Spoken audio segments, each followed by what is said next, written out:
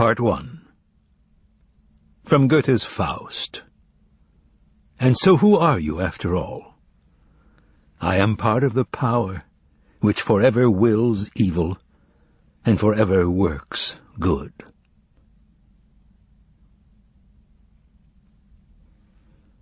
Chapter 1. Never talk to strangers. One hot spring evening, just as the sun was going down, two men appeared at Patriarch's ponds.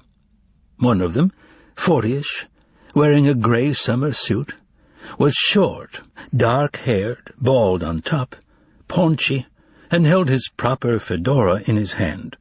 Black horn-rimmed glasses of supernatural proportions adorned his well-shaven face.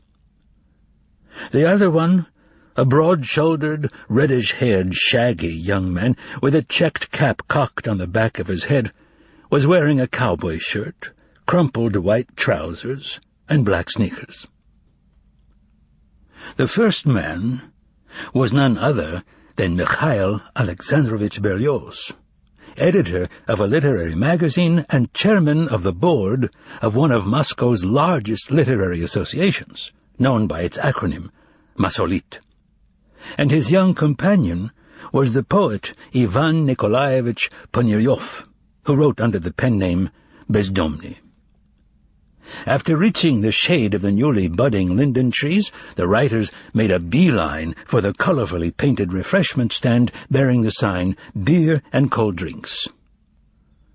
And here it is worth noting the first strange thing about that terrible May evening. Absolutely no one was to be seen, not only by the refreshment stand, but all along the tree-lined path that ran parallel to Malaya Bronaya Street.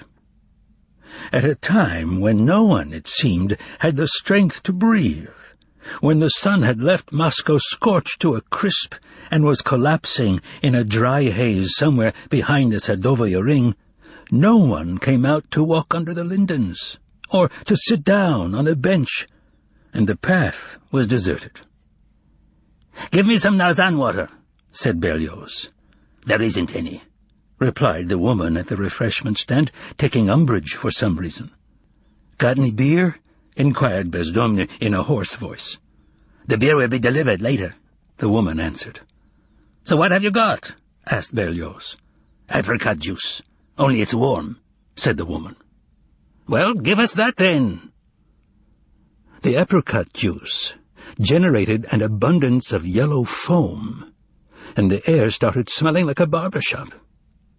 The writers drank it down and immediately began hiccuping, paid their money, and went over and sat down on a bench facing the pond with their backs to Bronaya Street.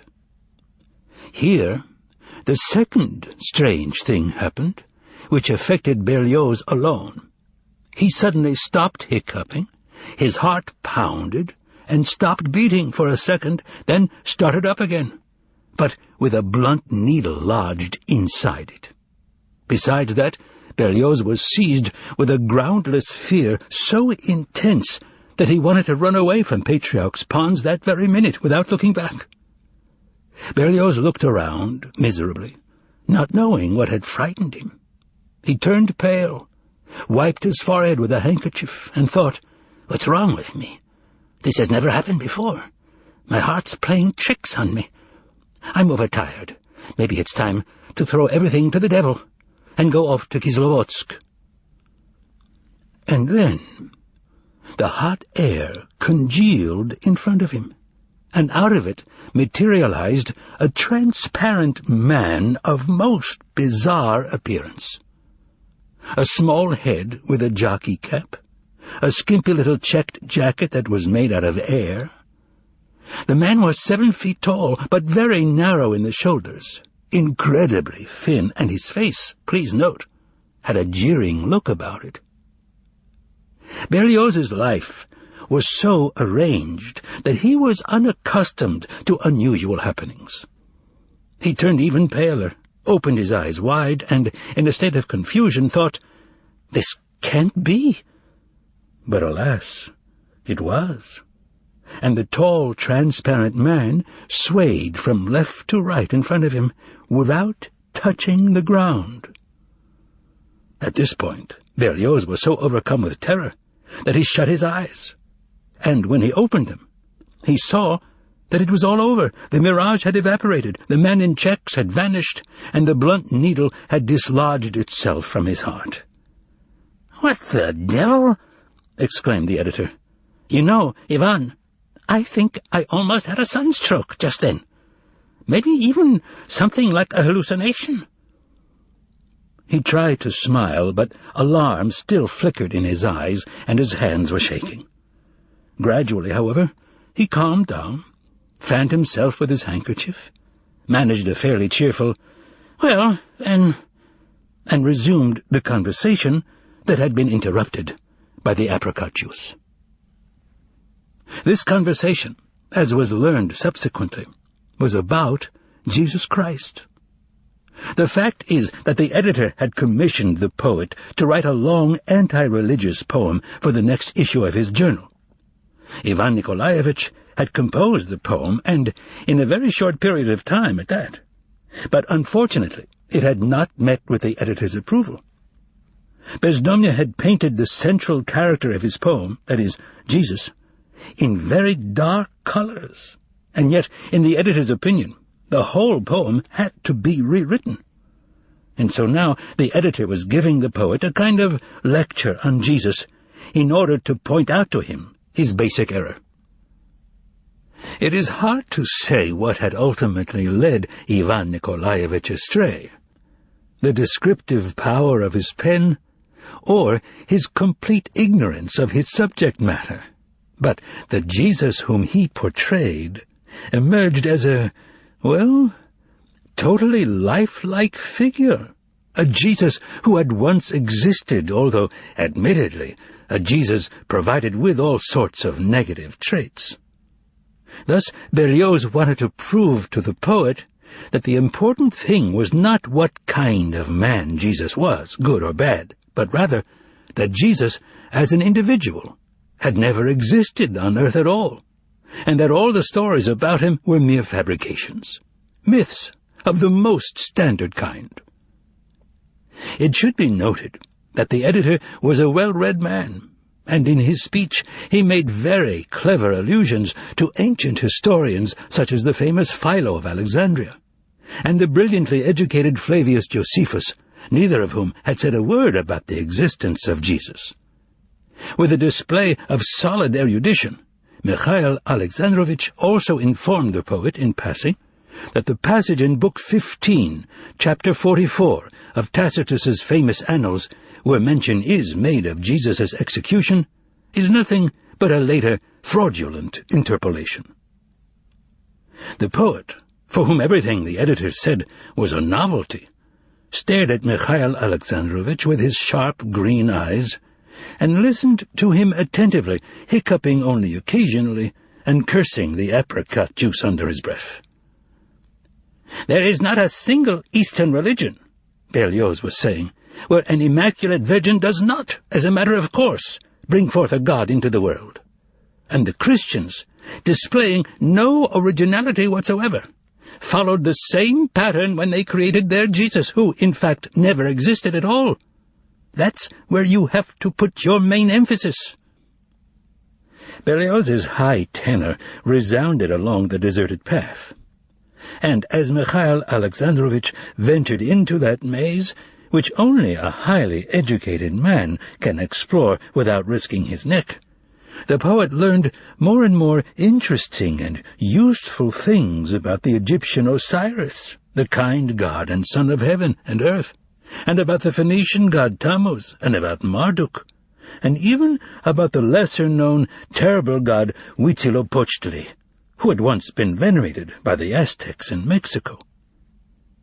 And just as Mikhail Alexandrovich was telling the poet how the Aztecs had modeled figures of Huitzilopochtli out of dough, the first man appeared on the pathway.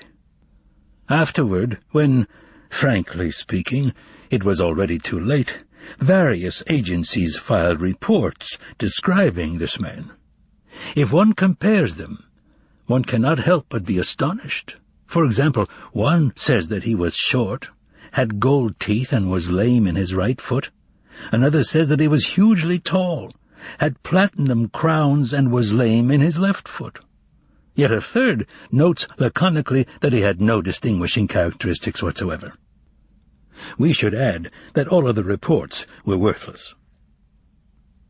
To begin with, the subject was lame in neither foot, and he was neither short nor hugely tall, but simply tall. As for his teeth, the left ones had platinum crowns, the right gold. He was dressed in an expensive grey suit and wore foreign-made shoes of the same colour.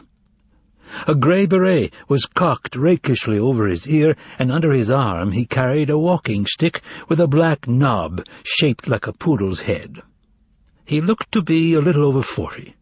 Slightly crooked mouth, smooth-shaven, dark brown hair, right eye black, left, for some reason, green. Black eyebrows, but one was higher than the other. In a word, a foreigner. As he passed the bench where the editor and poet were sitting, the foreigner looked at them out of the corner of his eye, stopped, and suddenly sat down on a neighbouring bench 2 feet away. A German, thought Berlioz. An Englishman, thought Bezdomny. I bet he's hot with those gloves on. The foreigner looked around at the tall buildings that formed a square border around the pond, thus making it obvious that he was seeing the place for the first time and that it interested him. He rested his gaze on the upper stories of the buildings and on the window panes' blinding reflection of the broken sun that was departing from Mikhail Alexandrovich forever.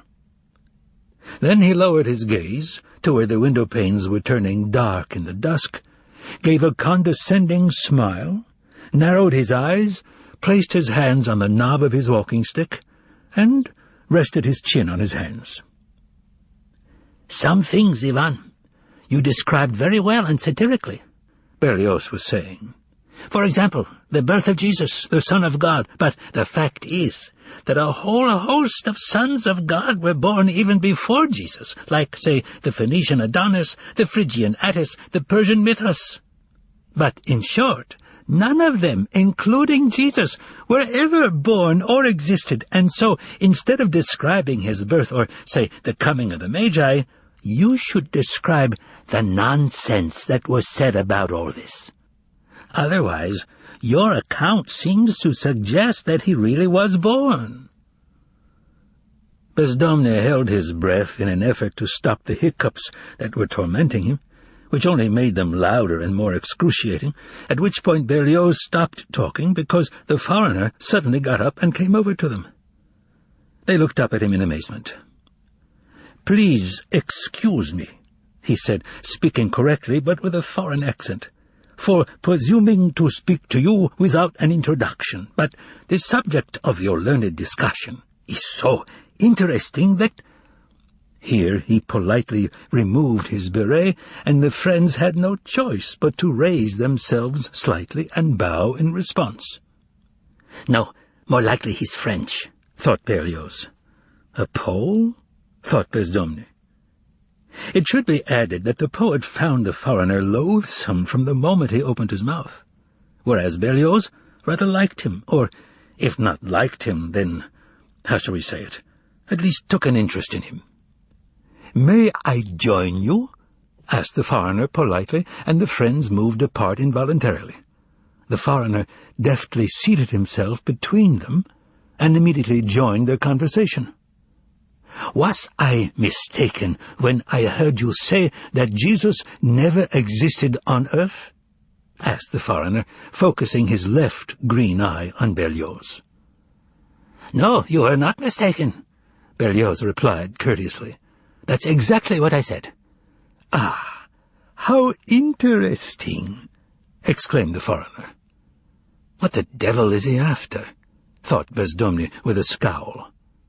"And do you agree with your friend?" queried the stranger, turning to Bezdomny on his right.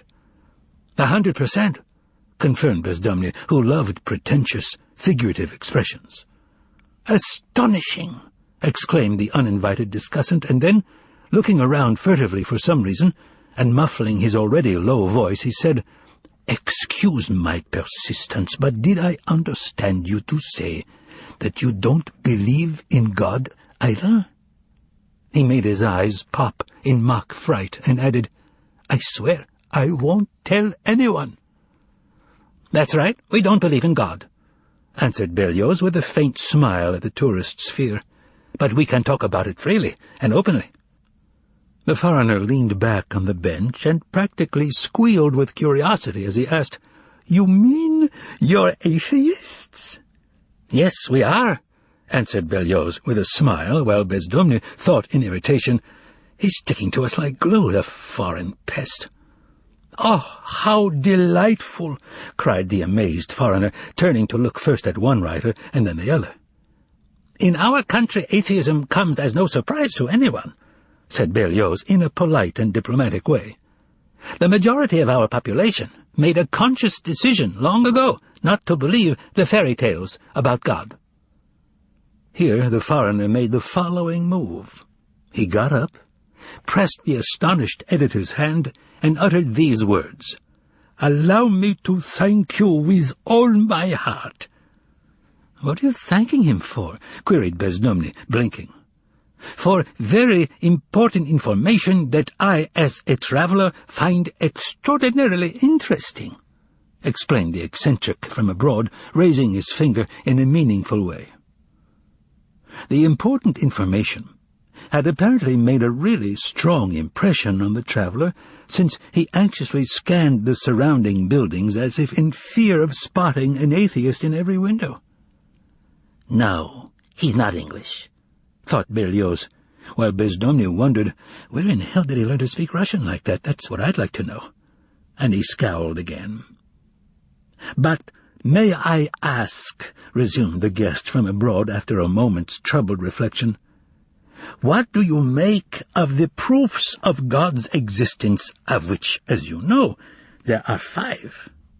"Alas," answered Berlioz regretfully, "all of those proofs are worthless, and mankind has long since consigned them to oblivion. Surely you would agree that reason dictates that there can be no proof of God's existence." "Bravo!" exclaimed the foreigner. "Bravo! You've said just what that restless old sage Emmanuel said about this very same subject. But here's the rub. He completely demolished all 5 proofs, and then, in a seeming display of self-mockery, he constructed a 6th proof, all his own." "Kant's proof," retorted the educated editor with a faint smile, "is also unconvincing. No wonder Schiller said that only slaves could be satisfied with Kant's arguments on this subject, while Strauss simply laughed at his proof." As Berlioz was speaking, he thought, "But who is he anyway, and how come his Russian is so good?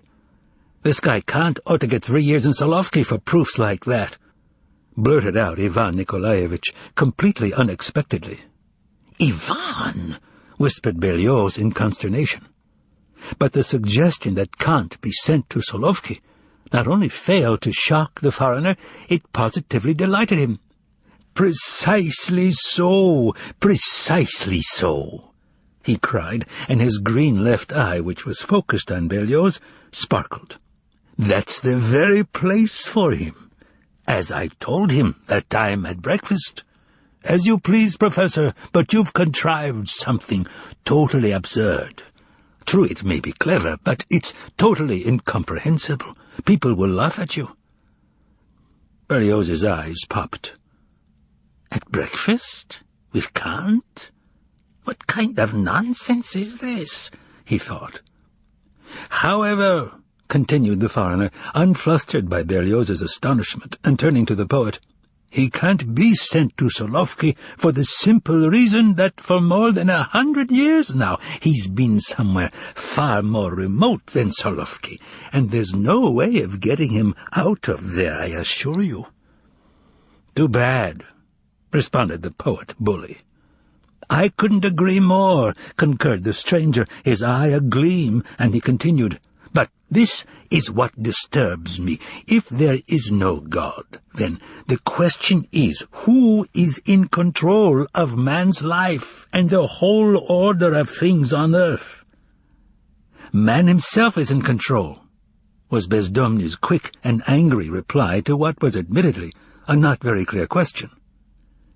"I'm sorry," replied the stranger in a soft voice, "but in order to be in control, you have to have a definite plan for at least a reasonable period of time. So, how, may I ask, can man be in control if he can't even draw up a plan for a ridiculously short period of time, say 1,000 years, and is, moreover, unable to ensure his own safety for even the next day?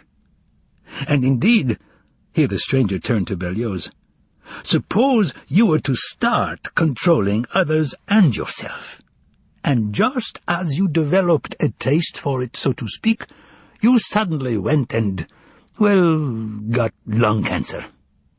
At which point the foreigner chuckled merrily, as if the thought of lung cancer brought him pleasure. "Yes, cancer," he repeated, narrowing his eyes like a cat as he savored the sonorous word. "And there goes your control. No one's fate is of any interest to you except your own. Your relatives start lying to you. You, sensing that something is wrong, run to learned physicians, then to quacks, and maybe even to fortune-tellers in the end. And going to any of them is pointless, as you well know. And it all ends tragically. That same fellow who not so long ago supposed that he was in control of something ends up lying stiff in a wooden box. And those present, realizing that he is no longer good for anything, cremate him in an oven. Why, even worse things can happen. A fellow will have just decided to make a trip to Kislovodsk." Here the foreigner narrowed his eyes at Berlioz. "A trivial matter, it would seem, but he can't even accomplish that because, for some unknown reason, he goes and slips and falls under a streetcar. Would you really say that that's an example of his control over himself? Wouldn't it be more correct to say that someone other than himself is in control?" And at this point, the stranger laughed, a strange sort of laugh. Berlioz listened with rapt attention to the unpleasant story about cancer and the streetcar, and uneasy thoughts began to trouble him. "He's no foreigner. He's no foreigner," he thought. "He's a real oddball. But who exactly is he?" "You'd like a smoke, wouldn't you?" said the stranger unexpectedly, turning to Bezdomny. "Which brand do you prefer?" "You have assorted brands, is that it?" glumly inquired the poet, who had run out of cigarettes. "Which do you prefer?" repeated the stranger. "Well, how about our brand?" was Bezdomny's sneering reply. The stranger immediately pulled a cigarette case out of his pocket and offered it to Bezdomny. "Our brand." Both the editor and the poet were astonished, not so much by the fact that the case did contain our brand, but rather by the cigarette case itself. It was enormous, made of pure gold, and as it was being opened, the blue and white fire of a diamond triangle sparkled on its cover. The writers had different thoughts at this point. Berlioz thought, "No, he's definitely a foreigner." And Bezdomny thought, to hell with him. Both the poet and the owner of the cigarette case lit up, but Berlioz, a non-smoker, declined. "That's how I'll refute his argument," decided Berlioz. "Yes, of course, man is mortal, no one would deny that, but the point is that—" But before he could utter these words, the foreigner went on to say, "Yes, man is mortal, but that isn't so bad. What's bad is that sometimes he's unexpectedly mortal. That's the rub. And in general he can't even say in the morning what he'll be doing that very same night." "What an absurd way of posing the question," thought Berlioz, and retorted, "Well, that's a bit of an exaggeration. I know more or less precisely what I'll be doing this evening. It goes without saying, of course, that if a brick were to fall on my head on Bronnaya Street—" "The brick is neither here nor there," interrupted the stranger in an imposing fashion. "It never merely falls on someone's head from out of nowhere. In your case, I can assure you that a brick poses no threat whatsoever. You will die another kind of death." "And you know just what that will be?" queried Berlioz with perfectly understandable irony, letting himself be drawn into a truly absurd conversation. "And you'll tell me what that is?" "Gladly," replied the stranger. He took Berlioz's measure as if intending to make him a suit, and muttered something through his teeth that sounded like 1, 2, Mercury in the second house, the moon has set, 6, misfortune, evening, 7. Then he announced loudly and joyously, "Your head will be cut off." Bezdomny glared fiercely and malevolently at the impertinent stranger, and Berlioz asked with a crooked smile on his face, "By whom, namely? Enemies? Interventionists?" "No," replied his interlocutor, "by a Russian woman, a member of the Komsomol." Grunted Berlioz, irritated by the stranger's little joke. "Well, excuse me, but that's highly unlikely." "No, please excuse me," replied the foreigner, "but that's how it is. By the way, I wanted to ask you, what will you be doing this evening if it's not a secret?" "It's not. First, I'm going home to my place on Sadovaya, and then at 10 there's a meeting at Masolit, which I'll be chairing." "No, that can't be," firmly protested the foreigner. "And why is that?" "Because," replied the foreigner, narrowing his eyes and looking up at the sky where the blackbirds were circling noiselessly in anticipation of the evening coolness, "Anushka has already bought the sunflower oil, and not just bought it, but spilled it as well. So the meeting won't take place." At this point, as one might expect, silence fell under the lindens. "Excuse me," resumed Berlioz after a pause, looking at the nonsense-spouting foreigner. "But what's sunflower oil got to do with it? And who is this Anushka?" "Here's what the sunflower oil has to do with it," interjected Bezdomny suddenly, evidently deciding to declare war on their uninvited interlocutor. "You haven't by any chance spent some time in a mental hospital, have you?" "Ivan!" softly exclaimed Mikhail Alexandrovich. But the foreigner was not the least bit insulted, and he burst out with a hearty laugh. I have indeed, and more than once," he exclaimed, laughing, his unsmiling eye still focused on the poet. "And where haven't I been? I'm only sorry I never managed to ask the professor what schizophrenia is, so you'll have to ask him yourself, Ivan Nikolaevich." "How do you know my name?" "Goodness, Ivan Nikolaevich, who doesn't know you?" At which point the foreigner pulled the previous day's literary gazette out of his pocket, and Ivan Nikolaevich saw a picture of himself on the front page, and underneath it some of his poems. But the evidence of his fame and popularity, which had so delighted the poet the day before, now gave him no pleasure whatsoever. "Excuse me," he said, and his face darkened, "but could you wait a minute? I'd like to have a word with my colleague." "Oh, by all means," exclaimed the stranger. "It's so pleasant here under the lindens, and besides, I'm in no hurry to go anywhere." "Look here, Misha," whispered the poet after taking Berlioz aside. "He isn't a tourist at all, but a spy. He's a Russian emigre who's managed to get back here. Ask to see his papers or he'll get away." "You really think so?" whispered Berlioz anxiously, thinking to himself, "He's probably right." "Mark my words," hissed the poet in his ear. "He's playing the fool in order to pump us for information. You heard how well he speaks Russian, said the poet, looking at the stranger out of the corner of his eye to make sure he did not run off. "Come on, let's grab him or he'll get away." The poet took Berlioz by the arm and led him over to the bench. The stranger was no longer seated on the bench, but was standing near it, holding a small booklet bound in dark grey, a thick envelope made of good quality paper, and a visiting card.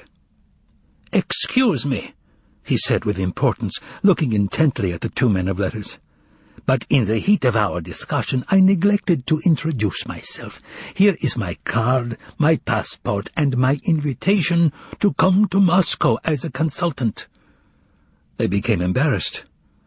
"Damn, he's heard everything," thought Berlioz, and he made a polite gesture to show that a presentation of papers was not necessary. When the foreigner thrust them at the editor, the poet managed to make out the word "professor" written on the card in foreign letters, and also the first letter of his surname, the double V, a W. Meanwhile, the editor mumbled and embarrassed, "I'm very pleased to meet you." And the foreigner shoved the documents into his pocket. Thus, relations between them were restored, and all three again sat down on the bench. "So you've been invited here as a consultant, Professor?" asked Berlioz. "Yes, that's right." "Are you a German?" queried Bezdomny. "Who, me?" replied the professor, and suddenly grew pensive. "Yes, I suppose I'm a German," he said. "Your Russian is first-rate," observed Bezdomny. "Oh, in general I'm a polyglot and know a great many languages," answered the professor. "And what is your field?" inquired Berlioz. "I'm a specialist in black magic." "Well, I'll be—" flashed through Mikhail Alexandrovich's head. And is it in that capacity that you've been invited here?" stammered Berlioz. "Yes, it is," affirmed the professor, and he went on to explain. "Some authentic manuscripts of the 10th century master of black magic, Gerbert of Aurillac, have been discovered here in your state library, and I've been asked to examine them. I'm the only person in the whole world who's qualified to do so." "Ah, so you're a historian, then?" asked Berlioz, with great respect and relief. "Yes, I'm a historian," confirmed the scholar, and added, apropos of nothing, "This evening some interesting history will take place at Patriarch's Ponds." And again, both the editor and the poet were completely dumbfounded. The professor motioned to both of them to come closer, and when they had, he whispered, "Keep in mind that Jesus did exist." "You know, Professor," answered Berlioz with a forced smile, "we respect your great knowledge, but we happen to have a different point of view regarding that issue." "No points of view are necessary," replied the strange professor. "He simply existed, and that's all there is to it." "But surely some proof is required?" began Berlioz. No proof is required," answered the professor. He began to speak softly, and as he did, his accent somehow disappeared. "It's all very simple. Early in the morning, on the 14th day of the spring month of Nisan, wearing a white cloak with a blood-red lining, and shuffling with his cavalryman's gait,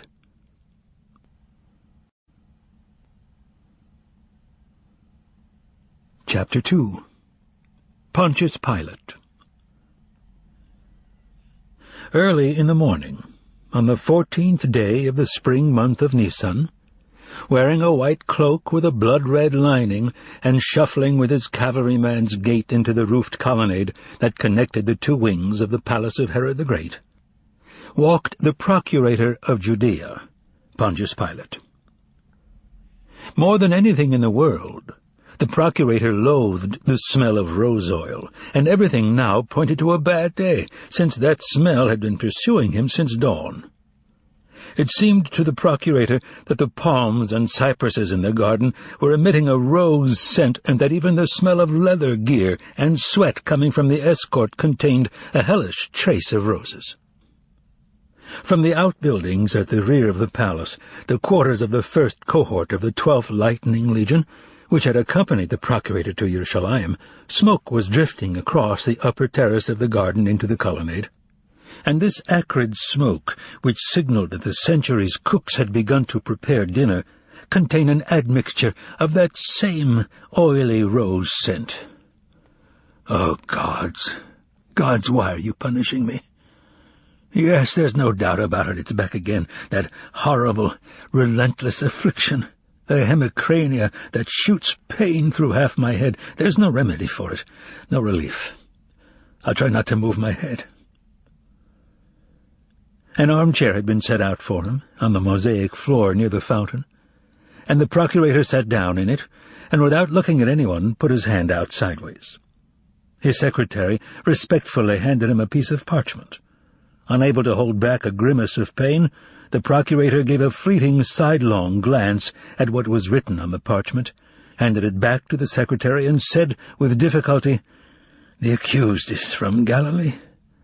Was the case sent to the Tetrarch?" "Yes, procurator," replied the secretary. "And what did he do?" "He refused to give a judgment in the case, and sent the death sentence pronounced by the Synhedrion to you for confirmation," explained the secretary. The procurator's cheek twitched, and he said quietly, "Bring in the accused." 2 legionaries immediately left the garden terrace, proceeded through the colonnade, and came out onto the balcony, escorting a man of about 27, whom they stood before the procurator's chair. The man was dressed in a light blue chiton that was old and torn. He had a white bandage on his head that was held in place by a leather thong tied around his forehead, and his hands were tied behind his back. There was a large bruise under the man's left eye, and a cut with dried blood on it in the corner of his mouth. The prisoner looked with anxious curiosity at the procurator. The procurator was silent for a moment. Then he said quietly, in Aramaic, "So it was you who incited the people to destroy the temple of Yerushalayim." The procurator sat stone-like, moving his lips only slightly as he spoke. The procurator was stone-like because he was afraid to move his head, which was seared by hellish pain. The man whose hands were bound took a few steps forward and began to speak. "My good man, believe me—" But the procurator, perfectly still as before, and without raising his voice, interrupted him on the spot. "Is it me you are calling a good man? You're mistaken. Word has it in Yerushalayim that I am a savage monster, and that is absolutely true." In the same monotone he added, "Bring Centurion Ratkiller to me." It seemed to everyone that it became dark on the balcony when Mark the centurion, nicknamed Ratkiller, who commanded the 1st century, came and stood before the procurator. Ratkiller was a head taller than the tallest soldier in the legion, and so broad in the shoulders that he blocked out the sun, which was still low in the sky. The procurator addressed the centurion in Latin. "The criminal calls me good man. Take him away for a moment and explain to him how he should address me. But don't maim him." Everyone except the motionless procurator stared at Mark Ratkiller as he gestured to the prisoner to follow him. Because of his height, Ratkiller was usually stared at by everyone wherever he went, and those seeing him for the first time also stared because of his disfigured face. His nose had once been smashed by a German club. Mark's heavy boots stamped on the mosaic. The bound man followed him out, noiselessly. Complete silence ensued in the colonnade, and one could hear the doves cooing on the garden terrace by the balcony, and the water in the fountain singing a pleasant and intricate tune. The procurator felt the urge to get up, put his temple under the water, and freeze in that position, but he knew that even that would not help him. After leading the prisoner through the colonnade and out into the garden, Ratkiller took a whip from the hands of a legionary standing at the foot of a bronze statue and struck the prisoner a mild blow across the shoulders. The centurion's stroke was casual and light, but the bound man sank to the ground instantly as if his legs had been knocked out from under him. He gasped for breath, the color left his face, and his eyes glazed over. With just his left hand, Mark lifted the fallen man into the air lightly, as if he were an empty sack, stood him on his feet, and began speaking in a nasal voice, mispronouncing the Aramaic words. "Address the Roman procurator as hegemon. Do not use other words. Stand at attention. Have you understood me, or do I have to hit you again?" The prisoner swayed on his feet, but got control of himself. His color returned. He caught his breath and answered hoarsely, "I understand you. Don't beat me." A minute later he was again standing before the procurator. A flat, sick-sounding voice was heard. "Name?" "Mine?" The prisoner responded quickly, demonstrating with all his being his readiness to answer sensibly and not to provoke more anger. The procurator said softly, "Mine, I know. Do not pretend to be more stupid than you are. Yours." "Yeshua," the prisoner replied hurriedly. "Is there a surname?" "Hanotsri." "Where are you from?" "The city of Gamala," answered the prisoner, indicating with a toss of his head that somewhere far away off to his right, in the north, was the city of Gamala. "Who are you by birth?" "I don't know exactly," the prisoner replied readily. "I don't remember my parents. I've been told that my father was a Syrian." "Where is your permanent residence?" "I have none," answered the prisoner shyly. "I travel from town to town." "That can be expressed more succinctly in one word. Vagrant," said the procurator. Then he asked, "Do you have any family?" "None. I am alone in the world." "Are you literate?" "Yes." "Do you know any language besides Aramaic?" "Yes, Greek." One swollen lid was raised, and an eye glazed by suffering stared at the prisoner. The other eye remained closed. Pilate began speaking in Greek. "So you intended to destroy the temple building, and were inciting the people to do this?" Here the prisoner again became animated. The fear disappeared from his eyes, and he began in Greek. The prisoner's eyes flashed with horror at having again almost said the wrong thing. "Never in my life, hegemon, have I intended to destroy the temple, nor have I ever tried to instigate such a senseless action."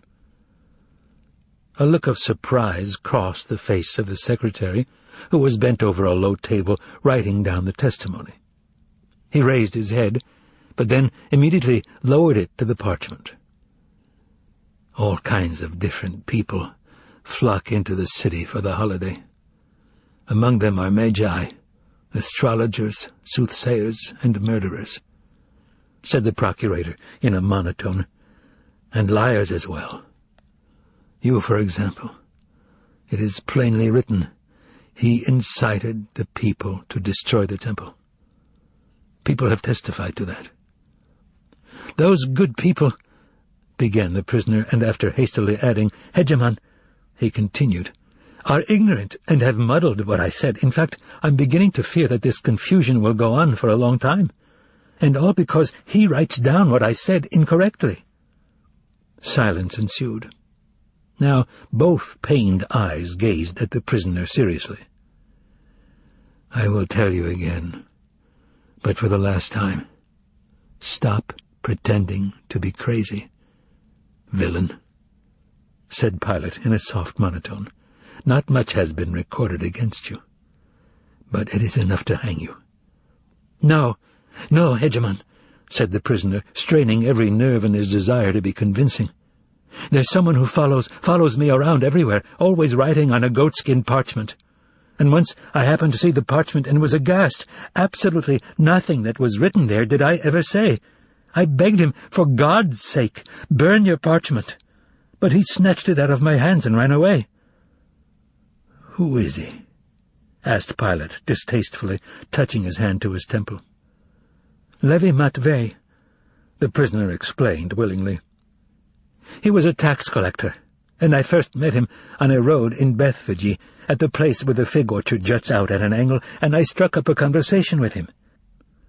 At first he treated me with hostility, and even insulted me. That is, he thought he was insulting me by calling me a dog." Here the prisoner laughed. "I personally have no bad feelings about dogs that would cause me to take offense at the name." The secretary stopped writing and cast a furtive, surprised glance not at the prisoner, but at the procurator. "However, after he heard me out, he began to soften," continued Yeshua. "And finally, he threw his money down on the road and said that he'd come traveling with me." Pilate laughed, with one side of his mouth baring his yellow teeth. Turning his whole body to the secretary, he said, "Oh, city of Yerushalayim, what tales it can tell. Did you hear that? A tax collector who throws his money on the road." Not knowing how to respond to that, the secretary deemed it obligatory to smile as Pilate had. "But he said that money had become hateful to him," said Yeshua in explanation of Levy Matvey's strange behavior, and then he added, "Since then, he has been my traveling companion." His teeth still bared, the procurator glanced first at the prisoner, and then at the sun which was rising steadily over the equestrian statues of the hippodrome located far below to the right. And suddenly, as an agonizing wave of nausea swept over him, the procurator realized that the simplest way to get this strange miscreant off his balcony was with 2 words: hang him. Get rid of the escort, too, leave the colonnade, go inside the palace, order the room to be darkened, collapse on the bed, ask for some cold water, call piteously for the dog Banga, and complain to him about his hemicrania. Suddenly, the thought of poison flashed seductively through the procurator's aching head.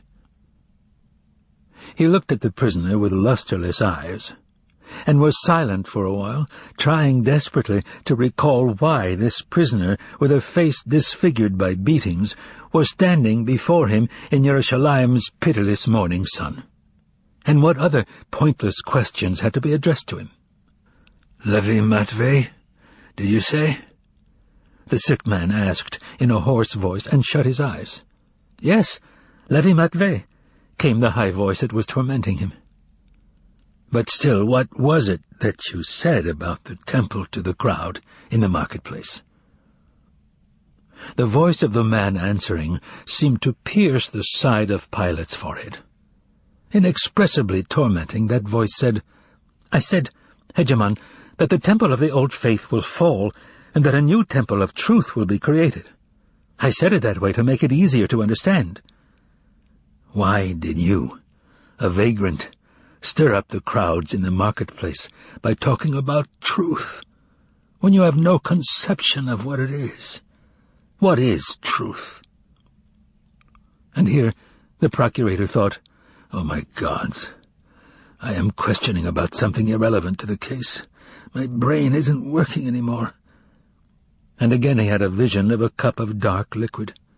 "Poison. Give me poison." And again he heard the voice, "The truth is, first of all, that your head aches, so badly, in fact, that you're having faint-hearted thoughts about death. Not only are you too weak to talk to me, but you're even having trouble looking at me. That I, at this moment, am your unwilling executioner upsets me. You can't think about anything, and the only thing you want is to call your dog, the only creature, it seems, to whom you are attached. But your sufferings will soon end, and your headache will pass." The secretary looked goggle-eyed at the prisoner, and stopped writing in the middle of a word. Pilate raised his martyred eyes to the prisoner, and saw that the sun was already high above the hippodrome, that one ray had penetrated the colonnade and was creeping toward Yeshua's tattered sandals, and that he was trying to step out of the sun. The procurator then got up from his chair and pressed his head with his hands, a look of horror appearing on his yellowish, clean-shaven face.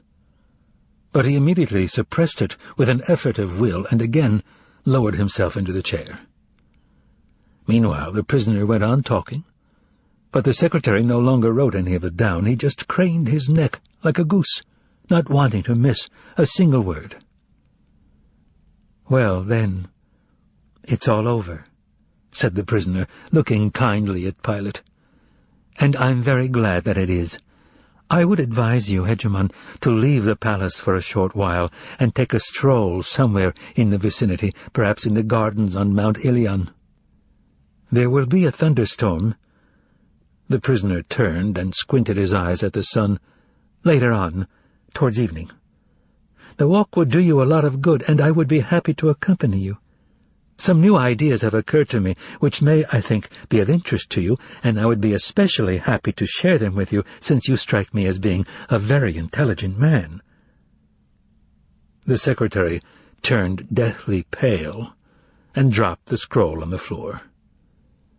"The trouble is," continued the bound man, whom no one was stopping, "that you are too isolated and have lost all faith in people. After all, you will agree, one shouldn't lavish all one's attention on a dog. Your life is impoverished, Hegemon." And here the speaker allowed himself a smile. The secretary now had only one thought: whether or not to believe his own ears. There was no other choice but to believe. Then he tried to imagine in exactly what fanciful way the procurator would express his anger at the prisoner's unprecedented insolence. But the secretary could not imagine this, even though he knew the procurator very well. Then the procurator's hoarse and cracked voice was heard saying in Latin, "Untie his hands." One of the legionaries in the escort tapped his spear, handed it to someone else, and went over and removed the prisoner's bonds. The secretary picked up the scroll, decided not to write anything down for the time being, and not to be surprised at anything. "Tell the truth," said Pilate softly in Greek. "Are you a great physician?" "No, procurator, I am not a physician," answered the prisoner, rubbing his mangled, swollen, reddened wrists with pleasure.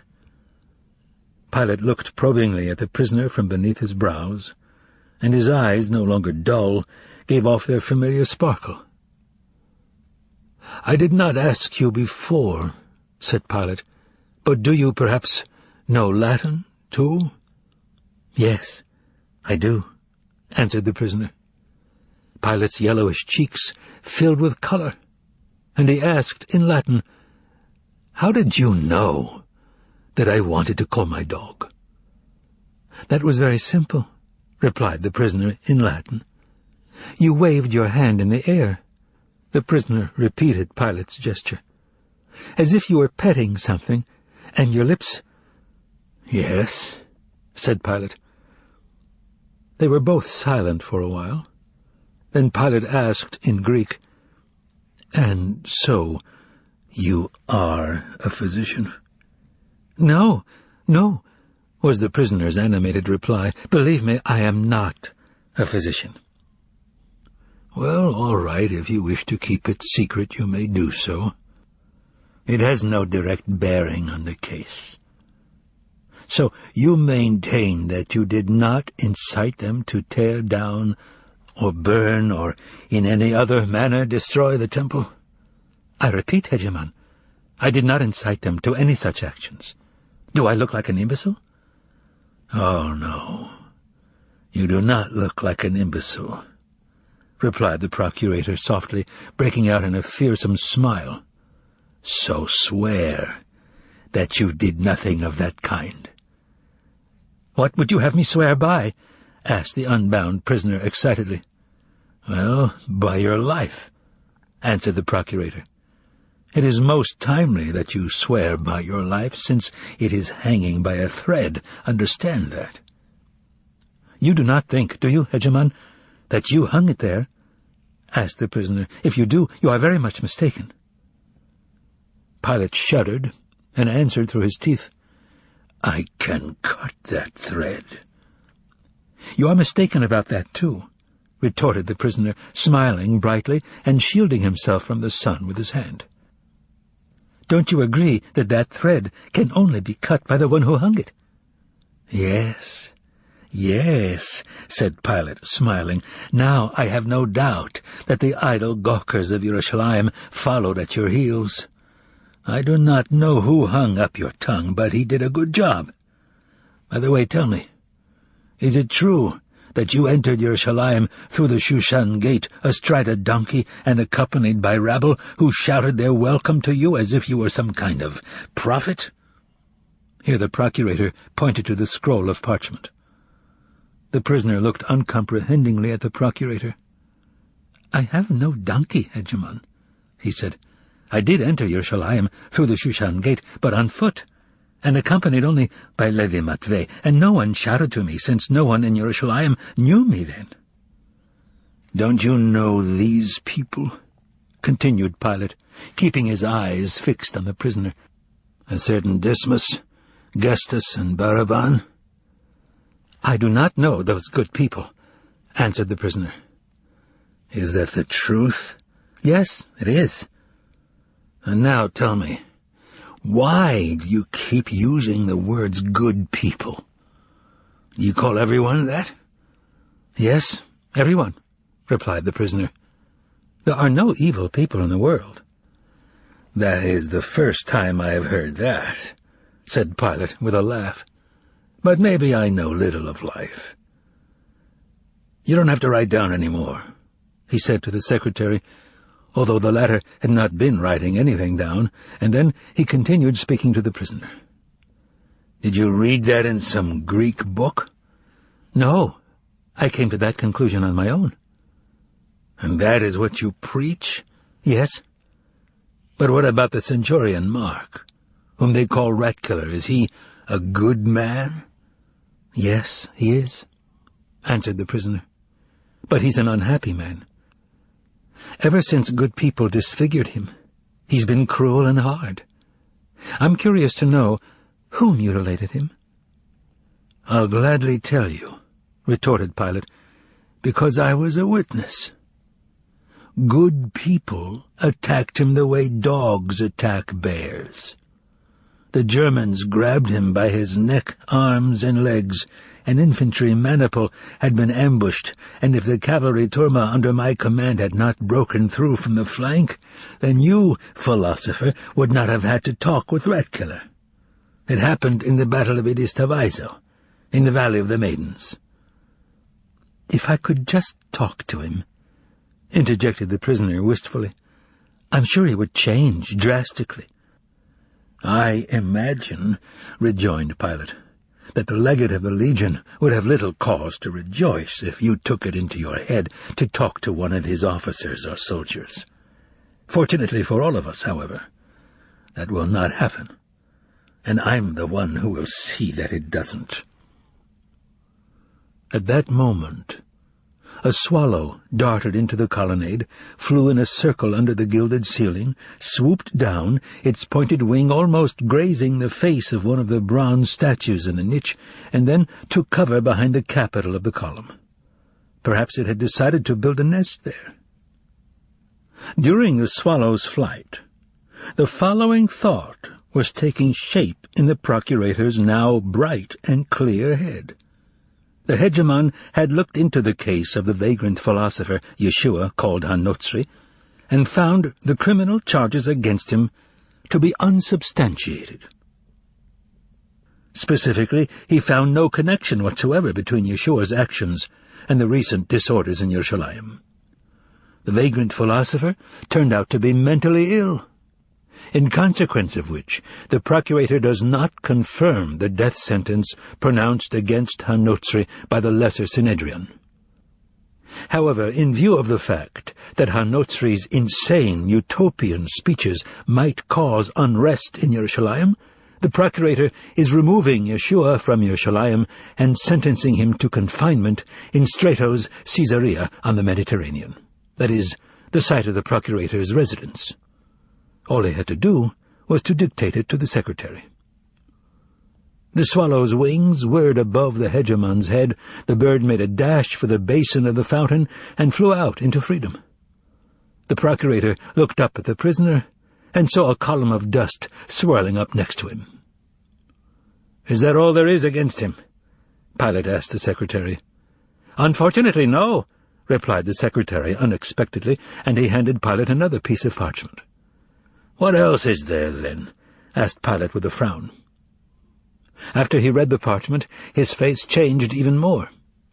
Either because of the dark blood suffusing his neck and face, or because of something else, his skin lost its yellow cast, turned grayish-brown, and his eyes seemed to sink in.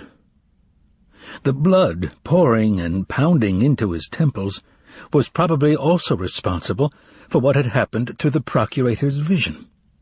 He seemed to see the prisoner's head float off somewhere, and another head appear in its place. On top of this bald head was a gold crown with widely spaced points. On the forehead was a round sore eating away at the skin and smeared with ointment. The mouth was sunken and toothless, with a capricious and protruding lower lip. Pilate had the feeling that the rose columns on the balcony had disappeared, as had the roofs of Jerusalem in the distance below the garden, and that everything around him had drowned in the thick greenery of the Caprean gardens. And something strange had happened to his hearing, too.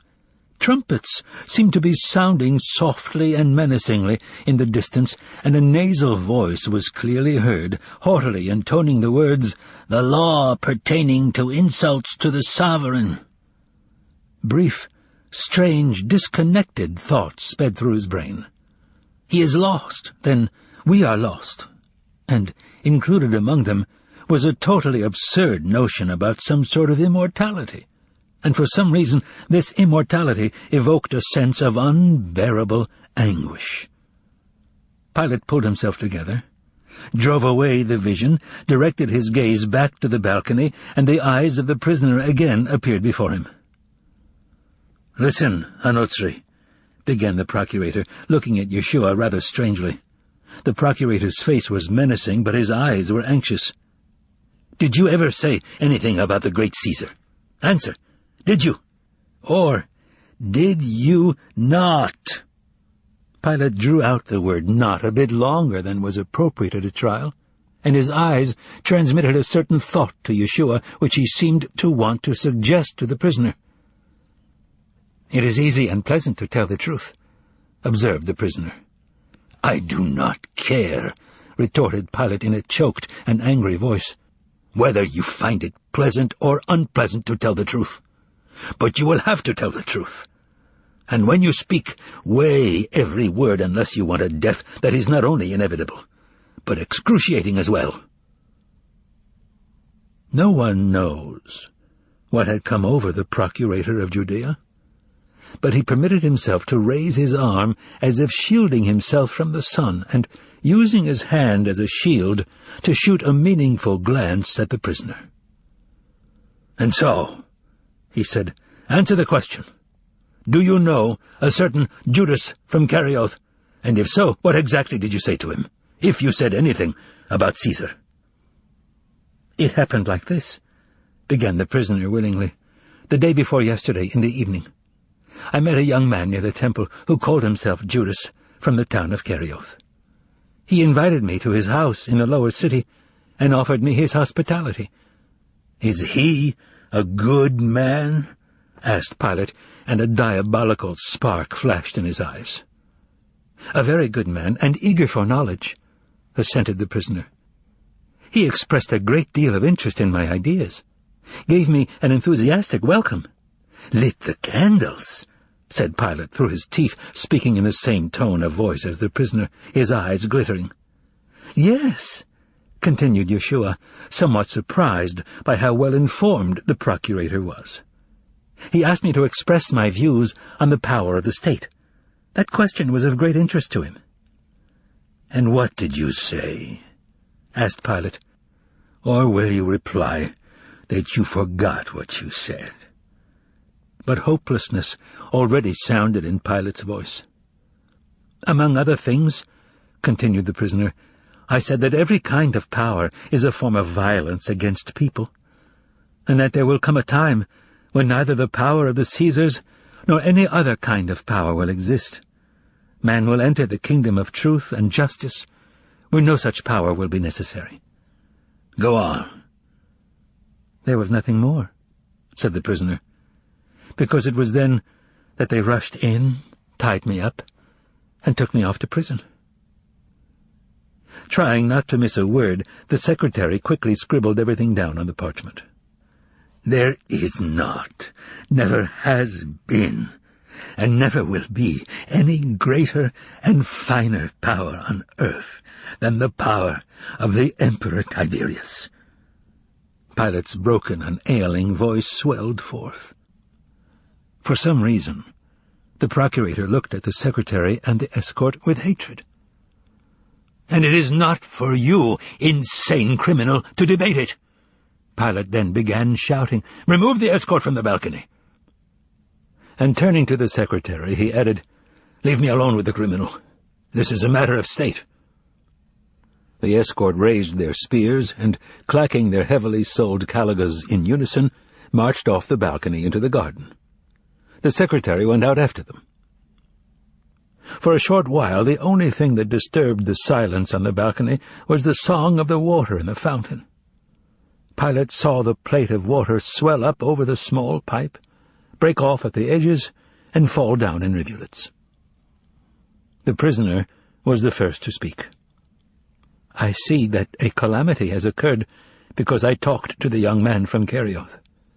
I have a premonition, Hegemon, that misfortune will befall him, and I feel very sorry for him. I think, replied the procurator with a strange laugh, there is someone else in the world you ought to feel sorrier for than Judas of Kerioth, someone whose fate will be far worse than Judas's. And so, Mark Ratkiller, a cold and confirmed executioner, the people who, as I can see, the procurator pointed to Yeshua's disfigured face, beat you for your preaching, the outlaws, Dismas and Gestas, who along with their gang killed 4 soldiers, the filthy traitor Judas, are they all good people? Yes, answered the prisoner. And the kingdom of truth will come? It will, Hegemon, replied Yeshua with conviction. It will never come! Pilate shouted in such a terrible voice that Yeshua recoiled. Many years before, in the Valley of the Maidens, Pilate had shouted to his cavalrymen in the same voice, Cut them down! Cut them down! They've got the giant rat-killer! He raised his voice, cracked from giving commands, even higher, shouting out the words so they would be heard in the garden, Criminal! Criminal! Criminal! And then his voice lowered. He asked, Yeshua HaNotzri, do you believe in any gods? There is one God, replied Yeshua. I believe in him. Then pray to him. Pray as hard as you can. But, here Pilate's voice dropped, it won't help. Have you no wife? Asked Pilate, sounding somehow depressed, not comprehending what was happening to him. No, I'm alone. Hateful city, Pilate muttered suddenly, his shoulders hunched as if he were chilled, and he wiped his hands as if he were washing them. You would have been better off, really, if they had cut your throat before you met Judas of Kerioth. Couldn't you let me go, Hegemon? Asked the prisoner suddenly, and his voice became anxious. I can see that they want to kill me.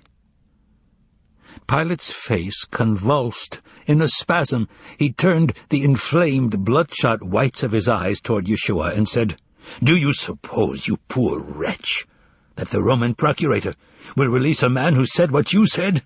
Oh, gods, gods! Or do you think that I am prepared to take your place? I do not share your ideas, and listen to me. If after this you say even a word or try to talk to anyone, beware of me. I repeat, beware. Hegemon, be quiet! Screamed Pilate, his crazed eyes following the swallow that had flown back onto the balcony. Come here! He shouted. When the secretary and the escort returned to their places, Pilate announced that he was confirming the death sentence passed by the Lesser Synedrion upon the criminal Yeshua HaNotzri, and the secretary copied down what Pilate said.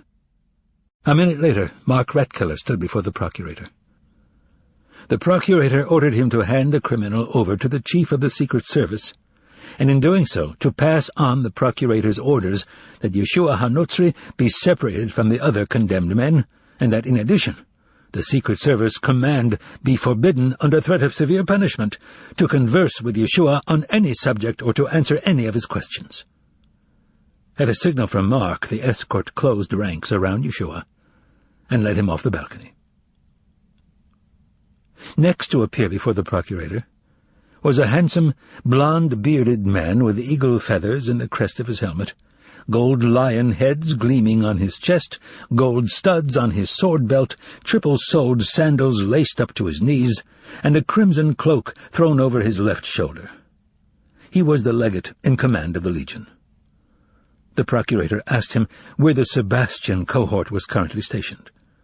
The legate informed him that they were on cordon duty on the square in front of the hippodrome, where the sentences pronounced on the criminals would be announced to the people.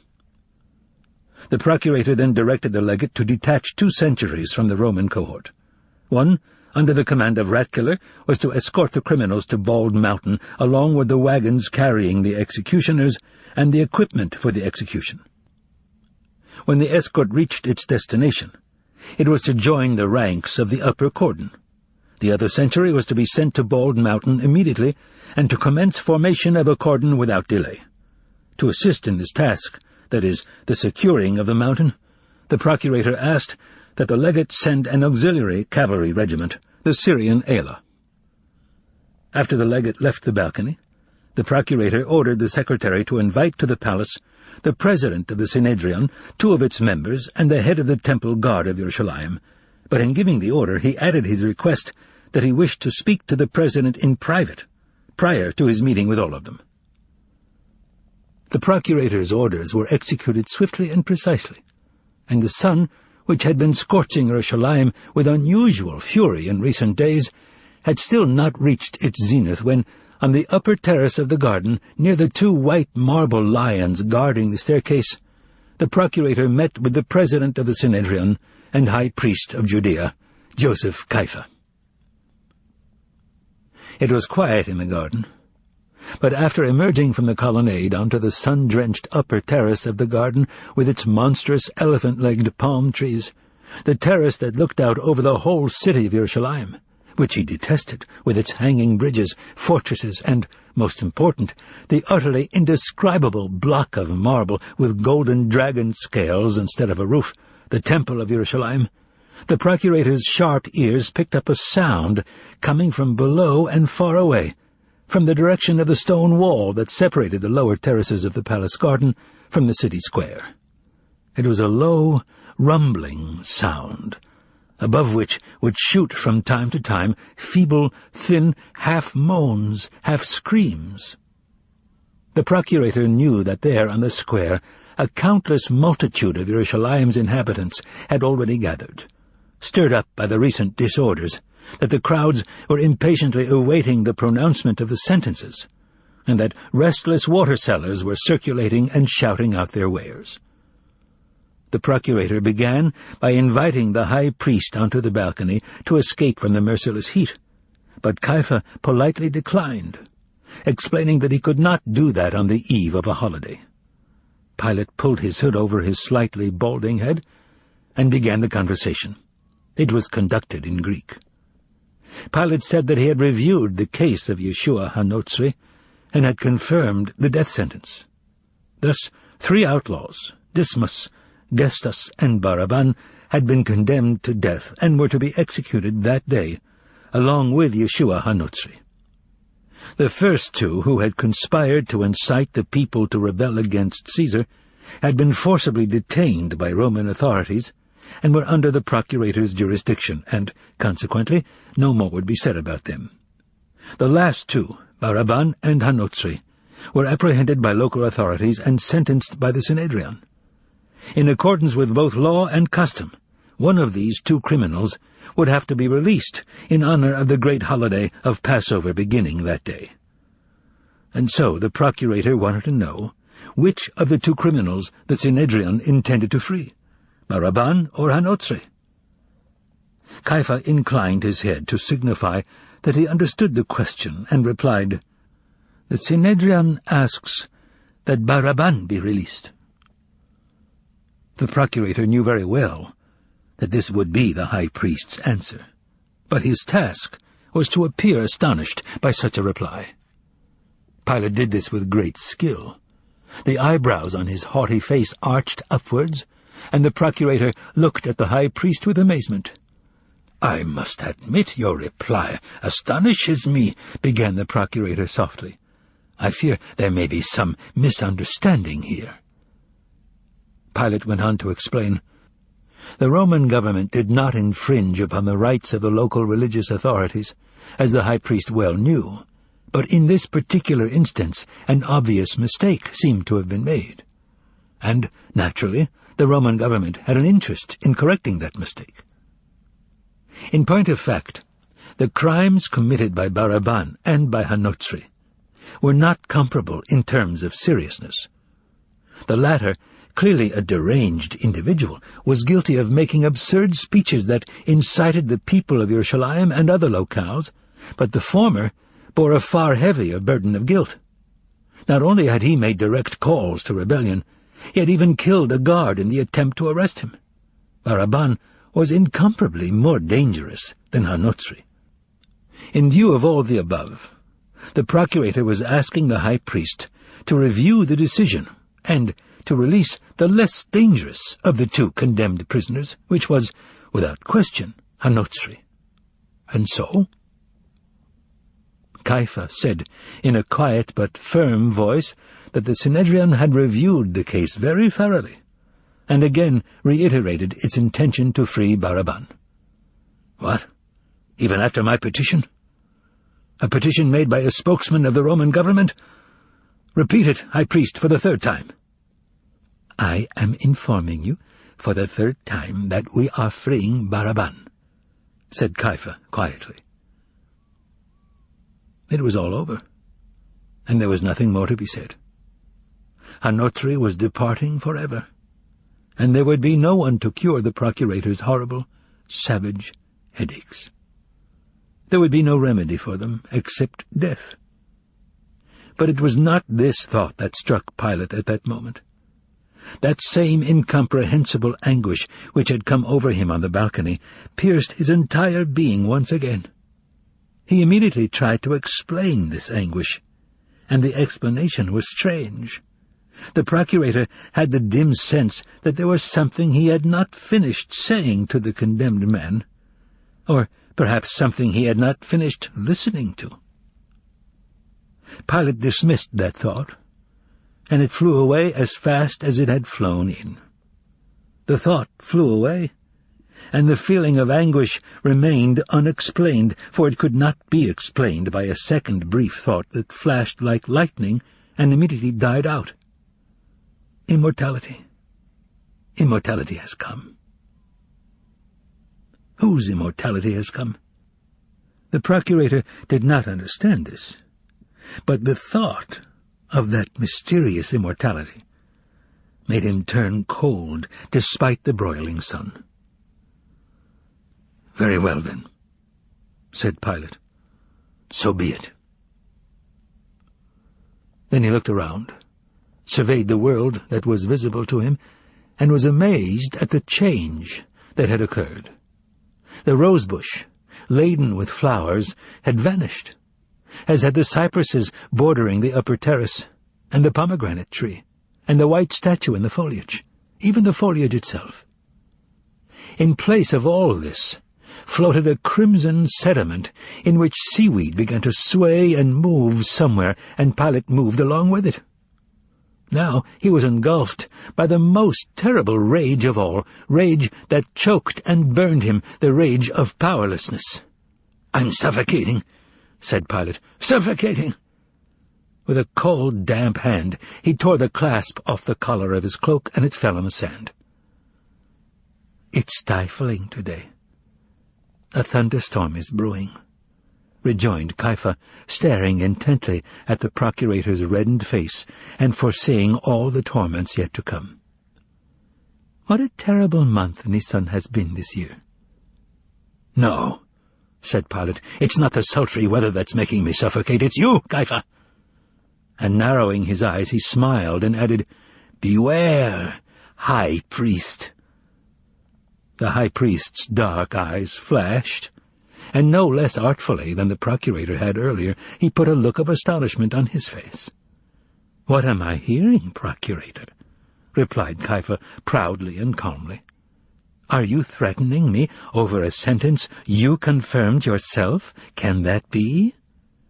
We are accustomed to having the Roman procurator choose his words carefully before he speaks. What if someone overheard us, Hegemon?" Pilate looked at the high priest with dead eyes and bared his teeth in a smile. "What are you saying, high priest? Who could possibly overhear us here? Do I look like the young, vagrant, holy fool who will be executed today? Am I a boy, Kaifa? I know what I'm saying and where I'm saying it. The garden is cordoned off, and the palace is too, so there's not even a crack for a mouse to squeeze through.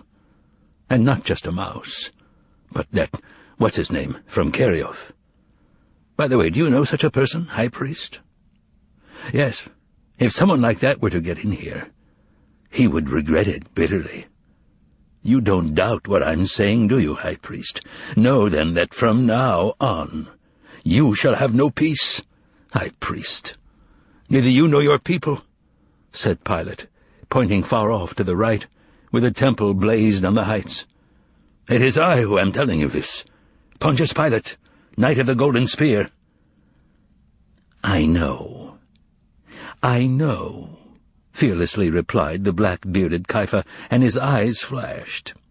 He raised his hand up to the sky and went on.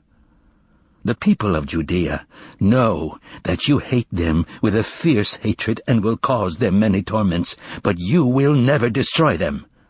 God will defend them. He will hear us. The Almighty Caesar will hear us. And he will protect us from the scourge of Pilate." "Oh, no," exclaimed Pilate, feeling more and more at ease with every word he spoke. He did not have to pretend any more. He did not have to choose his words carefully. "You have made too many complaints against me to Caesar, and now my time has come, Kaifa. Now I shall relay word not to the Governor-General in Antioch, not to Rome, but straight to Capreae, to the Emperor himself, word about how you are shielding known rebels from death. And then it will not be water from Solomon's pool that I shall give Yerushalayim to drink, as I had wanted to for your benefit. No, it will not be water. Remember how, because of you, I have to take the shields with the imperial insignia off the walls to transfer troops. And remember how I had to come here myself to see what was going on. Remember my words. What you will see here, High Priest, will not be one cohort in Yerushalayim. Oh, no. The entire Lightning Legion will be at the city walls. So will the Arabian cavalry. And then you will hear bitter weeping and groaning. Then you will remember the Baraban you saved, and you will regret that you sent to death the philosopher who preached peace." The high priest's face had become covered with blotches. His eyes burned. Like the procurator, he smiled, baring his teeth, and replied, "Procurator, do you yourself believe what you just said?" "No, you do not. It was not peace that rabble-rouser brought to Yerushalayim, and you, knight, know that very well. You wanted to release him so that he would stir the people up, do violence to their religion, and subject them to Roman swords. But I, High Priest of Judea, shall not, so long as I live, allow the faith to be profaned. And I shall protect the people. Do you hear, Pilate?" And here Kaifa raised his hand threateningly. "Take heed, Procurator." Kaifa fell silent. And again the procurator heard what sounded like the sea rolling up to the walls of the garden of Herod the Great. This noise rose from below up to the procurator's feet and into his face. And behind him, beyond the wings of the palace, was heard the anxious blaring of trumpets, the heavy crunch of hundreds of feet, and the clanking of iron. The procurator now realized that the Roman infantry was already moving out in accordance with his orders, heading toward the pre-execution parade that was so terrifying to outlaws and insurgents. "Can you hear, procurator?" quietly repeated the high priest. "Are you really telling me that all this—" Here the high priest raised both his hands, and the dark hood fell from his head— "was caused by that miserable outlaw Baraban?" The procurator wiped his cold, damp forehead with the back of his wrist and looked down at the ground. Then, squinting up at the sky, he saw that the scorching ball was almost directly overhead, and that Kaifa's shadow by the lion's tail had shrunk away to nothing. He said, quietly and indifferently, "It's not long till noon. We got carried away by our conversation, but we must proceed." After making intricately worded excuses, Pilate asked the high priest to sit down on a bench in the shade of the magnolias and wait while he summoned the others needed for the brief final meeting and gave one last order regarding the execution. Kaifa made a polite bow, his hand pressed to his heart, and remained in the garden while Pilate returned to the balcony. There he ordered the waiting secretary to summon to the garden the legate of the legion, the tribune of the cohort, 2 members of the Synhedrion, and the chief of the temple guard, all of whom were awaiting his summons on the lower terrace in the round gazebo with the fountain.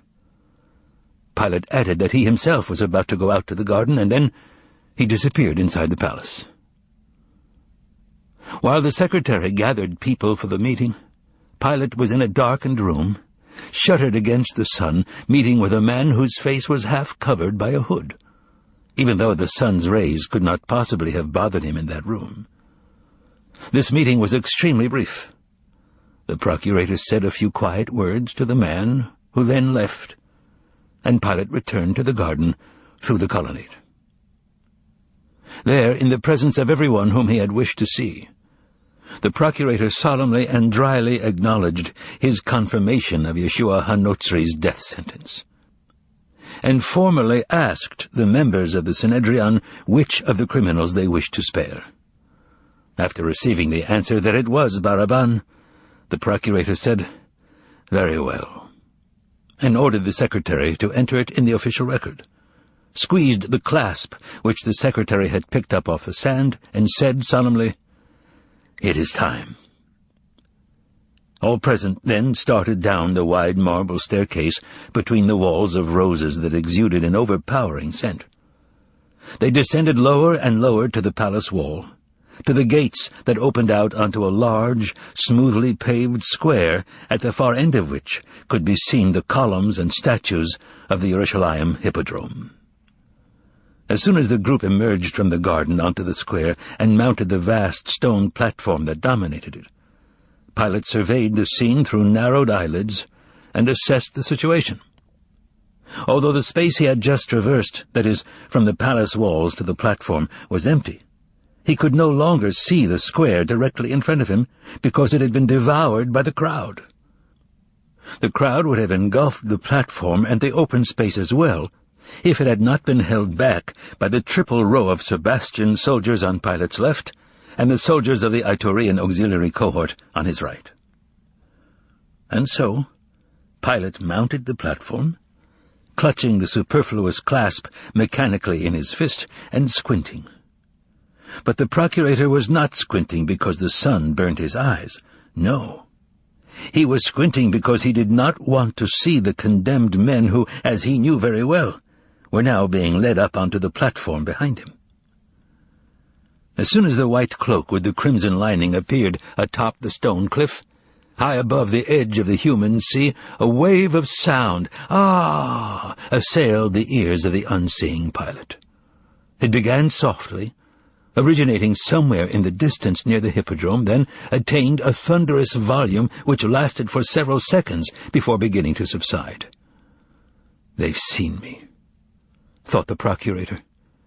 Rather than ebbing completely, the wave unexpectedly began to swell once again, rising even higher than before. And on top of this second wave, like seething foam on the crest of a breaker, whistles and women's screams were heard above the thunder. "They've been led onto the platform," thought Pilate. "And there are screams, because several women were crushed when the crowd surged forward." He waited for a few moments, knowing that no force could silence the crowd until it had released all its pent-up emotions and quieted down by itself. And when that moment came, the procurator threw up his right arm, and the noise of the crowd finally subsided. Then Pilate took as much of the scorching air into his lungs as he could, and began to shout. His broken voice carried over the thousands of heads, "In the name of the Emperor Caesar!" His ears were immediately assailed by a choppy, metallic din repeated several times that came from the soldiers in the cohorts as they threw their spears and insignia up into the air and shouted out in fearsome tones, "Hail, Caesar!" Pilate craned his neck and looked straight up at the sun. A green flame flared up under his eyelids, setting his brain on fire, and the hoarse Aramaic words flew out over the crowd. 4 criminals, arrested in Yerushalayim for murder, incitement to rebellion, and abuse of the laws and the faith, have been sentenced to the shameful death of hanging on posts, and the execution shall take place shortly on Bald Mountain. The names of the criminals are Dismas, Gestas, Baraban, and Hanotsri. Here they stand before you." Pilate pointed to the right, without seeing the prisoners, but knowing that they were there where they were supposed to be. The crowd replied with a prolonged roar that seemed to signify either surprise or relief.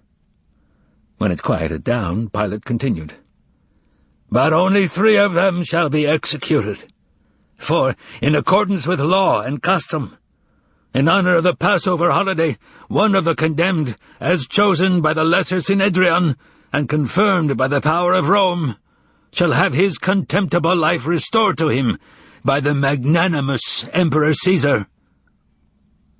While Pilate was shouting out these words, he was also listening to the deep silence that followed in the wake of the roar.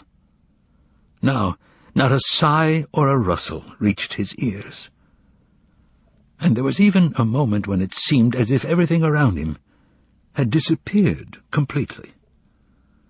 The city he detested had died, and he was standing there alone, being scorched by the rays that were shooting down on his upturned face. Pilate held on to the silence for a while, and then began to shout out, "The name of the one whose release you are about to witness is—" Pilate paused again, holding back the name, making sure that he had said everything he was supposed to, because he knew that once he had pronounced the lucky one's name, the dead city would spring to life, and nothing he might say subsequently would be audible. "Is that everything?" Pilate whispered wordlessly to himself. "Yes, everything. The name." And, rolling the R out over the silent crowd, he cried out, "Baraban!" It then seemed to him that the sun began ringing and burst overhead, engulfing his ears in flame. And raging inside this flame were roaring, shrieks, groans, laughter, and whistling. Pilate turned and walked back along the platform to the steps, looking at nothing but the multicolored tiles beneath his feet, so as not to stumble. He knew that a hail of bronze coins and dates was raining down on the platform behind him, and that people in the roaring crowd were climbing on each other's shoulders, crushing each other, trying to see the miracle with their own eyes. A man who was already in the hands of death had been torn from its grip. To see the legionaries remove his bonds, unintentionally causing him searing pain in his arms, which had been dislocated during his interrogation, to see him grimacing and groaning as he smiled, an insane, senseless smile. Pilate knew that the escort was now leading the 3 men with bound hands over to the side stairs in order to bring them out to the road heading west out of the city to Bald Mountain. It was only when he was down on the ground, with the platform at his back, that he opened his eyes, knowing that he was safe. The condemned men were out of sight.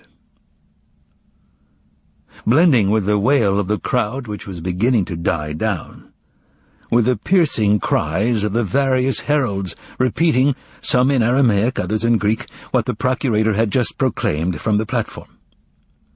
In addition, he could hear the staccato clatter of horses' hooves approaching, and the short, cheerful blast of a trumpet. Echoing these sounds were the sharp whistles of the boys on the rooftops of the street that led from the marketplace to the Hippodrome Square, and by shouts of, "Watch out!" A soldier, standing alone in a cleared part of the square with a badge in his hand, waved at them anxiously, and then the procurator, the legate of the legion, the secretary, and the escort came to a halt. The cavalry ala, picking up speed, galloped out onto the square in order to cut across it diagonally. Bypassing a throng of people, he headed down the lane along the vine-covered stone wall, the shortest route to Bald Mountain. Flying by at a gallop, the commander of the ala, a Syrian, small as a boy and dark as a mulatto, shouted out something in a thin voice as he passed Pilate and drew his sword from its sheath. His vicious, sweaty, raven-black horse shied and reared up on its hind legs. After sheathing his sword, the commander struck his horse across the neck with a whip, steadied it, and rode off down the lane at a gallop. Behind him, in a cloud of dust, rode the horsemen in rows of 3, the tips of their light bamboo lances bobbing up and down. The faces that streamed past the procurator with gaily bared, flashing teeth looked especially swarthy beneath the white turbans. Raising a cloud of dust, the ala tore down the lane. The last one to ride past Pilate was a soldier with a trumpet on his back that glowed in the sun. Shielding his face from the dust with his hand and frowning with dissatisfaction, Pilate moved on, heading for the gates of the palace garden, and following behind him were the legate of the legion, the secretary, and the escort. It was about 10 o'clock in the morning.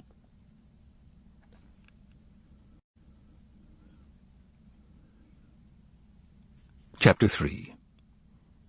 The 7th Proof. Yes, it was about 10 in the morning, my esteemed Ivan Nikolaevich, said the professor. The poet passed his hand over his face, like a man who had just revived and discovered that it was evening at Patriarch's Ponds.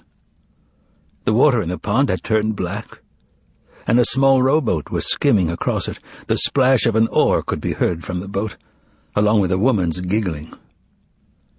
There were now people on the benches along the paths, but once again only on the other 3 sides of the square, not on the side where our friends were having their chat. The sky over Moscow seemed to have paled, and high overhead, shining clearly and distinctly, was a white, not yet golden, full moon. It had become much easier to breathe, and the voices under the linden trees now sounded softer, as often happens in the evening. "How come I didn't notice that he managed to spin out a whole tale?" thought Bezdomny in amazement. "Why, it's already evening. But maybe he didn't really tell it. Maybe I just fell asleep and dreamed it all." But he had to believe that the professor had told the story, because otherwise it would mean that Berlioz had dreamed the same thing, since the latter, looking attentively into the foreigner's face, said, "Your story is extraordinarily interesting, Professor, even if it bears no relation whatsoever to the gospel accounts." "I beg your pardon," replied the professor with a condescending smile. "You, of all people, should know that absolutely nothing written in the Gospels ever happened in actual fact. And if we start citing the Gospels as an historical source—" He smiled again, and Berlioz stopped short because he had been saying the very same thing to Bezdomny when they were walking down Bronaya Street on their way to Patriarch's Ponds. "That's true," Berlioz remarked, "but I'm afraid no one can confirm that what you told us actually took place either." "Oh, no, there is someone who can confirm it," retorted the professor in broken Russian with total self-assurance, and suddenly, with a mysterious air, he motioned the two friends to come closer.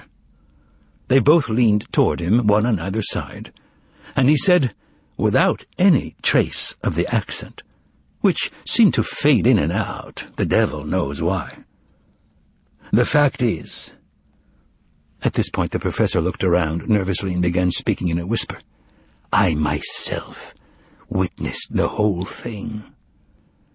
I was there, on Pontius Pilate's balcony, and in the garden when he was talking with Caiaphas, and on the platform too. But I was there in secret, incognito, so to speak.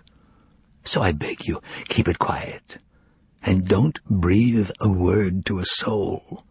Shh." Silence fell, and Berlioz grew pale. You've been in Moscow how long?" he asked, his voice trembling. "I just this minute arrived," replied the professor absently, and it was only then that the friends had the sense to look straight into his eyes, whereupon they decided that his left eye, the green one, was completely mad, and the right one was vacant, black and dead. "Well, that explains everything," thought Berlioz in confusion. "He's a crazy German who just arrived, or else he just went off his rocker here at Patriarch's Ponds. That's the story." Yes, indeed. That did explain everything. The highly bizarre breakfast with the late philosopher Kant, the idiotic talk about Anushka and the sunflower oil, the predictions about a head being cut off, and all the rest of it. The professor was a madman. Berlioz knew immediately what had to be done. Leaning back against the bench, he started winking at Bezdomny behind the professor's back as if to say, "Don't contradict him." But the flustered poet didn't understand the signals. Yes, said Berlioz excitedly. "But of course it's all possible, more than possible, the whole thing, Pontius Pilate, the balcony, and all the rest of it. Did you come here alone or with your wife?" "Alone. I'm always alone," the professor replied bitterly. "But where are your things, Professor?" Berlioz asked in an insinuating tone. "At the Metropole? Where are you staying?" "Where am I staying? Nowhere," answered the half-witted German, his green eye wandering sadly and wildly over Patriarch's Ponds. "What? But where will you be living?" "In your apartment," replied the madman with sudden familiarity, and he winked.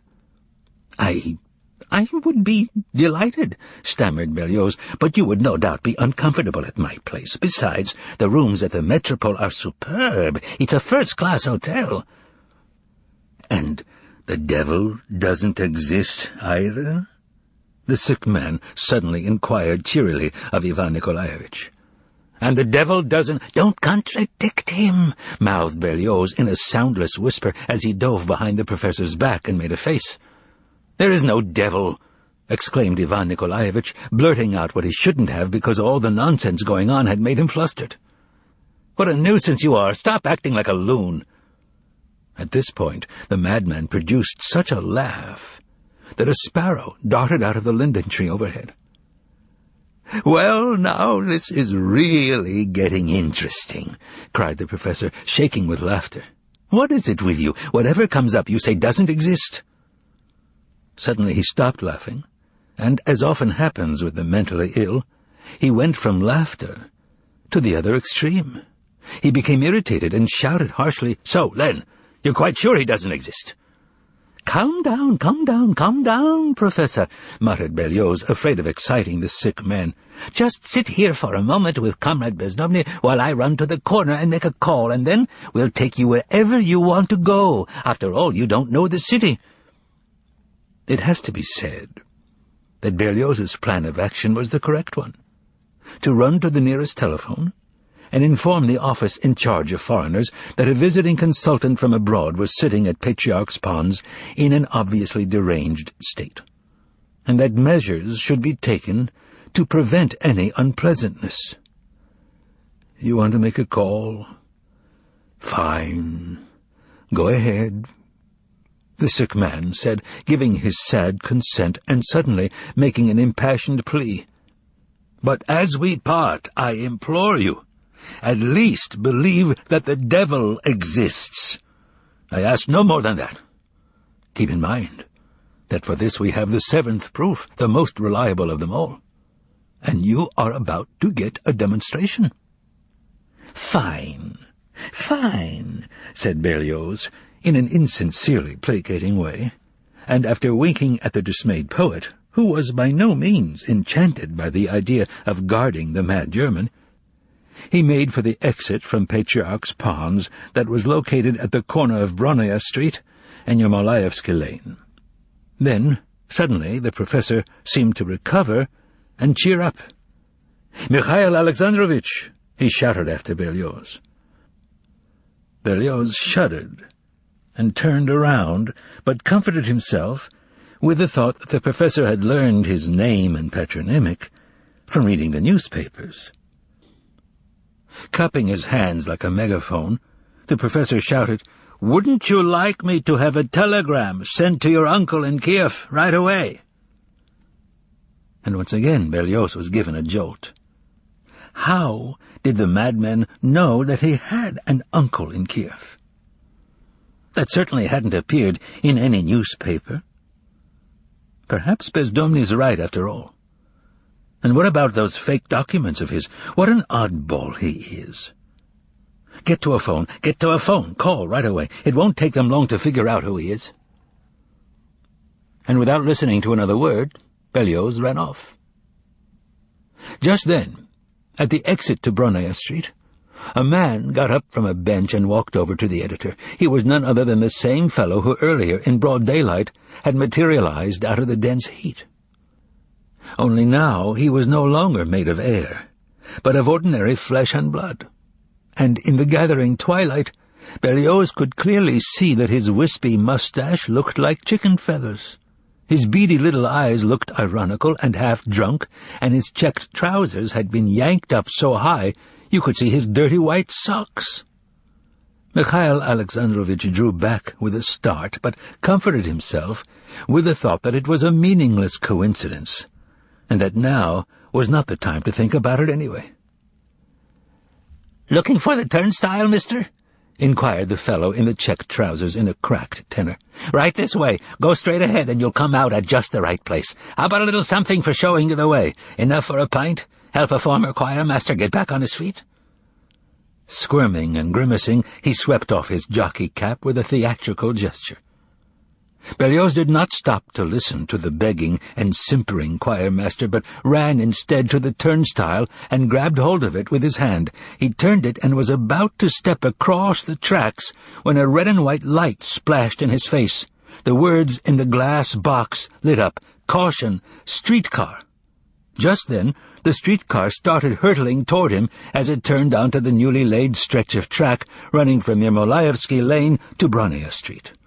After coming out of the turn onto the straightaway, the streetcar lit up inside with electric light, let out a roar, and picked up speed.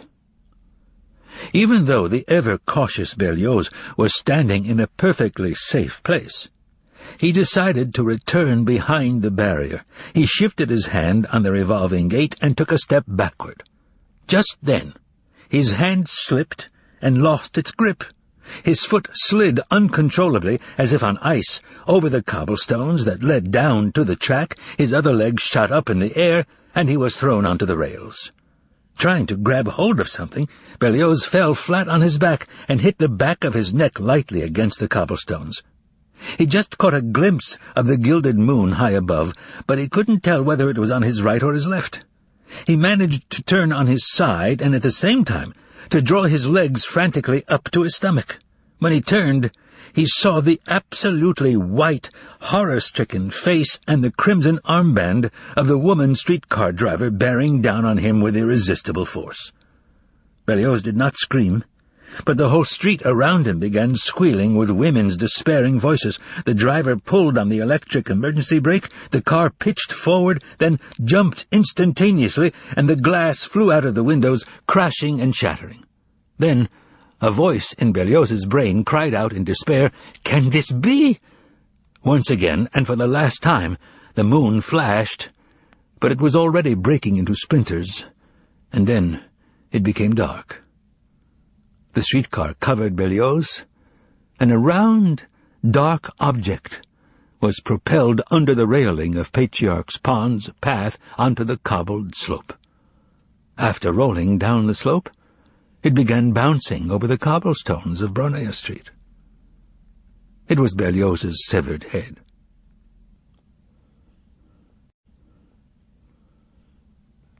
Chapter 4. The Chase. The women's hysterical screams died down. The police whistles stopped drilling, and 2 ambulances drove off, one to the morgue, carrying the headless body and severed head, the other, the beautiful streetcar driver who had been injured by the shattered glass.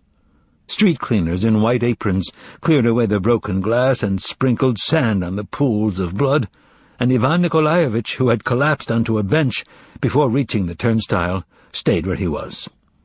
He had tried to get up several times, but his legs would not obey him. Bezdomny seemed to be paralyzed. As soon as he heard the first scream, the poet had rushed to the turnstile and seen the head bouncing over the pavement. This made him so deranged that he collapsed onto a bench and bit his hand till it bled.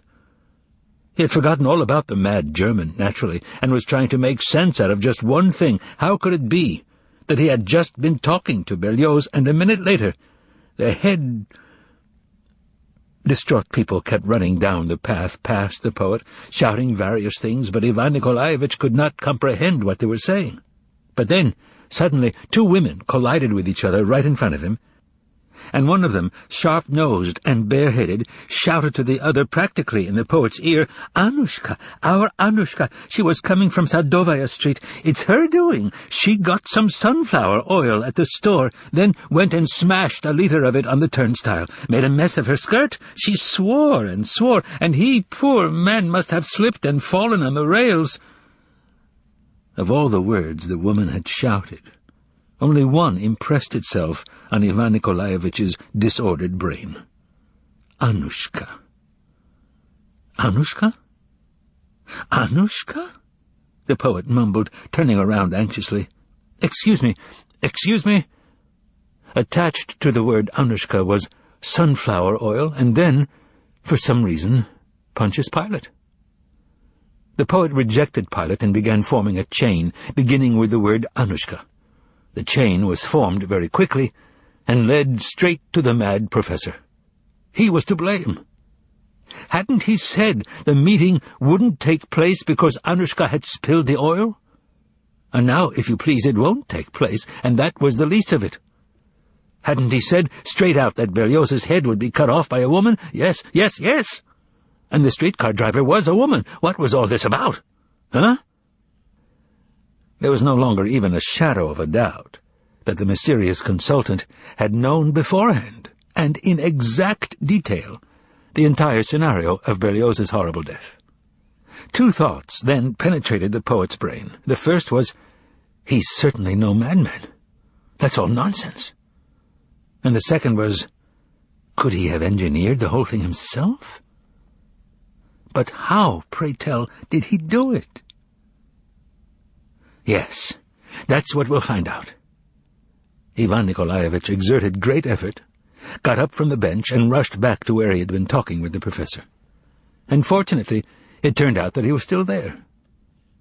On Bronnaya Street, The street lights had come on, and a golden moon was shining over Patriarch's ponds. In the moonlight, which is always deceptive, Ivan Nikolaevich thought he saw the professor standing there holding a sword, rather than a walking stick under his arm. The unctuous retired choirmaster was sitting exactly where Ivan Nikolaevich had been sitting not long before. Now the choirmaster had an obviously useless pince-nez perched on his nose.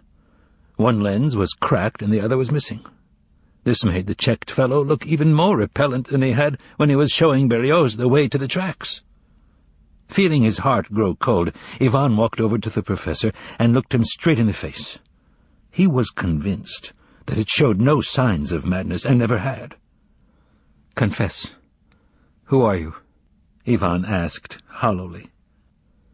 The foreigner frowned, looked as if he were seeing the poet for the first time, and answered hostilely, "No understand. No speak Russian."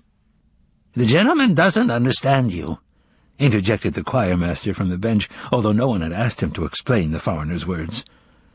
"Don't play games," said Ivan in a threatening tone, and felt a chill in the pit of his stomach. "You were speaking Russian perfectly before. You're not a German and not a professor. You're a murderer and a spy. Show me your papers," screamed Ivan in a fury. The enigmatic professor squeamishly twisted his already twisted mouth and shrugged his shoulders. "Citizen," said the loathsome choirmaster, butting in once again, "why are you disturbing a foreign tourist? You can be severely penalized for that." And the suspicious professor then put on an arrogant face, turned, and walked away from Ivan. Ivan felt as if he were losing his mind. Gasping, he turned to the choirmaster. "Hey, citizen, help detain a criminal. It's your duty." The choirmaster became very animated, leaped off the bench, and yelled, "What criminal? Where is he? A foreign criminal?" The choirmaster's beady eyes sparkled mirthfully. "This one here? If he's a criminal, then the first thing to do is shout 'Help!' or else he'll get away. Come on, let's do it together, both at once." At which point the choirmaster opened his jaws wide. The flustered Ivan obeyed the buffoon-like choirmaster and shouted, "Help!" but the choirmaster fooled him and didn't say a word. Ivan's hoarse and solitary shout accomplished nothing. 2 girls recoiled from him, and he heard the word drunk. "Ah, so you're in league with him," shouted Ivan, becoming enraged. "What are you trying to do, make fun of me? Let me by." Ivan went to the right, and the choirmaster followed suit. Ivan went to the left, and the scoundrel did the same. "Are you purposely trying to trip me up?" screamed Ivan, furious. "I'll turn you over to the police, too." Ivan tried to grab the rascal by the sleeve, but missed and caught hold of nothing. The choirmaster seemed to have vanished into the ground. Ivan groaned, looked off into the distance, and saw the hateful stranger. He was already at the exit to Patriarch's Lane, and he wasn't alone. The more than dubious choirmaster had managed to catch up with him, and that wasn't all. The third member of the company, who had appeared out of nowhere, turned out to be a cat, big as a hog, and pitch black like a crow, or like soot, and sporting a mustache like a reckless cavalryman's. The threesome set off down Patriarch's Lane, with the cat walking on his hind legs. Ivan rushed off in pursuit of the villains, and soon realized that catching up with them was going to be very difficult. The threesome tore down the lane in a flash, and were on Spiridonovka. No matter how much Ivan quickened his pace, the distance between pursuer and pursued never shortened. Before the poet could realize what was happening, he had left the peaceful Spiridonovka behind, and found himself at Nikitsky Gates, where his plight worsened. Here there was a huge crowd, and when Ivan ran into one of the passers-by, he was showered with curses. It was here, moreover, that the villainous gang resorted to that favorite outlaw strategy. They split up, and went in different directions. With great agility, the choirmaster corkscrewed himself into a moving bus going to Arbat Square, and disappeared. After losing one of the pack, Ivan focused all his attention on the cat. He saw the bizarre feline walk over to the steps of an A streetcar that were standing at the stop, rudely push aside a woman who let out a shriek, grab onto the handrail, and even try to thrust a 10-kopeck piece at the conductress through the window, open because of the heat. The cat's behavior so amazed Ivan that he froze in his tracks next to a grocery store on the corner, only then to become even more amazed by the behavior of the conductress. As soon as she saw the cat climbing onto the streetcar, she began shouting with such fury that she shook all over. "Cats aren't allowed! No passengers with cats! Shoo, get off or I'll call the police!" But neither the conductress nor the passengers were amazed by the most important thing of all, namely, that a cat was not merely getting on a streetcar, which wasn't so bad, but that he intended to pay his fare.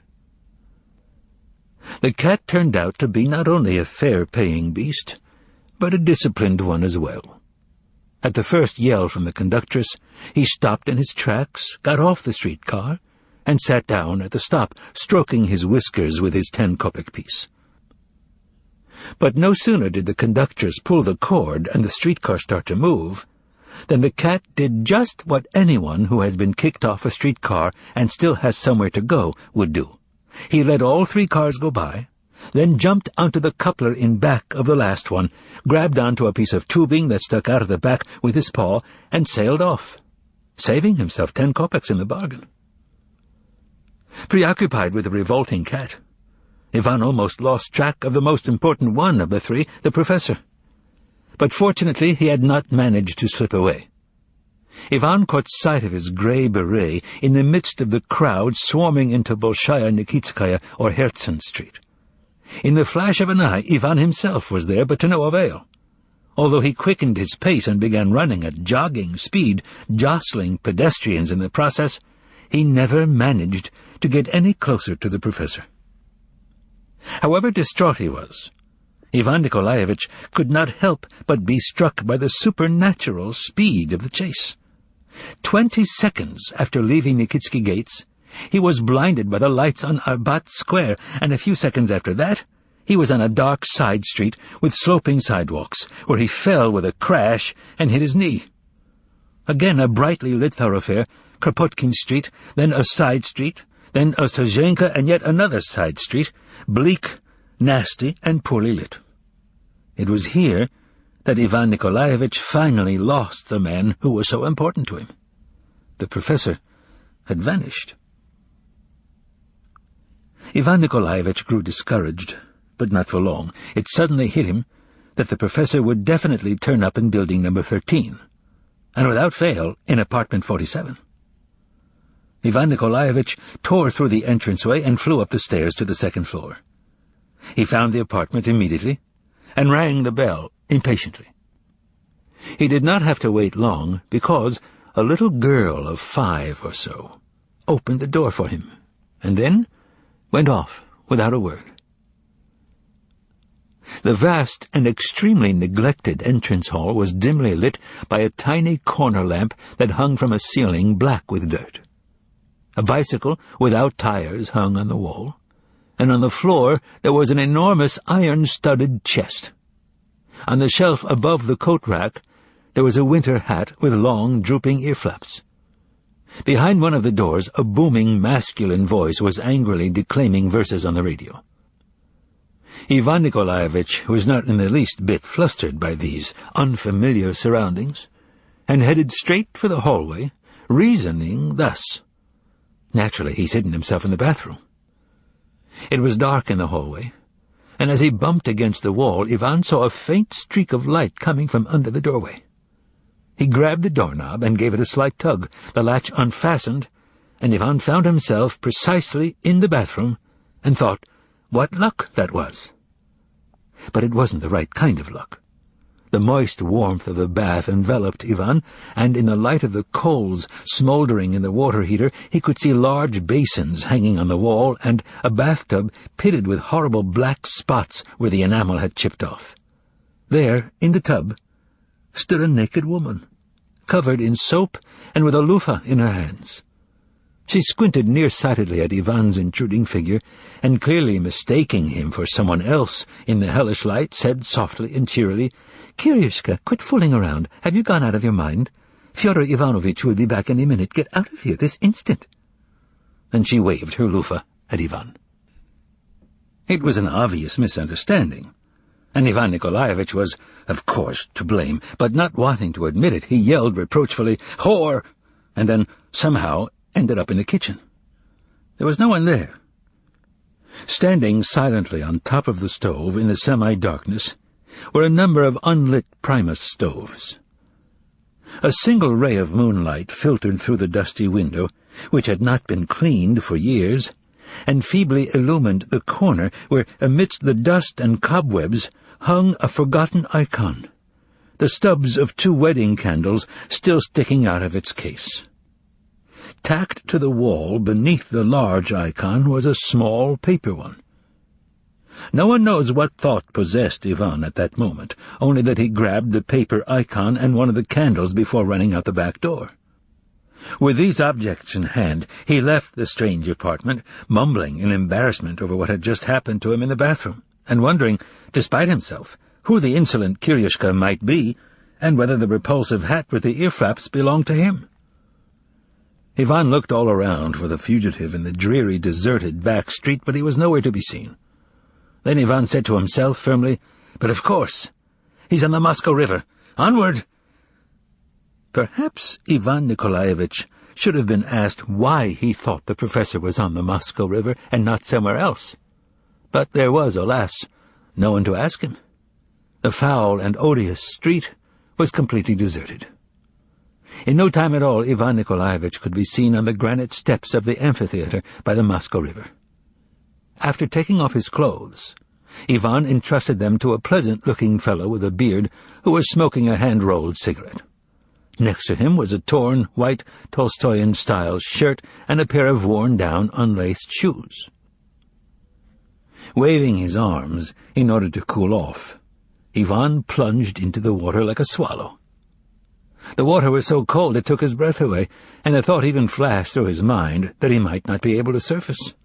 But surface he did, and, puffing and snorting, his eyes bulging with terror, Ivan Nikolaevich began swimming in the black, oil-reeking water between the broken zigzags of light cast by the street lamps along the bank. When a wet Ivan came tripping up the steps to the spot where the bearded fellow had been safeguarding his clothes, it soon became clear that not only the latter had been kidnapped, but the former as well, that is, the bearded fellow himself.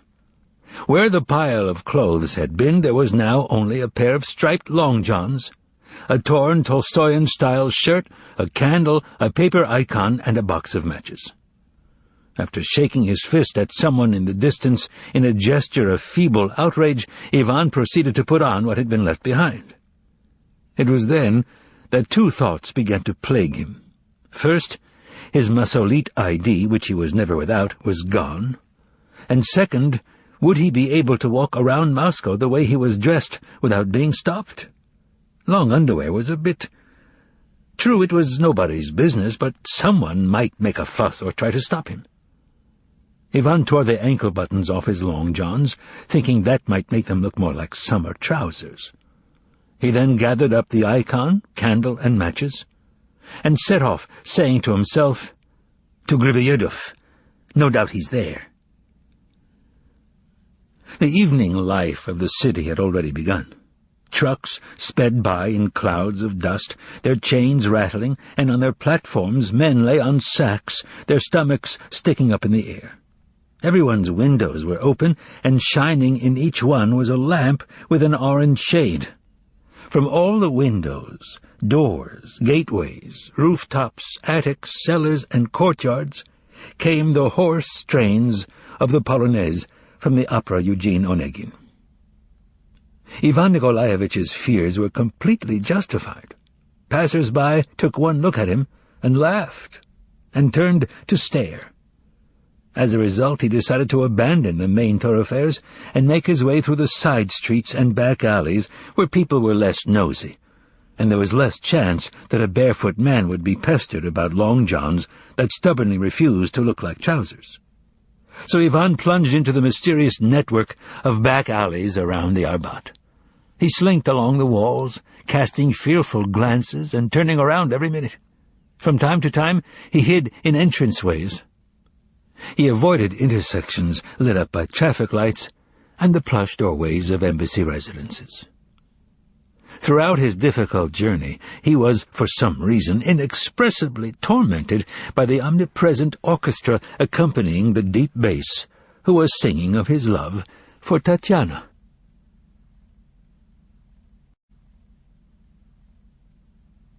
Chapter 5.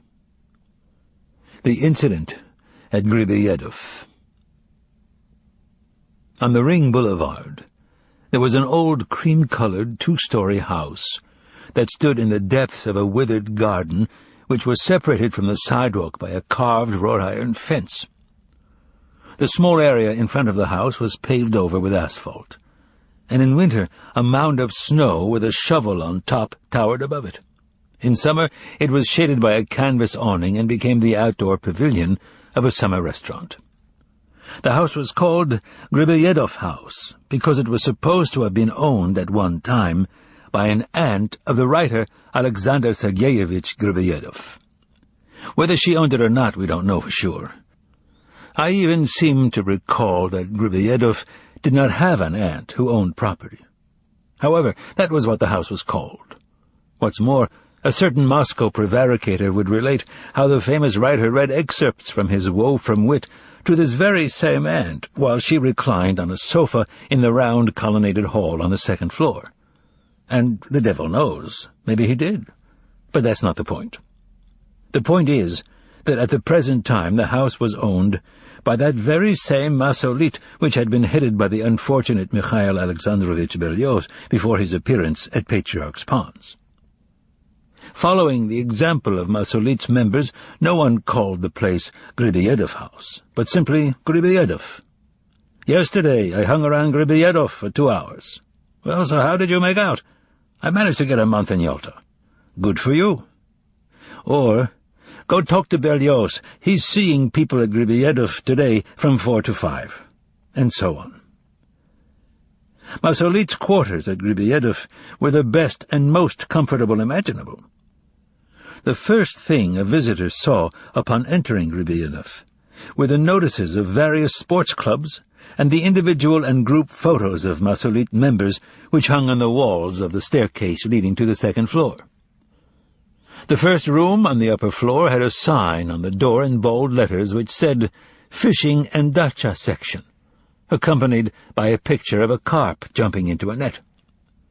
The sign on room number 2 was not entirely clear. Creative Day Trips, see M.V. Podlozhnaya. The next room had a brief but utterly baffling sign, Pereligine, and the array of signs that adorned the rest of the aunt's walnut doors would make your eyes swim. Sign up with Polyevkina for supplies. Cashier. Personal accounts for theatrical sketch writers. If one cut through the very long line that began downstairs in the entry hall, one could see the sign Housing Concerns on a door that people were constantly bombarding. Behind Housing Concerns was a lush poster depicting a horseman in a Caucasian cloak riding along the crest of a mountain cliff with a rifle slung over his shoulders.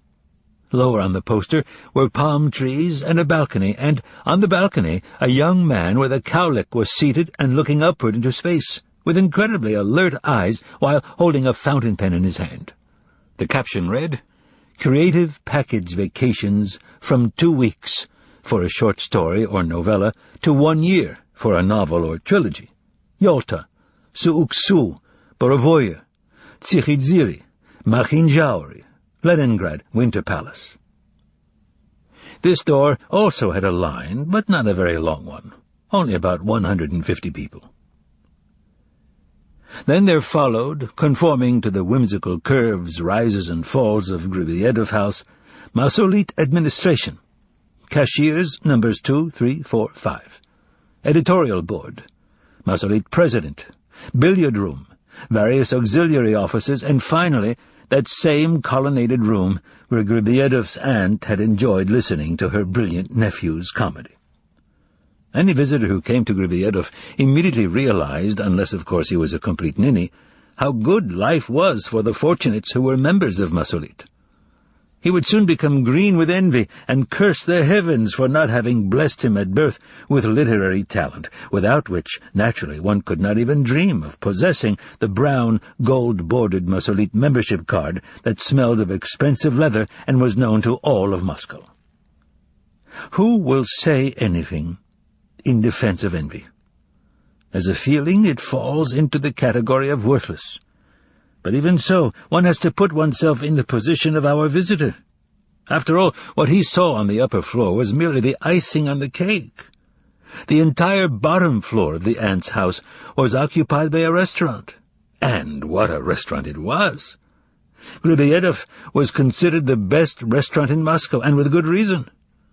Not only because of its layout in 2 large rooms with vaulted ceilings that were adorned with lilac-colored Assyrian-maned horses, or because each table had its own shawl-shaded lamp, or because it was exclusive and closed to the general public, but also because it served better quality food than any restaurant in Moscow, and at reasonable, by no means prohibitive, prices as well.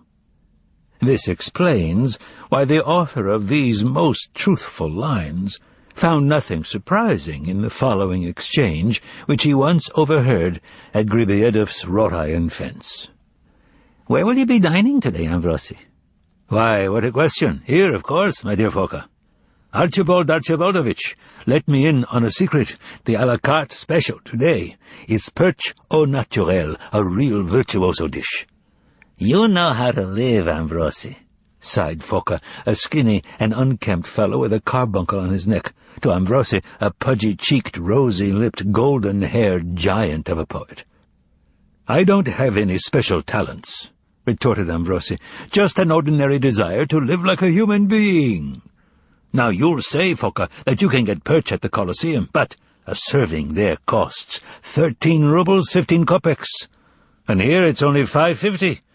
Besides, at the Colosseum, the perch is 3 days old, not to mention the fact that at the Colosseum there's no guarantee you won't get smacked in the kisser with a bunch of grapes by the first young scamp who bursts in from theatre passage. No, Foka, I'm categorically opposed to the Colosseum," boomed the gourmet Ambrosi for the benefit of the whole boulevard. "Don't try to change my mind." "I'm not trying to, Ambrosi," squeaked Foka. "One can also dine at home." "Thank you, no," trumpeted Ambrosi. "I can just imagine your wife trying to cook perch au naturel in the frying pan of your communal kitchen. Ha ha ha! Au revoir, Foka." And, humming a tune, Ambrosi headed for the canopied veranda. Ha ha ha! Yes, those were the days. Old-time residents of Moscow still remember the famous Griboedov. As for the perch au naturel, that was nothing, my dear Ambrosi. What about the sterlet? The sterlet in a silver pan, the sterlet fillets layered with crayfish and fresh caviar, and the eggs en cocotte with mushroom puree. And didn't you like the fillet of thrush with truffles, the quail à la genoise, 10 rubles 50? And the jazz, and the gracious service, and in July, when the whole family's away at the dacha and pressing literary matters keep you in the city, out on the veranda in the shades of twisting grapevines, a bowl of soup printanier, sitting in a sunspot on the most immaculate tablecloth imaginable. Do you remember, Ambrosi? Well, why ask? I can see by your lips that you do remember. So much for the whitefish and perch. What about the snipe?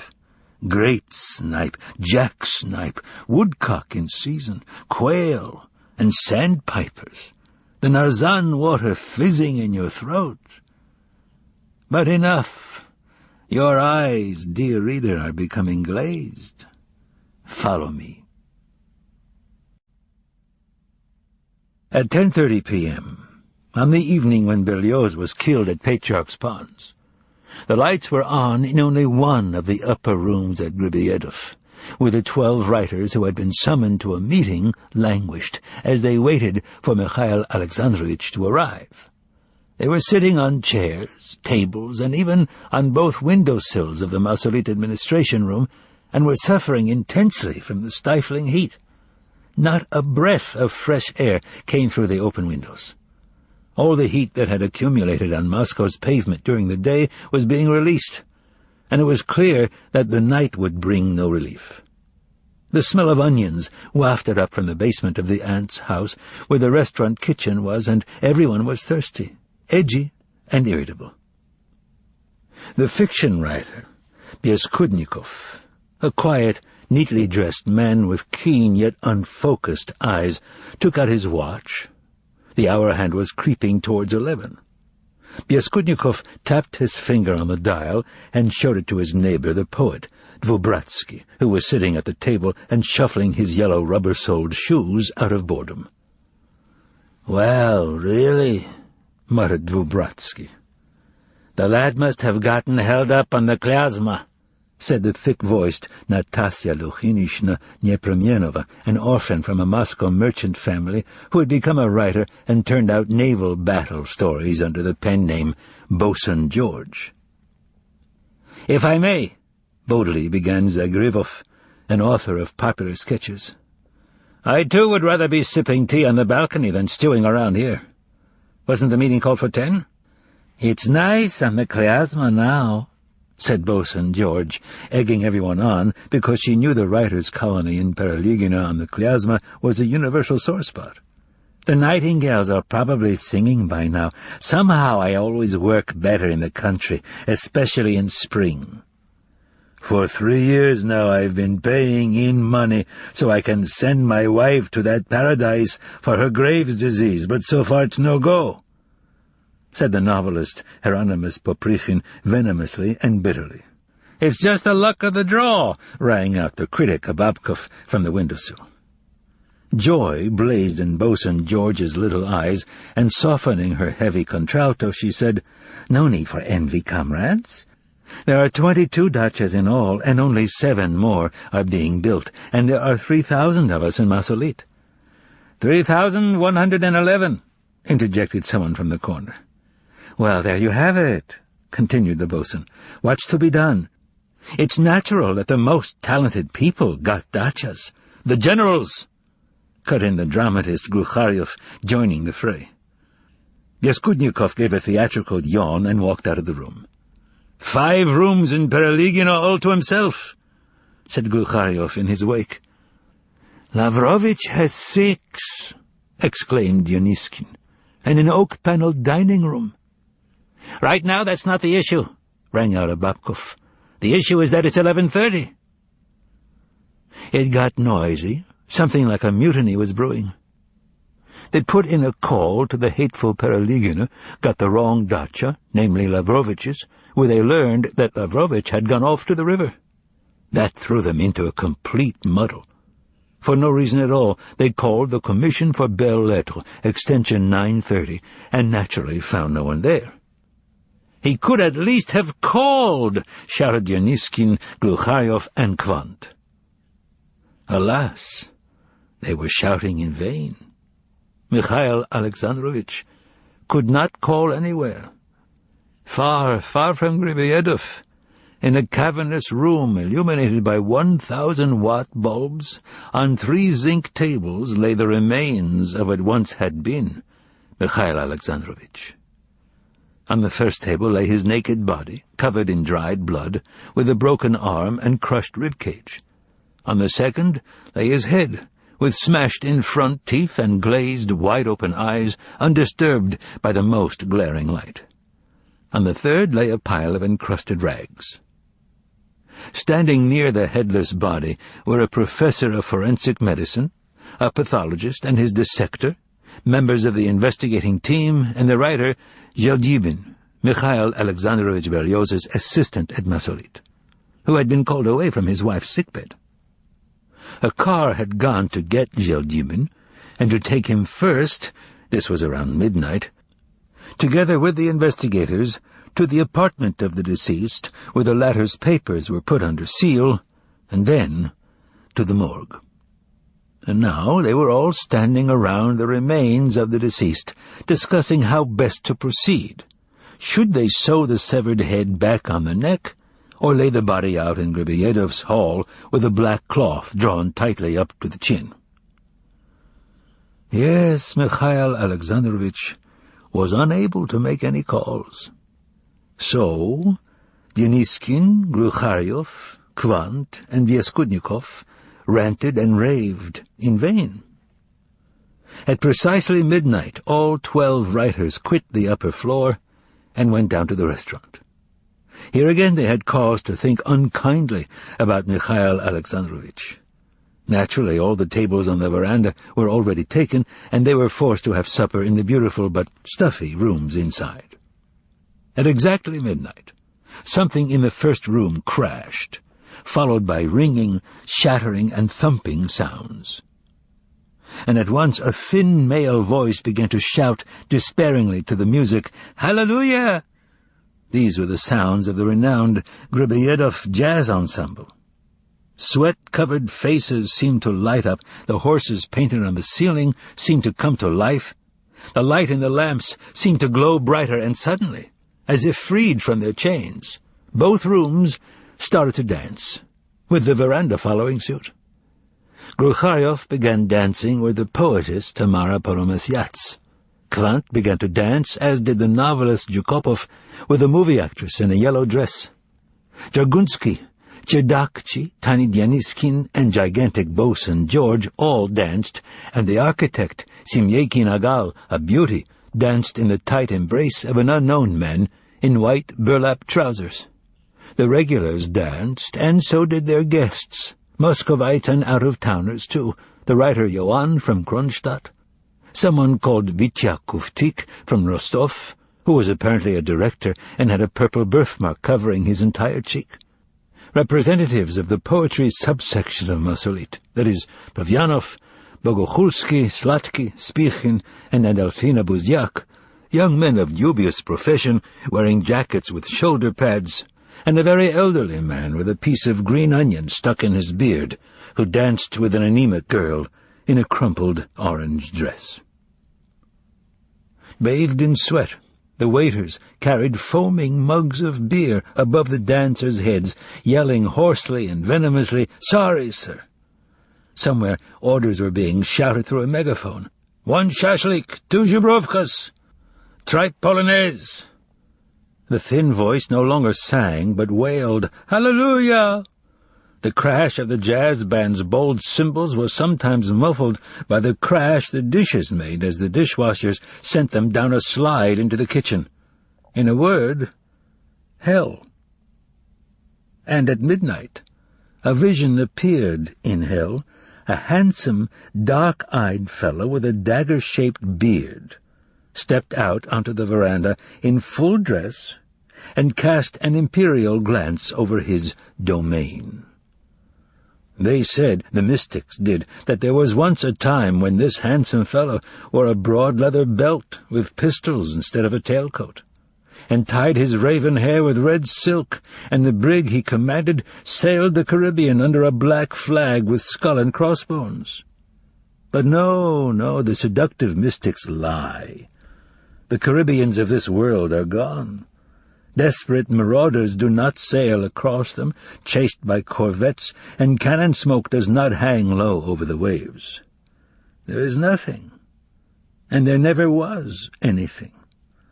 The stunted linden tree over there is all there is, and the iron fence and the boulevard beyond it, and the ice melting in the little bowl, and someone's bloodshot, bull-like eyes at a neighboring table. And it's awful, awful. Oh, gods, my gods, give me poison. Poison. And suddenly the name Berlioz fluttered up from a table. The band broke off abruptly and fell silent, as if punched with a fist. What? Berlioz!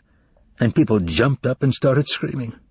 Indeed, a wave of grief surged up in response to the terrible news about Mikhail Alexandrovich. Someone ran around yelling that a collective telegram had to be composed right then and there before anyone could leave, and sent off right away. But what kind of a telegram, may we ask, and where should it be sent? And why send it? And indeed, where? And what use is a telegram to a man whose flattened occiput was at that very minute being squeezed by the dissector's rubber gloves, and whose neck a professor is probing with curved needles. He is dead, and has no need of telegrams. It's all over, so let's not burden the telegraph system. Yes, he's dead. He's dead. But we are alive. Yes, a wave of grief did arise and lasted for a time, but then it began to subside, and one fellow had already returned to his table and, furtively at first, but then openly, downed some vodka and taken a bite to eat. And indeed, why waste suprême de volaille? How can we help Mikhail Alexandrovich? By staying hungry? After all, we are alive. Naturally, the piano was locked shut. The band went home, and several of the journalists went off to their offices to write obituaries. Word spread that Gelgibin had returned from the morgue. He ensconced himself in the upstairs office of the deceased, which started the rumor that he would be Berlioz's replacement. Gelgibin summoned all 12 members of the board from the restaurant, and at the meeting which began immediately in Berlioz's office, they moved to discuss a number of urgent matters. Decorations for the colonnaded Griboedov hall, transport of the body from the morgue to the hall, the establishment of visiting hours, and various other things connected with the regrettable occurrence. Meanwhile, the restaurant resumed its usual nighttime routine, which would have gone on until closing time, that is, 4 a.m., if something had not happened that was truly out of the ordinary and made a much bigger impression on the patrons than the news of Berlioz's death. The first to become agitated were the cab drivers on call at the entrance to Griboedov. One of them climbed up on the coach box and was heard to cry, "Wow, take a look at that!" It was then that a small light suddenly flashed near the wrought-iron fence and began moving toward the veranda. People who were seated got up to have a look, and saw that a white apparition was accompanying the small light as it moved toward the restaurant. When it got as far as the trellis, everyone stiffened in their chairs, bits of sterlet stuck on their forks, and their eyes opened wide.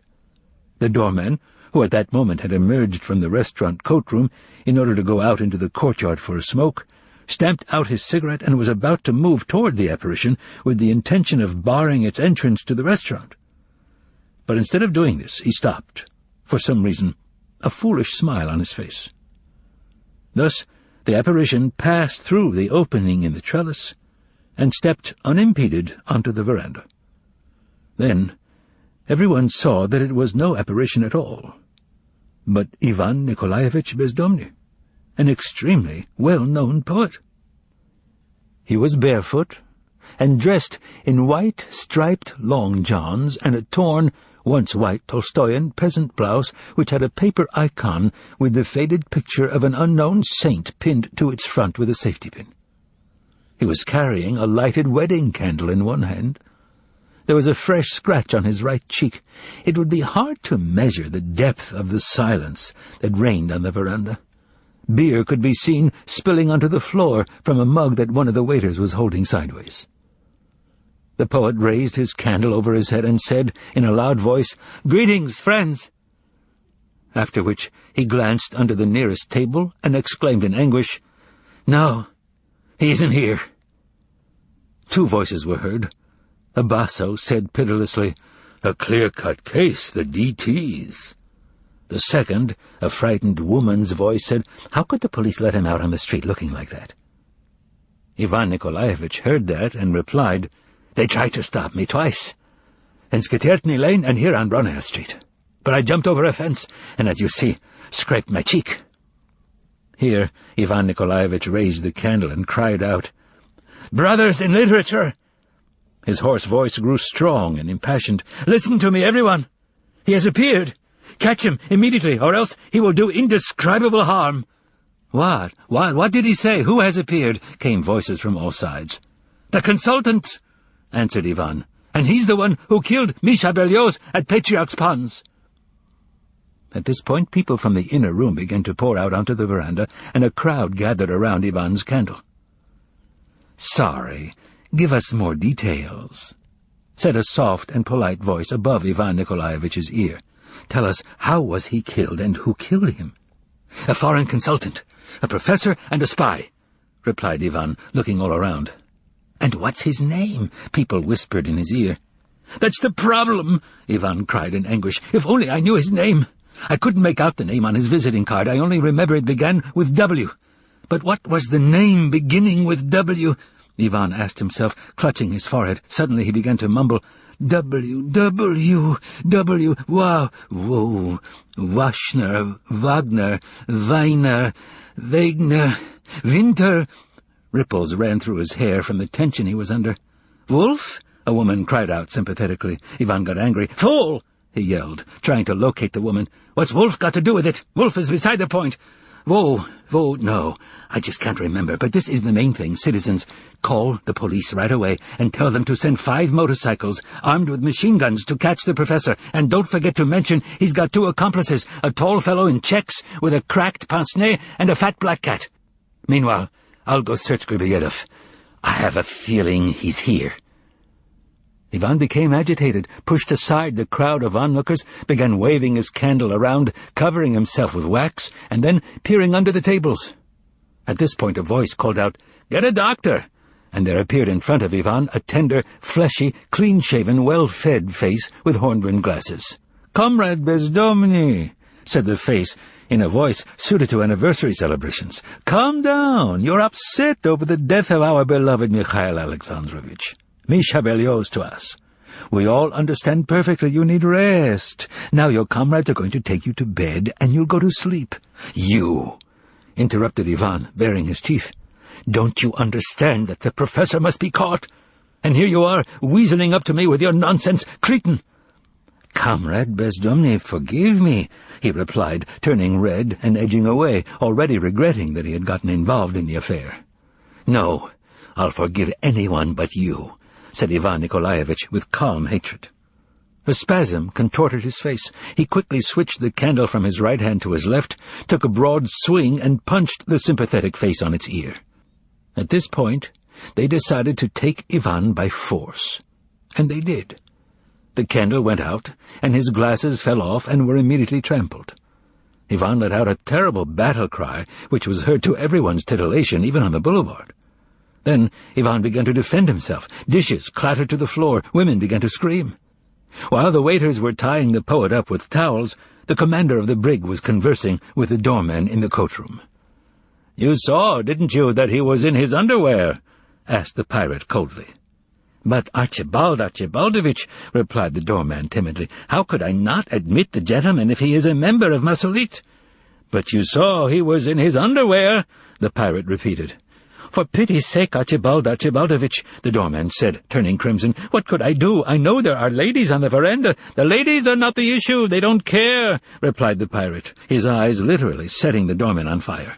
"But the police do care. A man in his underwear can tramp around Moscow only if he's in police custody, and only if he's going to one place, the police station. And you as a doorman should know that when you see such a man, you should begin blowing your whistle without a moment's delay. Do you hear me? Do you hear what's happening on the veranda?" Here the half-crazed doorman could hear the oohs and ahs, crashing dishes, and women's shrieks coming from the veranda. "Well, how should you be punished for what you did?" asked the pirate. The skin on the doorman's face took on a typhoid tinge, and his eyes became dead. The pirate's black hair, now parted down the middle, seemed to be covered with fiery silk. Gone were his dress shirt and dinner jacket, and sticking out of his leather belt was the butt of a pistol. The doorman imagined himself hanging from the foremast. With his own eyes he saw his tongue hanging out and his lifeless head slumped on his shoulder, and he could even hear the waves splashing against the side of the ship. His knees gave way from under him, but just then the pirate took pity on him and extinguished his piercing gaze. "Watch out, Nikolai. This is the last time. We don't need that kind of a doorman in this restaurant. Go be a watchman in a church." Having said this, the commander gave quick, precise, clear orders. "Get Pantulet from the pantry. Call a policeman, write a report, order a car, send it to the asylum." And he added, "Blow your whistle." A quarter of an hour later, a flabbergasted crowd not only inside the restaurant, but outside on the boulevard and in the windows of the buildings overlooking the restaurant pavilion, watched as Panteley, the doorman, a policeman, a waiter, and the poet, Ryukhin, came out of Griboedov's gates carrying a young man swaddled like a doll, with tears running down his face, who tried to spit on Ryukhin and was screaming the length of the boulevard, "Bastard! Bastard!" The driver of the van had a malicious look on his face as he started the motor. Alongside him a cab driver urged on his horse, beating her hindquarters with lilac-colored reins and shouting, "I'll go fast! I've taken guys to the nut house before!" The crowd buzzed as they discussed this unprecedented event. In short, it was a filthy, vile, titillating, beastly scandal which ended only when the van carting off the unfortunate Ivan Nikolaevich, the policeman, Panteley, and Ryukhin drove away from the gates of Griboedov.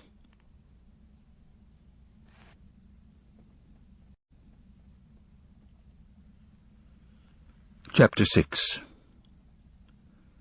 Schizophrenia, as predicted. It was 1:30 in the morning, when a man with a small, pointed beard and a white coat entered the reception room of the famous psychiatric clinic that had recently been built outside of Moscow on the banks of the river. 3 male nurses were keeping a vigilant eye on Ivan Nikolaevich, who was sitting on the couch. The distraught poet Ryukhin was also present. The towels, which had been used to tie Ivan Nikolaevich up, were lying in a heap on the couch. Ivan Nikolaevich's arms and legs were free. When he saw the man walk in, Ryukhin turned pale, coughed, and said in a timid voice, "Hello, doctor." The doctor bowed to Ryukhin, but in doing so looked not at him but at Ivan Nikolaevich. The latter was sitting completely still, with his eyebrows raised and an angry expression on his face. He did not stir even when the doctor walked in. "Doctor," began Ryukhin in a kind of conspiratorial whisper, looking timidly over at Ivan Nikolaevich, "this is the prominent poet, Ivan Bezdomny. Well, as you can see, we're afraid it might be a case of delirium tremens." "Has he been drinking heavily?" asked the doctor through his teeth. "No, he did drink, but not enough to—" "Has he been trying to catch cockroaches, rats, little devils, or running dogs?" "No," replied Ryukhin with a shudder. "I saw him yesterday, and this morning, too. He was completely fine." "And why is he in his underwear? Did they get him out of bed?" "That, doctor, is the way he arrived at the restaurant." "Aha! Aha!" said the doctor with great satisfaction. "And why the cuts and bruises? Did he get in a fight with somebody?"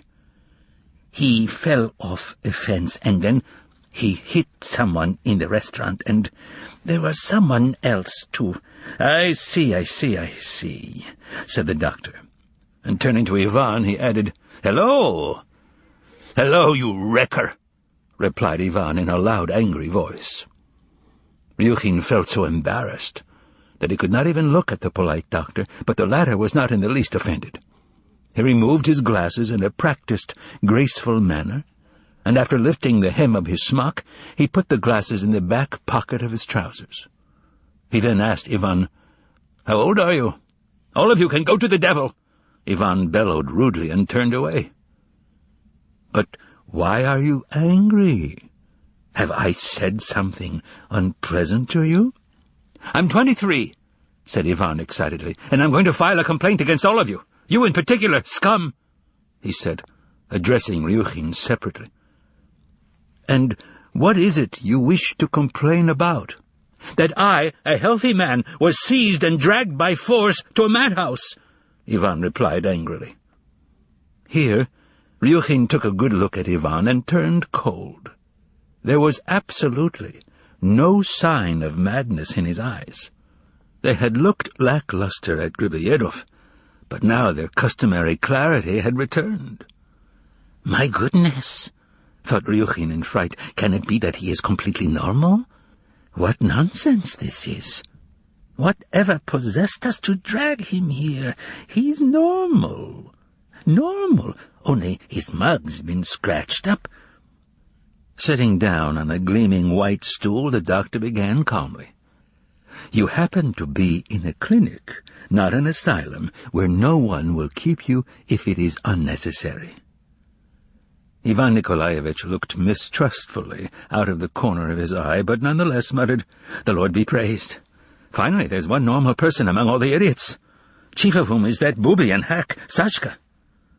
"Who is this Sashka hack?" inquired the doctor. "He's right here," answered Ivan, pointing a dirty finger in Ryukhin's direction. Ryukhin flared up in indignation. "That's what I get instead of thanks," he thought bitterly, "all because I was concerned about him. There's a bastard for you." "He has a typical kulak mentality," began Ivan Nikolaevich, who obviously felt an urge to expose Ryukhin. "And even worse, a kulak who tries very hard to masquerade as a proletarian. Look at his glum face and compare it to the sonorous verses he concocted for New Year's. Soar and unfurl, then take a look inside him and see what he's thinking in there, and you'll gasp." And Ivan Nikolaevich let out a sinister laugh. Ryukhin was red, breathing heavily, and thinking of only one thing, that he had nursed a viper to his breast and shown kindness to someone who turned out to be a vicious enemy when put to the test. And worst of all, there was nothing he could do. You could hardly exchange insults with a madman, could you? "And why were you brought here?" asked the doctor, after he had listened attentively to Bezdomny's accusations.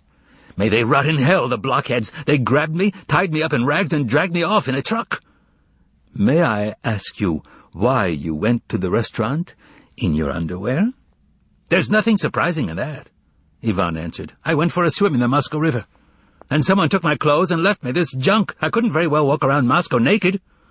I put on what was available because I was in a hurry to get to the restaurant at Griboedov."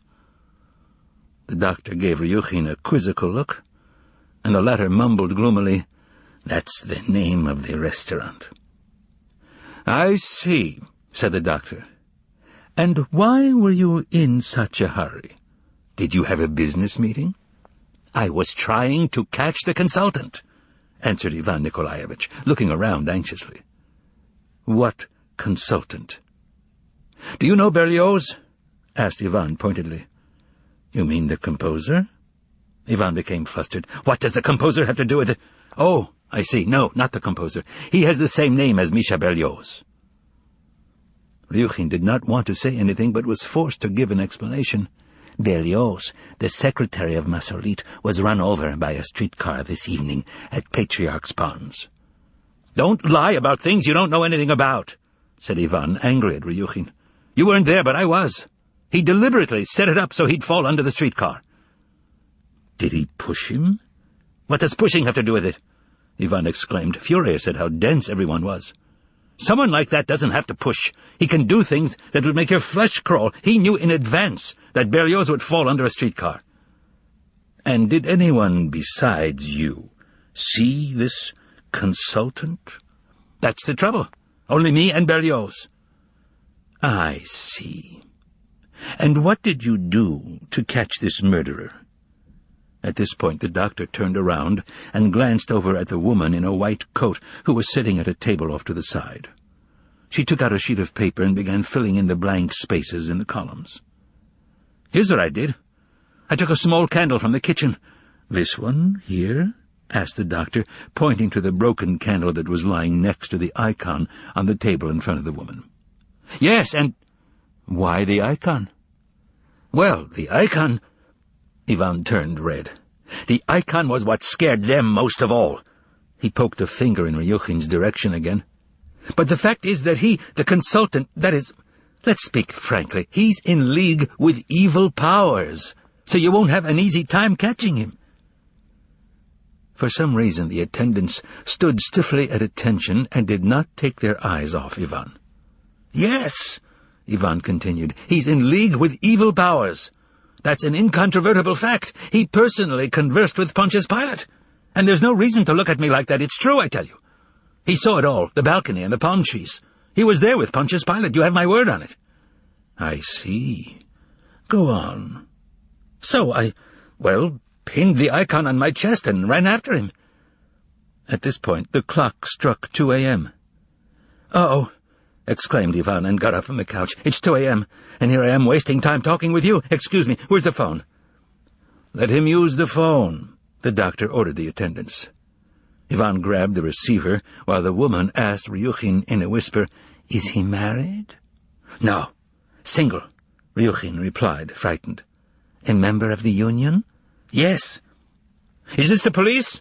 Ivan screamed into the receiver. "Is this the police?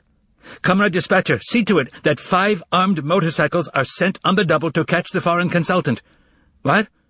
"Come get me and I'll go with you." "This is the poet Bezdomny speaking from the asylum." "What's your address?"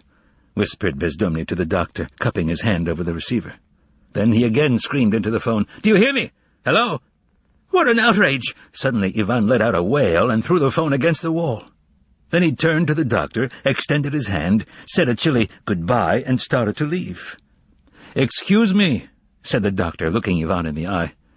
"Where do you wish to go in the middle of the night in your underwear? You're not well. Stay here with us." "Let me by," said Ivan to the attendants who were blocking the doors.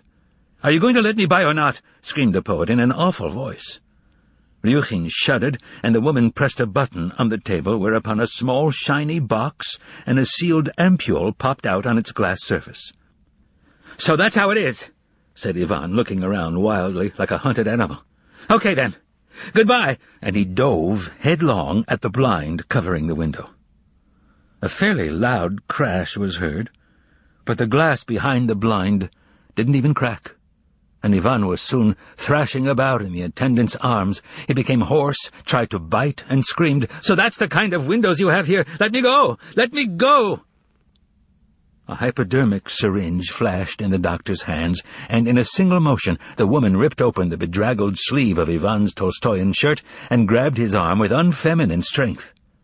There was a smell of ether. Ivan grew weak in the arms of the 4 attendants, and the agile doctor took advantage of the moment and plunged the needle into Ivan's arm. They held on to Ivan a few seconds longer, and then lowered him onto the couch. "Bandits!" shouted Ivan, and jumped up from the couch, but was deposited on it again. As soon as they let go of him, he was about to jump up again, but this time he sat back down himself. He fell silent for a moment, looking around wildly, then yawned suddenly, then grinned maliciously.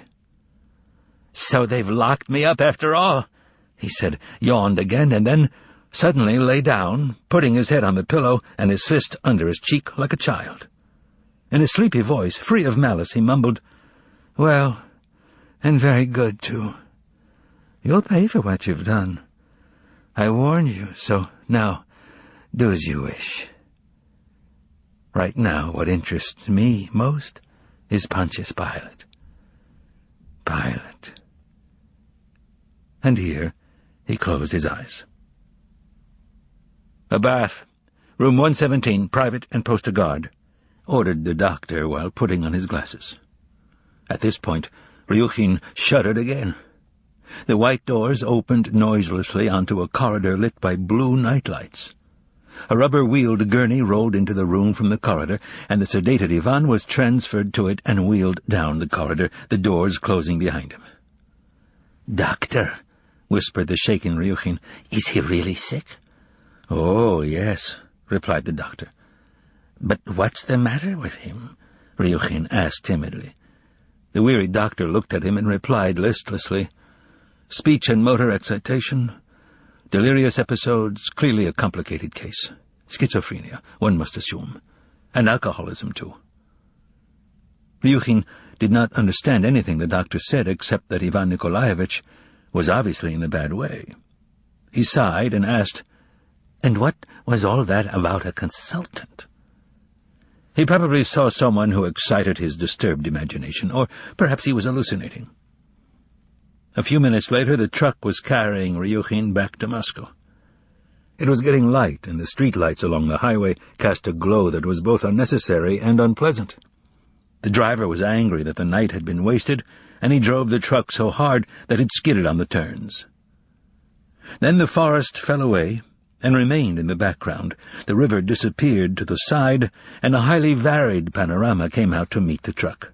Fences with sentry boxes, Stacks of wood, towering poles and masts, threaded with spools, piles of crushed stone, land slashed by canals. In short, one had the feeling that it, Moscow, was lying in wait just around the next bend, and was about to fall on one and engulf one. Ryukhin was having a bumpy ride, since the stump he was sitting on kept trying to slide out from under him. The towels from the restaurant, which the policeman and Panteley had tossed into the truck before leaving earlier on the trolley bus, were sliding all over the floor of the truck. Ryukhin had started to try and pick them up, but for some reason he hissed in fury, "The devil with them! Why am I making an ass of myself?" And he kicked the towels aside and stopped looking at them. The passenger was in a terrible mood. It was obvious that his visit to the insane asylum had had a most oppressive effect on him. He was trying to understand what was tormenting him. Was it the corridor with the blue lights that had stuck his mind? Was it the thought that there was nothing worse in the world than to lose your mind? Yes, of course, it was that too. But that, after all, was a universal response. There must be something else. But what was it? It was the insult. That was it. Yes, the insulting words that Bezdomny had thrown in his face. And the worst thing was not that they were insulting, but that they were true. The poet had stopped looking off to the sides, and staring at the dirty, rattling floor of the truck, he began muttering and whining, gnawing away at himself. Yes, his poetry. He was 32. What did lie ahead? He would go on composing a few poems a year, until he was old? Yes, until he was old. What would these poems bring him? Fame? What nonsense! At least don't deceive yourself. Fame never comes to someone who writes bad poetry. But why are my poems bad? It was true, what he said. True! Ryukhin showed himself no mercy. I don't believe in anything I've ever written. Poisoned by this attack of neurasthenia, the poet gave a lurch as the floor beneath him stopped shaking. Ryukhin raised his head and saw that he had long since arrived in Moscow, and, moreover, that a new day was dawning over the city. That the cloud above was outlined in gold. That his truck was stuck in a column of traffic at the turn onto the boulevard, and that close by there was a metal man on a pedestal, his head slightly bent, looking indifferently at the boulevard. Strange thoughts poured into the stricken poet's head. There's an example of real luck. Here Ryukhin stood up in the truck and raised his fist in an attack against the cast-iron man, who wasn't harming anyone. Whatever step he took in life, whatever happened to him, everything worked to his advantage. Everything added to his fame. But what did he do? I don't get it. What's so special about the words, "Storm with mist the heavens covers"? I don't understand. It was lucky, that's all, Ryukhin concluded, with sudden venom, just as he felt the truck stir beneath him. He was shot by that white guard, who smashed his hip and guaranteed his immortality. The column of traffic began to move. Not more than 2 minutes later, the poet, utterly ill and visibly older, was stepping onto the veranda of Griboedov. It had already cleared out. There was a group in the corner, finishing up their drinks, presided over by a master of ceremonies Ryukhin knew, who was wearing an embroidered skullcap and holding a glass of Abrau champagne in his hand. Ryukhin, laden with towels, was met politely by Archibald Archibaldovich and immediately relieved of the accursed rags. Had Ryukhin not had such an agonizing time at the clinic and in the truck, he probably would have enjoyed recounting what had happened at the hospital, embellishing the story with a few details of his own invention. But now he wasn't in the mood for it. And however unobservant Ryukhin was, now, after the torture in the truck, he looked sharply into the pirate's face for the first time, and realized that despite his inquiries about Bezdomny and even his exclamations of how awful, he was at heart completely indifferent to Bezdomny's fate, and did not even feel sorry for him. Good man, that's right, thought Ryukhin with cynical, self-lacerating malice. Cutting short his story about schizophrenia, he asked, "Archibald Archibaldovich, may I have a little vodka?" The pirate put on a sympathetic face and whispered, "I understand, right away," and he signaled a waiter. A quarter of an hour later, Ryukin was sitting all by himself, hunched over a plate of carp, downing glass after glass. He was coming to realize and to acknowledge that he could not rectify anything in his life. He could only forget. The poet had wasted his night, while others were feasting, and now he realized it could never be brought back. He had only to raise his head from the table lamp up to the sky to realize that the night was gone forever. The waiters were hurriedly pulling the tablecloths off the tables. The cats, nosing about the veranda, had a morning look about them.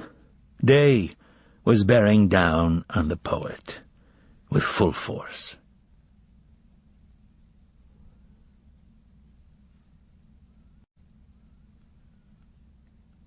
Chapter 7. The Evil Apartment. If, on the following morning, anyone had said to Styopa Lichodyev, "Styopa, you'll be shot if you don't get up this minute," Styopa would have replied in a numb, faintly audible voice, "Shoot me, do whatever you like to me, but I'm not getting out." It wasn't just a matter of getting up. He didn't even think he could open his eyes, because if he did, lightning would strike and blast his head to bits. A heavy bell was clanging inside his head. Brown spots with fiery green rims were floating between his eyeballs and his closed lids, and to cap things off, he felt nauseated, and his nausea seemed to be related to the sounds coming from a persistent phonograph. Styopa was trying to remember something, but the only thing he could remember was that yesterday, he didn't know where, he had been standing, napkin in hand, trying to kiss a lady and promising he would visit her the next day at noon on the dot. The lady had refused him, saying, Don't, I won't be home." But Styopa had been insistent. "I think I'll just come anyway." Who this lady was, what time it was now, or what the day or month, Styopa hadn't the slightest idea. Even worse, he couldn't remember where he was. That, at least, he tried to figure out by ungluing the lids of his left eye. In the semi-darkness, something glowed dimly. Styopa finally recognized the mirror and realized he was in his own room, lying flat on his back on his own bed, that is, in the bedroom on the bed that used to belong to the jeweler's widow. At this point his head started to pound so badly that he closed his eyes and began groaning. Let us explain. Styopa Lichodyev, the director of the Variety Theatre, regained consciousness that morning in the apartment that he shared with the late Mikhail Alexandrovich Berlioz in a large 6-story building on Sadovaya Street. It should be said that the apartment, number 50, had long had, if not a bad, then at least an odd reputation. 2 years before it had belonged to the widow of the jeweler de Fougeret. Anna Frantievna de Fougeret, a very businesslike and respectable woman of 50, let out 3 of her 5 rooms to lodgers. One of them was apparently named Bielomut. The other's name has been lost. And it was 2 years ago that inexplicable things began happening in the apartment. People started disappearing without a trace. Once, on a day off, a policeman appeared, summoned the second lodger, whose name has been lost, into the front hall and said that he had been asked to come down to the police station for a minute in order to sign something. The lodger told Anfisa, Anna Frantievna's long-time devoted housekeeper, to tell anyone who called that he would be back in 10 minutes, whereupon he went off with the policeman, who was correctly attired in white gloves. Not only did he not return in 10 minutes, he never returned at all. And the most astonishing thing was that the policeman evidently disappeared along with him. The pious and, to be blunt, superstitious Anfisa came right out and told the distressed Anna Frantievna that it was witchcraft, pure and simple, and that she knew exactly who it was that had spirited away both the lodger and the policeman, only she didn't want to say, because it was almost night-time. Well, as everyone knows, once witchcraft gets started, there's no stopping it. The second lodger disappeared, I recall, on a Monday, and on Wednesday Bielomut vanished, as if he had fallen through the earth, albeit in different circumstances. In the morning a car came to take him to work as usual, and the car did leave with him, but it did not bring anyone back, and never returned again. Madame Bielomut's grief and horror defied description, but both, alas, were of short duration. On the night when she and Anfisa returned from her dacha, where Anna Frantsevna had hurried off to for some reason, she discovered that Bielomut's wife was no longer in the apartment, and what is more, the 2 rooms occupied by the Bielomuts had both been sealed. 2 days passed somehow. On the 3rd, a sleepless Anna Frantsevna again left hurriedly for her dacha. It hardly needs to be said that she did not return either. Left all alone, Anfisa cried her eyes out and then went to bed after 1 in the morning. What happened to her after that is a mystery, but the residents of the other apartments said they thought they had heard knocking sounds in number 50 all night long, and they thought the lights were on until daybreak. In the morning, it turned out that Anfisa was missing too. All kinds of tales circulated in the building about the accursed apartment and the people who had disappeared. For example, according to one of them, the dry and pious Anfisa had allegedly worn a chamois pouch on her emaciated breast, which contained 25 large diamonds that had belonged to Anna Frantsevna.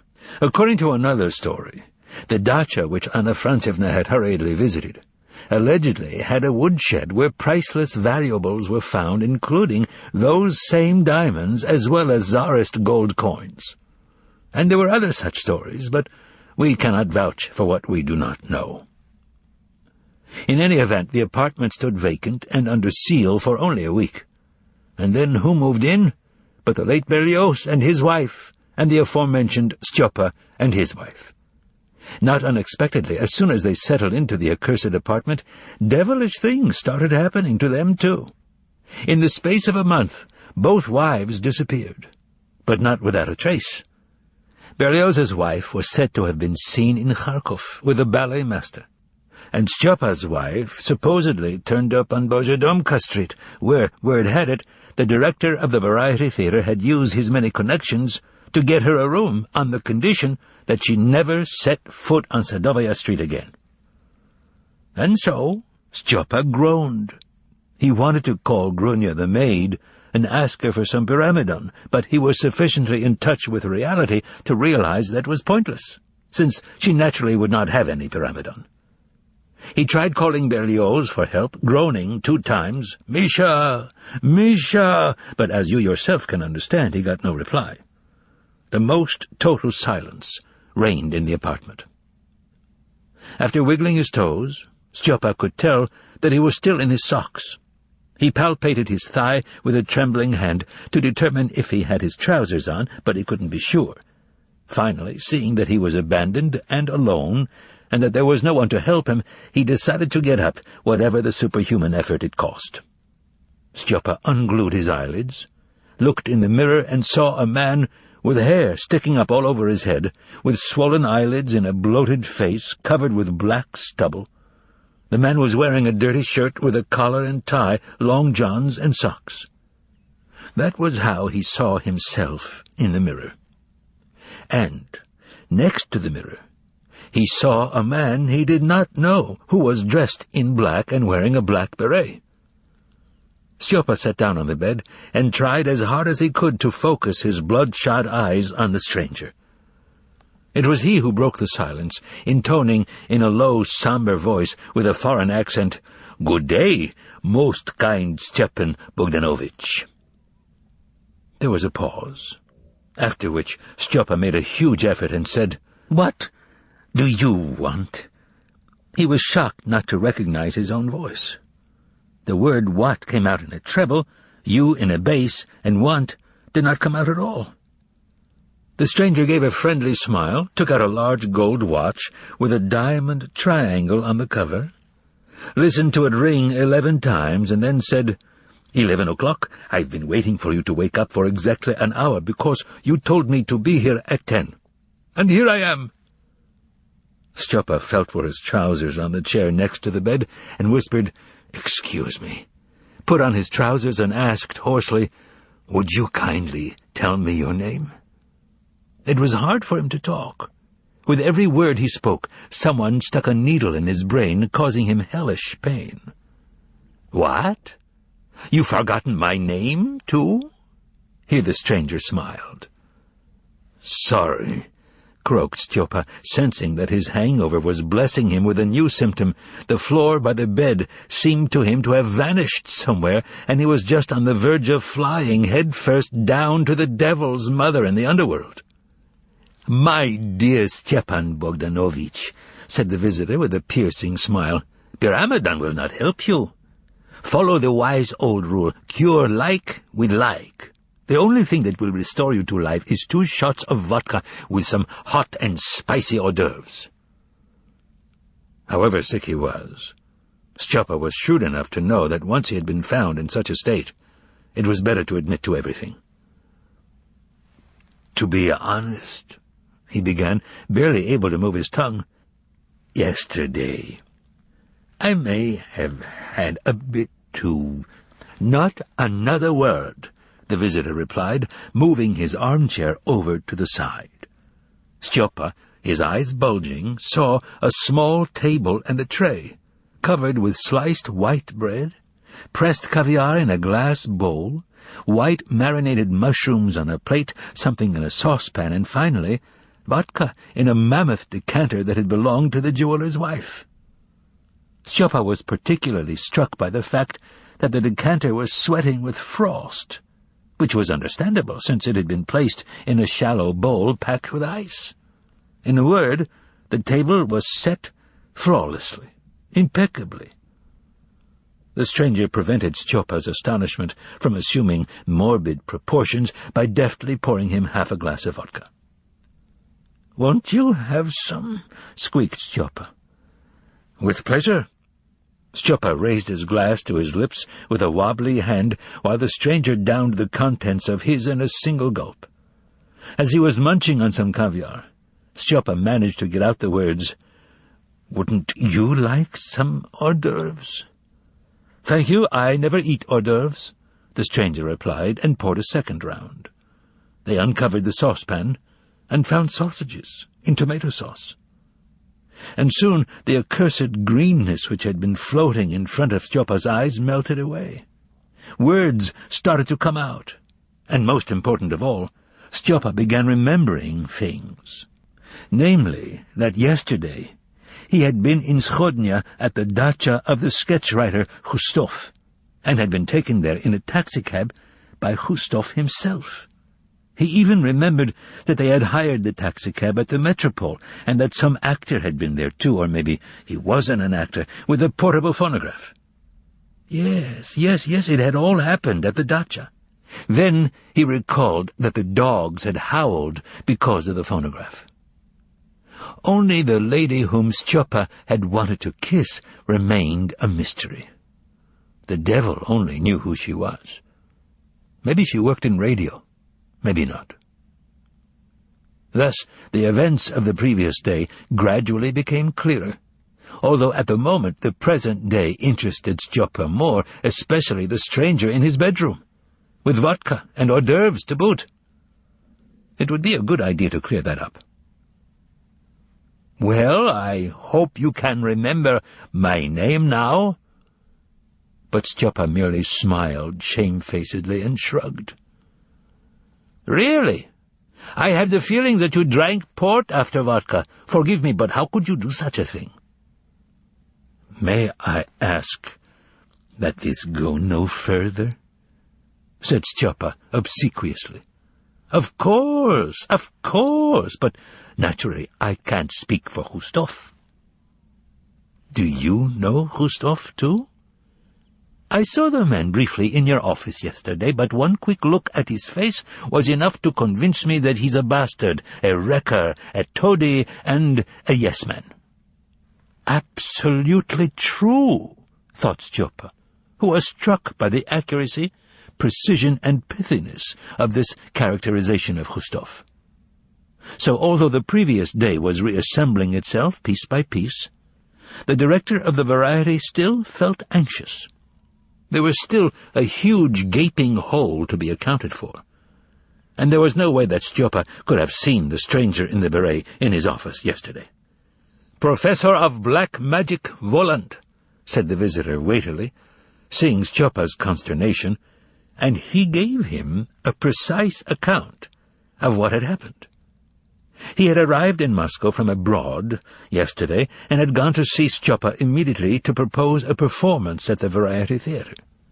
Stjopa had phoned the Moscow Regional Entertainment Commission to receive approval.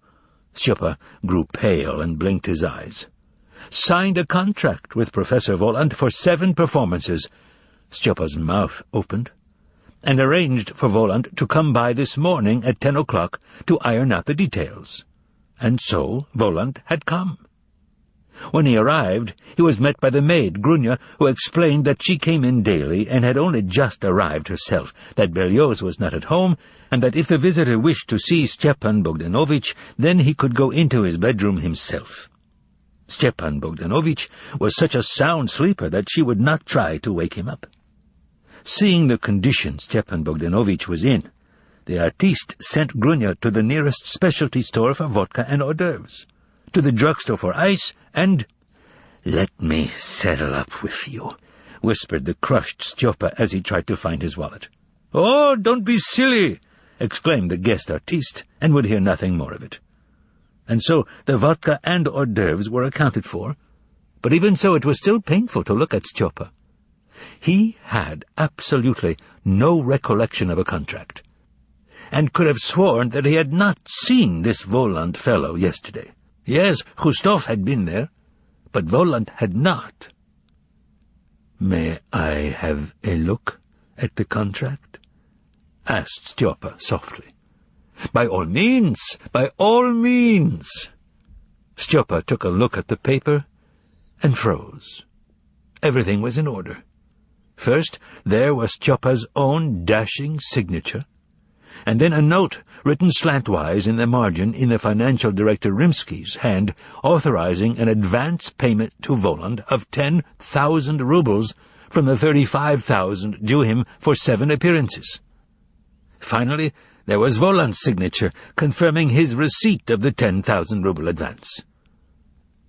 "What is all this?" thought the miserable Stjopa, and his head began to spin. Was he beginning to have ominous memory lapses? But it goes without saying, after he had been shown the contract, any further expression of surprise would be simply impolite. Stjopa asked his guest's permission to step out for a moment, and, as he was in his socks, he ran to the phone in the front hall. On the way, he shouted in the direction of the kitchen, "Grunya!" But nobody answered. Here he glanced at the door to Berlioz's study, which was close to the front hall, and at that point he was, as they say, struck dumb. There was a huge wax seal hanging on a string attached to the door handle. "Oh, great!" roared a voice in Stjopa's head. "That's all I need." And at this point Stjopa's thoughts began racing down 2 tracks. But as always happens in a catastrophe, they were both going in the same direction, and only the devil knows where they were headed. It is hard even to convey the confusion that reigned in Stjopa's head. First, there was the devilish character with the black beret, the cold vodka, and the improbable contract, and now, if you please, to top it all off, a seal on the door. If you told anyone that Berlioz had done something bad, no one would believe it. Truly, no one would believe it. But a seal is a seal. Yes, indeed. And here some highly unpleasant little thoughts began stirring in Stjopa's brain regarding an article which, as luck would have it, he had recently foisted on Mikhail Alexandrovich for publication in his journal. And just between us, it was a stupid article, and pointless too, and it paid a pittance. The recollection of the article triggered another recollection, of a questionable conversation which had taken place here in the dining room on the evening of April 24th, when Stjopa was having supper with Mikhail Alexandrovich. That is, of course, one would never call the conversation questionable in the full sense of the word. Stjopa would never have entered into such a conversation, but it had been a conversation on a needless topic. It would have been just as easy, citizens, for him not to have engaged in it at all. Before the seal appeared, that conversation could doubtlessly have been considered totally inconsequential. But after the seal... Oh, Berlioz, Berlioz! Stjopa's brain was seething. The thought would never have entered my head. But this was not the time for prolonged grief, and Stjopa dialed the office number of Rimsky, the financial director of the Variety Theatre. Stjopa was in a delicate situation. First of all, the foreigner might be offended that Stjopa was checking up on him after he had shown him the contract. And besides, it was extraordinarily hard for him to broach the subject to the financial director. After all, he could hardly come right out and ask, "Tell me, did I sign a contract yesterday for 35,000 rubles with a professor of black magic?" That would hardly do. "Yes," sounded Rimsky's sharp, unpleasant voice in the receiver. "Hello, Grigory Danilovich," said Stjopa softly. "This is Lichodyev. This is the situation. I have this, artiste Volant here, and I wanted to ask about this evening." "Ah, the fellow who does black magic?" echoed Rimsky's voice in the receiver. "The posters will be ready right away." "Okay," said Stjopa in a weak voice. "Well, bye then." "Will you be in soon?" asked Rimsky. "In half an hour," Stjopa replied, and, hanging up the phone, he pressed his hands to his burning head. Oh, what a nasty business it all was. And what, citizens, was happening to his memory, huh? However, it was becoming awkward to stay in the hall any longer, and Stjopa devised a plan on the spot. Do everything necessary to conceal his incredible forgetfulness. And now, first of all, subtly pump the foreigner for information regarding the kind of act he intended to perform that night in Stjopa's Variety Theatre. As Stjopa turned away from the phone, he looked in the hall mirror, which the lazy Grunya had not cleaned for some time, and distinctly saw a weird-looking fellow, thin as a lath, and wearing a pince-nez. Oh, if only Ivan Nikolaevich had been there, he would have recognized the fellow right away. His reflection appeared and disappeared in an instant. Anxious, Stjopa peered into the depths of the hallway and reeled a second time, for he saw a hefty black cat pass by in the mirror and also disappear. Stjopa's heart skipped a beat. He lost his balance. "What's going on?" he thought. "Could I be losing my mind? Where are these reflections coming from?" He peered into the hall and shouted in fright, "Grunya! What's that cat doing in our house? Where did he come from, and who's the fellow with him?" "Don't be upset, Stepan Bogdanovich," a voice sounded, not Grunya's but that of the guest in the bedroom. "That cat belongs to me. Don't be nervous. And Grunya isn't here. I sent her to Voronezh. She was complaining that you hadn't let her go on vacation for a long time." These words were so unexpected and absurd that Stjopa decided he had not heard them correctly. In a state of total confusion, he trotted back to the bedroom and froze in the doorway. His hair stood on end, and fine drops of sweat appeared on his brow. His guest was no longer alone in the bedroom, but had been joined by a retinue. Sitting in the other chair was the same oddball who seemed to have appeared in the hall. Now he was clearly visible, a feathery mustache, one lens of his pince-nez glistening and the other missing entirely. But there were worse things to be seen in the bedroom. Sprawled, in a relaxed pose on the pouf that had once belonged to the jeweller's wife, was a third creature, namely, a black cat of horrific proportions, with a glass of vodka in one paw and in the other a fork on which he had speared a pickled mushroom. The light, dim as it was in the bedroom, began to fade altogether in Stjopa's eyes. "So, this is what it's like to go crazy," he thought, and grabbed onto the doorframe. "Do I note a touch of surprise, my dearest Stepan Bogdanovich?" Volant inquired of Stjopa, whose teeth were chattering. But there is nothing to be surprised about. This is my retinue." At this point the cat drank down his vodka, and Stjopa's hand began to slip down the doorframe. "And my retinue needs space," Voland continued, "which means that one of us in this apartment is superfluous. And I think that someone is you." "It's them! It's them!" crooned the thin, checked man in a bleating voice, referring to Stjopa in the plural. "In general, they've been acting like swine lately. They get drunk, use their position to have affairs with women, don't do a damn thing, and can't do anything because they don't know the first thing about their jobs. They hoodwink their bosses. And he runs the official car ragged," tattled the cat, while chewing on a mushroom. And at this point, the fourth and last phenomenon occurred in the apartment, just as Stjopa, who had already slid down to the floor, was clutching feebly at the doorframe. Right out of the mirror stepped a short but unusually broad-shouldered man. He was wearing a bowler hat and had a fang sticking out of his mouth, which made his already loathsome face look even uglier. To top it all off, he had fiery red hair. The newcomer joined in the conversation, "don't really understand how he ended up a director." The redhead's voice became more and more nasal. "He's as much a director as I'm a bishop." "You don't look like a bishop, Azazello," noted the cat as he piled his plate with sausages. "That's just what I'm saying," said the redhead through his nose, and turning to Voland, he added respectfully, "May I have permission, monsieur, to throw him out of Moscow straight to hell?" "Shoo!" roared the cat suddenly, his fur standing on end. And then the bedroom began to spin around Stjopa. He hit his head on the doorframe, and as he was losing consciousness, he thought, "I'm dying." But he did not die. He opened his eyes slightly and saw that he was sitting on something made of stone. A sound could be heard nearby. When he opened his eyes properly, he realized that it was the sound of the sea, and that a wave was, in fact, breaking at his very feet.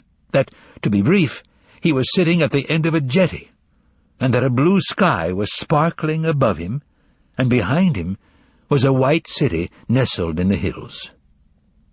Not knowing the proper behavior in such circumstances, Stjopa raised himself on his shaky legs and set off down the jetty to the shore. A man was standing on the jetty, smoking a cigarette and spitting into the sea. He gave Stjopa a strange look and stopped spitting. Then Stjopa resorted to the following maneuver. He dropped on his knees in front of the unknown smoker and said, "Please, tell me, what city is this?" "Are you kidding?" said the heartless smoker. "I'm not drunk," Stjopa replied hoarsely. "Something's happened to me. I'm sick. Where am I? What city is this?" "Well, Yalta." Stjopa sighed softly, fell over on his side, and struck his head against the warm stone of the jetty. He lost consciousness. Chapter 8. The Duel Between the Professor and the Poet. At precisely the time when Stjopa lost consciousness in Yalta, that is to say, around 11:30 a.m., Ivan Nikolaevich Bezdomny regained it as he awakened from a long, deep sleep. He spent some time trying to figure out how he had ended up in this unfamiliar room with white walls, an amazing night table made out of bright metal, and a white window shade that was keeping out the sun. Ivan shook his head, realized that it did not ache any more, and remembered that he was in a hospital. This in turn brought back the memory of Berlioz's death, but today Ivan was not as strongly affected by it. After a good night's sleep, Ivan Nikolaevich was calmer and had begun to think more clearly. He lay motionless for a while on his immaculate, soft, comfortable, spring-cushioned bed, and then noticed the bell button by his side. Due to his habit of touching things on impulse, Ivan pressed it. He expected to hear something ring or to have someone appear after he pressed the button, but something quite different happened. At the foot of Ivan's bed, a frosted glass cylinder lit up that said, "Drink." After staying put for a while, the cylinder began to turn until the word "nurse" appeared. It goes without saying that the ingenious cylinder made quite an impression on Ivan. The word "nurse" was replaced by "call the doctor." Murmured Ivan, not knowing what else to do with the cylinder, but then he had a stroke of luck. He pressed the button a second time at the word "doctor's assistant." The cylinder rang softly in reply, stopped, and then went blank. A stout, kind-looking woman in a clean white robe came into the room and said to Ivan, "Good morning." Ivan did not answer because he considered the greeting inappropriate under the circumstances. They had, in fact, put a perfectly sane man in the hospital, and yet were still pretending that it was the right thing to do. Meanwhile, without changing her kindly expression, the woman pressed the button once to raise the shade, and the sun streamed into the room through a light, widely spaced grille that extended down to the very floor. Beyond the grille there was a balcony, and beyond that the banks of a winding river with a cheery pine forest on its opposite shore.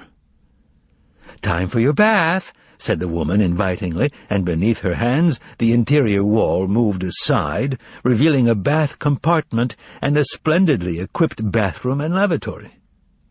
Although Ivan had resolved not to talk to the woman, he broke down when he saw the water rushing into the bathtub from the gleaming tap and said, ironically, My, just like at the Metropole." "Oh, no," answered the woman with pride. "Much better. Even abroad you can't find equipment like this.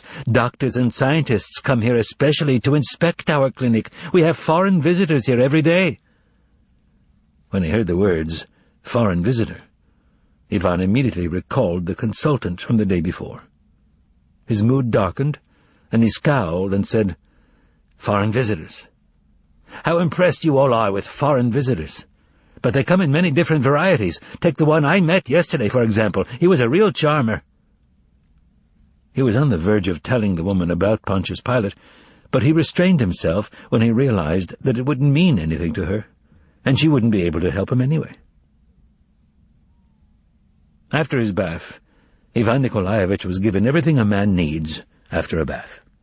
A freshly ironed shirt, long underwear, socks. But that wasn't all. After opening the closet, the woman pointed inside and asked, "What would you like to wear, a bathrobe or pajamas?" Since he had been attached to his new abode by force, Ivan nearly clasped his hands in dismay at the woman's free and easy attitude, and he pointed silently to a pair of red flannel pajamas. After that, Ivan Nikolaevich was led down an empty and soundless corridor into an office of immense proportions. Having made up his mind to respond to everything in this marvelously appointed building with irony, Ivan mentally christened the office the Factory Kitchen. And with good reason. It had cupboards and glass cabinets with shiny nickel-plated instruments. There were chairs of unusually complex construction, pot-bellied lamps with gleaming shades, a multitude of vials and gas burners and electric wires, and gadgets that would mystify absolutely anyone. In the office, Ivan was attended to by 3 people, 2 women and 1 man, all wearing white. First, Ivan was led over to a small table in the corner with the obvious intent of getting some information out of him. Ivan began to consider his situation. He had 3 choices. The first choice was especially tempting. He could lunge at the lamps and the intricate gadgets and smash them all to hell, and thus protest their holding him for no reason. But the Ivan of today was dramatically different from the Ivan of yesterday, and this first choice seemed dubious to him. It might even strengthen their conviction that he was a raving lunatic. And so Ivan rejected this first choice and considered the second, give an immediate account of the consultant and Pontius Pilate. However, yesterday's experience had shown that people either did not believe this story or they distorted its meaning. And so Ivan decided against the second choice and opted for the third. Seek refuge in proud silence. As it turned out, however, this was not fully possible, since willy-nilly he ended up answering, albeit curtly and sulkily, a whole series of questions. Ivan was questioned about absolutely everything relating to his past life, including such things as his scarlet fever 15 years ago. After filling up a whole page on Ivan, they turned it over, and the woman in white proceeded to questions about Ivan's relatives. It was a lengthy business. Who died? When and how? Did the deceased drink or have venereal diseases, and all that sort of thing. They concluded by asking for an account of what had happened yesterday at Patriarch's Ponds, but they did not badger him, nor did they show any surprise at what he said about Pontius Pilate. At this point the woman turned Ivan over to the man, and he took Ivan through another kind of exam altogether and asked him no questions at all. He took Ivan's temperature, measured his pulse, and looked into his eyes with some sort of light. Then another woman came to assist the man, and they injected something painlessly into Ivan's back, made tracings on his chest with the handle of a small mallet, tapped his knees so that his legs jerked up, pricked his finger and took some blood, stuck a needle into the crook of his arm, and put rubber bracelets on his arms. Ivan just smiled bitterly to himself, and reflected on the stupidity and grotesqueness of it all.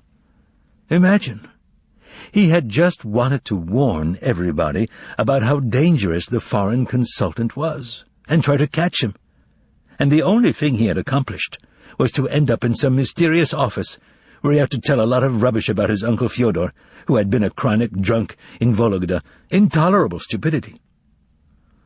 Finally, they let Ivan go. He was taken back to his room, where he was given a cup of coffee, 2 soft-boiled eggs, and white bread and butter. After he had eaten and drunk everything, Ivan decided to wait for one of the top brass of the establishment to show up, who would finally listen to him and treat him fairly. And show up he did, very shortly after Ivan's breakfast. Suddenly the door opened, and in walked a bunch of people in white coats. At the head of them all came a man of 45 or so, who was as cleanly shaven as an actor, and had pleasant but very penetrating eyes and a polite manner. The entire entourage showed him attention and respect, and his entrance was therefore a very solemn affair. Just like Pontius Pilate, thought Ivan. Yes, this was unquestionably the headman. He sat down on a stool, while all the others remained standing. Dr. Stravinsky, the seated man introduced himself to Ivan, and looked amiably at him. Here Alexander Nikolaevich, someone with a neatly trimmed goatee, said softly, and handed the headman Ivan's sheet, which was covered with writing on both sides. They've put together a whole case, thought Ivan. The headman cast an experienced eye over the sheet of paper, mumbling, and exchanging some words in a little-known language with the people around him. And he even speaks Latin, just like Pilate, thought Ivan sadly. Here, one word made him shudder, and that was the word schizophrenia, which had alas been uttered yesterday by the damned foreigner at Patriarch's Ponds, and was repeated here today by Professor Stravinsky. And he knew that, too, Ivan thought anxiously. The headman had obviously made it a policy to agree with and be delighted by everything the people around him said, and to express his delight with the words, "Splendid, splendid." "Splendid," said Stravinsky, returning the sheet to someone and addressing Ivan. "You are a poet?" "Yes, a poet," replied Ivan gloomily, and for the first time he felt a sudden and inexplicable aversion to poetry, and the poems of his which came to mind seemed somehow distasteful. Wrinkling his face, Ivan responded by asking Stravinsky, "And you are a professor?" To this, Stravinsky gave an obligingly polite nod. "And are you the person in charge here?" Ivan continued. Stravinsky nodded again. "I must speak with you," said Ivan Nikolaevich in a meaningful way. "That's why I'm here," replied Stravinsky. "This is the situation," began Ivan, feeling that his hour had come. "They've decided that I'm crazy, and no one wants to listen to me." "Oh, no, we'll give you our full attention," said Stravinsky earnestly and soothingly, and we certainly won't let anyone say you're crazy. Then, listen, yesterday evening, at Patriarch's Ponds, I met a mysterious person, perhaps a foreigner, perhaps not, who knew about Berlioz's death before it happened, and who knew Pontius Pilate personally. The entourage listened to the poet in silence, without moving a muscle. Pilate? The Pilate who lived in the time of Jesus Christ? Asked Stravinsky, narrowing his eyes at Ivan. Yes, the very same. I see, said Stravinsky. And this Berlioz was killed under a streetcar? Yes, he was the man I saw cut in two by a streetcar at Patriarch's Ponds yesterday, when this most mysterious fellow, the one who knew Pontius Pilate? Asked Stravinsky, whose powers of comprehension were obviously very high. Precisely, confirmed Ivan, studying Stravinsky. As I was saying, he knew ahead of time that Anushka had spilt the sunflower oil, and it was there, on that very spot, that he slipped and fell. How do you like that? Ivan asked meaningfully, hoping that his words would produce a big effect. But they did no such thing, and Stravinsky simply asked the following question. And who is this Anushka? This question disconcerted Ivan somewhat, and he grimaced. Anushka is of no importance in this matter, he said nervously. The devil knows who she is. Just some foolish woman from Sadovia Street. Don't you understand? The important thing is that he knew in advance about the sunflower oil. Do you understand me? I understand you perfectly, Stravinsky replied in a serious tone, and touching the poet's knee, he added, Don't get excited. Go on. I will, said Ivan, trying to imitate Stravinsky's tone and knowing from bitter experience that staying calm was the only thing that would help him. So this horrible character, who is lying, by the way, about being a consultant, possesses some kind of extraordinary power. For example, if you chase him, you can't ever catch him. And he's got quite a pair with him who have their own special charm, a tall guy with broken eyeglasses, and a tremendously huge cat who rides streetcars by himself. What's more, Ivan spoke with greater fervor and conviction when no one was interrupting him, he was on Pontius Pilate's balcony himself, no doubt about it. What do you make of that, huh? He should be arrested right away, or else he'll cause indescribable harm. So you are trying to have him arrested? Have I understood you correctly? Asked Stravinsky. He's clever, thought Ivan. You have to admit there are some smart people even among the intelligentsia. No denying that. And he replied, Absolutely correctly. Judge for yourself, what else is there to do? But meanwhile, they're holding me here by force, shining lights in my eyes, washing me in tubs, and asking me questions about my Uncle Fyodor. And he's been dead for years. I demand to be released immediately. Well, splendid. Splendid, replied Stravinsky. It's all clear now, and really, what sense is there in keeping a sane man in the hospital? So I'll release you immediately if you tell me you're normal. You don't have to prove it, just say it. So then, are you normal? There was complete silence. The fat woman who had taken care of Ivan that morning looked at the professor with pious respect, and again Ivan thought, very clever.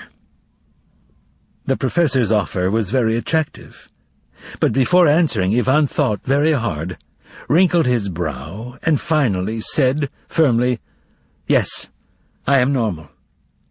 Well, that's splendid, Stravinsky exclaimed with relief. And if you are, let's reason this out logically. Take yesterday, for example. At this point he turned and was immediately handed Ivan's sheet. While trying to find a stranger who told you he was an acquaintance of Pontius Pilate, you did the following. Here Stravinsky began bending his long fingers, looking first at the chart, then at Ivan. You hung an icon on your chest. Is that right? Yes, Ivan agreed sullenly. You fell off a fence and hurt your face. Right? appeared at a restaurant with a lighted candle in your hand, wearing only underwear, and then hit one of the people in the restaurant. You were tied up and brought here. Once you got here, you called the police and asked them to send machine guns. Then you tried to throw yourself out the window. Is that right? Now I ask you, is it possible to catch anyone or arrest them by acting that way? And if you're a normal person, you can answer that yourself. No, it isn't. Do you wish to leave here? Be my guest. But may I ask, where will you go? To the police, of course, replied Ivan, but not so firmly as before, and losing his composure a bit beneath the professor's gaze. Straight from here? I guess so. And won't you stop off at your apartment? Asked Stravinsky quickly. No, there's no time for that. Well, I'm going to apartments. You'll get away. I see. And what's the first thing you will tell the police? About Pontius Pilate, answered Ivan Nikolaevich, and his eyes clouded over. Well, a splendid idea, exclaimed Stravinsky agreeably, and turning to the fellow with the goatee, he gave the order, Fyodor Vassilievich, please issue a release for Citizen Bezdomny so that he can return to the city. But leave his room unoccupied, and don't change the sheets. Citizen Bezdomny will be back here in 2 hours. Well, he turned to the poet, I won't wish you success because I don't for a minute believe you'll have any. See you soon. And he stood up while his entourage began to stir. Why do you think I'll be back? Ivan asked anxiously. Stravinsky seemed to be waiting for that question because he resumed his seat and began talking. Because as soon as you appear at the police station in your long underwear, and say that you met a man who was personally acquainted with Pontius Pilate, they'll have you back here in an instant, and you'll find yourself in this very same room. What does my underwear have to do with it? Asked Ivan, looking around in distress. The main problem is Pontius Pilate, but the underwear doesn't help. We'll have to remove your hospital clothes and give you back your own. And you were brought here in long underwear, and you had no intention of stopping off at your apartment, although I hinted that you should do so. Then comes Pilate, and the case is complete. At this point, something strange happened to Ivan Nikolaevich. His will seemed to give way, and he felt that he was weak, that he needed advice. So, what should I do? He asked, but timidly this time. Now, that's splendid, Stravinsky replied. A most reasonable question. Now I shall tell you what really happened to you. Someone gave you a real fright yesterday and upset you with that story about Pontius Pilate and other things. And so you, a morbidly sensitive and nervous individual, went around the city talking about Pilate. It's completely natural that you should be taken for a madman. Only one thing can save you now, and that's complete rest. You definitely need to stay here. But he has to be caught, exclaimed Ivan imploringly. Fine, but why do you have to run after him yourself? Write down all your suspicions and accusations against this man on a piece of paper. There's nothing simpler than to send your statement to the proper authorities, and if, as you claim, we are dealing with a criminal, that will soon be apparent. But there's one condition. Don't overstrain yourself, and try to think less about Pontius Pilate. All sorts of stories can be told. Not all of them have to be believed. I understand, Ivan announced decisively. Please give me some paper and a pen. Give him some paper and a short pencil, was Stravinsky's order to the fat woman, and to Ivan he said this. I advise you not to write today. No, it has to be today, absolutely today, Ivan squealed in agitation. Well, all right, only don't overtire your brain. If it doesn't work out today, it will tomorrow. He'll escape! Oh, no, Stravinsky retorted confidently. He won't go anywhere, I assure you. And remember that here we shall assist you in every way that we can, and without that, nothing you do will work out. Do you hear me? Stravinsky asked abruptly, lending special significance to his words and grabbing hold of both Ivan Nikolaevitch's hands. As he held them in his own, he stared long and intensely into Ivan's eyes and repeated, "You'll be helped here. Do you hear me? You'll be helped here. You'll get relief. It's quiet here. Everything is peaceful. You'll be helped here." Ivan Nikolaevich unexpectedly yawned, and his expression softened. Yes, he said quietly. "Now that's splendid," concluded Stravinsky in his usual fashion, and got up. "Goodbye." He shook Ivan's hand, and as he was walking out of the room he turned to the man with the goatee and said, "Yes, and try oxygen and baths." A few moments later Ivan was alone, without Stravinsky or his entourage. Beyond the window grill the joyous and vernal wood on the opposite bank looked radiant, and nearer by the river sparkled in the noonday sun.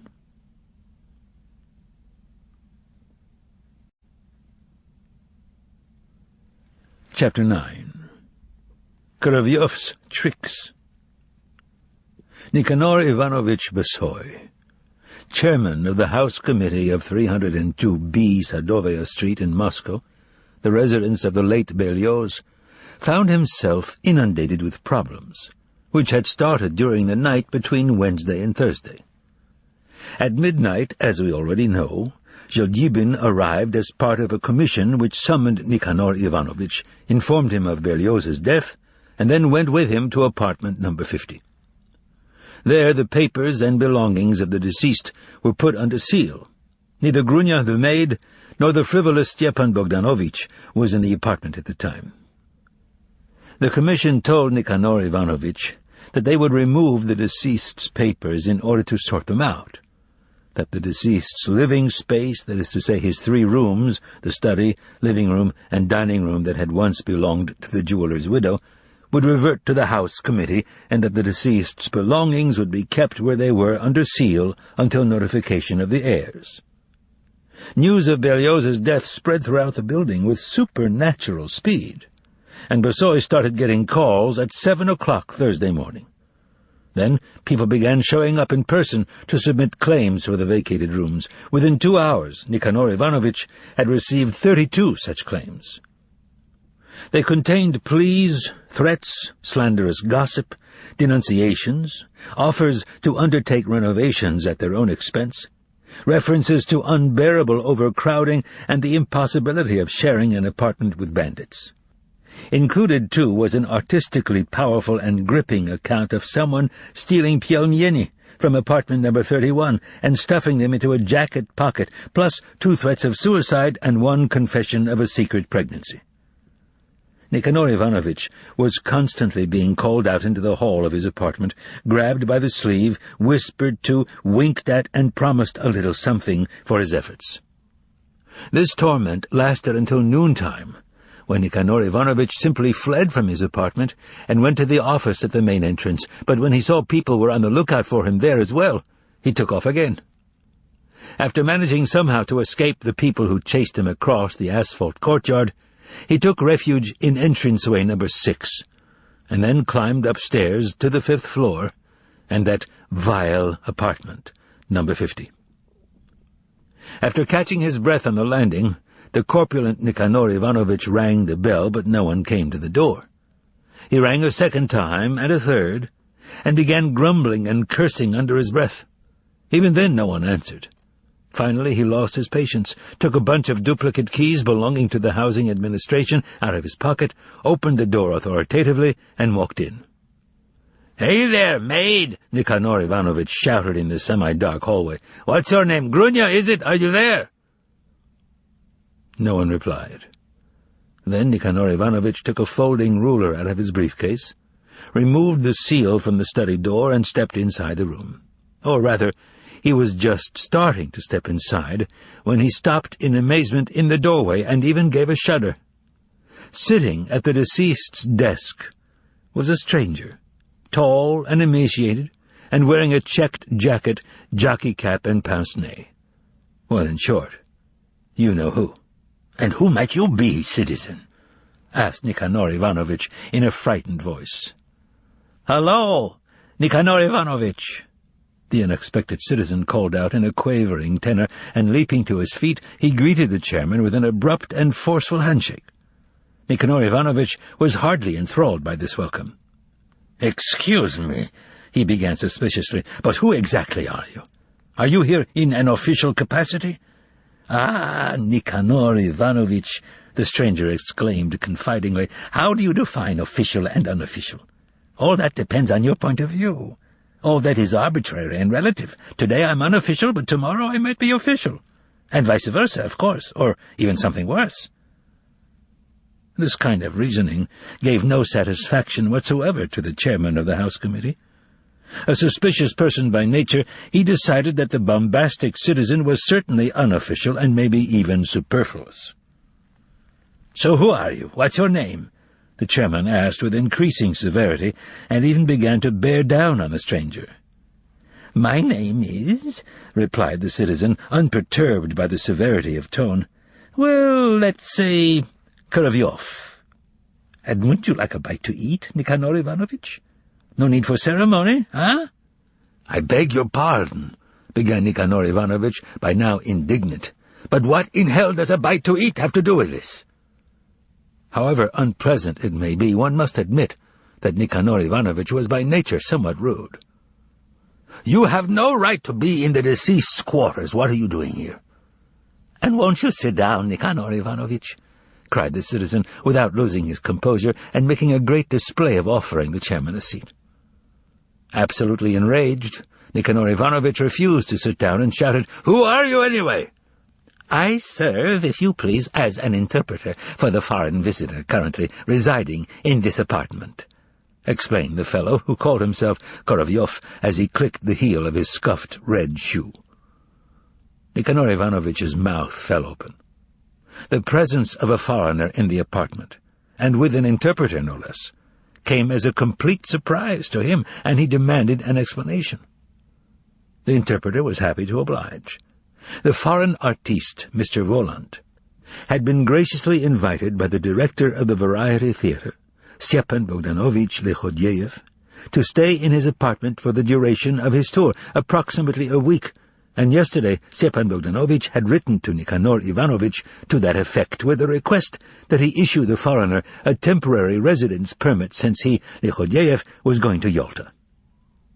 "He didn't write me anything," said the astonished chairman. "Just take a look in your briefcase, Nikanor Ivanovich," Griboedov suggested sweetly. Nikanor Ivanovich shrugged and opened his briefcase, and immediately found Lechodyev's letter inside. "How could I have forgotten?" mumbled Nikanor Ivanovich, gazing dully at the already opened envelope. "It happens sometimes, sometimes," cackled Griboedov. Absent-mindedness and over-exhaustion and high blood pressure, my dear friend Nikanor Ivanovich. I'm horribly absent-minded myself. We'll have a drink sometime, and I'll tell you a few facts from my life story. You'll die laughing." "When precisely is Lechodyev going to Yalta?" "Why, he's already gone, shrieked the interpreter. "He's already rolling along. Yes, indeed. He's already the devil knows where." And here the interpreter waved his arms like a windmill. Nikanor Ivanovich said that he had to see the foreigner in person. But the interpreter denied him that request. It was impossible. He was too busy, training the cat. "I can show you the cat, if you wish," offered Griboedov. Nikanor Ivanovich, in turn, declined this offer. The interpreter then made him an unexpected but most intriguing proposition. In view of the fact that Mr. Voland did not wish to live in a hotel, and since he was used to having a lot of room, wouldn't it be possible for the house committee to rent him the entire apartment, including the rooms that belonged to the deceased, for the week of Voland's performance in Moscow? After all, it's hardly a matter of concern to him, to the deceased, hissed Korolyov in a whisper. You will agree, won't you, Nikanor Ivanovich, that he has no further use for this apartment? Somewhat confused, Nikanor Ivanovich protested that foreigners were supposed to stay at the Metropole and not in private apartments. I tell you, he's fussy as the devil, whispered Korolyov. He just doesn't want to, doesn't like hotels. I've had it up to here with these foreign visitors. Korolyov complained confidentially, poking a finger at his veiny neck. Believe me, they run you ragged. They come here, and they either snoop around like a son of a bitch, or they wear you out with their whims. This isn't right, that isn't right. Besides, Nikanor Ivanovich, your committee has everything to gain and nothing to lose. He doesn't begrudge any expense. Korolyov glanced around, and then whispered in the chairman's ear, He's a millionaire. The interpreter's proposition made a lot of practical sense. It was a very solid proposal, but there was something decidedly unsolid about his manner of speaking, his attire, and that sickening, totally useless pince-nez. As a result, a vague sense of uneasiness troubled the chairman's soul, but he decided to accept the offer anyway. The fact of the matter was that the House Committee had incurred, alas, an enormous deficit. They had to buy heating oil for the fall, and where the money would come from was a mystery. Maybe the foreign visitors' money would get them out of the hole. Even so, the businesslike and cautious Nikanor Ivanovich said that he would first have to clear the matter with the in-tourist office. "I understand," screeched Korolyov. "How could you not sort things out? It's essential. Here's the telephone, Nikanor Ivanovich. Why don't you sort them out right away? And don't be embarrassed to ask for money," he added in a whisper as he drew the chairman toward the phone in the hall. "Who can you get money from, if not from him? If you could only see the villa he has in Nice next summer when you go abroad, make sure you go and have a look. You'll faint." All the arrangements with the in-tourist office were made over the phone with a swiftness that amazed the chairman. It turned out that they already knew about Mr. Voland's plans to stay in Lekhodeyev's private apartment, and they had no objections whatsoever. "Marvelous!" cried Korolyov. A bit dazed by his constant chatter, the chairman said that the House Committee agreed to rent apartment number 50 for a week to the artiste Voland at the rate of... Nikanor Ivanovich stammered somewhat and said, 500 rubles a day. At this point, Korolyov really bowled the chairman over. Winking roguishly in the direction of the bedroom where the cushioned leaps of a heavy cat could be heard, he hissed, "That comes to 3,500 for the week, right?" Nikanor Ivanovich quite expected him to add, "You've got quite an appetite, don't you, Nikanor Ivanovich?" But again Korolyov surprised him. "You call that money? Ask for 5,000. He'll pay it." Nikanor Ivanovich gave a confused grin and failed to notice that he was standing next to the deceased's writing desk, where Korolyov was drawing up 2 copies of a contract with great speed and agility. Next, he whisked them into the bedroom and returned with both copies signed in the foreigner's scrawling hand. The chairman signed the contract, too. Here, Korolyov asked for a receipt for the 5,000. "Write it out, Nikanor Ivanovich, write it out. 5,000 rubles.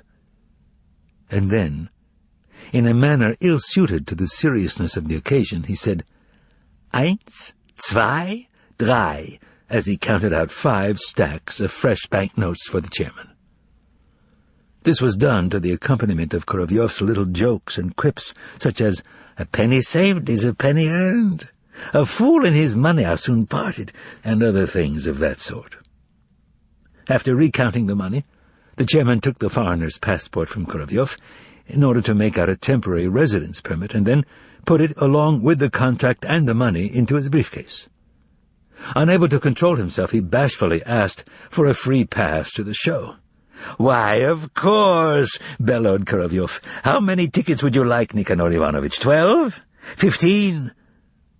The dumbfounded chairman explained that he needed only 2 tickets for himself and his wife, Pelageya Antonovna. Korovyov grabbed a notepad and jauntily wrote out a pass for 2 in the front row. As the interpreter thrust the free pass at Nikanor Ivanovich with his left hand, he used his right to press a fat wad of crisp bills into the chairman's other hand. The latter took one look at them, blushed hard, and tried to push them away. "We're not supposed to," he muttered. "I won't take no for an answer," Korovyov whispered in his ear. "We're not supposed to, but foreigners are. You'll offend him, Nikanor Ivanovich, and that would be unfortunate after all the trouble you went to." "It's strictly enforced," the chairman whispered in the softest of tones and looked furtively around. "But where are the witnesses?" Korovyov whispered in his other ear. "I ask you, where are they? What's your problem?" And it was then, as the chairman insisted afterwards, that the miracle took place. The wad of bills crawled into his briefcase all on its own. Then, in a weakened and even disoriented state, the chairman found himself on the staircase. A jumble of thoughts whirled around in his head. The villa in Nice, the trained cat, the thought that there had indeed been no witnesses, and that Pelageya Antonovna would be thrilled about the free pass. They were disjointed thoughts, but pleasant on the whole. And still, the chairman felt a pinprick somewhere in the depths of his soul. A pinprick of disquietude. A thought hit him like a blow on the head right there on the staircase. How did the interpreter get into the study if there was a seal on the door? And why hadn't he, Nikanor Ivanovich, asked about that? For a while the chairman gazed goggle-eyed at the stairs like a sheep. But then he decided to forget the whole thing and not to torture himself over something so complicated. No sooner had the chairman left the apartment than a low voice came from the bedroom. "I didn't like that Nikanor Ivanovich. He is a skinflint and a swindler. Can't we make sure he doesn't come round here again?" "Monsieur, your wish is my command," Korovyov replied from somewhere, but in a pure and resonant voice, not a quavering one. And immediately the accursed interpreter appeared in the hall, dialed a number, and began to whine into the phone. "Hello, I consider it my duty to inform you that our House Committee chairman here at 302B Sadovaya Street, Nikanor Ivanovich Bosoy, is speculating in foreign currency. At the present moment there are $400 wrapped in newspaper in the ventilator shaft of his toilet in apartment number 35. My name is Timofey Kvastsov, and I live in apartment number 11 in the same building. But I ask that you not reveal my name. I am afraid that the aforementioned chairman will try to get even." Then he hung up. The scoundrel. What happened next in apartment number 50 is unknown. But what happened next in Nikanor Ivanovich's apartment is known. The chairman locked himself in the toilet and took out of his briefcase the packet of bills that had been forced on him by the interpreter, and checked to make sure that it contained 400 rubles. He then wrapped the packet in a piece of newspaper and stuffed it into the ventilator shaft. 5 minutes later, the chairman was sitting at the table in his small dining room. From the kitchen his wife brought him a plate of neatly sliced herring smothered with chopped scallions. Nikanor Ivanovich poured himself a small carafe of vodka, drank it down, poured another, drank that down, speared 3 pieces of herring on his fork, and at that moment the doorbell rang. Pelageya Antonovna had just brought in a steaming saucepan, one glance at which was enough to guess that the pan contained, in the very thick of the piping hot borscht, the most delicious thing in the world, a marrow bone. His mouth watering, Nikanor Ivanovitch began howling like a dog. "Damn you to hell, they won't even let you eat. Don't let anyone in. I'm not here. If it's about the apartment, tell them to stop hounding me. There'll be a meeting in a week." His wife ran into the entry hall, while Nikanor Ivanovitch dipped a ladle into the fire-breathing lake and fished out the bone, which was cracked lengthwise. At that moment, 2 men walked into the dining room, accompanied by a very pale Pelageya Antonovna. One look at the men, and Nikanor Ivanovitch turned pale too, and got up from the table. "Where's the toilet?" asked the first man with an air of concern. He was wearing a white Russian-style shirt. Something knocked against the dining table. It was Nikanor Ivanovitch, who had dropped his spoon on the oilcloth. "Over here, babbled Pelageya Antonovna. And the visitors headed straight into the hall. "What's this all about?" asked Nikanor Ivanovitch, trailing behind the men. "Nothing like that could be in our apartment, and can I see your ID? Excuse me." The first man handed Nikanor Ivanovitch his ID, and the second one proceeded to stand up on a stool in the toilet and thrust his hand into the ventilator shaft. Nikanor Ivanovitch's eyes grew dim. They removed the newspaper, but the package turned out to contain not rubles, but some unknown currency that was blue-green in color and had a picture on it of an old man. Nikanor Ivanovitch saw all this in a haze, however. Spots were swimming in front of his eyes. "There are dollars in the ventilator shaft," said the first man thoughtfully. In a soft and polite voice he asked Nikanor Ivanovitch, "Does this packet belong to you?" "No," replied Nikanor Ivanovitch in a terrified voice. "My enemies planted it there." "That does sometimes happen," agreed the first man, and added again softly, "But you'll have to hand over the rest of it, too." "I don't have any, nothing at all. I swear to God, I've never even touched this stuff," screamed the chairman in desperation. He rushed over to the bureau, pulled out a creaky drawer, and took out his briefcase, all the while crying out disconnected phrases. "Here's the contract. That filthy interpreter planted it there. Korovyov, the guy with the pince-nez." He opened the briefcase, looked inside, and thrust his hand in. His face turned blue, and he dropped the briefcase into the borscht. There was nothing in the briefcase. Neither Stjopa's letter, nor the contract, nor the foreigner's passport, nor the money, nor the free pass. In short, nothing but the folding ruler. "Comrades," shouted the chairman in a fury, "take them into custody. There are evil powers in this building." No one knows what came over Pelageya Antonovna at that point, but she waved her arms and shouted, "Confess, Ivanovitch! You'll get off easier." Nikanor Ivanovitch's eyes became bloodshot, and he raised his fists over his wife's head, shouting hoarsely, "Oh, you damned fool!" Then he felt weak and sank into a chair, evidently deciding to bow to the inevitable. In the meantime, out on the landing, Timofey Kondratyevich Kvastsov was putting first his ear and then his eye to the keyhole of the chairman's apartment, dying of curiosity. 5 minutes later, the residents of the building who were in the courtyard at the time saw the chairman being led to the entrance gates by 2 men. It was reported that Nikanor Ivanovitch looked terrible, tottered like a drunk as he passed by, and was mumbling something. An hour later, an unknown man appeared in apartment number 11, just as Timofey Kondratyevich was choking with glee and telling the other residents how the chairman had been carted off to jail.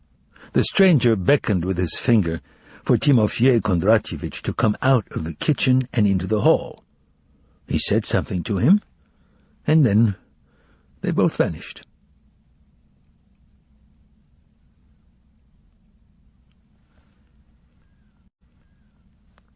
Chapter 10. News from Yalta. At the same time as disaster struck Nikanor Ivanovitch, not far from 302B, on that same Sadovaya Street, 2 men sat in the office of the financial director of the Variety Theatre, Rimsky himself, and Varanucha, the theater manager.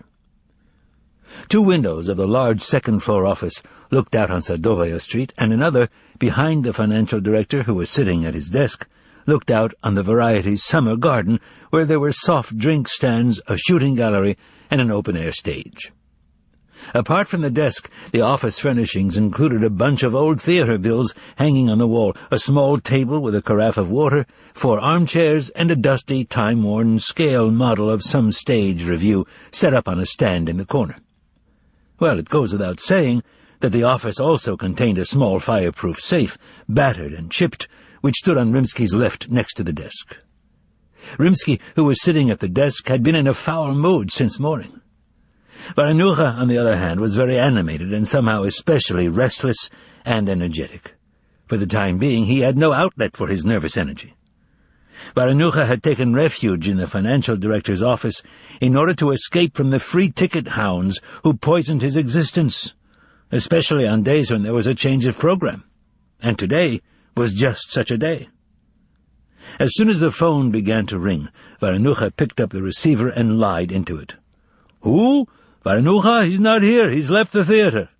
"Call Lichodyev again, please," said Rimsky in irritation. "He's not home. I already sent Karpov over. There's no one in his apartment."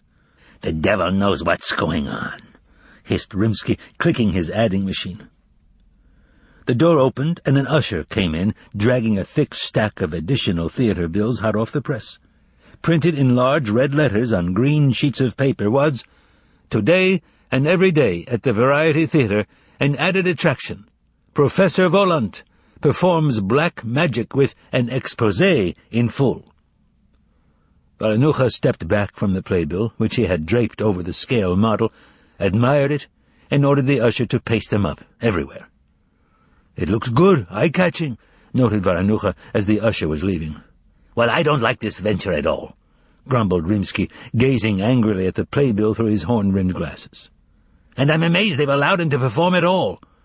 "No, Grigory Danilovich, don't say that. It was a very shrewd move. The whole point of it is the exposé."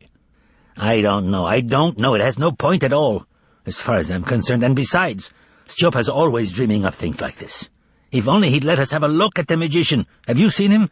Where the hell did they dig him up?" It was obvious that neither Varanucha nor Rimsky had seen the magician. Yesterday, Stjopa, like a madman, to quote Rimsky, had run in to see the financial director with the draft of a contract, ordered him to draw it up and to authorize payment. And the magician had disappeared, and no one had seen him except Stjopa. Rimsky took out his watch, saw it was 2:05, and became positively enraged. This was the limit. Lichodyev had called around 11 and said that he would be there in half an hour. Not only had he not come, he had disappeared from his apartment. "I've got work to do," snarled Rimsky, poking his finger at a pile of unsigned papers. "Maybe he's fallen under a streetcar, like Berlioz," said Varanucha, holding the receiver to his ear and listening to the deep, prolonged, and utterly hopeless ringing.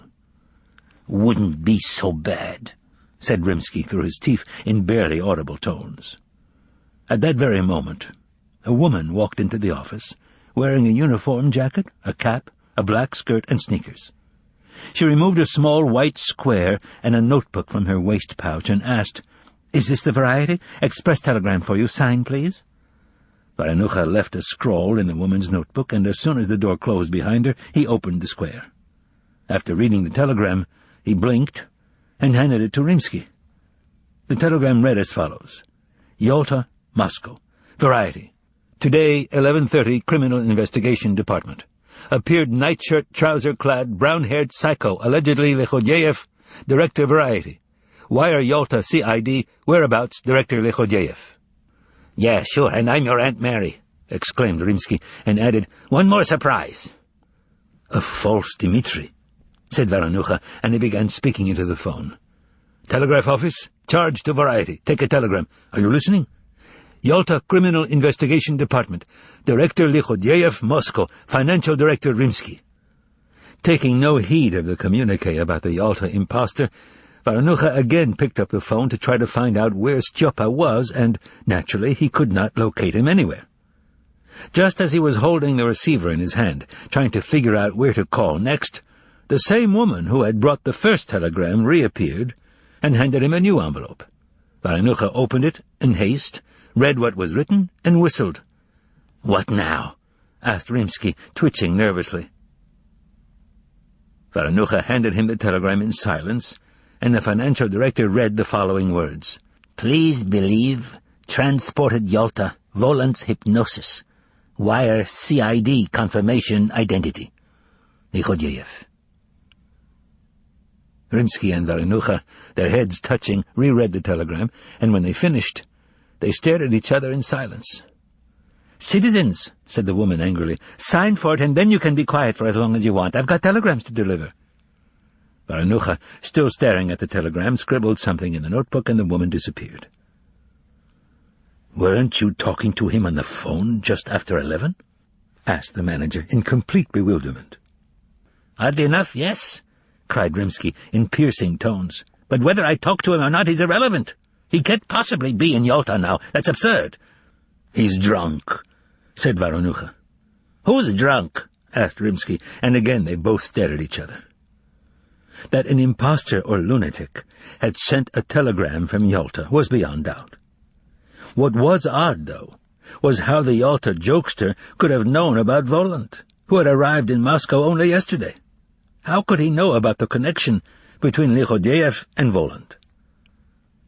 "Hypnosis," said Varanucha, repeating the word in the telegram. "How did he hear about Volant?" He crinkled up his eyes and suddenly announced decisively, "No, this is nonsense, nonsense, nonsense. Where the devil is this Volant staying?"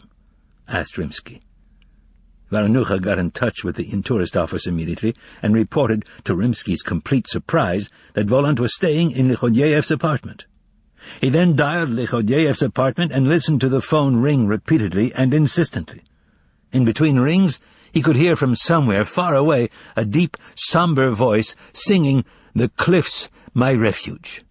And Varanucha decided that a voice from some radio station had somehow cut into the telephone circuit.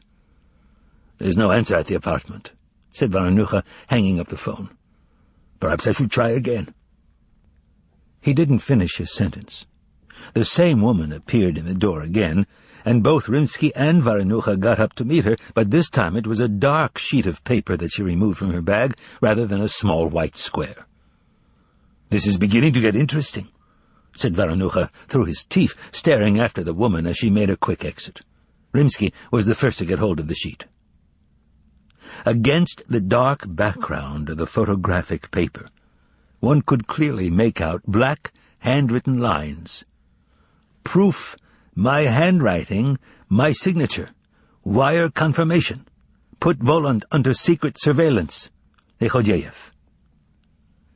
During his 20 years in the theater, Varanucha had seen a lot of things, but now he felt as if a shroud were covering his brain, and he was unable to say anything except the trite and, moreover, utterly absurd phrase, "This can't be."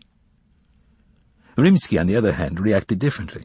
He got up, opened the door, and roared at the messenger girl sitting on the stool outside, "Don't let anyone in unless they have mail to deliver," and locked the door. Then he took a pile of papers out of his desk and began a careful comparison of the bold, backward-slanting letters in the photogram and the letters in Styopa's memoranda and in his signatures, which were embellished with a spiral flourish. Varanucha leaned over the desk and breathed hotly on Rimsky's cheek. "It's his handwriting, all right," the financial director finally pronounced, and Varanucha echoed him, "His, indeed." When Varanucha looked into Rimsky's face, he was amazed by the change that had taken place. The already thin financial director seemed to have gotten even thinner, and to have aged, and the eyes behind his horn-rimmed glasses had lost their customary sharpness and expressed not only alarm but sorrow as well. Varanucha did everything you expect someone to do who is in a state of shock. He ran around the office and raised his arms up twice, like someone crucified, drank a whole glass of yellowish water from the carafe, and exclaimed, "I don't understand, I don't understand, I do not understand." Rimsky stared out the window, thinking intensely about something.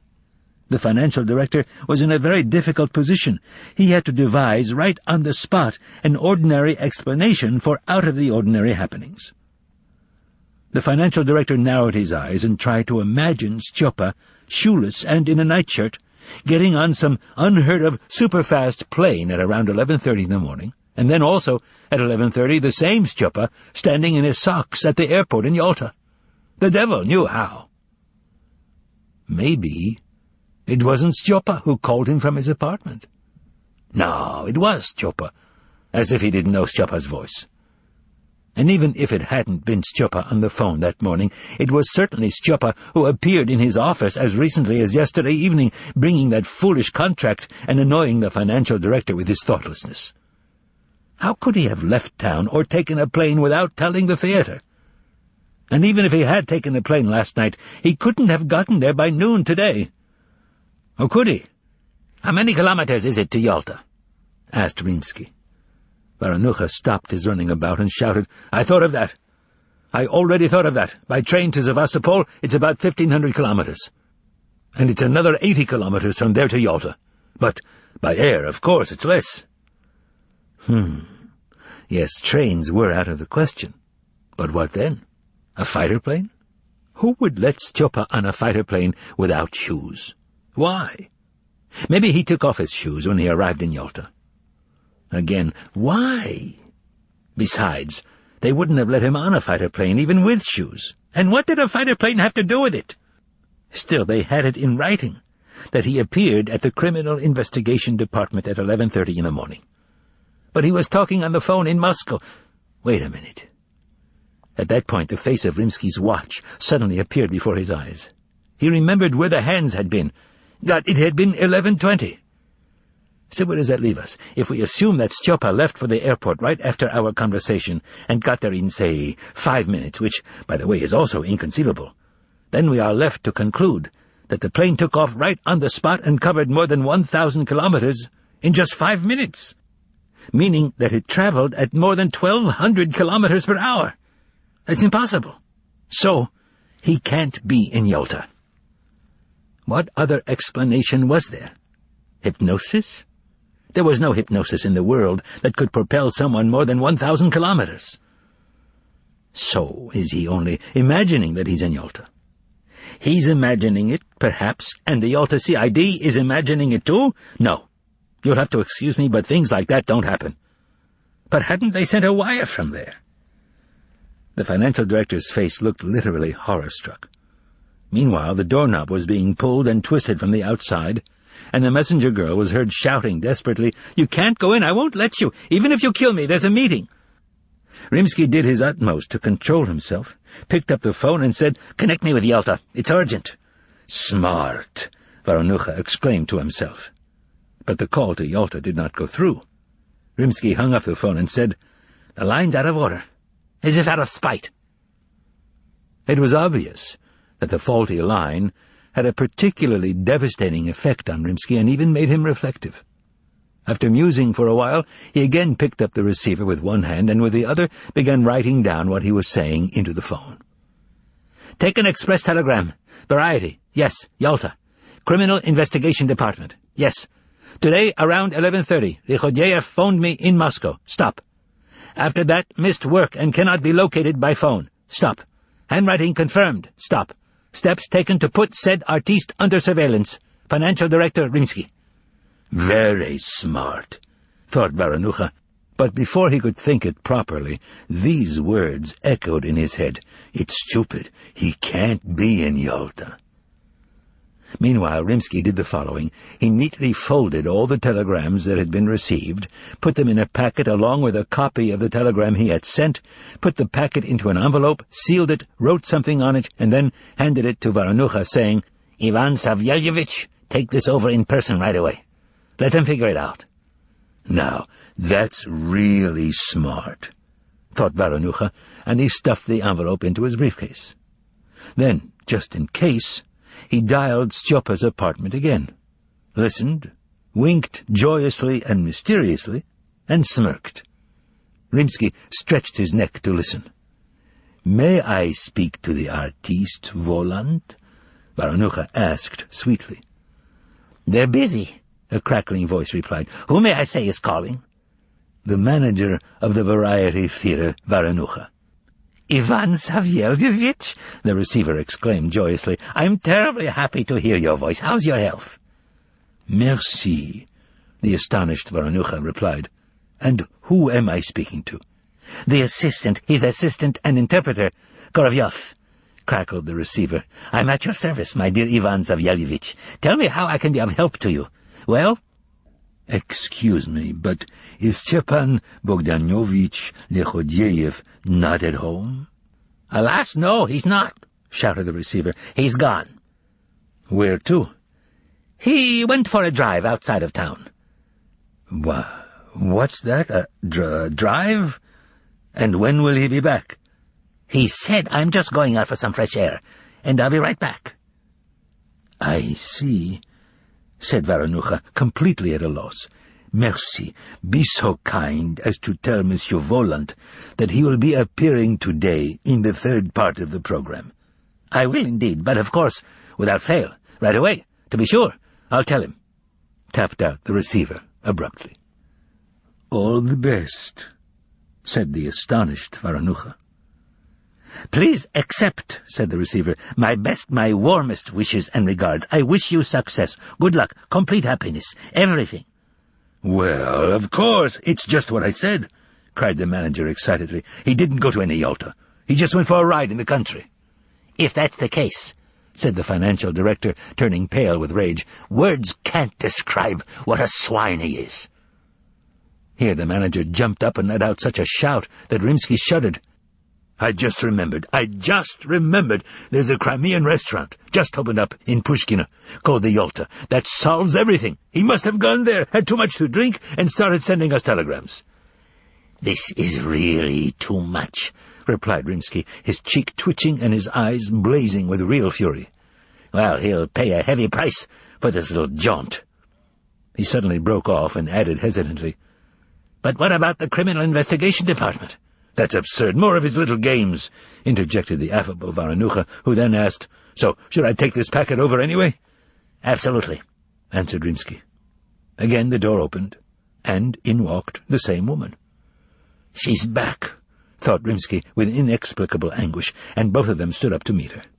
This time the telegram read as follows: "Thanks. Confirmation. Send me ASAP 500 rubles CID. Flying Moscow tomorrow. Lechodiev." "He's lost his mind," said Varanucha weakly. But Rimsky jingled his key, took some money out of the safe, counted out 500 rubles, rang for the messenger, gave him the money, and sent him off to the telegraph office. "Good heavens, Grigory Danilovich," said Varanucha, not believing his eyes. "If you ask my opinion, you're throwing the money away."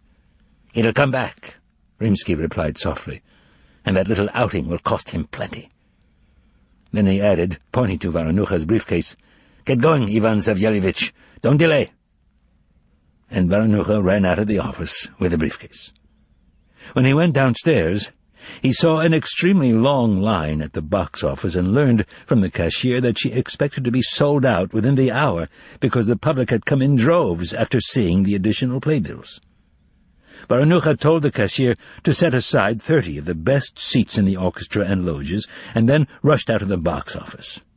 After fighting off the obnoxious free pass seekers, he ducked into his office to grab his cap. At that moment, the phone rang.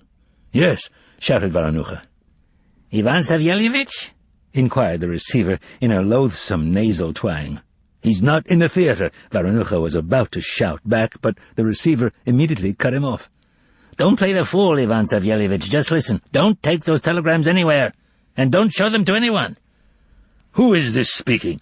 roared Varanucha. "Stop playing games, citizen. You'll be exposed. What's your number?"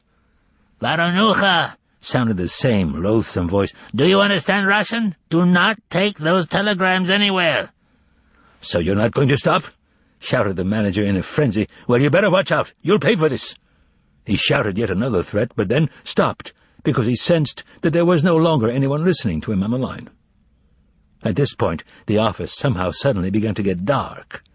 Varanucha ran out, slammed the door behind him, and hurried out to the summer garden through the side door. The manager was agitated and full of energy. After the impudent phone call, he was convinced that a band of hooligans was playing nasty tricks, and that the tricks had something to do with Griboedov's disappearance. A desire to unmask the villains overcame the manager, and, strange as it may seem, he began to experience a sense of pleasant anticipation. This happens when someone is seeking to be the center of attention, the bearer of sensational news. In the garden, the wind blew in the manager's face and got sand in his eyes, as if it were trying to bar his way or give him a warning. A window on the second floor banged so hard that the glass almost flew out. The tops of the maples and lindens rustled uneasily.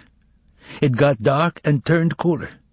The manager rubbed his eyes and saw a yellow-bellied thundercloud crawling low over Moscow. A muffled growl was heard in the distance. Although Varanucha was in a hurry, an irresistible urge compelled him to run into the outside toilet for a second to check if the electrician had put netting over the light. He ran past the shooting gallery and into the thick clump of lilac bushes which sheltered the pale blue lavatory facility. The electrician turned out to have been efficient, for the lamp under the eaves of the men's room was already encased in wire mesh. But the manager was upset to see that even in the pre-storm darkness, pencil and charcoal graffiti were visible on the walls. "What is this?" began the manager, when suddenly a voice behind him purred, "Is that you, Ivan Savyelyevich?" Varanucha shuddered, turned around and saw a short, fat fellow with what seemed to be a cat's face. "It is," came Varanucha's hostile reply. "How very, very nice," said the cat-like fat man in a squeaky voice, and then he suddenly whirled around and gave the manager such a smack on the ear that his cap flew off his head and disappeared into the toilet without a trace. The blow flooded the whole lavatory with tremulous light for an instant, and a clap of thunder sounded overhead. Then the light flashed again, and another figure appeared before the manager. He was short and had fiery red hair, the shoulders of an athlete, a walleye, and a fang. This second fellow, apparently a lefty, landed a blow to the manager's other ear. The sky thundered again in reply, and a downpour hit the wooden roof of the lavatory. "What are you doing? Come on," whispered the half-crazed manager, only then realizing that the word comrades was hardly appropriate for thugs attacking a man in a public restroom. After croaking out citizen, he realized they didn't deserve that name either, and received a third horrible blow, he didn't know who from, which made his nose bleed and spattered the fat man. "What have you got in the briefcase, you parasite?" screamed the cat-like figure in a piercing voice. "Telegrams? Weren't you warned over the phone not to take them anywhere? I'm asking you, weren't you?" "I was warned," spluttered the manager, gasping for breath. "But you ran off anyway. Hand over the briefcase, scum!" shrieked the other one in the same nasal twang that had been heard over the phone, whereupon he pulled the briefcase out of Varanucha's trembling hands. And the two of them grabbed the manager under the arms, dragged him out of the garden, and hauled him down Sadovaya Street. The thunderstorm was raging with full fury. Water groaned and droned and gushed into the sewers, bubbled and swelled in waves, lashed down from the roofs, past the drain pipes, poured through the gateways in foaming streams. Every living being had been washed away from Sadovaya Street, and there was no one to save Ivan Savyelyevich.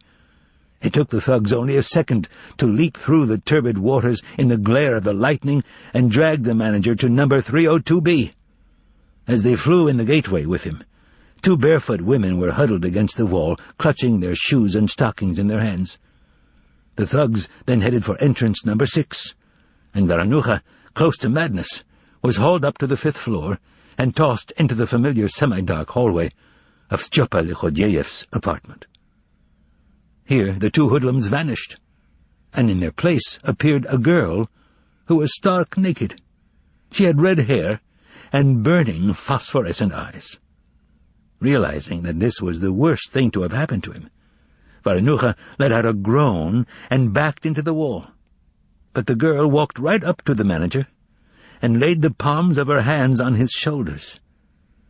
The manager's hair stood on end because he could sense, even through the cold, soaking fabric of his peasant shirt, that those palms were colder still, cold as ice. "Come, "Let me give you a kiss," said the girl tenderly, her shining eyes coming right up to his. Varanucha lost consciousness and did not feel the kiss. Chapter 11. Johann is split in two. The wood on the opposite shore of the river, which just an hour ago had been shining in the May sun, now grew blurry and dim, and then dissolved. A veil of water hung outside the window. Threads of lightning kept flashing in the sky, the heavens split open, and a fearsome, flickering light flooded the sick man's room. Ivan cried softly as he sat on his bed and looked out at the turbid, frothing, bubbling river. With every clap of thunder he let out a piteous cry and covered his face in his hands. Sheets of paper covered with Ivan's writing lay on the floor. They had been blown about by the wind, which had swept through the room before the storm began. The poet's attempts to compose a report on the terrible consultant had come to nothing. As soon as he received a pencil stub and some paper from the stout nurse, whose name was Praskovia Fyodorovna, he had rubbed his hands together in a businesslike fashion and hastily set to work at the bedside table. He had dashed off a smart beginning. To the police.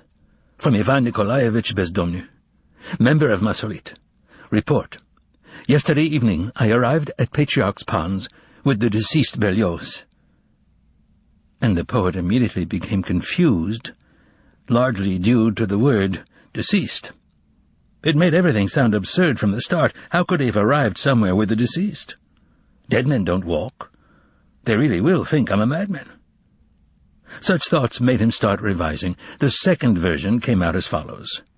With Berlioz, later deceased. That didn't satisfy the author either. He had to write a third version, and that came out even worse than the other two. With Berlioz, who fell under a streetcar. What was irksome here was the obscure composer who was Berlioz's namesake. He felt compelled to add, not the composer.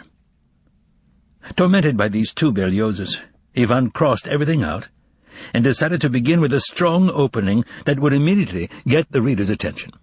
He began with a description of the cat boarding the streetcar, and then went back to the episode of the severed head.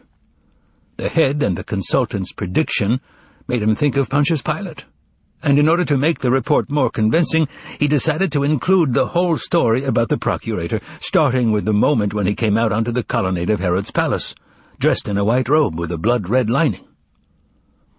Ivan worked hard, crossing out what he had written and adding new words. He even tried to do drawings of Pontius Pilate and of the cat on its hind legs. But the drawings didn't help either, and the more the poet worked, the more confused and incomprehensible his report became. By the time an ominous storm cloud with smoking edges had appeared from the distance and enveloped the woods, and the wind had blown the papers off the table, Ivan felt drained of energy and unable to cope with the report. Making no effort at all to pick up the scattered pages, he burst into silent and bitter tears. The kind-hearted nurse, Praskovia Fyodorovna, came by to check on Ivan during the storm and was upset to see him crying. She closed the blinds so that the lightning would not frighten him, picked up the papers from the floor, and ran off with them to get the doctor. The doctor appeared, gave Ivan an injection in his arm, and assured him that he would stop crying, that now everything would pass, everything would change, and all would be forgotten. The doctor turned out to be right. The wood across the river started to look as it had before. It stood out sharply down to the last tree beneath the sky which had been restored to its former perfect blueness, and the river grew calm. Ivan's anguish began to diminish right after the injection, and now the poet lay peacefully, gazing at the rainbow spread across the sky.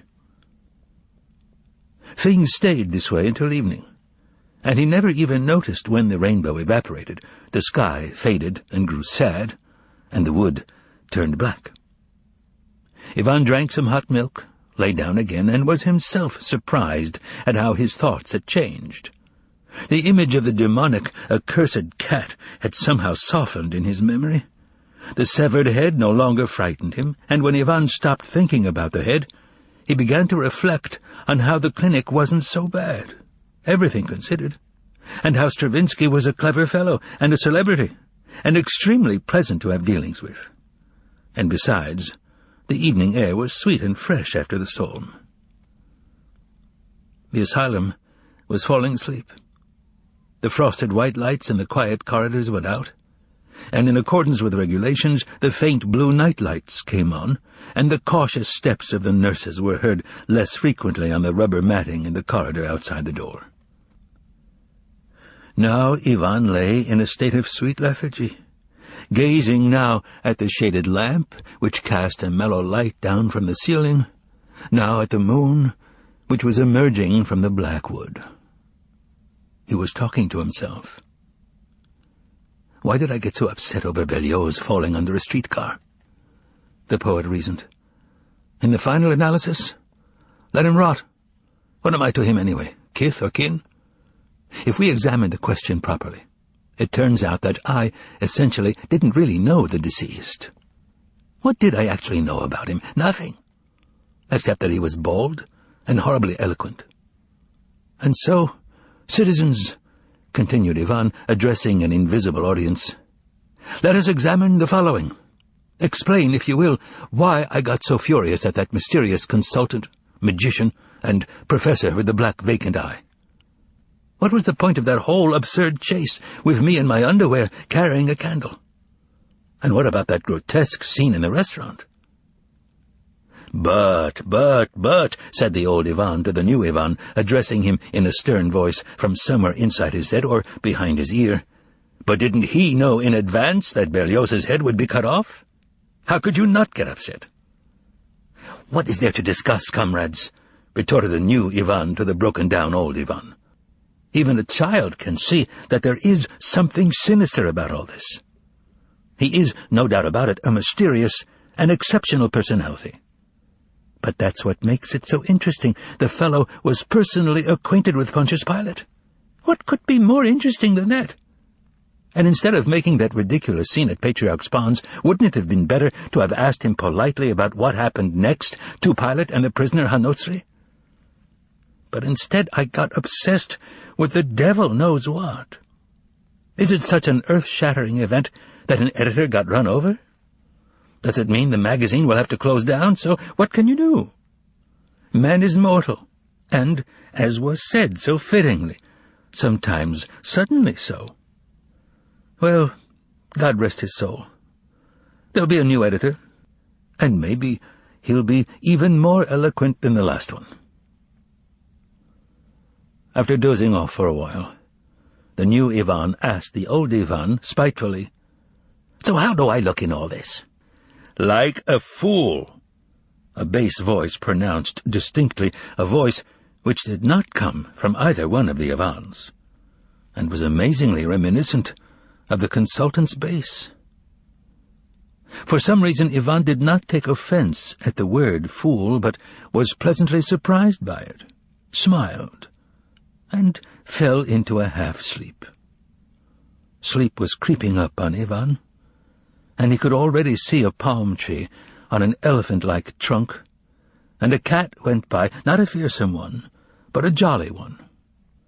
And in short, sleep was about to engulf him, when suddenly the window grill moved aside noiselessly, and a mysterious figure who was trying to hide from the moonlight appeared on the balcony and shook a warning finger at Ivan. Not feeling the least bit afraid, Ivan raised himself in bed and saw that there was a man on the balcony. And this man pressed his finger to his lips and whispered, "Shh."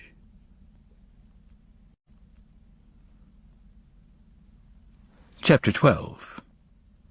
Black Magic and its Exposé. A little man with a pear-shaped, raspberry-colored nose, wearing checked trousers, patent leather shoes, and a yellow bowler hat full of holes, rode out onto the stage of the Variety Theatre on an ordinary two-wheeled bicycle.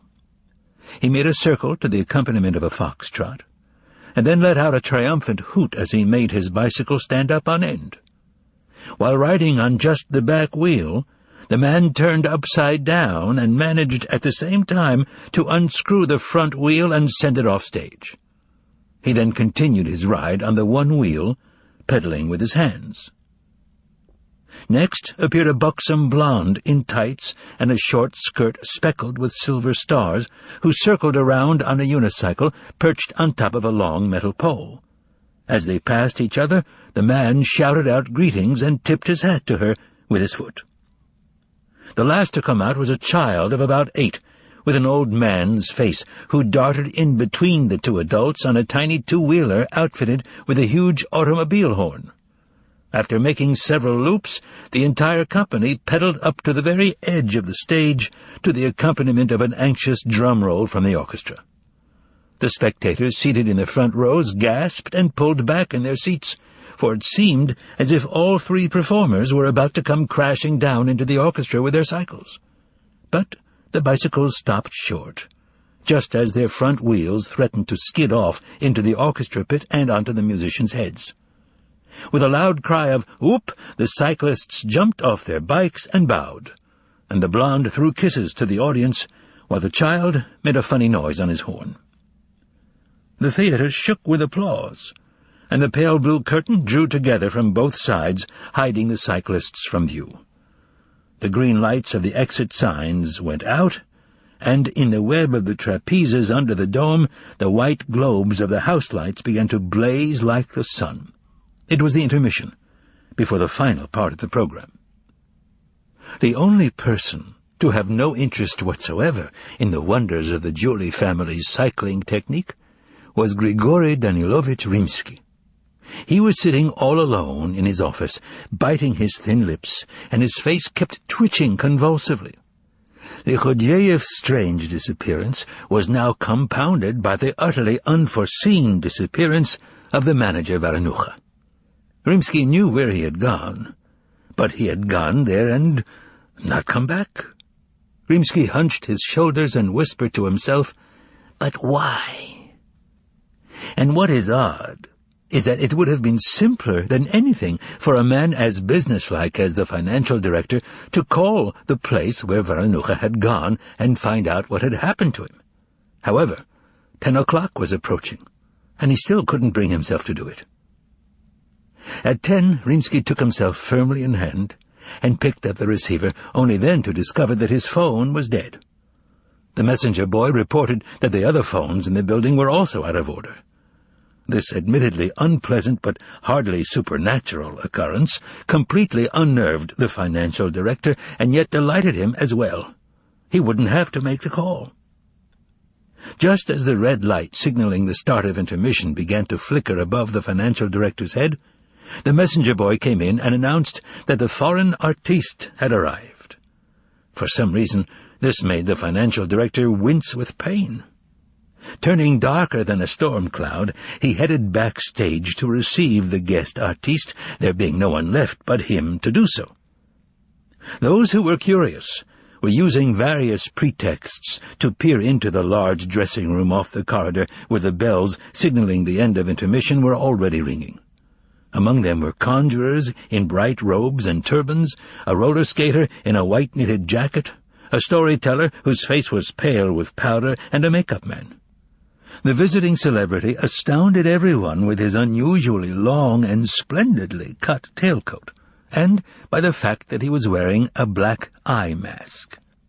But even more amazing were the black magician's 2 companions, a tall fellow in checks with a broken pince-nez and a fat black cat who walked into the dressing room on his hind paws and then proceeded to make himself comfortable on the couch, squinting at the naked bulbs on the makeup mirror. Trying to put a smile on his face, which only made it look sour and mean, Rimsky bowed to the silent magician who was sitting on the couch next to the cat. No one shook hands, but the overly familiar fellow in checks introduced himself as their assistant. This surprised the financial director, and unpleasantly so, since there had been absolutely nothing in the contract about any assistant. Dryly and very tensely, Grigory Danilovich asked the fellow in checks who had fallen on him out of the blue where the artiste's equipment was. "Why, our most precious director, our diamond from heaven, how quaint you are," answered the magician's assistant in a quavering voice. "Our equipment is always with us. Here it is. 1, 2, 3. He then wiggled his gnarled fingers in front of Rimsky's eyes and suddenly pulled out Rimsky's gold watch and chain from behind the cat's ear. Up until now it had been in the financial director's vest pocket, underneath his buttoned jacket, with its chain looped through the buttonhole. Rimsky grabbed his stomach involuntarily. The onlookers gasped, and the makeup man, who was peering in through the door, clucked approvingly. "Could this be your watch? Please take it," said the fellow in checks, smiling in an overly familiar way as he handed the flustered Rimsky his property on a grubby palm. "You wouldn't want to get on a streetcar with the likes of him," whispered the storyteller gaily to the makeup man. But then the cat pulled a trick that was even more skillful than the one with Rimsky's watch. Suddenly rising from the couch, he walked on his hind paws to the table under the mirror, pulled the stopper out of the carafe, poured some vodka into a glass, drank it, put the stopper back in place, and then wiped his whiskers off with a makeup rag. This time no one even gasped. Mouths simply opened wide, and the makeup man whispered ecstatically, "Now that's first class." At this point, the third bell rang, and everyone, keyed up and anticipating an exciting act, rushed out of the dressing room. A minute later, the lights dimmed in the auditorium, and the footlights came on, casting a reddish glow on the bottom of the curtain. A stout fellow, clean-shaven and cheerful as a baby, wearing rumpled tails and soiled linen, appeared through the brightly lit opening in the curtain and stood before the audience. This was the master of ceremonies, Georgy Biengalski, well known to all of Moscow. "And so, citizens," began Biengalski, smiling a baby-like grin, "now I would like to present—" Here he interrupted himself and began speaking in a different tone. "I see that our audience has increased for the third part of the program. Half the city is here with us today. Just recently, I met a friend and said to him, 'Why don't you come and see us?' Yesterday, half the city was here, and he says, 'But I live in the other half.'" Biengalski paused, expecting a burst of laughter. But when none came, he continued, "And so I would like to present the famous foreign artiste, Monsieur Voland, in a performance of black magic. Of course, you and I know," here Biengalski smiled a knowing smile, "that there is no such thing in the world as black magic, and it is nothing other than superstition, and that Maestro Voland is simply a master of conjuring technique, a fact which will become obvious in the most interesting part of his performance, that is, when he reveals the secrets behind his technical skill. And so, since we all applaud both expertise and its exposé, let us welcome Mr. Voland."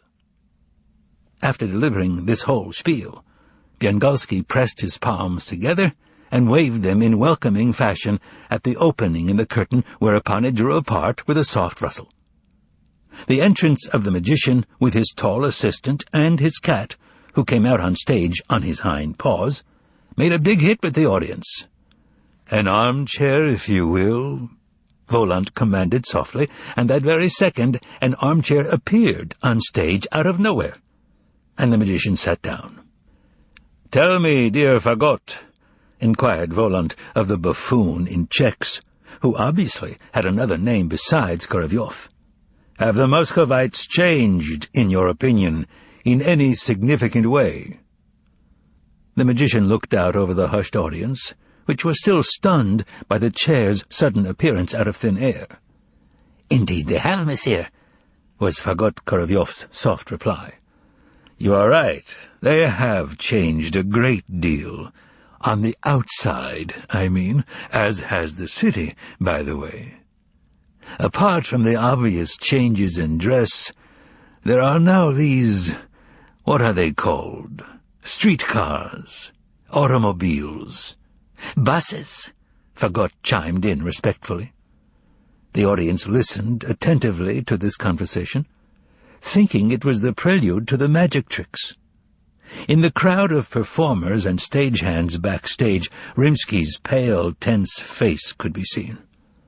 Biengalski, who had moved to the side of the stage, began to look bewildered. He raised his eyebrows slightly, and, taking advantage of the pause, said, "The foreign artiste is expressing his delight with Moscow, which has advanced technologically, and with its inhabitants as well." Here Biengalski smiled twice, first at the orchestra, and then at the gallery. Voland, Fagot, and the cat turned their heads toward the master of ceremonies. "Did I really express delight?"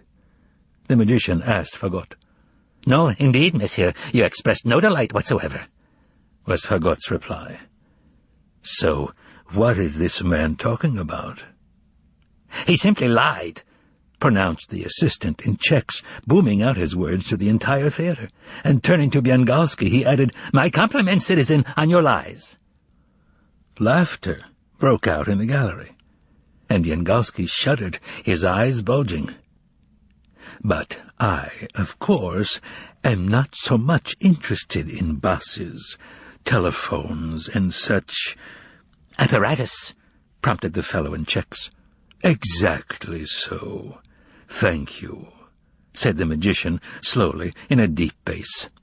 "A much more important question is, have the Muscovites changed on the inside?"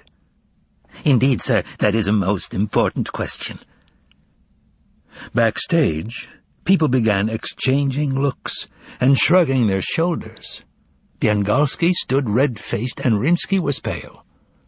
But at this point the magician seemed to sense the growing alarm and said, "However, we've gotten carried away, dear Fagot, and the audience is beginning to get bored. Show us something simple, for starters." The audience stirred with relief. Fagot and the cat walked along the footlights to opposite ends of the stage. Fagot snapped his fingers and shouted cavalierly, "3, 4, He then pulled a deck of cards out of thin air, shuffled it, and tossed it like a ribbon to the cat. The latter caught the ribbon of cards and threw it back. The satin snake gave a snort, Fagot opened his mouth wide like a fledgling, and swallowed all of it, card after card. After that the cat made a bow, shuffled his right hind paw, and received thunderous applause. "First class! First class!" people cried rapturously from backstage. Fagot pointed his finger at the orchestra section and announced, "The deck of cards is now, my esteemed citizens, in row 7 in Citizen Parchevsky's possession, that is, lodged just in between a 3-ruble note and a summons to appear in court for non-payment of alimony to Citizeness Zelkova." People in the orchestra began to stir and rise from their seats. And finally, a man whose name was, in fact, Parchevsky, and who had turned red with astonishment, retrieved the deck of cards from his wallet and, not knowing what else to do with it, began poking it in the air. "Keep it as a souvenir," yelled Fagot. "You weren't kidding yesterday when you said at supper that if it weren't for poker, your life in Moscow would be totally unbearable." "That's an old trick," shouted someone from the balcony. "The guy in the orchestra is part of the act." "You think so?" bellowed Fagot, narrowing his eyes at the balcony. "In that case, you're part of the act, too, because now the deck is in your pocket." There was a stir in the balcony, and a joyous voice rang out, "It's true! He does have it! Here, but wait! They're 10-ruble notes!" The spectators in the orchestra turned their heads. In the balcony, a perplexed citizen had found a packet of bills in his pocket, wrapped the way they are at the bank, with the words 1,000 rubles written on top. His neighbors descended upon him, while he, flabbergasted, picked at the wrapper with his nail, trying to ascertain whether the notes were real or make-believe. "By God, they're real! 10-ruble notes!" came joyous shouts from the balcony. "Play me a game with a pack like that," said a fat man merrily, who was seated in the center of the orchestra. "Avec plaisir," replied Fagot. "But why just you? Everyone will take part." And he gave a command. "Everybody, look up, please!" 1, a pistol appeared in his hand. 2, he shouted. The pistol jerked upwards. 3, he shouted. There was a flash, a bang, and suddenly white pieces of paper began to rain down onto the hall, falling from the dome ceiling and diving in between the trapezes. They whirled all around, scattered off to the sides, pelted the balcony, piled into the orchestra pit and onto the stage. Within seconds, growing thicker as it fell, the rain of bills had reached the seats, and the audience began catching them. Hundreds of hands went up. People held the bills up to the light from the stage and found watermarks that were perfectly genuine and authentic. The smell of the bills also left no room for doubt. It was the incomparably delectable smell of newly minted money. First merriment and then astonishment swept the theatre. It was all abuzz with the words, 10-ruble notes, 10-ruble notes. And happy laughter was heard, and shouts of, "Ah! Ah!" Some people were already crawling in the aisles, looking under the seats, and many were standing on top of their seats, trying to catch the capriciously twirling bills. The faces of the policemen began to look more and more bewildered, and performers piled out from backstage. In the dress circle, a voice was heard saying, "What's that you're grabbing? That's mine. It was coming toward me." Another voice yelled, "Don't push me or I'll push you back." And suddenly a slap was heard, whereupon a policeman's helmet appeared in the dress circle, and someone was taken away. The general excitement grew in intensity, and no one knows how it all would have ended if Fagot had not put a stop to the shower of rubles by suddenly blowing into the air. Two young men exchanged a happy and meaningful glance, got up from their seats, and headed straight for the buffet. The theatre was abuzz, and all eyes gleamed with excitement. Yes, who knows how it all would have ended if Biengalski had not summoned up the strength to do something. Making an effort to regain his composure, he rubbed his hands together in his customary way, and his voice resonated loudly. "Citizens, we have just witnessed an example of so-called mass hypnosis, a purely scientific experiment designed to prove beyond a doubt that there are no miracles and that magic does not exist. Let's ask Maestro Voland to show us how the experiment was done. Now, citizens, you shall see how these paper bills that seem to be money will disappear as suddenly as they appeared." Here he began to clap, but no one joined in. As he clapped, a confident smile played on his face, but that same confidence was not reflected in his eyes. They, on the contrary, were full of entreaty. The audience did not like Biengalski's speech. A total silence ensued, which was then broken by the checked Fagot. "Yet another example of what we call balderdash," he announced in a loud, braying tenor. "The paper bills, citizens, are real money." "Bravo!" a bass bellowed out from somewhere on high. "And by the way," said Fagot, pointing at Biengalski, "this fellow is getting to be a bore. He keeps butting in when nobody asks him to, and spoiling the performance with his bogus comments. What should we do with him?" "Tear off his head," came a stern voice from the balcony. "What did you say? What was that?" said Fagot, responding to the ugly suggestion. "Tear off his head? Now, that's an idea! Behemoth!" he screamed to the cat. "Do it! 1, 2, 3! Then an incredible thing happened. The cat's black fur stood on end, and he let out a spine-tingling meow. Then he shrunk into a ball and, like a panther, lunged straight at Biengalski's chest, and from there leaped onto his head. With a low growl, the cat stuck his chubby paws into the MC's greasy hair, and, with a savage howl, tore the head off its thick neck in 2 twists. The 2,500 people in the theatre screamed in unison. Fountains of blood spurted from the severed arteries in the neck and poured down the MC's shirt front and tailcoat. The headless body's legs buckled absurdly, and it plopped onto the floor. The hysterical screams of women were heard. The cat handed the head to Fagot, who lifted it up by the hair and showed it to the audience, and the head cried out desperately to the whole theatre, "Get a doctor!" "Are you going to keep on talking rubbish?" Fagot inquired of the weeping head in threatening tones. "I won't any more," rasped the head. "Stop torturing him, for God's sake!" shouted a woman in the loge. The magician turned in her direction. "So, ladies and gentlemen, should we forgive him?" asked Fagot, addressing the audience. "Yes, forgive him," shouted individual and, for the most part, female voices, which then joined with male voices to form a single chorus. "What is your command, monsieur?" asked Fagot of the man in the mask.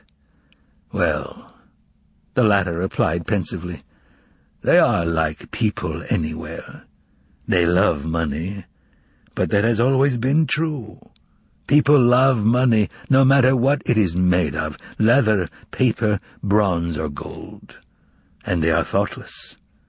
But then again, sometimes mercy enters their hearts. They are ordinary people. On the whole, they remind me of their predecessors. Only the housing shortage has had a bad effect on them." And in a loud voice he commanded, "Put his head back on." Taking care to make sure it was on right, the cat plopped the head back in place, and it sat on the neck as if it had never left. And most important, not even a scar was left on the neck. The cat swept his paws over Biangalski's shirt front and tailcoat, and the bloodstains vanished. Fagot lifted the seated Biangalski to his feet, stuck a packet of 10-ruble bills into his coat pocket, and directed him off stage with the words, "Get lost. It's more fun without you." Swaying and looking around in a daze, the MC made it only as far as the fire extinguisher, and there he got sick. He cried in woe, "My head! My head!" Rimsky was among those who rushed over to him. The MC cried, grabbed at the air with his hands, and mumbled, "Give me back my head! Give me back my head! Take my apartment! Take my pictures! Only give me back my head!" A messenger ran for a doctor. People urged Biangalski to lie down on a couch in the dressing-room, but he fought them off and got rowdy. An ambulance had to be called. When the unfortunate MC had been carted off, Rimsky ran back to the stage, only to find new miracles in progress. And by the way, it was either then or a short time before that the magician and his faded armchair disappeared from the stage, something which the audience failed to notice, totally absorbed, as it was, in the extraordinary things Fagot was doing on stage. After dispatching the ailing MC, Fagot made the following announcement. "Now that we've gotten rid of that bore, let's open a store for the ladies." Suddenly, the stage floor was covered with Persian rugs. Huge mirrors appeared, illuminated along the sides by elongated green bulbs, and between the mirrors were glass display cases, where the audience, in a state of happy bedazzlement, beheld Parisian frocks in various colors and styles. These were in some of the cases, and in others were hundreds of hats, with feathers and without, and hundreds of shoes, with buckles and without, black, white, yellow, leather, satin, suede, shoes with straps, and shoes with gems. Containers of perfume appeared among the shoes, as well as mountains of chamois, satin, and silk handbags, with piles of elongated, embossed gold lipstick cases scattered in between them. The devil only knows where the red-haired girl in the black evening dress came from, who was standing by the display cases with a proprietary smile, her beauty marred only by a strange scar on her neck. With a saccharine smile, Fagot announced to the women in the audience that the store would exchange their old clothes and shoes for Parisian styles and Parisian shoes. He added that the same sort of exchange would apply to handbags and the like. The cat scraped his hind paw and, simultaneously, gestured with his front paw the way doormen do upon opening the door. Sweetly, albeit with a touch of throatiness, the redhead began to recite words which were baffling but seductive, judging by the women's faces in the orchestra. Guerlain, Chanel No. 5, Mitsuko, Narcisse Noir, evening gowns, cocktail dresses. Fagot twisted and squirmed, the cat bowed, and the girl opened the glass cases. "Be our guests," bellowed Fagot. "No need to be shy or stand on ceremony." The audience was excited, but no one as yet made any move to go up on stage. Finally, a brunette stepped out of the 10th row of the orchestra and, smiling as if to say she had nothing better to do, came down the aisle and walked up the side stairs to the stage. "Bravo!" cried Fagot. "Greetings to our first customer. Behemoth, bring the lady a chair. Shall we begin with shoes, madame?" The brunette sat down in the chair, whereupon Fagot laid out a whole pile of shoes on the carpet in front of her. She took off her right shoe, tried on a lilac one, tapped her foot on the carpet, and examined the heel. "Won't they pinch?" she asked thoughtfully. "Madame, madame!" exclaimed Fagot in offended tones, and the cat gave an insulted meow. "I'll take this pair, monsieur," said the brunette with dignity as she put on the other shoe. The brunette's old shoes were thrown behind the curtain, and she herself headed in that direction, accompanied by the redhead and Fagot, who was carrying hangers draped with an assortment of dresses in different styles. The cat fussed about, offered assistance, and hung a tape measure around his neck in order to look more important. A minute later the brunette came out from behind the curtain, wearing a dress that made the entire orchestra section gasp. The brave woman, whose appearance had improved amazingly, stopped in front of the mirror, straightened her bare shoulders, touched the hair at the back of her neck, and twisted around, trying to get a look at herself from the rear. "The firm asks you to accept this as a memento," said Fagot, handing her an open box with a bottle of perfume inside. "Merci," the brunette answered haughtily, and she went back down to her seat. As she walked up the aisle, people jumped up trying to touch the box. And at this point, all hell broke loose. Women came onto the stage from all directions. Above the general din of excited chatter, laughter, and sighs, a man's voice was heard saying, "I won't let you," and a woman's voice riposting, "Tyrant, Philistine, don't break my arm." Women disappeared behind the curtain, left their dresses there, and came out wearing new ones. An entire row of ladies sat on gilt-legged stools, energetically tapping the carpet with their newly shod feet. Fagot was down on his knees, assisting with a metal shoehorn. The cat was wearing himself out, trudging back and forth between the display cases and the stools, weighted down with piles of handbags and shoes. The redhead with the disfigured neck would appear and disappear, and it got to the point where she was chattering away exclusively in French. And amazingly, the women understood everything she said, even those who did not know a word of French. There was general astonishment when a man made his way onto the stage and announced that his wife had influenza and that he was there to ask for something on her behalf. To prove that he was married, the man was ready to show his passport. The declaration of the concerned husband provoked laughter. Fagot yelled that he believed him completely even without a passport, and handed him 2 pairs of silk stockings. The cat, for his part, threw in a lipstick case. The women who were latecomers rushed onto the stage, while the lucky ones poured off it, dressed in ball gowns, lounging pajamas with dragons, severely cut suits, and hats tilted over the eyebrow. Then Fagot announced that due to the late hour, in exactly 1 minute, the store would be closing until tomorrow evening. There was an incredible uproar on stage. Women snatched up shoes in haste without even trying them on. One woman swept behind the curtain like a tempest, tore off her clothes, and grabbed the first thing in sight, a silk robe with a huge floral design, and for good measure, she grabbed 2 bottles of perfume, too. Exactly a minute later, a shot rang out, the mirrors disappeared, the display cases and stools vanished, and the carpet melted into thin air along with the curtain. The last thing to disappear was the mountain of old dresses and shoes, and the stage again became stark, empty, and bare. And then a new character got involved in the act. A pleasant, resonant, and very persistent baritone was heard coming from box number 2. "Just the same, citizen artiste. It would be much appreciated if you would reveal to the audience the techniques you use in your magic, especially the trick with the paper bills. The return of the MC to the stage would also be appreciated. The audience is worried about his fate." The baritone belonged to none other than Arkady Apollonovitch Sempleyarov, a guest of honor at that evening's performance, and the chairman of the Acoustics Commission for Moscow theaters. Arkady Apollonovitch was seated in a box with 2 ladies, one older, expensively and stylishly dressed, and the other young, pretty, and dressed more simply.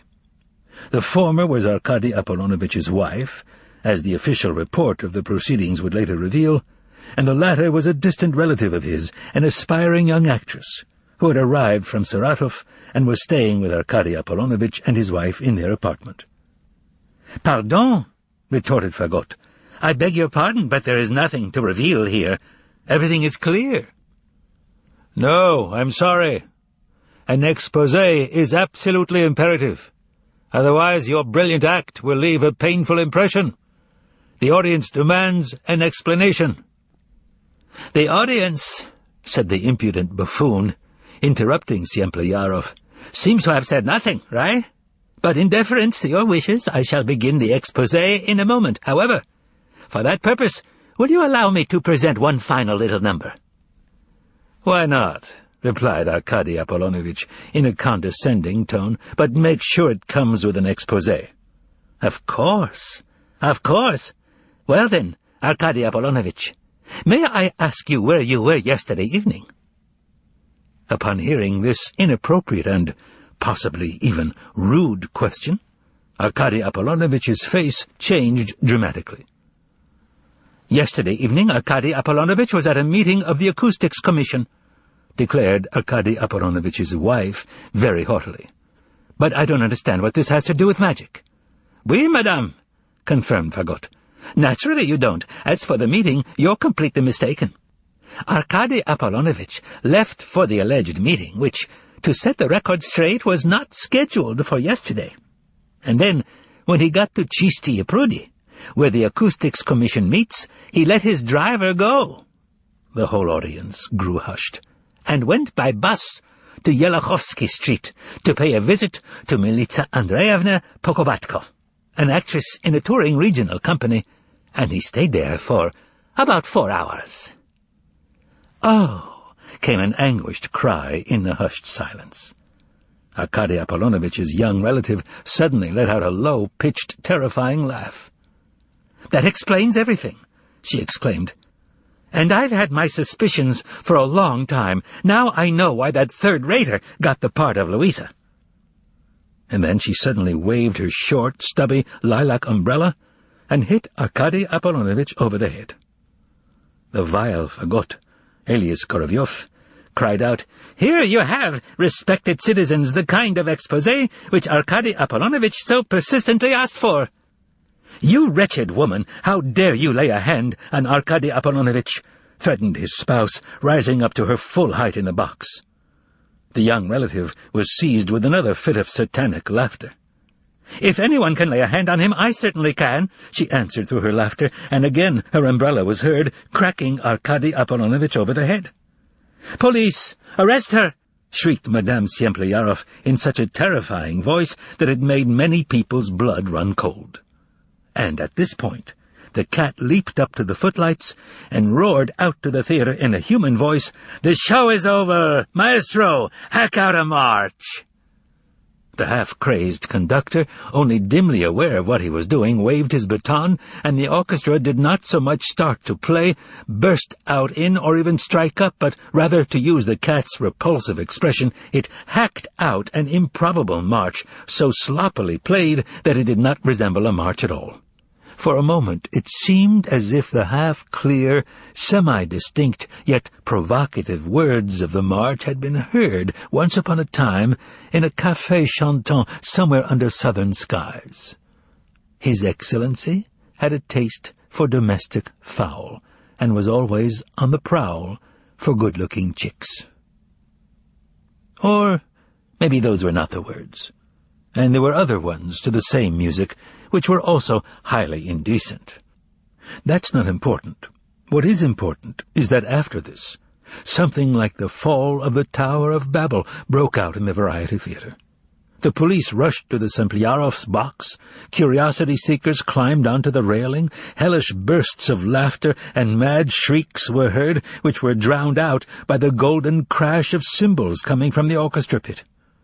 And the stage was suddenly empty, and both the trickster Fagot and the huge brazen cat Behemoth had melted into thin air and vanished. just as the magician and his faded armchair had vanished before them.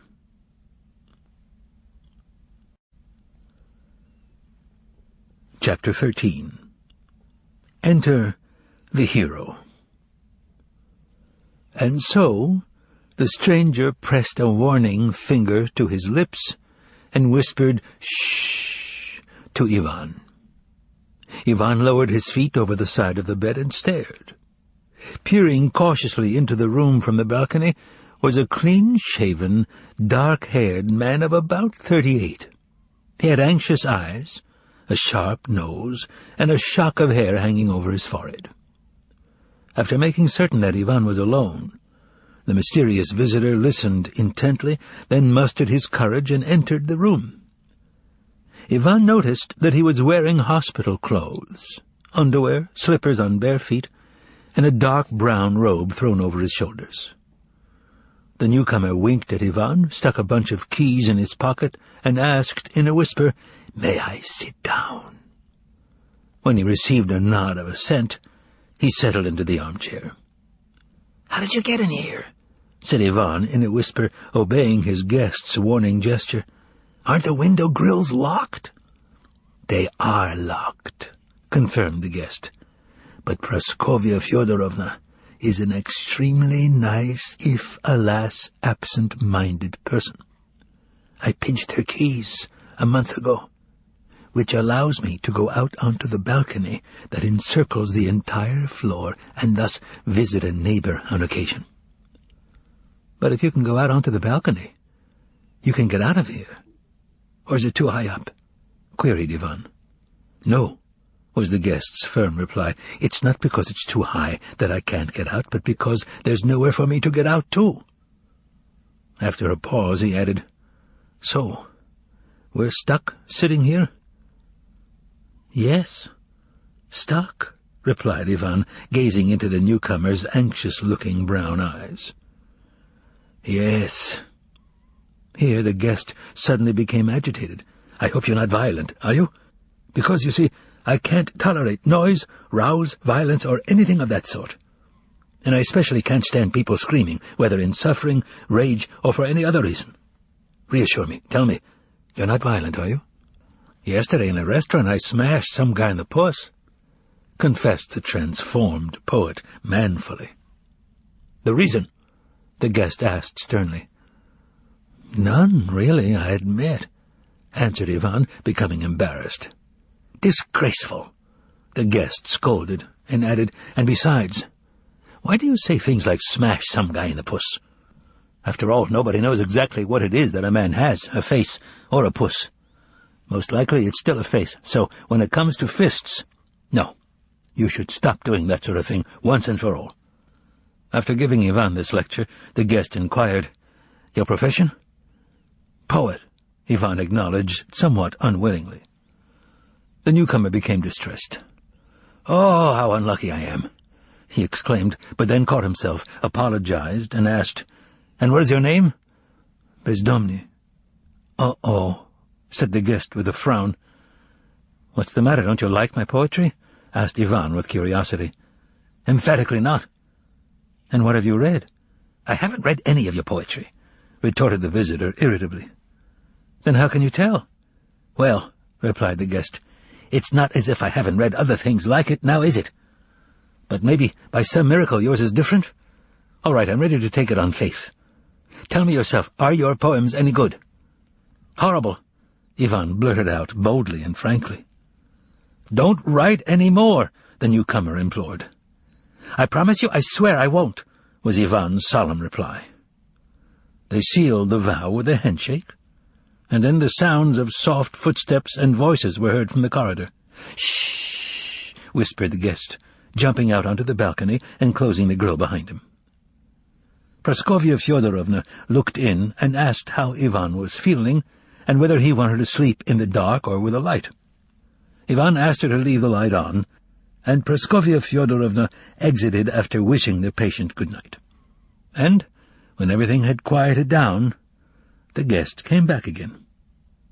He told Ivan in a whisper that a new patient had just been brought into room 119, a fat fellow with a purple face, who kept muttering something about foreign currency in the ventilator shaft, and who swore that evil powers had settled into his building on Sadovaya Street. He's cursing out Pushkin for all he's worth and shouting, "Kurolyesov, encore, encore," said the guest, twitching anxiously. When he calmed down, he took a seat and said, "But never mind about him," and continued his conversation with Ivan. "So how did you end up here?" "Because of Pontius Pilate," Ivan replied, looking sullenly down at the floor. "What?" shouted the guest, abandoning caution and then clamping his hand over his mouth. "A striking coincidence. I beg you, tell me all about it." Feeling for some reason that he could trust the stranger, Ivan began telling him about yesterday's happenings at Patriarch's Ponds, starting out haltingly and timidly, but then growing bolder as he went along. And indeed Ivan Nikolaevich found a sympathetic listener in this mysterious key-thief. The guest did not treat Ivan as if he were a madman, showed the greatest interest in what he was saying, and became ecstatic as the story progressed. He kept interrupting Ivan with exclamations. Well, go on, I beg you. Only in the name of all that's holy, don't leave anything out."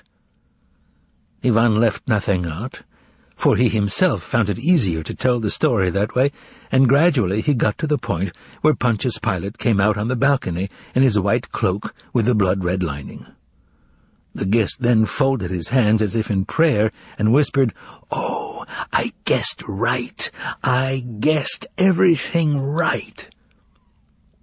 Following the description of Berlioz's horrible death, the listener made a puzzling remark, and his eyes flashed with hatred.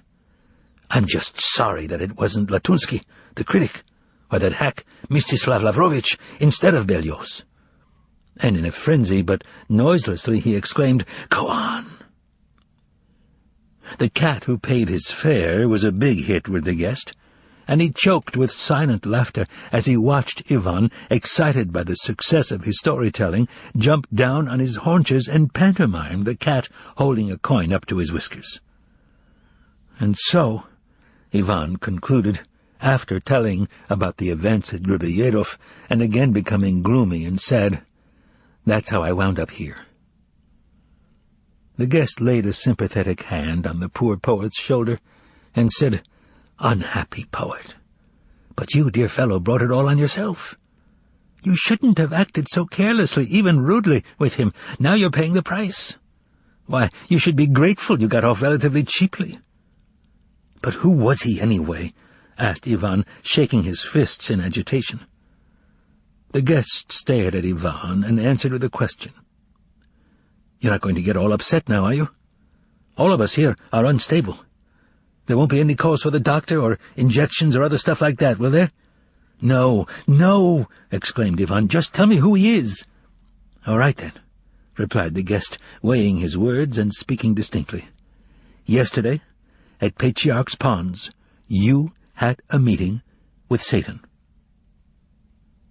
As he had promised, Ivan did not go berserk, but he was, nevertheless, totally flabbergasted. "That can't be. He doesn't exist. I beg your pardon. You're the last person in the world who should say such a thing.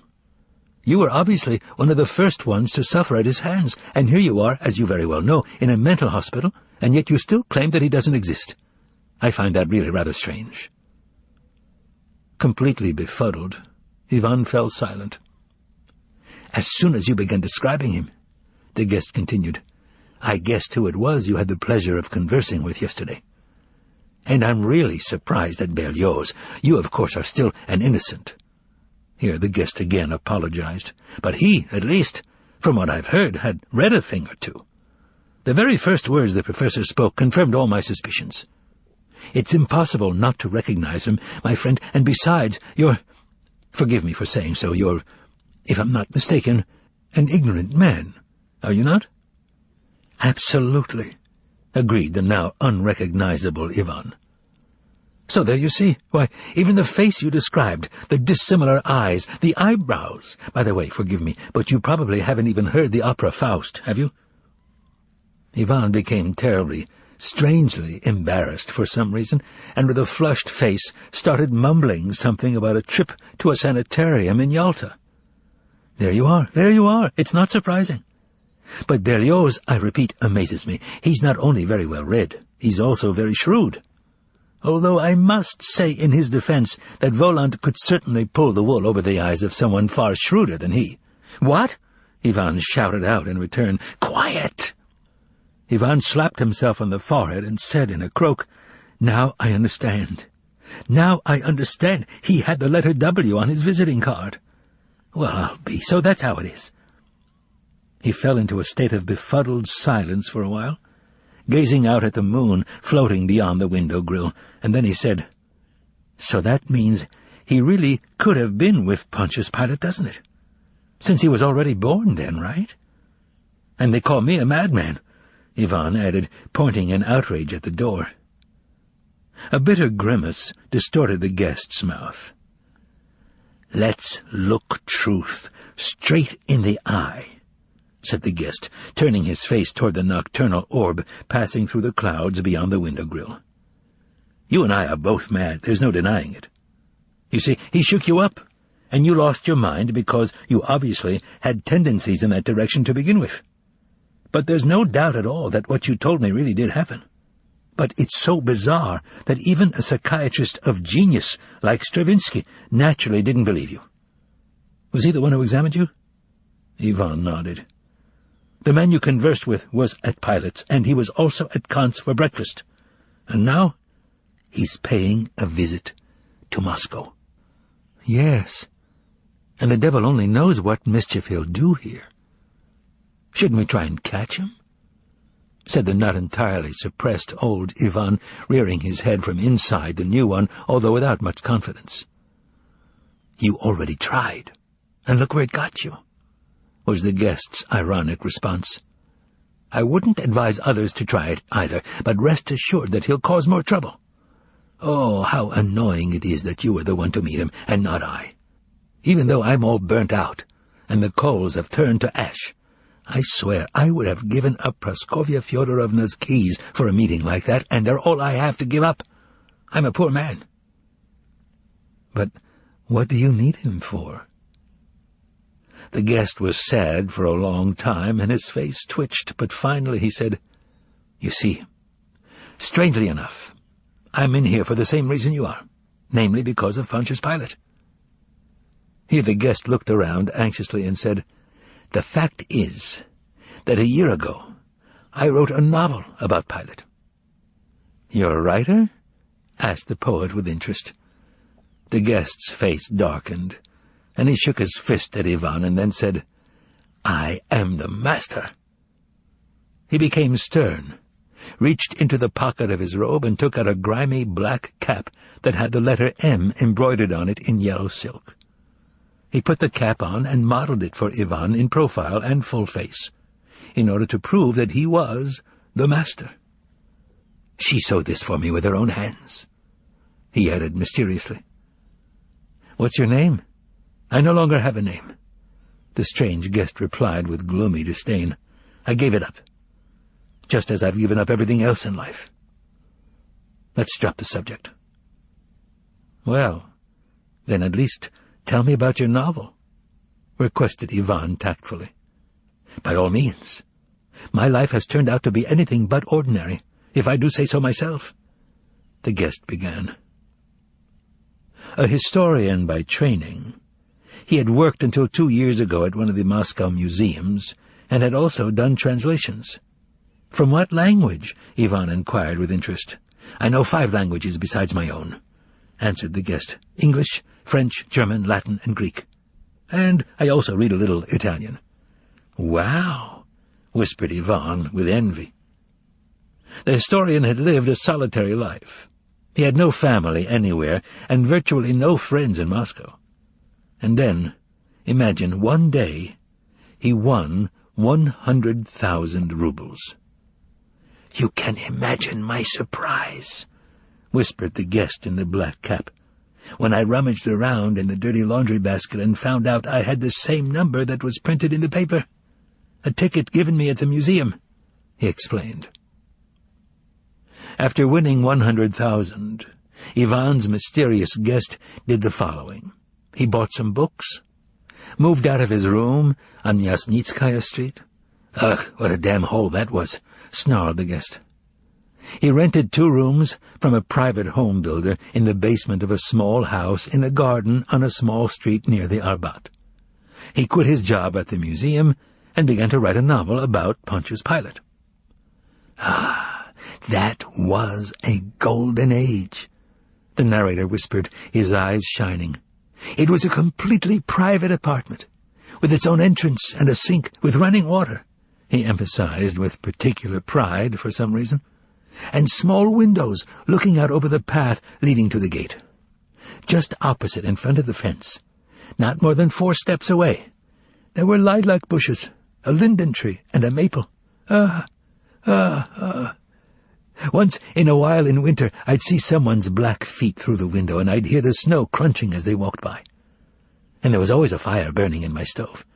But then spring came suddenly, and through the dim glass I saw the lilac branches, which had first been bare, now dressed in green.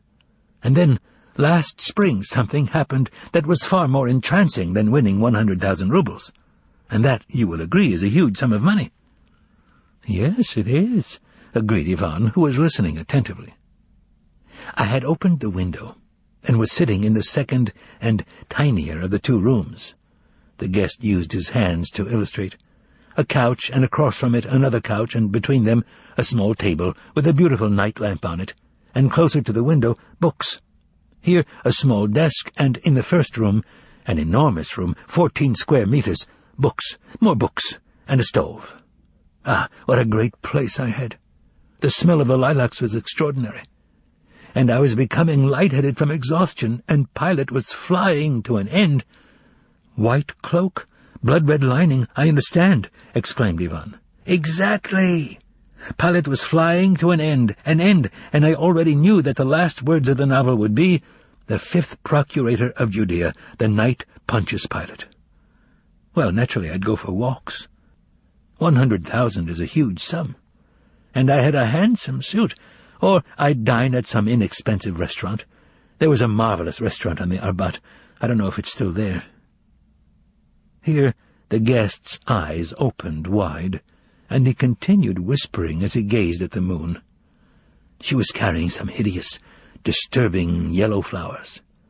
The devil only knows what they're called, but for some reason they're the first ones to bloom in Moscow. And those flowers stood out very distinctly against her black spring coat.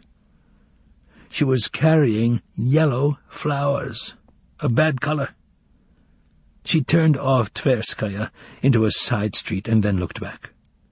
Do you know Tverskaya? Thousands of people were walking along Tverskaya, but I assure you she saw only me, and she gave me a look that was not merely anxious, but even pained. And I was struck not so much by her beauty, as by the extraordinary, incomparable loneliness in her eyes.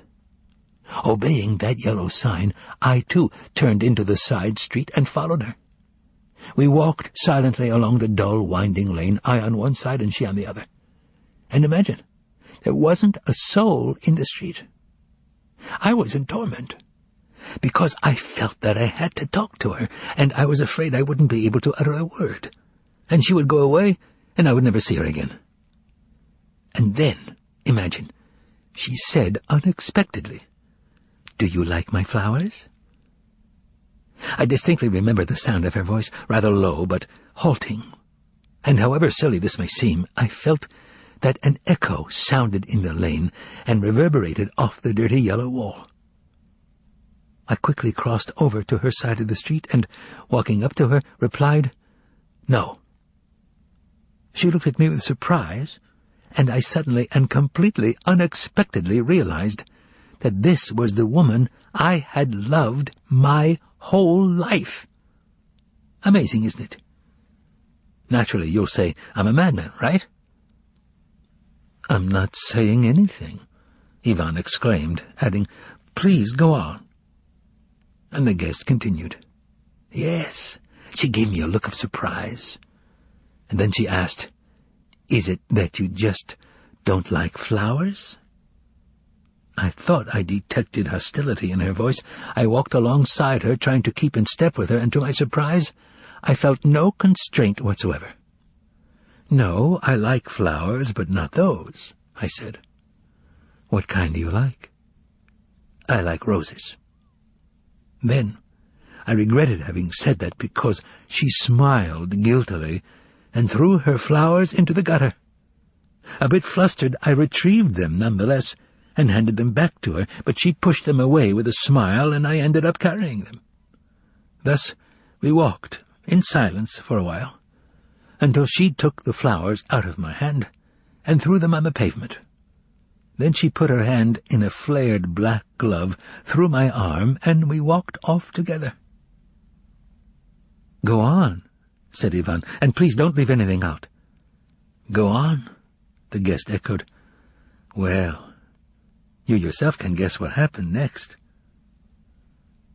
Suddenly he wiped away an unexpected tear with his right sleeve and continued. "Just like a murderer jumps out of nowhere in an alley, love jumped out in front of us and struck us both at once, the way lightning strikes or a Finnish knife. She, by the way, would later say that it wasn't like that we had, of course, loved each other for a very long time, without knowing or ever having seen each other, and that she was living with another man. And I was then with that— what's her name?" "With whom?" asked Bezdomny. With that, the guest answered, snapping his fingers. "You were married?" "Well, yes, that's why I'm snapping my fingers. To that Varyenka. Varyenka, with the striped dress at the museum. But I can't remember.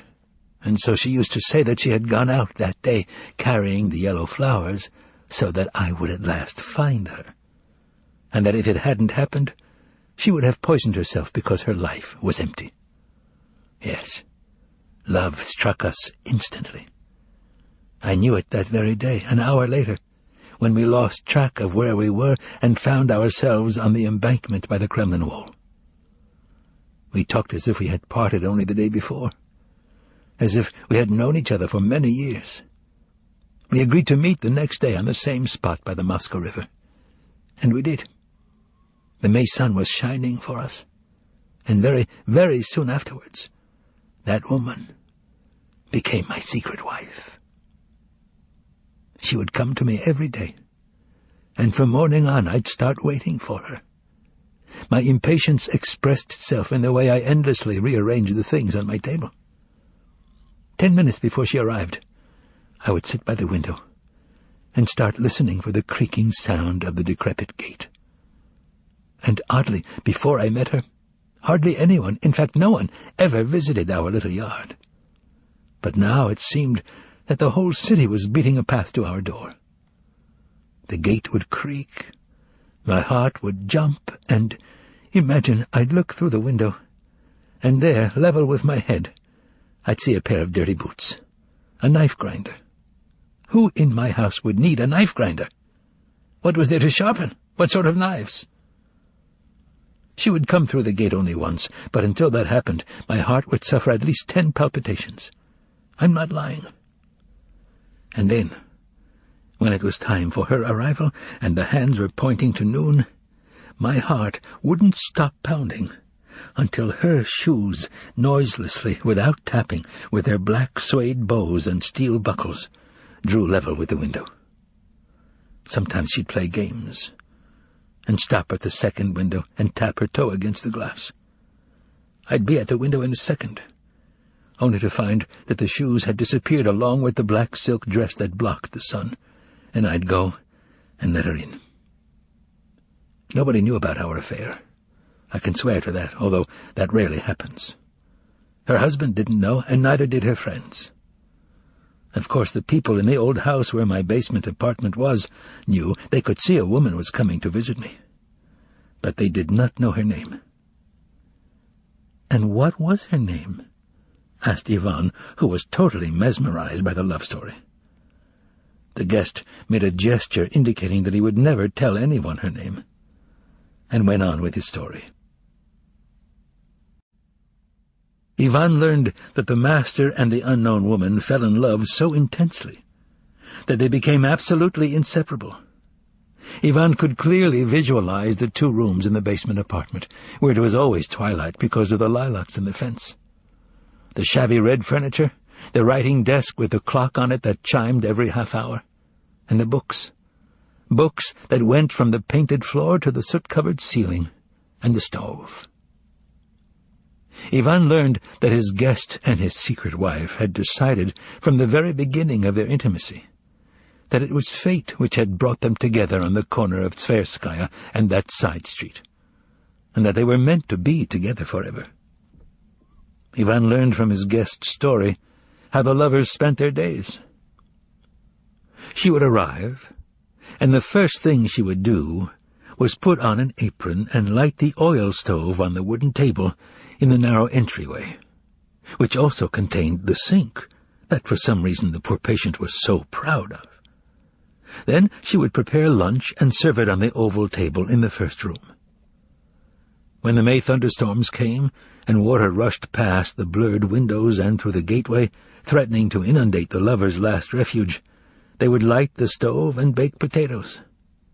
Steam poured off the potatoes. The charred potato skins made their fingers black. There was laughter in the basement. And after the rain, the trees in the garden would shed broken twigs and clusters of white flowers. When the storms were over, and steamy summer arrived, the long-awaited roses they both loved appeared in the vase. The man who called himself the master worked feverishly on his novel, and the novel also enthralled the unknown woman. Really, at times, her fascination with it would make me jealous, whispered Ivan's nocturnal guest, who had come from the moonlit balcony. Running her slender fingers and pointed nails through her hair, she endlessly reread what he had written. And then she sewed the very cap he had shown Ivan. Sometimes she would squat down next to the lower shelves or stand up on a chair next to the upper ones and dust the hundreds of books. She predicted fame, urged him on, and started calling him Master. She waited eagerly for the promised final words about the 5th procurator of Judea, recited the parts she especially liked in a loud sing-song voice, and said that the novel was her life. It was finished in August, and given to an obscure typist who typed up 5 copies. And finally, the time came when they had to leave their secret refuge and go out into the world. And I went out into the world, with the novel in my hands, and then my life ended, whispered the master, dropping his head, and his sad black cap with the yellow M shook for a long time. He went on with his story, but it became somewhat disjointed. The only thing that was clear was that some kind of catastrophe had befallen Ivan's guest. It was my first venture into the literary world. But now that it's all over, and my ruin is at hand, I think back on it with horror, said the master in a solemn whisper, raising his hand. Yes, he dealt me a staggering blow. A staggering blow. Who? Asked Ivan in a barely audible whisper, afraid of interrupting the distraught narrator. The editor. I tell you, the editor. Yes. Well, he read it. He kept looking at me as if an abscess had blown up my cheek, looked off into the corner, and even giggled with embarrassment. He wheezed and crumpled the manuscript unnecessarily. The questions he asked me seemed insane. He said nothing about the novel itself, but asked me who I was, where I came from, whether I'd been writing for a long time, and why nothing had been heard of me before. And then he asked what I thought was a totally idiotic question. Who had given me the idea of writing a novel on such a strange subject? Finally, I got sick and tired of him, and I asked him straight out whether he was going to publish the novel or not. He got flustered at this point, began mumbling something, and declared that he could not decide the matter alone, and that the other members of the editorial board, namely the critics Latunsky and Areman and the writer Mstislav Lavrovich, would have to see my work as well. He asked me to come back in 2 weeks. So I went back in 2 weeks, and was greeted by some spinster whose eyes had a cross-eyed squint from chronic lying. "That's Lapshonikova, the editor's secretary," said Ivan, smiling, only too familiar with the world his guest was describing with such anger. "Maybe so," cut in the guest. In any event, she returned my novel, which was now really tattered and soiled. Trying not to look me in the eye, Lapshonikova informed me that they had enough material to last them for 2 years, and therefore the question of their publishing my novel was, as she put it, not relevant. "What do I remember after that?" mumbled the master, wiping his brow. "Oh, yes. The red petals scattered on the title page. And my beloved's eyes. Yes, I remember those eyes." The story of Ivan's guest was becoming more and more muddled and full of gaps. He said something about slanting rain and despair in their basement refuge, and about taking the novel somewhere else. He cried out in a whisper that he didn't blame her for pushing him into the fray. Not one bit. Oh, no. He didn't blame her. "I remember it. I remember that damned insert page in the newspaper," muttered the guest, drawing a newspaper page in the air with 2 fingers, and Ivan guessed from further confused phrases that some other editor had published a large fragment from the novel by the man who called himself the master. In his words, not 2 days passed before an article written by the critic Areman, entitled "An Enemy Under the Editor's Wing," appeared in another paper, which said that Ivan's guest, taking advantage of the editor's carelessness and ignorance, had tried to sneak into print an apologia for Jesus Christ. "Ah, I remember," cried Ivan, "but I forget your name." "Let's leave my name out of it," replied the guest. "I repeat, it does not exist any more. That's not what's important. The next day another article appeared in another paper, signed by Mstislav Lavrovich, in which the author proposed striking a blow, and a strong one at that, against Pilatism, and against that religious freak who had tried to sneak, that damned word again, it into print. Stunned by that unheard-of word, Pilatism, I opened a third newspaper.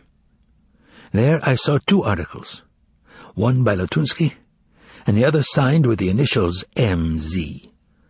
Believe me, Areman's and Lavrovich's writings seemed like child's play compared with Latunsky's. Suffice it to say, his article was called "A Militant Old Believer." I was so absorbed in reading about myself that I didn't even notice her standing in front of me. I'd forgotten to shut the door, holding a wet umbrella and wet newspapers. Her eyes flashed with fire, her hands trembled and were cold. First she rushed over to kiss me, then, pounding her fist on the table, she told me in a hoarse voice that she was going to poison Latunsky. Ivan gave an embarrassed grunt, but said nothing. Completely joyless autumn days followed. The novel was written. There was nothing more to be done, and our life consisted of sitting on the rug next to the stove, staring at the fire. Besides, we started spending more time apart than we had before. She began going out for walks. And something strange happened, as had often been the case in my life. I suddenly made a friend. Yes, imagine, I don't make friends easily as a rule, due to a devilish peculiarity of mine. It's a strain for me to be with people, and I'm distrustful and suspicious. But imagine, despite all that, some unlikely, unexpected fellow who looks like the devil knows what will unfailingly make his way into my heart, and he'll be the one I like more than anyone else. So One day during that accursed time, the gate to our garden opened. It was, as I recall, a pleasant fall day. She was out, and a man came through the gate who had some sort of business to discuss with my landlord. After it was over, he came down into the garden and quickly introduced himself to me. He said he was a journalist. I took such a liking to him that, imagine, I sometimes think of him even now and miss him. So we got to be friends, and he started to visit me. I found out he was a bachelor and lived next door in an apartment very like mine, but that he felt cramped there, and so on. He never invited me over. My wife took an extreme dislike to him, but I stood up for him. She told me, "Do as you like, but that man strikes me as repulsive." That made me laugh. Yes, but strictly speaking, what was it about him that made him so appealing to me? The fact is that a man who has no surprises inside, up his sleeve, is uninteresting. But Aloisi— oh, I forgot to say that my new acquaintance was named Aloisi Margarita— did have a surprise up his sleeve. Namely, that up until then I had never met, nor did I think I ever would meet, someone with a mind like his. If I didn't understand the meaning of some remark in the paper, Aloisi explained it to me in literally a minute. And it was obvious that such explanations came easily to him. It was the same with things and issues in everyday life. But that was the least of it. Aloisi won my heart because of his passion for literature. He didn't rest until he had persuaded me to let him read my novel from cover to cover. Moreover, his response was very flattering. But he said everything the editor had said to me about the novel with striking precision, just as if he'd been there himself. He hit the mark 10 times out of 10. He even explained to me, and I suspect faultlessly, why my novel couldn't be published. He didn't mince words either. Such and such a chapter will not do. The articles, take note, did not cease. The first ones made me laugh, but the more of them there were, the more my attitude to them changed. The next stage was amazement. There was something uncommonly fake and uncertain in every line of these articles, despite their threatening and self-assured tone. I kept thinking, and I couldn't rid myself of the thought, that the authors of these articles weren't saying what they wanted to say, and that was why they were so furious. And then imagine a third stage set in. Fear. No, not fear of the articles, mind you, but fear of things totally unrelated to either the articles or the novel. For example, I started being afraid of the dark. In short, the stage of mental illness had set in. It seemed to me, especially when I was going to sleep, that some octopus with supple and cold tentacles was stealing up to me, coming straight from my heart. So I had to sleep with the light on. My beloved had changed greatly. Naturally, I didn't say a word to her about the octopus, but she could see that something was wrong with me.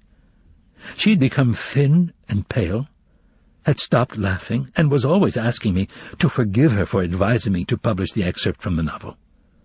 She said that I should give everything up and spend what remained of the 100,000 on a trip south to the Black Sea.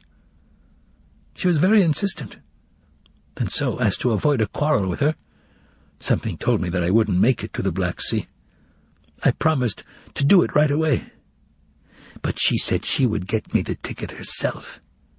Then I took out all my money, that is, around 10,000 rubles, and gave it to her. "Why so much?" she asked me in amazement. I told her something about my being afraid of thieves and wanting her to take care of the money for me until my departure. She took it, put it in her bag, and began kissing me, saying that she would rather die than leave me alone in the condition I was in, but that she was expected at home, was bowing to necessity, and would be back the next day. She begged me not to be afraid of anything. That was at dusk, in mid-October, and she left. I lay down on the couch and fell asleep without turning on the light. I woke up with the feeling that the octopus was nearby. Fumbling around in the dark, I barely managed to put on the light. My pocket watch said it was 2 a.m. When I went to bed, I felt as if I was getting sick, and when I woke up, I was sick. It suddenly seemed to me as if the autumn darkness would break through the window panes and pour into the room, and that I would drown in it as in ink. When I got out of bed, I was no longer in control of myself. I let out a scream and thought of running to someone for help, if only to my landlord upstairs. I struggled with myself the way a madman does. I had just enough strength to crawl over to the stove and light the wood. When the logs began to crackle and the stove door began to knock, I seemed to feel a little better. I ran out into the hallway and turned on the light. Then I found a bottle of white wine, uncorked it, and started drinking it straight out of the bottle. That helped my fear abate somewhat, enough at least to stop me from running off to my landlord and to return to the stove instead. I opened the stove door so that the heat began to warm my face and hands, and I whispered, "Guess that something awful has happened to me. Come to me. Come. Come." But nobody came. The fire roared in the stove, and the rain beat against the windows. Then came the final blow. I took the heavy typescripts and notebook drafts of the novel out of the desk drawer and started to burn them. It's a fiendishly difficult thing to do because paper that has been written on doesn't burn easily. I broke my nails, tearing the notebooks apart. Then I stood the pages upright between the logs and jabbed at them with the poker. At times the ashes would get the best of me and choke out the fire, but I fought back, and the novel, despite stubborn resistance, was perishing. Familiar words flashed before me, and a yellowness crept relentlessly up the pages, but you could still make out the words. They disappeared only when the paper turned black, and I beat them viciously with the poker. It was then that someone began scratching softly at the window. My heart gave a leap. I hurled the last notebook into the flames and rushed to open the door. Brick steps led up from the basement to the door into the yard. I stumbled up to the door and asked quietly, "Who's there?" And a voice, her voice, answered me. "It's me." I don't remember how I managed the key and chain. The minute she stepped inside, she fell against me, completely soaked, shivering, with wet cheeks and tousled hair. The only thing I could say was, "Is it you?" And then my voice broke, and we ran downstairs. She left her coat in the hall, and we went quickly into the first room. She let out a soft cry, and with her bare hands threw what was left in the stove onto the floor. A packet of sheets burning on the bottom. Smoke immediately filled the room. I stamped out the flames, and she threw herself on the couch and started to cry convulsively and uncontrollably. When she calmed down, I said, "I came to hate that novel, and I'm afraid. I'm sick. I'm terrified." She got up and started to speak.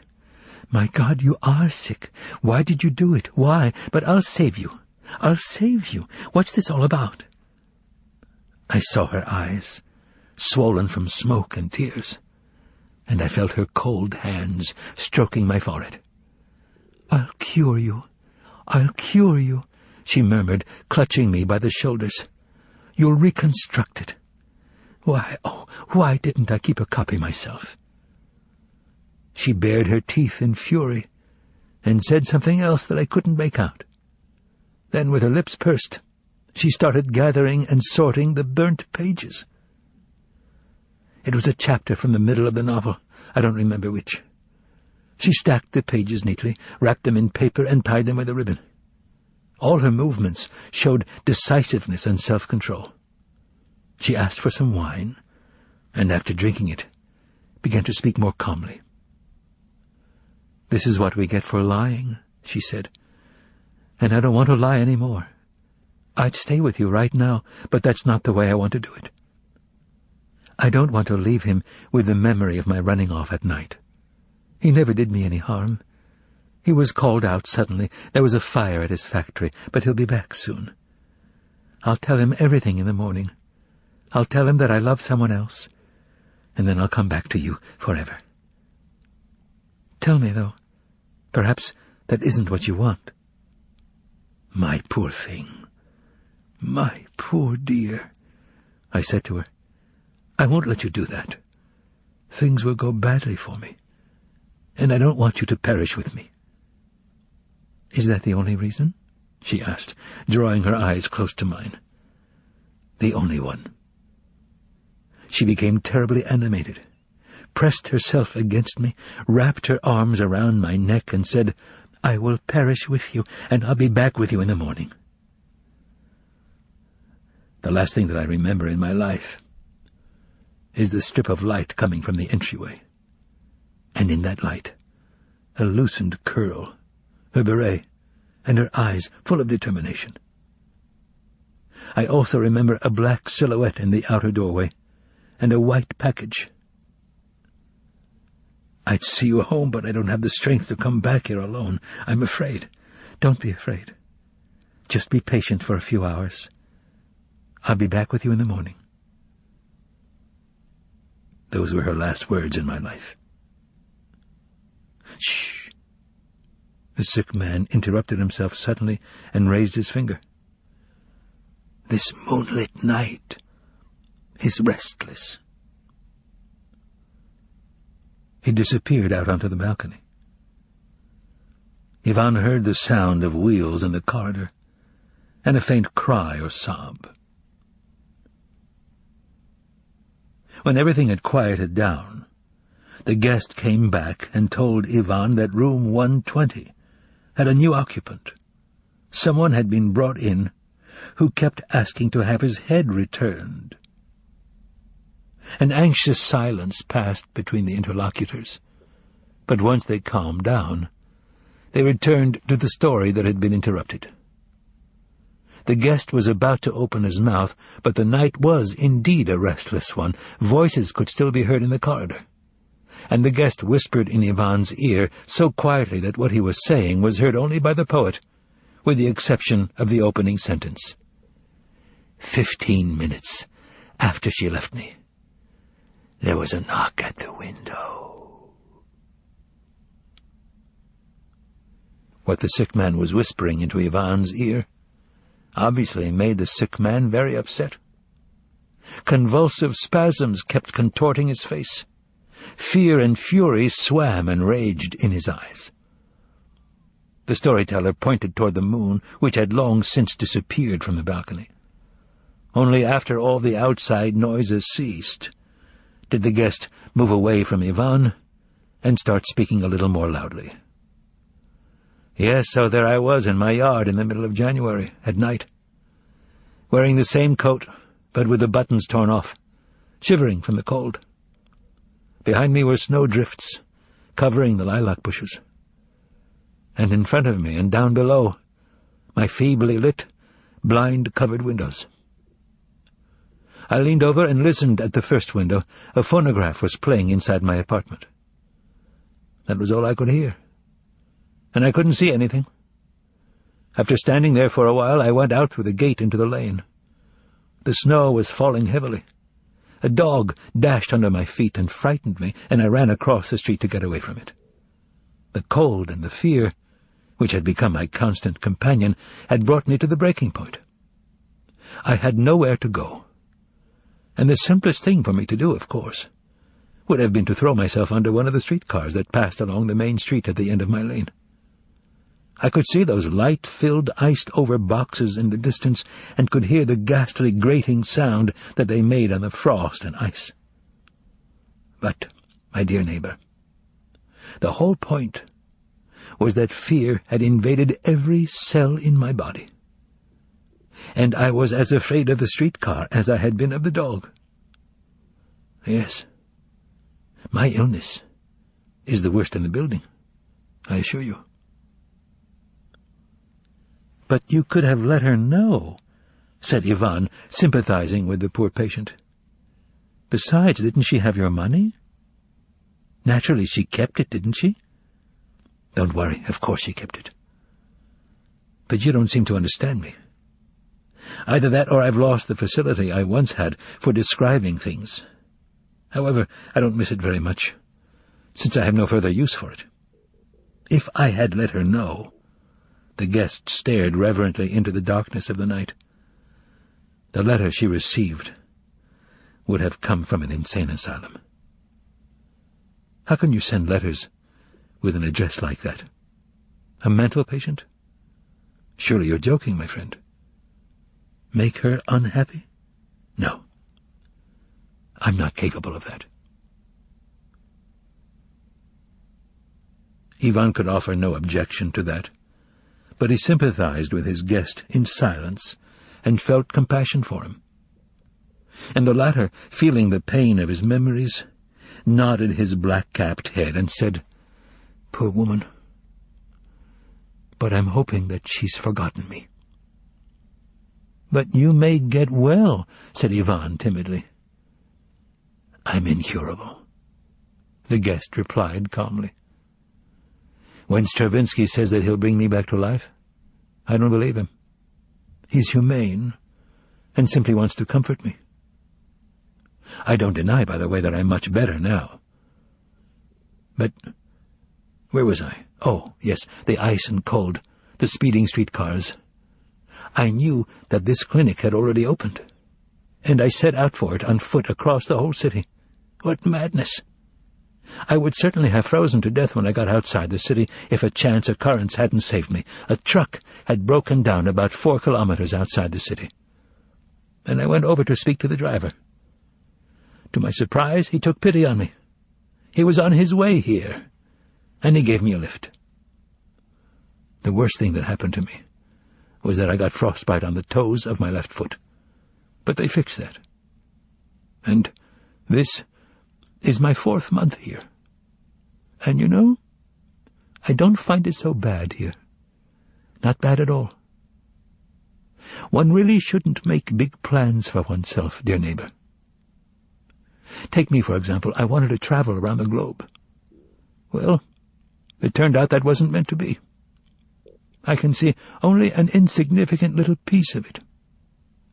I don't think it's the best piece of it either, but, as I said, it's not so bad. Summer will be here soon, and the balcony will be covered with ivy, just as Praskovia Fyodorovna promises. Having her keys has given me new possibilities. There'll be a moon at night. Ah, it's gone. The air is fresher. It's getting on past midnight. It's time for me to go. "Tell me," asked Ivan, "what happened next to Yeshua and Pilate? Please, I want to know." "Oh, no," the guest answered, twitching painfully. "I can't think of my novel without a shudder. Your friend from Petrarch's Ponds could have done it better than I. Thanks for the conversation. Goodbye." And before Ivan could realize what was happening, the window grill shut softly, and the guest was gone.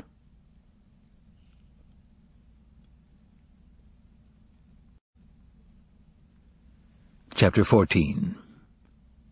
Praise be to the rooster. His nerves couldn't take it, as they say, and Rimsky ran off to his office without waiting for the police to finish their report of what had happened. He sat at his desk and stared with swollen eyes at the magic 10-ruble bills that lay before him. The financial director was at his wit's end. A steady roar rose from the street as the public streamed out of the theater. The financial director's overly sensitive ears suddenly heard the sharp trill of a police whistle, which is hardly ever a good omen.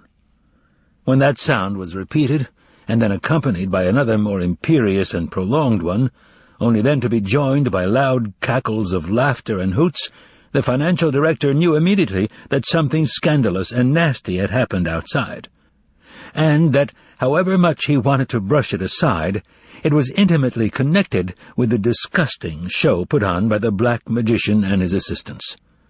The quick-witted financial director was not mistaken. No sooner had he looked out the window onto Sadovaya Street than his face became distorted, and he said, in a hiss rather than a whisper, "I knew it." In the bright light of the high-intensity street lamps, he saw on the sidewalk below a woman wearing nothing but a chemise and violet drawers. True, there was a hat on her head and an umbrella in her hands. Milling around the woman, who was completely distraught and alternately crouching down or trying to run away, was an excited crowd, cackling in a way that sent shivers down the director's spine. Hovering next to the woman was a man struggling to get out of his summer coat, who was so upset that he was unable to extricate his arm from the sleeve. Cries and screams of laughter also came from another direction, from the motor entrance on the left, and when he turned to look, Grigory Danilovich saw another woman, this time in pink underwear. She jumped from the pavement to the sidewalk in an effort to hide herself in the entranceway, but her way was barred by people streaming out of the theater. Victimized by her own frivolity and her mania for clothes, and deceived by Fagot and his vile company, the poor creature dreamed of only one thing: falling through the earth. A policeman was headed in her direction, drilling the air with his whistle, and behind the policeman came a pack of cheery young men wearing caps. They were the ones cackling and hooting. A thin, mustachioed cabby drove up to the first naked woman and reined in his bony, broken-down nag with a flourish. The cabby's whiskered face was plastered with a grin. Rimsky hit his head with his fist, spat, and moved away from the window. He sat at the desk for a while, listening to the noise from the street. The whistling reached full pitch at various points and then started to subside. To Rimsky's surprise, the scandal came to an unexpectedly speedy conclusion. The time to act was approaching. He would have to drink the bitter cup of responsibility. The telephones had been repaired during the third part of the program, and he had to make calls, report what had happened, ask for help, lie himself out of any responsibility, blame everything on Lekhodyev, get himself off the hook, and so forth. Confound you, devil. Twice the flustered director put his hand on the receiver, and twice he picked it up. And suddenly the deadly silence of the office was shattered by the sound of the telephone itself, blasting in the financial director's face. He shuddered and grew cold. "Boy, my nerves are really shot," he thought, and picked up the receiver, whereupon he recoiled and turned white as a sheet.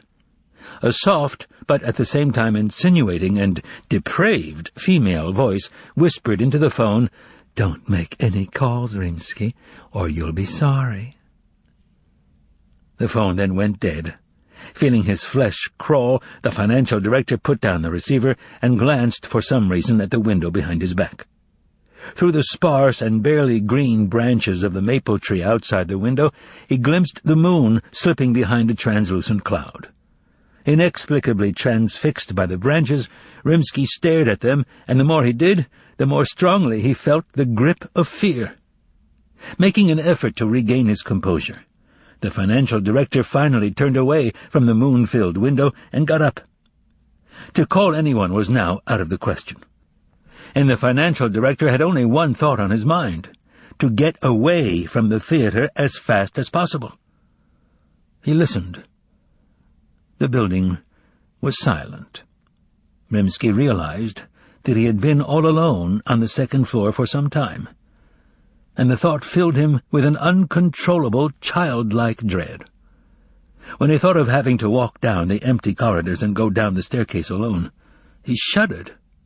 He feverishly grabbed the hypnotist's 10-ruble bills off the desk, stuffed them into his briefcase, and coughed, in order to build up his courage.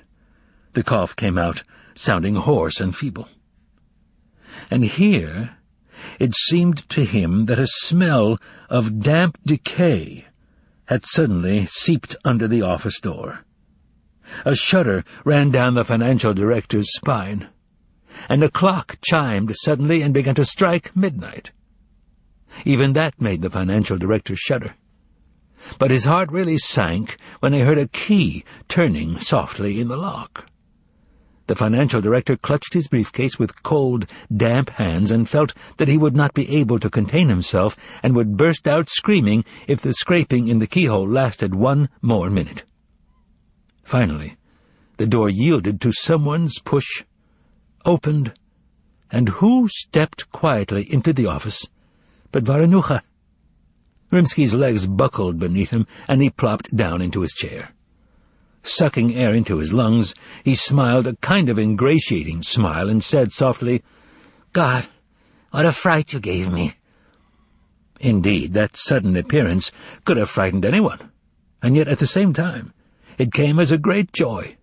At least one small thread in this tangled business had unraveled. "Well, get it out, tell me." "Well," rasped Rimsky, pulling at the thread, "what's the meaning of all this?" "Please forgive me," the man who had come in replied in a hollow voice, closing the door. "I thought you had already left." Without taking off his cap, Varanucha went over to the armchair and sat down opposite Rimsky at the desk. It must be said, there was something slightly odd about Varanucha's reply, which was immediately picked up by the financial director, who was as sensitive to vibrations as any seismograph in the world. What was going on? Why had Varanucha come into the financial director's office if he had assumed he wasn't there? After all, he had his own office. That was for starters. And second, no matter which entrance Varanucha had used, he would have bumped into one of the night watchmen, all of whom had been told that Grigory Danilovich would be in his office for some time. But the financial director did not dwell on this oddity for very long. He didn't feel up to it. "Why didn't you call? What was all that nonsense about Yalta?" "Well, it's just as I said," the manager answered, and he made a smacking sound with his lips, as if he had a toothache. "They found him in a tavern in Pushkino." "What do you mean, Pushkino? Isn't that right near Moscow? And didn't the telegrams come from Yalta?" "Yalta like hell. He got the Pushkino telegrapher drunk. They started fooling around, and that meant, among other things, sending telegrams marked Yalta." I see. Well, okay, said Rimsky, crooning rather than speaking. A yellowish light shone in his eyes. A festive vision of Styopa having to leave work in disgrace formed in his head. He'd be free. Free, at least, of that disaster known as Lichodyev. And maybe Stepan Bogdanovich was in for more than just getting fired. "Give me the details," said Rimsky, tapping the paperweight against the desk. And Varanucha began to recount the details.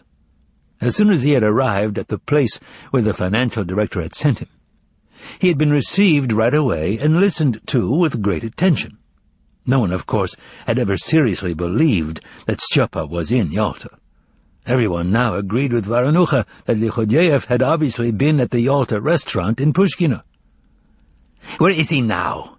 asked the agitated financial director, interrupting the manager's account. "Well, where could he be?" replied the manager with a crooked smile. "Naturally, in a drunk tank." Of course. Where else?" And Varanucha continued his story. And the more he talked, the more vivid an impression the financial director formed of Lichodyev's long chain of outrageous and disgraceful misdeeds. And each successive link in the chain was worse than the last. Take, for example, the drunken dance with the telegraph clerk on the lawn outside the Pushkino telegraph office to the strains of some idler's accordion. The chase after some women who were screeching in terror, the attempt to start a fight with the bartender at the Yalta. Throwing green onions all over the floor of that same Yalta. Smashing 8 bottles of dry, white Aidanil wine. Breaking the meter of a cab when the driver refused to take him as a passenger. Threatening to arrest the citizens who were trying to end his spree. In short, holy terror. Styopa was well known in Moscow theater circles, and everyone knew that he was hardly a gift to humanity. But what the manager was saying about him now was too much, even for Styopa. Yes, too much. In fact, much too much. Rimsky's piercing eyes bore into the manager's face from across the desk, and the more the manager talked, the gloomier Rimsky looked. The manager embellished his story with various vile details, and the more vivid and piquant they became, the less Rimsky believed him.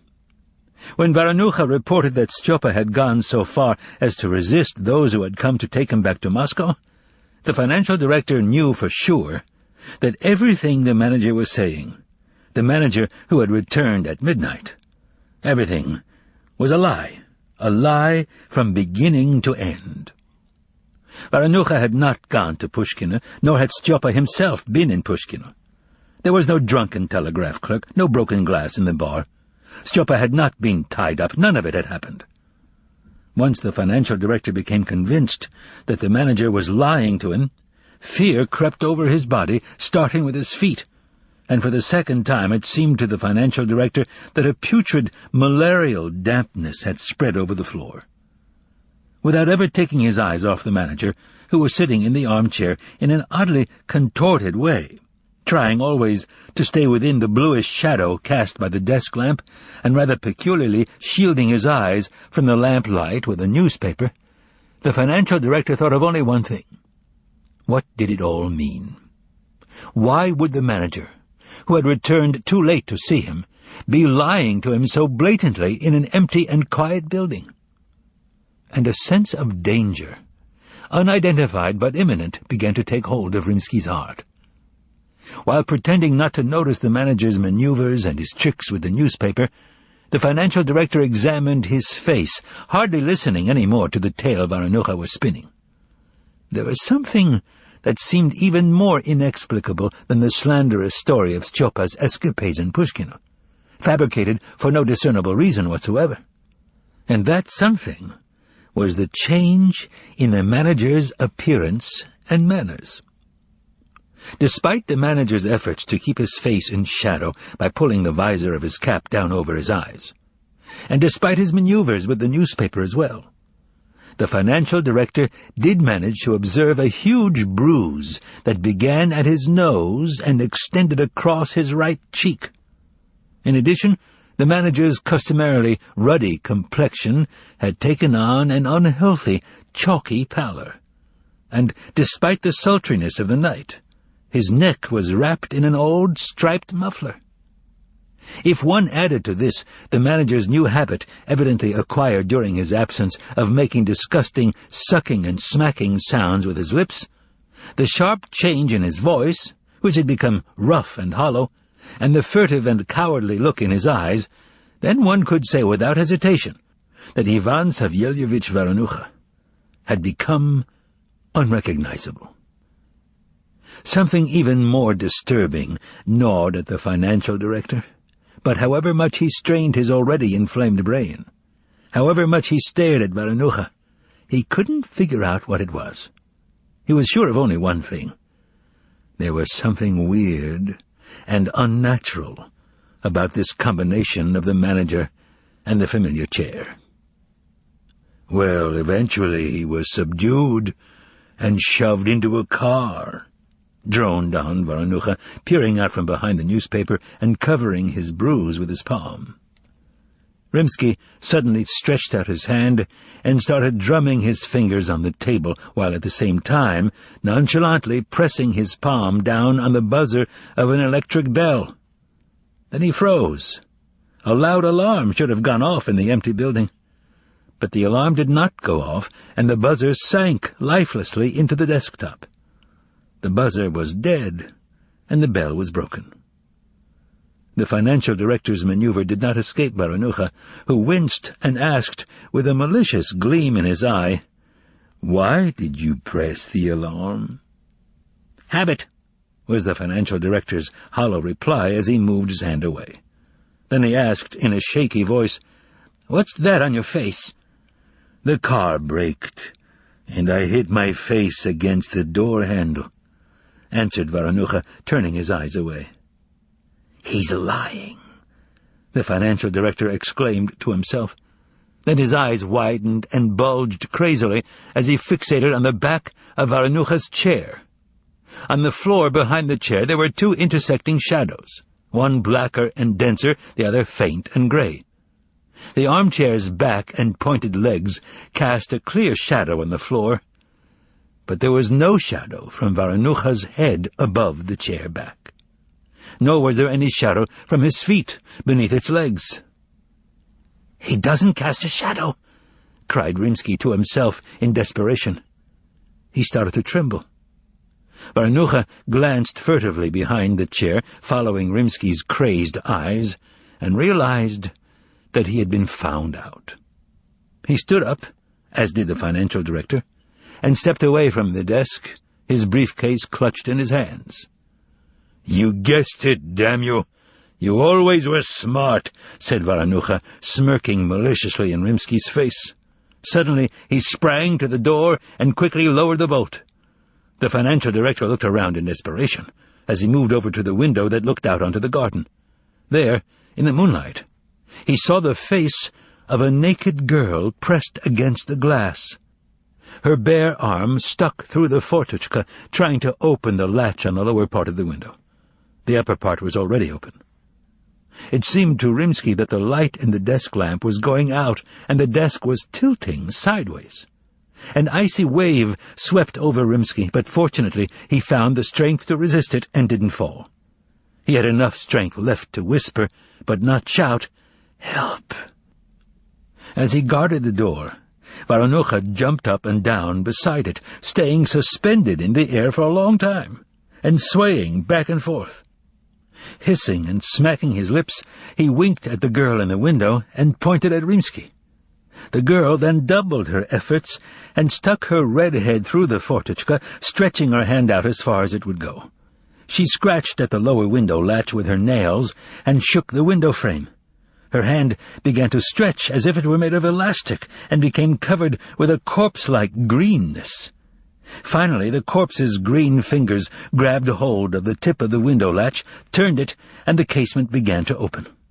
Rimsky gave a faint cry, pressed against the wall, and held out his briefcase in front of him as if it were a shield. He knew his end had come. The casement window swung wide open, but it was not fresh night air and the fragrance of the linden trees that wafted into the room. It was the smell of the grave. The dead girl stepped onto the windowsill, and Rimsky could clearly see patches of decay on her breast. And at that moment, the unexpected and joyous crowing of a rooster was heard coming from the garden, from the low building behind the shooting gallery where the performing birds were kept. The trained rooster was raucously trumpeting the news that dawn was advancing on Moscow from the east. Savage fury distorted the girl's face, and she rasped out a curse. Over by the door, Varanucha let out a screech and fell down from the air onto the floor. The rooster crowed again, the girl grated her teeth, and her red hair stood on end. At the third cock crow, she turned and flew out of the room. And right behind her came Varanucha, who jumped up in the air, assumed a horizontal position like a flying cupid, and floated slowly over the desk and out the window. His head as white as snow, with not one black hair left, an old man, who not long before had been Rimsky, ran over to the door, undid the lock, opened the door, and started running down the dark corridor. Stricken with terror, and moaning, he felt for the switch at the top of the staircase and turned on the light. Trembling and shaking, the old man fell on the stairs because it seemed to him that Varanucha was softly collapsing on him from above. When he got to the bottom of the stairs, Rimsky saw the night watchman asleep on a chair by the box office in the lobby. He tiptoed past him and slipped out through the main door. Once he was outside, he felt a little better. He was sufficiently in command of his senses to realize, when he clutched his head, that he had left his hat behind in the office. Needless to say, he did not go back for it, but ran across the wide street, gasping for breath, to the movie theater on the opposite corner, where nearby a dim red light could be seen. A minute later he was at the taxi, before anyone else could intercept it. "To the Leningrad Express. You'll get a tip," said the old man, breathing heavily and clutching his heart. "I'm on my way to the garage," said the driver with loathing, and turned away. Then Rimsky unfastened his briefcase, pulled out 50 rubles, and thrust them at the driver through the open window. Minutes later, the rattling car was rushing like a whirlwind along the Sadovia Ring. The passenger was jounced about on the seat, and when he looked into the rear-view mirror, he caught glimpses of the joyous look in the driver's eyes and the crazed look in his own. Rimsky jumped out of the car in front of the station and shouted at the first person he saw, who was wearing a white apron and a badge, "1 first-class ticket, here's 30 rubles." Whereupon he crumpled and pulled the 10-ruble notes out of his briefcase. "If there's no first class, then second, and if not that, then third." The man with the badge turned to look at the clock and grabbed the rubles out of Rimsky's hands. 5 minutes later, the express train pulled out of the glass-domed station and vanished into the darkness. And along with it vanished Rimsky. Chapter 15. Nicanor Ivanovitch's Dream. It's not hard to guess that the fat man with the purple face who had been put into room number 119 at the clinic was Nicanor Ivanovitch Bosoy. Before coming to Professor Stravinsky, however, he had spent some time in another place. Very little of that other place remained in Nicanor Ivanovitch's memory. All he could remember was a desk, a bookcase, and a couch. The people there had tried to engage Nicanor Ivanovitch in conversation, but since his head was spinning from an influx of blood and from extreme emotional distress, the conversation had been strange and muddled. In fact, it had not really been a conversation at all. The first question Nicanor Ivanovitch had been asked was, "Are you Nicanor Ivanovitch Bosoy, chairman of the House Committee at 302B Sadovaya Street?" Which made Nicanor Ivanovitch burst out into a horrible cackle and answer, "Of course I'm Nicanor Ivanovitch. But what the devil kind of a chairman am I?" "Meaning what?" they asked Nicanor Ivanovitch with narrowed eyes. "Meaning," he replied, "that if I were a real chairman, I would have seen immediately that he was an evil power. How else can you explain it? The cracked pince-nez is being dressed in rags. What kind of a foreign interpreter looks like that?" "Who are you talking about?" they asked Nicanor Ivanovitch. "Goravyov," cried Nicanor Ivanovitch. "The one who's moved into apartment number 50 in our building. Write it down, Goravyov. You have to catch him right away. Write it down. Entrance number 6. That's where he is." "Where did you get the foreign currency?" they asked Nicanor Ivanovitch in cordial tones. "Almighty God," Nicanor Ivanovitch began, "sees everything, and that is the path I should take. I never touched any foreign currency or had the slightest idea what it looked like. The Lord is punishing me for my sins." Nicanor Ivanovitch went on heatedly, buttoning and unbuttoning his shirt and crossing himself. "I took bribes, I did, but I took them in our own Soviet money. I took money for registering people in the apartment house. I won't deny it. It happened. Our secretary, Prolyezhnev, is a fine one, too, that he is. Let's face it, everyone in the house management office is a crook. But I didn't take any foreign currency." When they told Nicanor Ivanovitch to stop playing games and explain how the dollars got into the ventilation shaft, he got down on his knees and rocked back and forth with his mouth open wide, as if he wanted to swallow one of the parquet panels. "Do you want me," he wailed, "to eat the floor to prove I didn't take it? But that Goravyov, he's a devil." There is a limit to everyone's patience, and a voice was raised behind the desk, hinting to the effect that it was time for Nicanor Ivanovitch to start speaking in a human tongue. At this point, Nicanor Ivanovitch jumped to his feet, and the room with the couch resounded with his roar. "There he is! There he is, behind the bookcase! Look at him smirk! And his pince-nez! Grab him! Sprinkle the room with holy water!" The blood drained from Nicanor Ivanovitch's face. Shaking, he kept making the sign of the cross in the air, rushed over to the door and then back again, started to recite some prayer, and then finally started spouting complete gibberish. It was quite clear that Nicanor Ivanovitch was unfit for any kind of conversation. They let him out and put him in a separate room, where he calmed down somewhat and merely sobbed and prayed.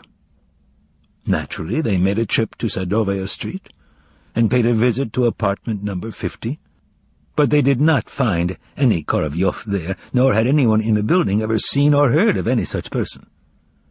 The apartment, which had been occupied by the deceased Berlioz and by Lekhodyeev, who had gone to Yalta, was empty, and the wax seals hung peacefully and undisturbed on the cabinets in the study. When they left Sadovaya Street, they took with them the disoriented and dispirited secretary of the House Management Committee, Prolezhnev. In the evening, Nikanor Ivanovich was taken to Stravinsky's clinic. There his behavior became so violent that they had to give him an injection prescribed by Stravinsky, and it wasn't until after midnight that Nikanor Ivanovich finally fell asleep in room 119, occasionally emitting a deep, anguished moan. But the longer he slept, the calmer his sleep became. He stopped tossing and moaning, his breathing became easier and more even, and he was left alone. Then Nikanor Ivanovich had a dream, which doubtlessly had its source in the day's experiences. The dream began with some people with golden trumpets leading Nikanor Ivanovich most solemnly over to a pair of huge, polished doors. When they got there, his companions saluted him with a kind of fanfare, and then a booming bass was heard coming from on high, saying merrily, "Welcome, Nikanor Ivanovich! Hand over your foreign currency!" Taken totally by surprise, Nikanor Ivanovich noticed a black loudspeaker above his head. Then he found himself inside a theater, with a gilt ceiling, crystal chandeliers, and sconces on the walls. Everything was as one would expect in a small but richly appointed theater. There was a stage draped with a deep cerise velvet curtain with depictions of enlarged 10-ruble gold pieces scattered across it like stars, a prompter's box, and even an audience. What amazed Nikanor Ivanovich was that the audience consisted of men only, and for some reason they all had beards. No less striking was the fact that there were no chairs in the theater, and the entire audience was sitting on the slippery, magnificently polished floor. Feeling out of place in this large and unfamiliar company, Nikanor Ivanovich hesitated for a while and then followed everyone's example and sat down, Turkish style, on the parquet floor, in between a robust, red-bearded fellow and a pale, hairy one. Neither of the two paid much attention to the new arrival. At this point, the soft sound of a bell was heard. The lights went out in the theater, the curtains parted, and an illuminated stage came into view with an armchair and a small table topped by a golden bell. The back of the stage was draped in thick black velvet. An actor wearing a dinner jacket came out on stage. He was young, clean-shaven, very good-looking, and wore his hair parted down the middle. The audience stirred, and everyone turned their eyes to the stage. The actor walked over to the prompter's box and rubbed his hands. "Are you all seated?" he asked in a soft baritone, and smiled at the audience. "Yes, yes," the audience of tenors and basses replied in unison. The actor began thoughtfully. "And how is it you're not bored? That's what puzzles me. Real people are outside on the streets right now, enjoying the spring sun and the warmth, and you're stuck here on the floor in a stuffy theater. Is the program really that interesting? However, to each his own," the actor concluded philosophically. Then he changed the timbre and intonation of his voice and boomed out merrily, "And so, the next act on our program is Nikanor Ivanovich Bosoy, the chairman of a house committee and the head of a special diet cafeteria. Please come up on stage, Nikanor Ivanovich." The audience responded with friendly applause. Nikanor Ivanovich's eyes bulged with astonishment, and the MC, shielding his eyes from the glare of the footlights, spotted him in the audience and coaxed him tenderly up on stage. And then, without knowing how, Nikanor Ivanovich found himself on the stage. The glare of the colored lights hit his eyes from in front and below, plunging the theater and audience beyond into darkness. "Well, Nikanor Ivanovich, set a good example," began the young actor sincerely, "and hand over your foreign currency." Silence ensued. Nikanor Ivanovich took a deep breath and began quietly, "I swear to God that—" But before he could finish, the whole theater broke out in disgruntled cries. Nikanor Ivanovich was disconcerted and fell silent. "If I understand you correctly," began the man in charge of the program. "You wish to swear to God that you have no foreign currency?" He shot Nicanor Ivanovich a sympathetic look. "That's exactly right. I don't have any," replied Nicanor Ivanovich. "Of course," said the actor, "but forgive my indiscretion. How, then, did $400 end up in the bathroom of the apartment of which you and your wife are the sole residents?"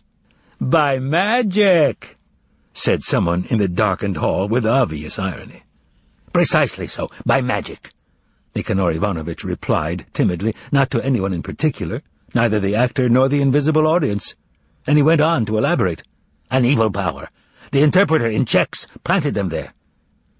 And again the audience roared in disapproval. When quiet had been restored, the actor said, "That fairy tale puts La Fontaine to shame. $400 were planted in your bathroom. You, audience, are all foreign currency speculators. I ask you, as specialists, does this case make sense?" "We are not speculators," shouted various offended parties from the floor, "but it doesn't make any sense." "I agree with you completely," said the actor firmly. "And I ask you, what sorts of things are planted on people?" "Babies," shouted someone from the floor. "Absolutely right," affirmed the MC. "Babies, anonymous letters, proclamations, time bombs, and a lot of other things, but $400 isn't one of them, because nobody's that stupid." And turning to Nicanor Ivanovich, the actor added mournfully and reproachfully, "You're a disappointment to me, Nicanor Ivanovich. I had such faith in you. So then, this particular act has not been a success." The audience began to hiss and boo at Nicanor Ivanovich. "He's the foreign currency speculator," the audience screamed. "It's guys like that who make us innocent folks suffer." "Don't chastise him," said the MC softly. "He'll repent." He then turned his blue eyes, brimming with tears, to Nicanor Ivanovich and added, "Well, Nicanor Ivanovich, go back to your place." After this, the actor rang the bell and announced loudly, "Intermission, you scoundrels!" A shaken Nicanor Ivanovich, who, to his surprise, had somehow become part of a theatrical program, again found himself in his place on the floor. Then he dreamed that the theater plunged into total darkness, and the walls were lit up with bright red lights flashing the words, "Hand over your foreign currency." Then the curtains parted again, and the MC said invitingly, "Would Sergei Gyayardovich Dunchil please come up on stage?" Dunchil turned out to be a good-looking but very stout man of about 50.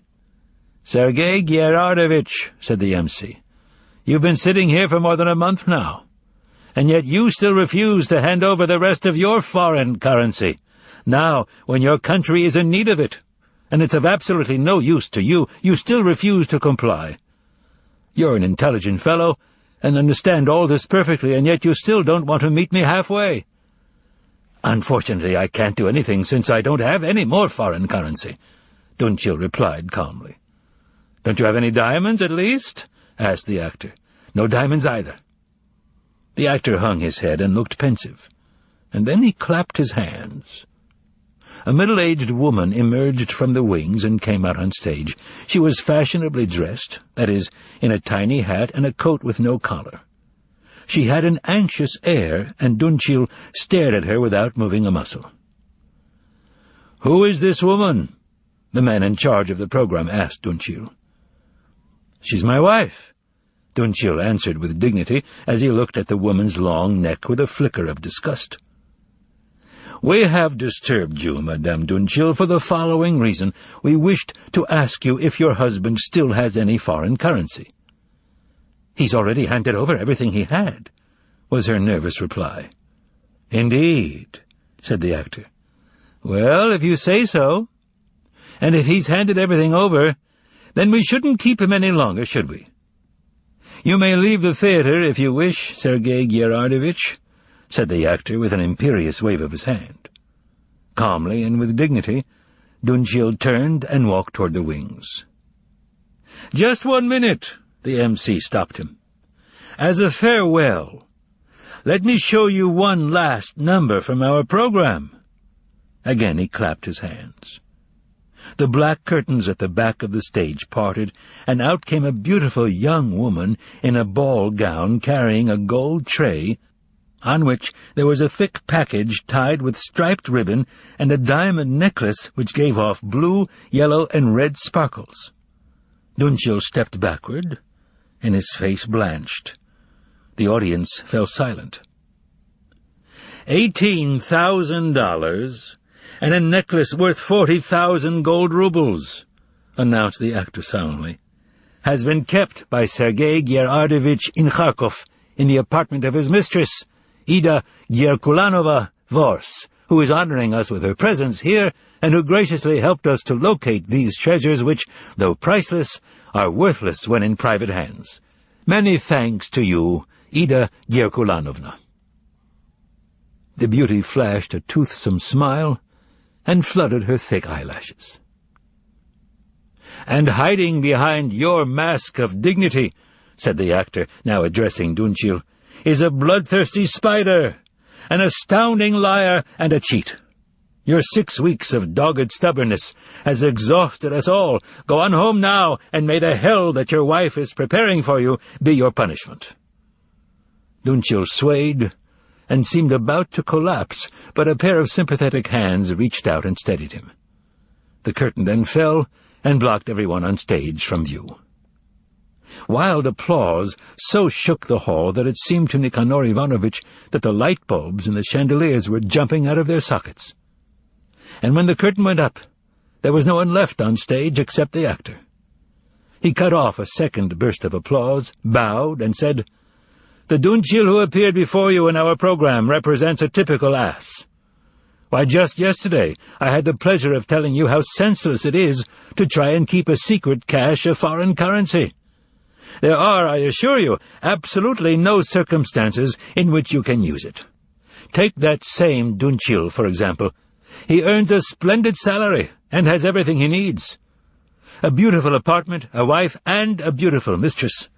But no, instead of living a peaceful, quiet life, free of unpleasantness, after handing over his foreign currency and precious stones, he, greedy blockhead that he is, ended up being publicly exposed and earned himself a major family crisis as well. This being the case, who will come forward? Nobody wants to? In that case, the next number in our program is that well-known dramatic talent, the actor Sava Potapovich Korolyesov, who has been invited to perform excerpts from The Covetous Night by the poet Pushkin. Korolyesov appeared on stage immediately, and turned out to be a tall, beefy, clean-shaven fellow in a white tie and tails. With no preamble whatsoever, he assumed a gloomy-looking expression, raised his eyebrows, and while looking at the gold bell out of the corner of his eye, began reciting in an unnatural voice, "While awaiting a tryst with a sly temptress, the young rake." And Korolyesov told a lot of bad things about himself. Nikanor Ivanovitch heard Korolyesov confess how an unhappy widow, moaning, had gone down on her knees before him in the rain, but had failed to touch the actor's hard heart. Up until his dream, Nikanor Ivanovitch had not known the works of Pushkin at all, although he had been well acquainted with Pushkin himself, since he made daily use of such expressions as, "Will Pushkin be paying for the apartment?" or, "I suppose it was Pushkin who unscrewed the bulb on the staircase," or, "So Pushkin will be buying the oil, right?" Now that Nikanor Ivanovitch had been introduced to one of Pushkin's works, he felt sad, and imagined the woman down on her knees in the rain with her orphans, and he found himself thinking, "That Korolyesov must be a real bastard." Meanwhile, Korolyesov, his voice getting higher and higher, continued to repent, and he befuddled Nikanor Ivanovitch completely when he suddenly began to address someone who wasn't there, and then answered for this invisible person, calling himself in turn Lord, Baron, Father, Son, and addressing himself with both the formal and intimate forms of you. Nikanor Ivanovitch was sure of only one thing. The actor died a horrible death, screaming, "My keys! My keys!" whereupon he fell wheezing onto the floor while carefully removing his necktie. After he had died, Korolyesov got up from the floor, shook the dust off his dress trousers, smiled a fake smile, and withdrew to lukewarm applause. The MC then began to speak. "We have just heard Sava Potapovich's remarkable performance of the Covetous Knight. That knight had high hopes, that frolicsome nymphs would flock around him, and that he would enjoy many similar delights. But as you can see, nothing of the sort came to pass. No nymphs flocked around him. The muses paid him no tribute. He did not erect any castles. On the contrary, he ended up in disgrace, and died from a damned stroke while sitting on top of a chest full of foreign currency and precious stones. May this be a warning to you. Something similar will happen to you, maybe even worse, if you don't hand over your foreign currency." It is difficult to say whether it was Pushkin's poetry or the MC's prose that made the greatest impression, but suddenly a timid voice was heard in the audience. "I'll hand mine over." "By all means, please come up on stage," invited the MC, staring out at the dark auditorium. On stage there appeared a short, fair-haired fellow who, by the looks of him, hadn't shaved for about 3 weeks. "I'm sorry, what is your name?" queried the MC. "Kanavkin Nikolai," answered the shy newcomer. "Ah, pleased to meet you, Citizen Kanavkin. And what would you like to tell us?" "I'll hand mine over," was Kanavkin's timid reply. "How much?" $1,000, and 20 gold 10-ruble coins. "Bravo! Is that all there is?" The man in charge of the program stared straight into Kanavkin's eyes, and in so doing seemed to be bombarding him with rays. The audience held its breath. "I believe you!" exclaimed the actor at last, lowering his eyes. "I believe you. Those eyes aren't lying.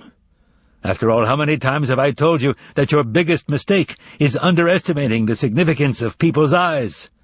The tongue can conceal the truth, but the eyes never. You're asked an unexpected question, you don't even flinch. It takes just a second to get yourself under control. You know just what you have to say to hide the truth, and you speak very convincingly, and nothing in your face twitches to give you away. But the truth, alas, has been disturbed by the question, and it rises up from the depths of your soul to flicker in your eyes, and all is lost. The truth is detected, and you are caught." After delivering this very convincing speech, the actor cordially questioned Kanavkin. "So where is it hidden?"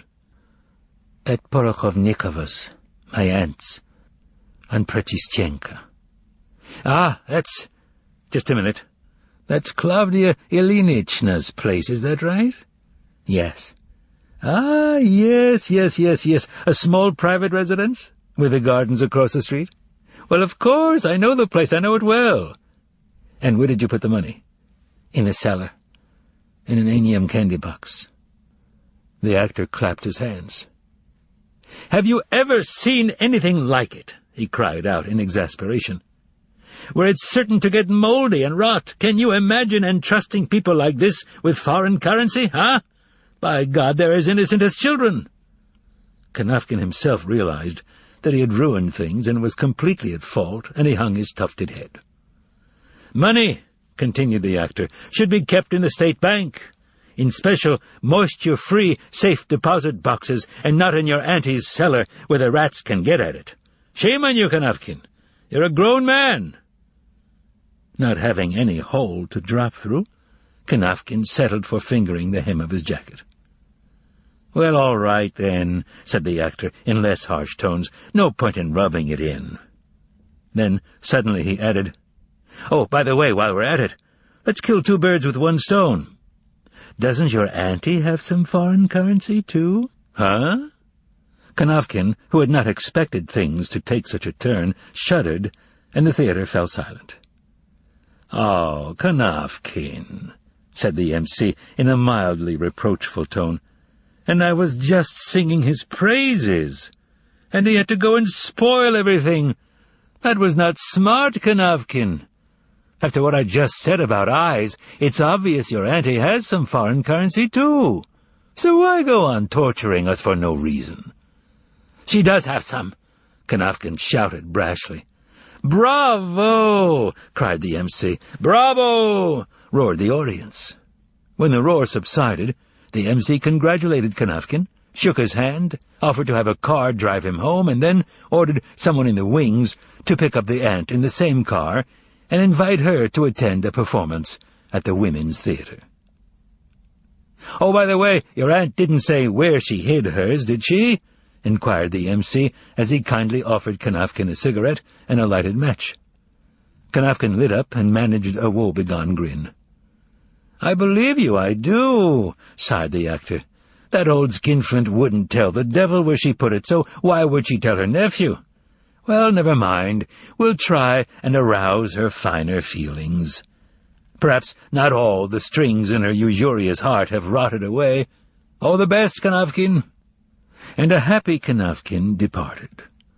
The actor then inquired if anyone else wanted to hand over any foreign currency, and he was answered by silence. "Peculiar birds, I swear," he said, shrugging his shoulders, and the curtains closed. The lights went out. It was dark for a while, and then a nervous tenor could be heard singing from afar. "There are piles of gold there, and they all belong to me." Then came two bursts of muffled applause from somewhere. "Somebody's handing over her money in the Women's Theatre," burst out Nikanor Ivanovitch's red-bearded neighbor. He heaved a sigh and added, "Ah, if it weren't for my geese. You see, I keep some fighting geese out at Lianozovo. I'm afraid they'll die without me. A fighting bird is delicate and needs a lot of attention. Oh, if it weren't for my geese. Pushkin can't catch me off guard." And he heaved another sigh. At this point, bright lights came on in the hall, and Nikanor Ivanovitch began to dream that cooks in white hats carrying ladles in their hands came streaming through all the doors into the theatre. The cooks were dragging in a vat of soup and a tray filled with slices of black bread. The audience came to life. The merry cooks pushed through the rows of spectators, ladling the soup into bowls and doling out bread. "Eat up, guys," cried the cooks, "and hand over your foreign currency. Why sit here for nothing? Who wants to eat this filthy gruel? Go home and have a real drink and some hors d'oeuvres and feel good."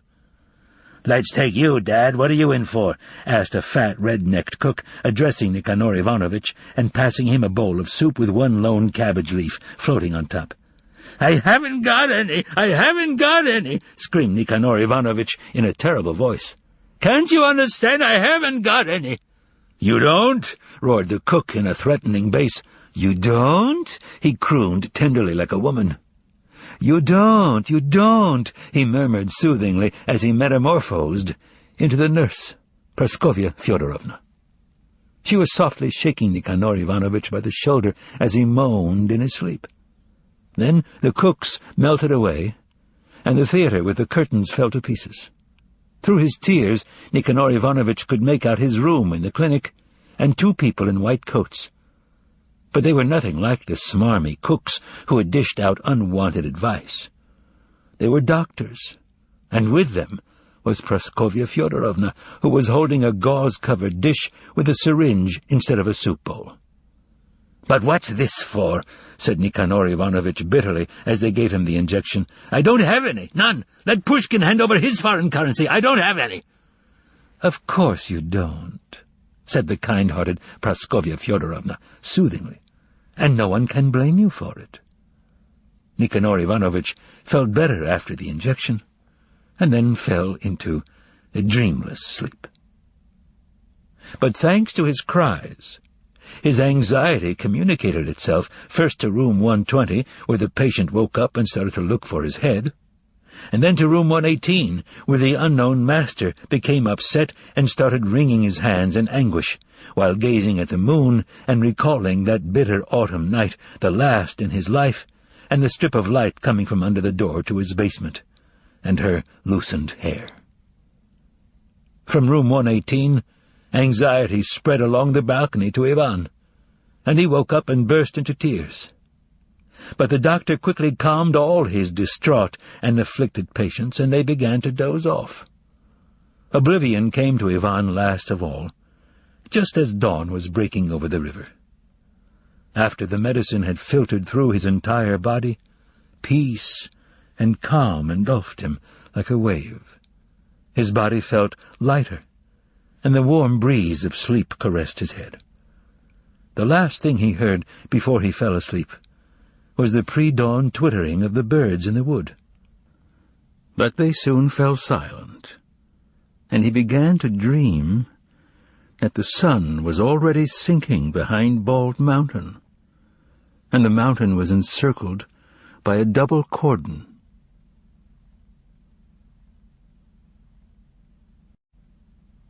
Chapter 16. The Execution. The sun was already sinking behind Bald Mountain, and the mountain was encircled by a double cordon. The cavalry ala that had crossed the procurator's path around noontime had set out at a trot, moving toward the city's Hebron gate. A path had already been cleared for it. The infantry of the Cappadocian cohort had pushed the crowds of people, camels, and mules over to the sides of the road, and the ala, raising white columns of dust skyward as it moved along, trotted out to the intersection of two roads, one heading south to Bethlehem, the other northwest to Jaffa. The ala took the northwest road. The same Cappadocians were deployed along the sides of the road, having been successful in their efforts to clear the various caravans hurrying to Yerushalayim for the holiday out of the way in a timely fashion. Crowds of pilgrims had left their striped tents, which were pitched temporarily on the grass, and were standing behind the Cappadocians. After traveling about a kilometer, the ala overtook the second cohort of the Lightning Legion, and after traveling another kilometer, the ala was the first to arrive at the foot of Bald Mountain. There, the men dismounted. The commander divided them into platoons, and they cordoned off the base of the small hill, so that it was accessible only from the Jaffa road. A short time later, the ala was joined by the second cohort, which set up another cordon higher up the mountain. The last to arrive was the century under the command of Mark Ratkiller.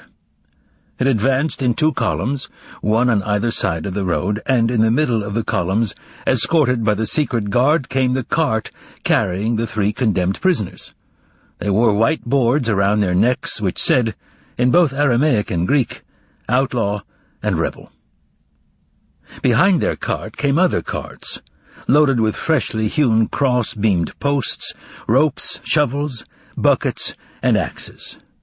Riding in these carts were the 6 executioners. Following them on horseback were the centurion Mark, the head of the temple guard of Yerushalayim, and the man in the hood, with whom Pilate had had a brief exchange in the darkened room inside the palace. A column of soldiers brought up the rear of the procession, and it was followed by a crowd of about 2,000 curiosity-seekers, unfazed by the hellish heat, and intent on attending an interesting spectacle. Joining them were the curious pilgrims, who were not deterred from tagging along at the tail of the procession. The column wound its way up Bald Mountain as the thin voices of the accompanying heralds shouted out the words spoken by Pilate at noontime. The ala allowed everyone to go up as far as the second cordon, but the second century permitted only those connected with the execution to ascend any higher. Then it maneuvered quickly to disperse the crowd around the entire hill, so that the crowd was contained by the cordon of infantry above and the cordon of cavalry below. Now the crowd could see the execution through the thin chain of foot soldiers. And so, more than 3 hours had passed since the procession had ascended the mountain, and the sun was already sinking over Bald Mountain, but the heat was still unbearable. The soldiers in both cordons were suffering from the heat, languishing from boredom, and cursing the 3 outlaws in their hearts, sincerely wishing them all a speedy death. The short commander of the ala, his forehead damp and his white tunic dark with sweat, stationed himself at the bottom of the hill near the open part of the ascent.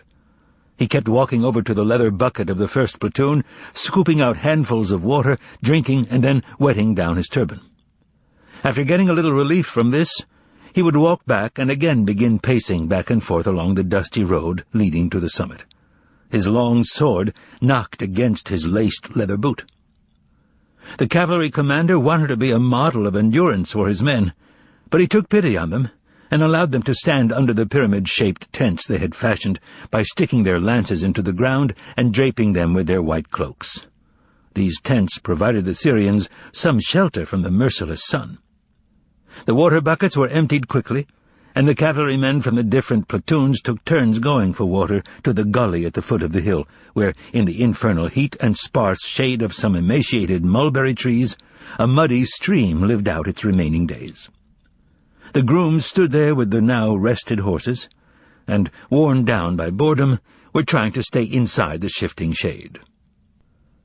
The soldiers' tedium and the curses they directed at the outlaws were understandable. The procurator's fears that the execution would provoke riots in the hated city of Jerusalem had fortunately proved groundless. And, contrary to all expectations, when the execution entered its 4th hour, there was not one person left in between the double cordon formed by the infantry up above and the cavalry down below. The crowd had been scorched by the sun and driven back to Jerusalem. All that was left beyond the line of the 2 Roman centuries were 2 dogs. No one knew who they belonged to and how they had ended up on the hill, but the heat had prostrated them as well, and they lay panting with their tongues out, oblivious to the green-backed lizards scurrying between the red-hot stones, the only creatures unafraid of the sun, and the prickly plants curling over the ground. No one had attempted to free the prisoners, either in Jerusalem, which had been inundated with troops, or here on the cordoned-off hill. And the crowd had gone back to the city because there was really nothing interesting about this execution. And back in the city, preparations were already underway for the great feast of Passover, which would begin that evening. The Roman infantry in the 2nd cordon was suffering more than the cavalry in the 1st. The only respite the centurion rat-killer allowed his men was to remove their helmets and replace them with wetted-down headbands. But he kept his soldiers standing, with their spears in their hands. Wearing the same kind of headband around his head, only dry, not wetted down, he paced back and forth not far from the group of executioners, without having removed the silver lions' heads from his tunic, or his scabbard, sword, or knife. The sun beat down on the centurion without causing him any distress, and it was impossible to look at the lions' heads on his tunic, so blinding was the glare of the silver which seemed to be boiling in the sun. Ratkiller's disfigured face showed no sign of exhaustion or discontent, and it seemed that the giant centurion had the strength to go on pacing like that all day and all night, and the next day as well, in short, for as long as he had to keep walking with his hands on his heavy bronze-studded belt, to gaze sternly now at the posts with the men being executed, now at the soldiers in the cordon, and to kick the toe of his shaggy boot indifferently at the bleached human bones or bits of flint that lay in his path. The man in the hood had settled himself on a 3-legged stool not far from the posts and sat in placid immobility, only occasionally poking at the sand with a twig, out of boredom. That there was not a single person behind the line of legionaries is not completely true. There was one man there, but he was simply not visible to everyone. The spot he had chosen was not on the side where there was an open ascent up the mountain, and where the most comfortable view of the execution could be had, but on the northern side of the hill, where the ascent was not sloping and accessible, but uneven, with crevices and cracks, and where, in one of the crevices, clinging to the heaven-cursed waterless soil, trying to survive, was a sickly fig tree. It was precisely under this tree, which gave no shade at all, that this single spectator, who was not a participant in the execution, had ensconced himself, and he had been sitting there on a rock from the very beginning, that is, for more than 3 hours. Yes, the place he had chosen was the worst rather than the best place to view the execution. Nevertheless, from that vantage point the posts were visible, and visible as well beyond the cordon were the 2 shiny spots on the centurion's chest. And that was evidently more than sufficient for this man who obviously wanted to remain unobserved and undisturbed by anyone. 4 hours before, however, when the execution was just beginning, this man had acted very differently and had been very noticeable indeed. No doubt that was why he had changed his behavior and had sequestered himself. It was when the procession had passed the 2nd cordon and reached the top of the hill that he had made his first appearance, acting like an obvious latecomer. Breathing heavily, he did not walk but ran up the hill, pushing others aside, and when he saw that the line had closed in front of him as well as everyone else, he acted as if he did not understand the angry shouts being directed at him, and made a naive attempt to break through the cordon to the place of execution, where the condemned men were already being taken off the cart. For his efforts, he received a heavy blow on the chest with the dull end of a spear, and he jumped back from the soldiers with a cry not of pain, but of despair. He gave the legionary who had struck him a dull and totally indifferent look, as if he were impervious to physical pain. Coughing and gasping for breath, clutching his chest, he ran around the circumference of the hill, trying to find some break in the line on the northern side where he might be able to slip through. But it was too late. The ring had closed, and the man, his face contorted with grief, was forced to abandon his attempts to break through to the carts from which the posts had already been removed. Such attempts would only have led to his capture, and being arrested on that particular day was certainly not part of his plan. And so he had gone over to a crevice on the side of the hill where it was more peaceful and no one would bother him. This black-bearded man, his eyes suppurating from the sun and from lack of sleep, was now sitting on a rock, consumed with anguish. With a sigh, he would periodically open his tallit, once light blue, but now ragged and dirty gray from a life of wandering, and bare his chest, which had been bruised by the spear and was dirty with sweat. Then, in a state of unbearable torment, he would raise his eyes to the sky, following the flight of 3 vultures who, for some time now, had been tracing broad circles high in the sky in anticipation of the feast to come. Or he would fix his hopeless gaze on the yellow earth and see there the remains of a dog's skull with lizards running all over it. The man's suffering was so great that from time to time he would start talking to himself. "Oh, what a fool I am," he mumbled, swaying back and forth on his rock in a state of mental anguish, digging his nails into his swarthy chest. "Fool, stupid woman, coward, I'm carrion and not a man." He would fall silent, drop his head, and then, after taking a drink of warm water from his wooden flask, he would become animated again and grab for the knife hidden on his chest under his tallit, or for the piece of parchment in front of him on the rock, beside a small stick and a bladder of ink. The parchment already had some scattered jottings. "The minutes go by, and I, Levy Matvey, am here on Bald Mountain, and still death does not come." And further on, "The sun is sinking, and still no death." Now, in a hopeless state, Levy Matvey had used his sharp stick to record the following: "God, why art thou angry at him? Send him death." When he had written that, he burst into tearless sobs, and again dug his nails into his chest.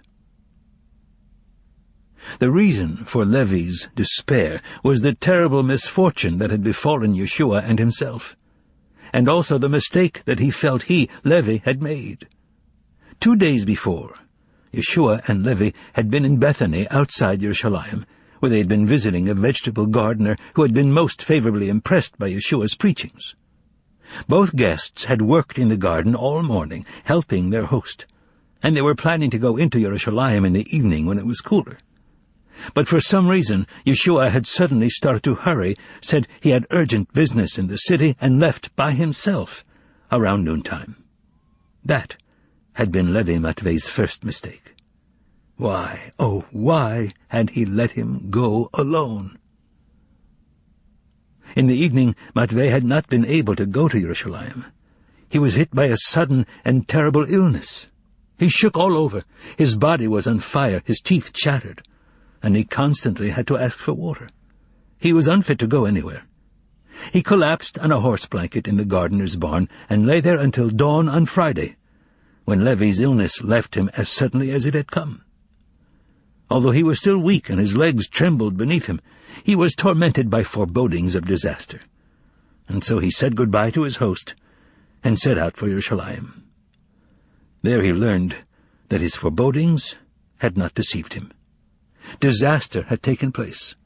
Levy was in the crowd and heard the procurator pronounce the sentence. When the condemned men had been taken out to the mountain, Levy Matvey ran alongside the column in the crowd of curiosity-seekers, trying at least to find some inconspicuous way to let Yeshua know that he, Levy, was there, that he would not forsake him on his final journey, and that he was praying that Yeshua would have a speedy death. But Yeshua had been looking up ahead to where they were taking him, and had not seen Levy. And then, when the procession had gone a short distance, Matvey had a simple and ingenious idea as he was being jostled by the crowd pressing in upon the column. And, being as hot-headed as he was, he immediately cursed himself for not having thought of it sooner. The cordon of soldiers was not impenetrable. There were gaps in it. If one were quick and timed it right, it might be possible to bend down, slip between two of the legionaries, get to the cart and jump on it. Then Yeshua would be saved from suffering. A single instant would be enough to plunge a knife into Yeshua's back and shout, "Yeshua, I am saving you, and I'm going with you. I, Matvey, your true and only disciple." And if God would grant him yet another instant of freedom, then he might be able to stab himself as well and avoid death on the post. But the latter was of little concern to Levy, the former collector of taxes. He did not care how he died. The only thing he wanted was for Yeshua, who had never done anyone any harm in his whole life, to escape being tortured. The plan was a very good one, but it had one flaw. Levy had no knife, nor did he have any money to buy one. Enraged at himself, Levy broke away from the crowd and ran back to the city. Only one thought burned in his fevered brain, and that was to get hold of a knife there right away, by whatever means, and then to catch up with the procession once again. He reached the city gates, maneuvering his way through the crush of caravans pouring into the city, and over to his left he saw the open door of a bread shop. Breathing heavily after his run down the blistering street, Levy regained control of himself and walked sedately into the shop. He greeted the woman behind the counter and asked for a loaf from the top of the shelf, saying it appealed to him more than the others. When the woman turned around to get it, he silently and quickly grabbed from the counter a long, razor-sharp bread knife, ideal for his purposes, and bolted out of the shop. A few minutes later he was again on the Jaffa Road. But the procession was nowhere in sight. He started to run. Occasionally he would have to fall down on the dusty road and lie still in order to catch his breath. And so he would lie, startling those passing by on mules and on foot en route to Yerushalayim. He lay listening to his heart pounding in his head, ears, and chest. After he had gotten some of his breath back, he jumped up and started running again, but at a slower and slower pace. When he could finally see the dust in the distance raised by the long procession, it had already reached the foot of the mountain. "Oh, God!" groaned Levy as he realized that he would be late. And he did come too late. As the 4th hour of the execution was ending, Levy's suffering reached its peak, and he flew into a rage. He got up from his rock and threw away the knife, which, as it seemed to him now, he had stolen in vain.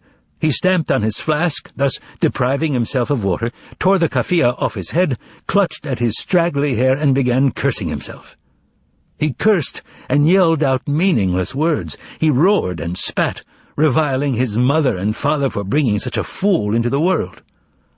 seeing that his cursing and swearing had no effect and had caused no change in the blazing sun, he narrowed his eyes, clenched his dry fists, raised them up to the sky, to the sun that was creeping lower and lower as it lengthened the shadows and neared its fall into the Mediterranean Sea, and he demanded that God send a miracle right away. He demanded that God send death to Yeshua then and there. When he opened his eyes, he realized that everything on the hill had stayed the same, with the exception of the shiny spots on the centurion's chest, which had gotten dimmer. The sun's rays were falling on the backs of those being executed who were facing toward Yerushalayim. Then Levy cried out, "I curse you, God!" In a hoarse voice, he shouted that he had become convinced of God's injustice, and no longer had any intention of believing in him. "You're deaf!" bellowed Levy. "If you weren't deaf, you would have heard me and killed him on the spot." Narrowing his eyes, Levy waited for fire to fall from the sky and strike him down. That failed to happen, and without opening his eyelids, Levy went on shouting out caustic, offensive remarks to the sky. He screamed about his utter disenchantment and about the fact that there were other gods and religions. Yes, another God would never have allowed someone like Yeshua to be strung up on a post and burned by the sun. "I was mistaken," cried the now completely hoarse Levy. "You are the god of evil. Or has the smoke from the temple censers blinded your eyes? And are your ears deaf to everything but the trumpet calls of the priests? You are not an omnipotent God, you are a black god. I curse you, God of outlaws, their protector and their soul." At this point, something blew in the face of the former tax collector, and something stirred beneath his feet. There was another gust, and when Levy opened his eyes, he saw that everything around him had changed, either because of his curses or for some other reason. The sun had disappeared without reaching the sea it sank into every evening. After swallowing the sun, a menacing thundercloud was rising relentlessly on the western horizon. White foam bubbled around its edges, and its smoky black belly was fringed with yellow. The cloud rumbled from time to time and emitted streaks of fire. The wind that had suddenly blown up chased spirals of dust down the Jaffa road, across the sparse valley of Goethe, and over the pilgrims' tents. Levy fell silent, and wondered whether the thunderstorm about to envelop Yerushalayim would have any effect on poor Yeshua's fate. And as he gazed at the streaks of fire that were splitting open the storm cloud, he begged for the lightning to strike Yeshua's post. Levy looked repentantly at the clear part of the sky not yet devoured by the storm cloud, where the vultures had flown in order to escape the thunder and lightning, and he thought that he had been much too hasty with his curses. Now God would not listen to him. Levy turned his gaze to the foot of the hill where the cavalry regiment was deployed, and saw that significant changes had taken place there. He had a good view from above and could see the soldiers bustling about, pulling their lances out of the ground and throwing on their capes, and the grooms running out to the road, leading raven-black horses by the reins. It was obvious that the regiment was preparing to move out. Shielding his face from the blowing dust with his hand and spitting the sand out of his mouth, Levy tried to figure out the significance of the cavalry's imminent departure. When he turned his glance upward, he could make out a small figure in a crimson-colored military chlamys who was making his way up to the execution site. Sensing that the joyous end was at hand, the former tax collector felt a chill in his heart. The man ascending the mountain in the 5th hour of the outlaw's suffering was the commander of the cohort, who had ridden out from Yerushalayim along with his orderly. At a wave of Ratkeller's hand, the cordon of soldiers opened up, and the centurion saluted the tribune. The latter drew Ratkeller aside and whispered something to him. The centurion saluted a second time and moved over to the group of executioners who were sitting on rocks at the foot of the posts. The tribune walked over to the man sitting on the three-legged stool, and he got up politely to meet him. The tribune said something to him in a low voice, and they both walked over to the posts. They were joined by the chief of the temple guard. Ratkiller cast a squeamish glance at the dirty rags piled on the ground by the posts, rags that had once been the criminal's clothing and had been rejected by the executioners. He summoned 2 of them and ordered, "Follow me." A crazed, raspy-sounding song could be heard coming from the nearest post. On it was Gestas, who had been driven mad by the flies and the sun when the execution was nearing the end of its 3rd hour, and who was now quietly singing something about grapes. He would, however, occasionally shake his turbaned head, and when he did, flies would lazily swirl off his face, only to return and light on it again. Dismas, who was on the 2nd post, was suffering more than the other 2 because he had not lost consciousness, and he shook his head right and left frequently and systematically so that he could strike an ear against each shoulder. Yeshua had been more fortunate than the other 2. In the 1st hour he had had intermittent fainting spells, and then he lost consciousness. His head, in its straggly turban, hung on his chest, and he was therefore so covered with flies that his face had disappeared beneath a black, heaving mask. Fat horseflies clung to his groin, stomach, and armpits, sucking on his naked yellow body. In response to a sign made by the man in the hood, one of the executioners took a spear, and another brought a bucket and sponge over to the post. The one with the spear raised it and ran it along each of Yeshua's arms, which were stretched out along the cross-beam of the post and fastened to it with ropes. The body with its protruding ribs gave a shudder. The executioner ran the end of the spear over his stomach.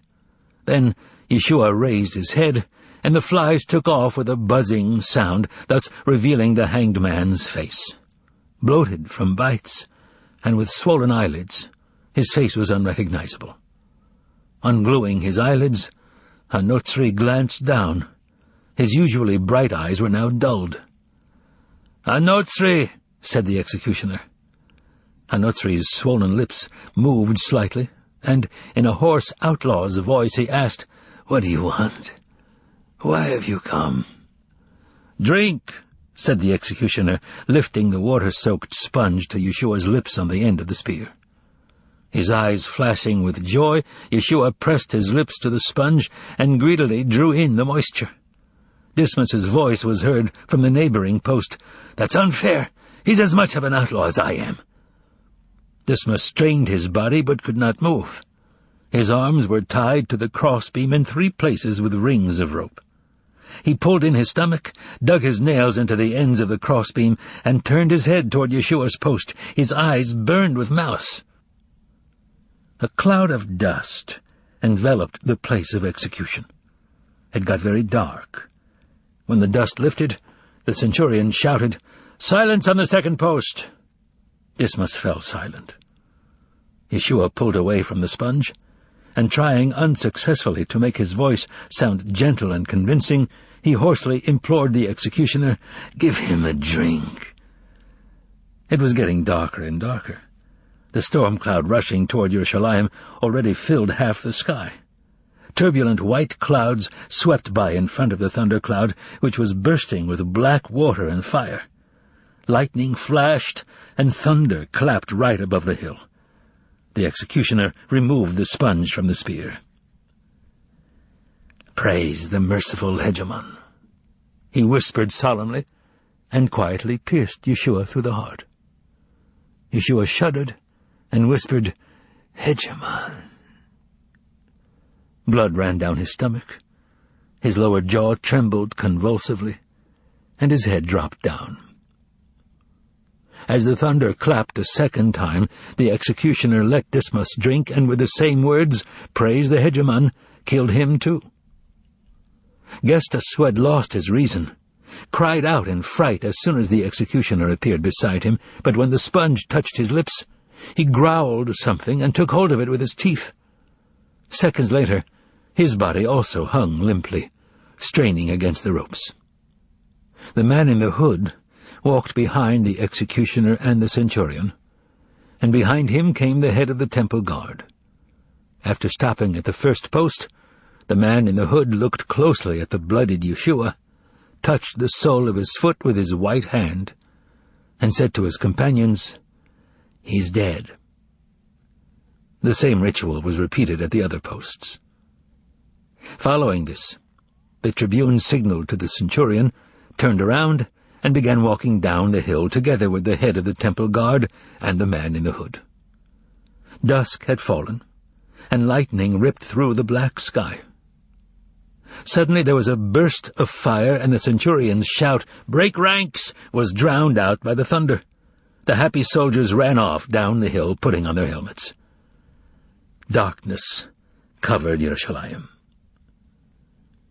The sudden downpour hit the sentries as they were halfway down the hill. The water poured down so ferociously that churning streams nipped at the soldiers' heels as they ran down the hill.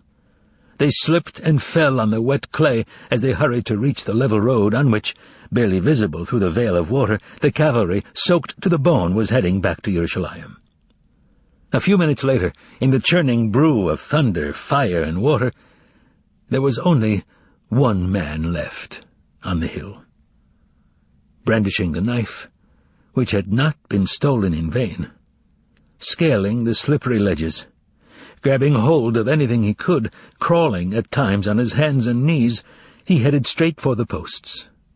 He would at times disappear in complete darkness, only then to be suddenly lit up by flickering light.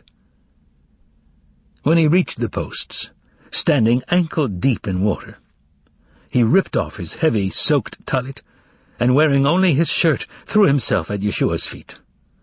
He cut the ropes around his shins, climbed up on the lower crossbeam, embraced Yeshua, and released his arms from their restraints. Yeshua's wet, naked body fell on top of Levy and knocked him to the ground. Levy was about to hoist him up on his shoulder, but something stopped him.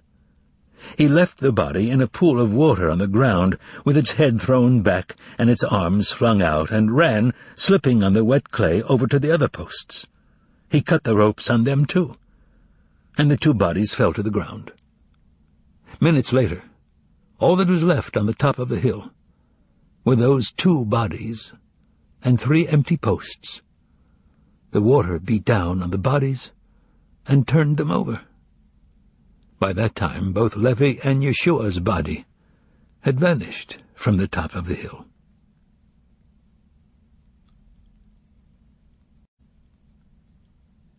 Chapter 17. An upsetting day.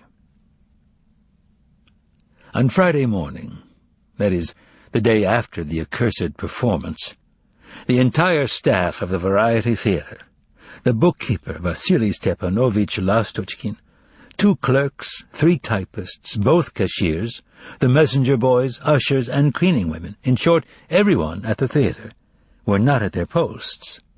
Instead, they were all sitting on the sills of the windows above Sadovaya Street, looking down at what was happening outside the theatre.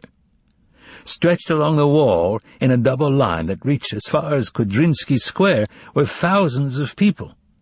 At the front of the line stood 20 or more of the most prominent scalpers in the Moscow theatrical world.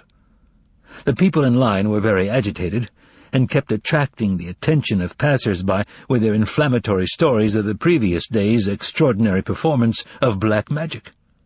These stories had particularly distressed the bookkeeper, Vasily Stepanovich, who had not attended the performance. The ushers were saying all sorts of preposterous things. For example, that after the performance some ladies ran down the street indecently clad, and other things of that sort. The modest and quiet Vasily Stepanovich merely blinked his eyes as he listened to all their wondrous tales. He had no idea what he should do, even though something did have to be done, and by him in particular, since he was now first in command at the Variety Theatre. By 10 in the morning, the line of ticket-seekers had swelled to such proportions that the police had gotten wind of it. Mounted and on foot, they descended on the scene with astonishing speed and managed to restore some order. However, even an orderly line a mile long was a source of distraction and amazement for the people on Sadovaya Street. That was the situation outside the theatre. And inside, things weren't going very well either. The phones in the offices of Lichodeyev, Rinsky, and Varanucha, as well as those in the ticket office and the bookkeeping department, had been ringing non-stop since early morning. At first, Vasily Stepanovich had made some sort of response to callers, as had the cashier and the ushers, who mumbled something into the phone, but after a while they stopped answering altogether because they had absolutely no answer to give to questions about the whereabouts of Griboedov, Varanucha, or Rimsky. At first they had tried to get off with lines like, "Griboedov is in his apartment," but this only made the callers say that they had called there and been told that he was at the Variety. An agitated lady had called, demanding to speak with Rimsky. After she had been advised to call his wife, the receiver burst into tears, saying that she was his wife, and that Rimsky was nowhere to be found. It was the beginning of a kind of nonsensical farce. The cleaning woman had already told everyone that when she came to clean the financial director's office, she found the door wide open, the lights on, the window overlooking the garden smashed, the chair overturned on the floor, and no one there. Just after 10, Madame Rimsky charged into the Variety, wringing her hands and sobbing. Vasily Stepanovich was totally at a loss and had no idea what to advise her. Then at 10:30 the police showed up. Their first, completely reasonable question was, "What's going on here, citizens? What's this all about?" The theater staff pushed a pale and flustered Vasily Stepanovich forward and then stepped back. He had no choice but to call a spade, and admit that the administration of the Variety Theatre, to wit the director, financial director, and manager, had vanished, and their whereabouts were unknown, that after last night's performance the MC had been removed to a psychiatric hospital, and that, briefly put, last night's show had been nothing short of scandalous. After consoling the sobbing Madame Rimsky as much as they could and sending her home, they seemed most interested in the cleaning woman's account of the state of the financial director's office. The staff was asked to get back to work, and a short time later an investigative unit arrived, accompanied by a muscular dog the color of cigarette ash, with highly intelligent eyes and pointed ears. The theater staff was immediately abuzz with the rumor that the dog was none other than the famous Ace of Diamonds. And it was, in fact, he. His behavior astounded everyone. As soon as Ace of Diamonds ran into the financial director's office, he started to growl and bared his monstrous yellow fangs. Then he lay down on his belly, his expression a blend of anguish and fury, and started to crawl over to the broken window.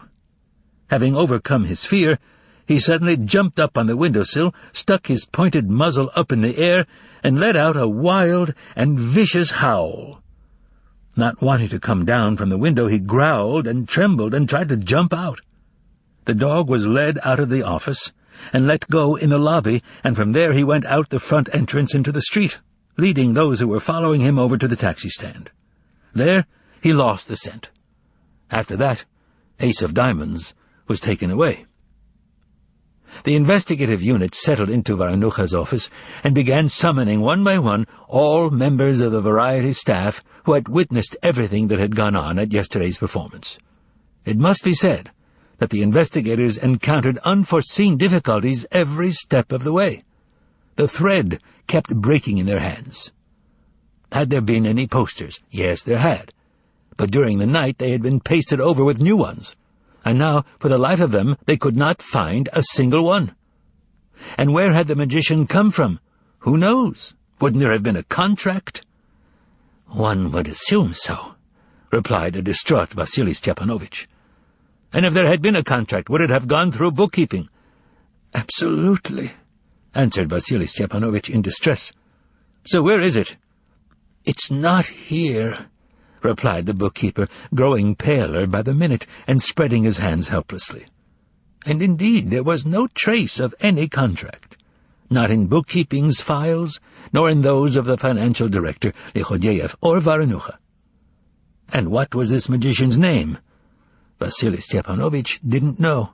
He hadn't been at the show. The ushers didn't know.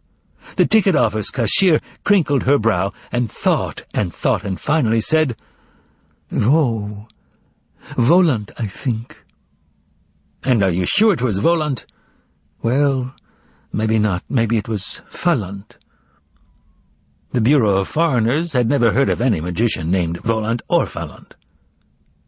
Karpov, the messenger boy, reported that he thought that the magician had been staying at Griboedov's apartment. Naturally, they went there right away, and no magician was to be found. Nor was Lichodiev. Grunya, the maid, wasn't there either, and no one knew where she had gone. Missing, too, was the chairman of the House Committee, Nikanor Ivanovich, and Prolezhnyov. Something utterly unimaginable had occurred. The entire administrative staff of the theatre had disappeared. A strange and scandalous performance had taken place yesterday, but who had staged it, and at whose instigation, was not known. And meanwhile, it was getting on toward noon, the time when the box office was supposed to open. Under the circumstances, however, that was out of the question. A huge piece of cardboard was hung on the doors of the theatre saying, "Today's performance cancelled." There was a commotion, starting at the head of the line, but once it was over, the line nevertheless began to break up, and in an hour there was no trace of it left on Sadovaya Street. The team of investigators left to continue their work elsewhere, the theatre staff was dismissed, except for the watchman, and the doors of the Variety were locked. The bookkeeper, Vasily Stepanovich, still had two things to do right away. First, go to the Entertainment Commission to report on yesterday's events, and second, visit the Commission's finance office to turn over the proceeds from yesterday's performance, 21,711 rubles. The meticulous and efficient Vasily Stepanovich wrapped the money in a newspaper, tied it with twine, put it in his briefcase, and, knowing the procedure well, set off for the taxi stand rather than the bus or trolley stop. As soon as the drivers of 3 separate cabs spotted the prospective passenger heading toward them with a bulging briefcase, they all took off from under his nose, looking back at him, for some reason, with loathing. Dumbfounded, the bookkeeper stood stock still for some time, trying to figure out what it all meant. A few minutes passed, and an empty cab pulled up, but as soon as the driver took a look at the passenger, he made a face. "Are you free?" asked Vasily Stepanovich, coughing with surprise. "Show me your money," the cabby replied angrily, without looking at him. Becoming more and more dumbfounded, the bookkeeper pressed the precious briefcase under his arm, removed a 10-ruble bill from his wallet, and showed it to the driver. "I won't take you," was his curt reply. "I beg your pardon," began the bookkeeper, but the cabby interrupted him. "Do you have any threes?" The completely baffled bookkeeper took 2 threes out of his wallet and showed them to the driver. "Get in," he shouted, banging the meter so hard that he almost broke it. And off they went. "Are you short on change?" the bookkeeper asked timidly. "I've got loads of change," roared the driver, his eyes bloodshot with rage, blazing in the rearview mirror. "This is the 3rd time today, and others are having the same problem. Some son of a bitch gives me a 10-ruble bill, I give him change, 450. He's gone, the bastard. 5 minutes later, I look, and what have I got? A label from a bottle of mineral water instead of a 10-ruble bill." Here the cabby let loose some unprintable words. "The next guy I pick up beyond Zubovskaya Street, another 10. I give him 3 rubles change. He walks off. I rummage in the change purse, and out flies a bee and stings me on the finger. A bastard!" The cabby again let go a stream of unprintable words. "But the 10 is gone. Yesterday at the Variety." Unprintable words. "Some sort of slimy magician did an act with 10-ruble bills." Unprintable words. The bookkeeper was stunned. He shrunk back in his seat and acted as if he were hearing the word Variety for the first time, but meanwhile he thought, "Boy, oh boy." Having reached his destination, the bookkeeper paid the driver without any problem. He entered the building, and as he headed down the corridor to the director's office, he saw that he had come too late. The office of the Entertainment Commission was in chaos. A messenger girl ran past the bookkeeper with her eyes bulging and her kerchief askew. "He's not there, not there, not there, my dears," she was screaming to no one knows whom. "His jacket and trousers are there, but there's nothing in the jacket." She disappeared behind a door, and immediately afterwards sounds of breaking dishes were heard. The head of the first section, whom the bookkeeper knew, ran out of the secretary's room, but he was in such a state that he didn't recognize the bookkeeper and disappeared somewhere without a trace. Shaken by all this, the bookkeeper reached the secretary's room, which served as an anteroom to the chairman's office, and here he was utterly thunderstruck. A menacing voice could be heard coming through the closed door of the office, a voice that unmistakably belonged to Prokhor Petrovitch, the chairman of the commission. "Who is he raking over the coals now, I wonder?" thought the flustered bookkeeper, and as he looked around he saw something else that was unnerving. There, in a leather armchair, sobbing uncontrollably and clutching a wet handkerchief, her head thrown back and her legs stretched out into the middle of the room, was Prokhor Petrovitch's personal secretary, the beautiful Anna Richardovna. She had lipstick all over her chin, and black streams of mascara ran down her eyelashes and over her peach-like cheeks. When she saw who had come in, Anna Richardovna jumped up and threw herself at the bookkeeper. Grabbing his lapels, she shook him and screamed, "Thank God, at least there's one brave soul. They all ran off. They all betrayed him. Come with me and see him. I don't know what to do." And still sobbing, she dragged the bookkeeper into the office. Once there, the first thing the bookkeeper did was drop his briefcase. Everything in his head went topsy-turvy, and it must be said with good reason.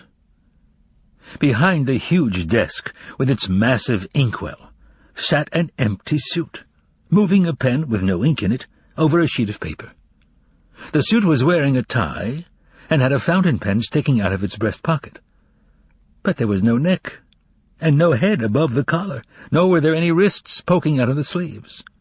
The suit was hard at work, and completely oblivious to the confusion raging all around. Hearing someone come in, the suit leaned back in its chair, and from above its collar came the voice of Prokhor Petrovitch, so familiar to the bookkeeper. "What is it? The sign on the door says that I'm not seeing anyone." The beautiful secretary let out a shriek, wrung her hands, and screamed, "See, do you see? He isn't there. He's not. Bring him back. Bring him back." Just then someone poked his head in the door, groaned, and then left. The bookkeeper felt his legs start to tremble and sat down on the edge of a chair, but he didn't forget to pick up his briefcase. Anna Richardovna kept jumping around him, grabbing at his suit and yelling, "I always tried to stop him when he used devil oaths, and now he's bedeviled himself." At this point she ran over to the desk, and in a soft, musical voice that was slightly nasal-sounding from so much crying, she exclaimed, "Prosha, where are you?" "Who are you calling Prosha?" the suit asked haughtily, sinking deeper in the chair. "He doesn't recognize me. He doesn't. Don't you see?" sobbed the secretary. "Please don't sob in the office," said the irascible striped suit, already angry, extending its sleeve for a fresh stack of papers, obviously intending to attach memos to them.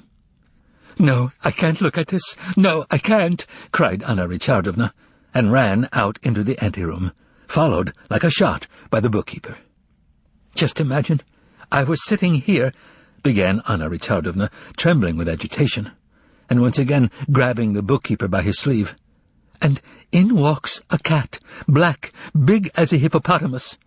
I naturally screamed, 'Scat!' He takes off, and a fat man with a kind of cat-like mug comes in instead. He says to me, 'Are you the one who screams scat to visitors?' And he goes right in to Prokhor Petrovitch. Naturally, I follow him and yell, 'Have you gone crazy?' But the brazen fellow goes right up to Prokhor Petrovitch and sits down in the chair opposite. Well, Prokhor Petrovitch, he's the nicest man you'll ever meet, but he's high-strung. He just blew up. I don't deny it. He's irritable, works like a horse, and he blew up. 'How dare you,' he says, 'burst in unannounced?' And just imagine that smart Alex sank back in his chair and said, smiling, 'But I've come,' he says, 'on a little matter of business.' Prokhor Petrovitch blew up again. 'I'm busy.' And the other one, can you believe it, says back, 'You're not busy with anything at all.' How do you like that? Well, naturally, at that point, Prokhor Petrovitch's patience ran out, and he shouted, 'What the hell is this? Get him out of here! The devil take me!' And then, just imagine, the other one flashes a grin and says, 'You want the devil to take you? That can be arranged.' And bang, before I can let out a scream, I see that the guy with the cat-like mug is gone, and sitting there is the suit.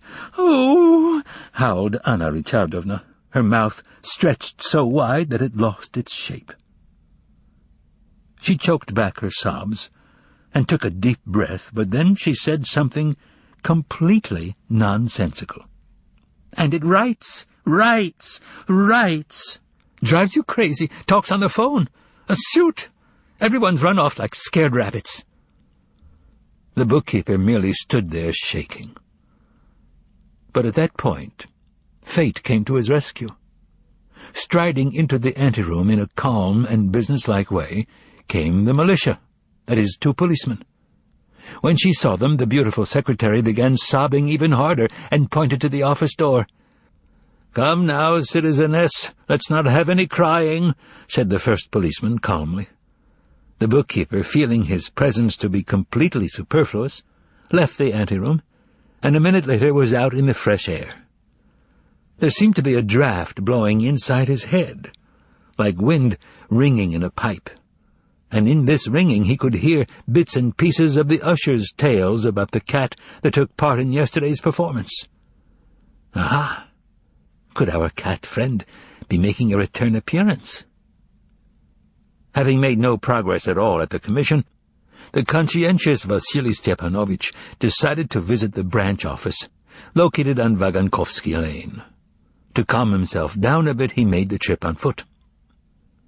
The Moscow branch office of the Entertainment Commission was located in an old house, peeling from age, set far back in a courtyard, and was famous for the porphyry columns in its vestibule. On that particular day, however, visitors were less struck by the columns than they were by what was going on beneath them.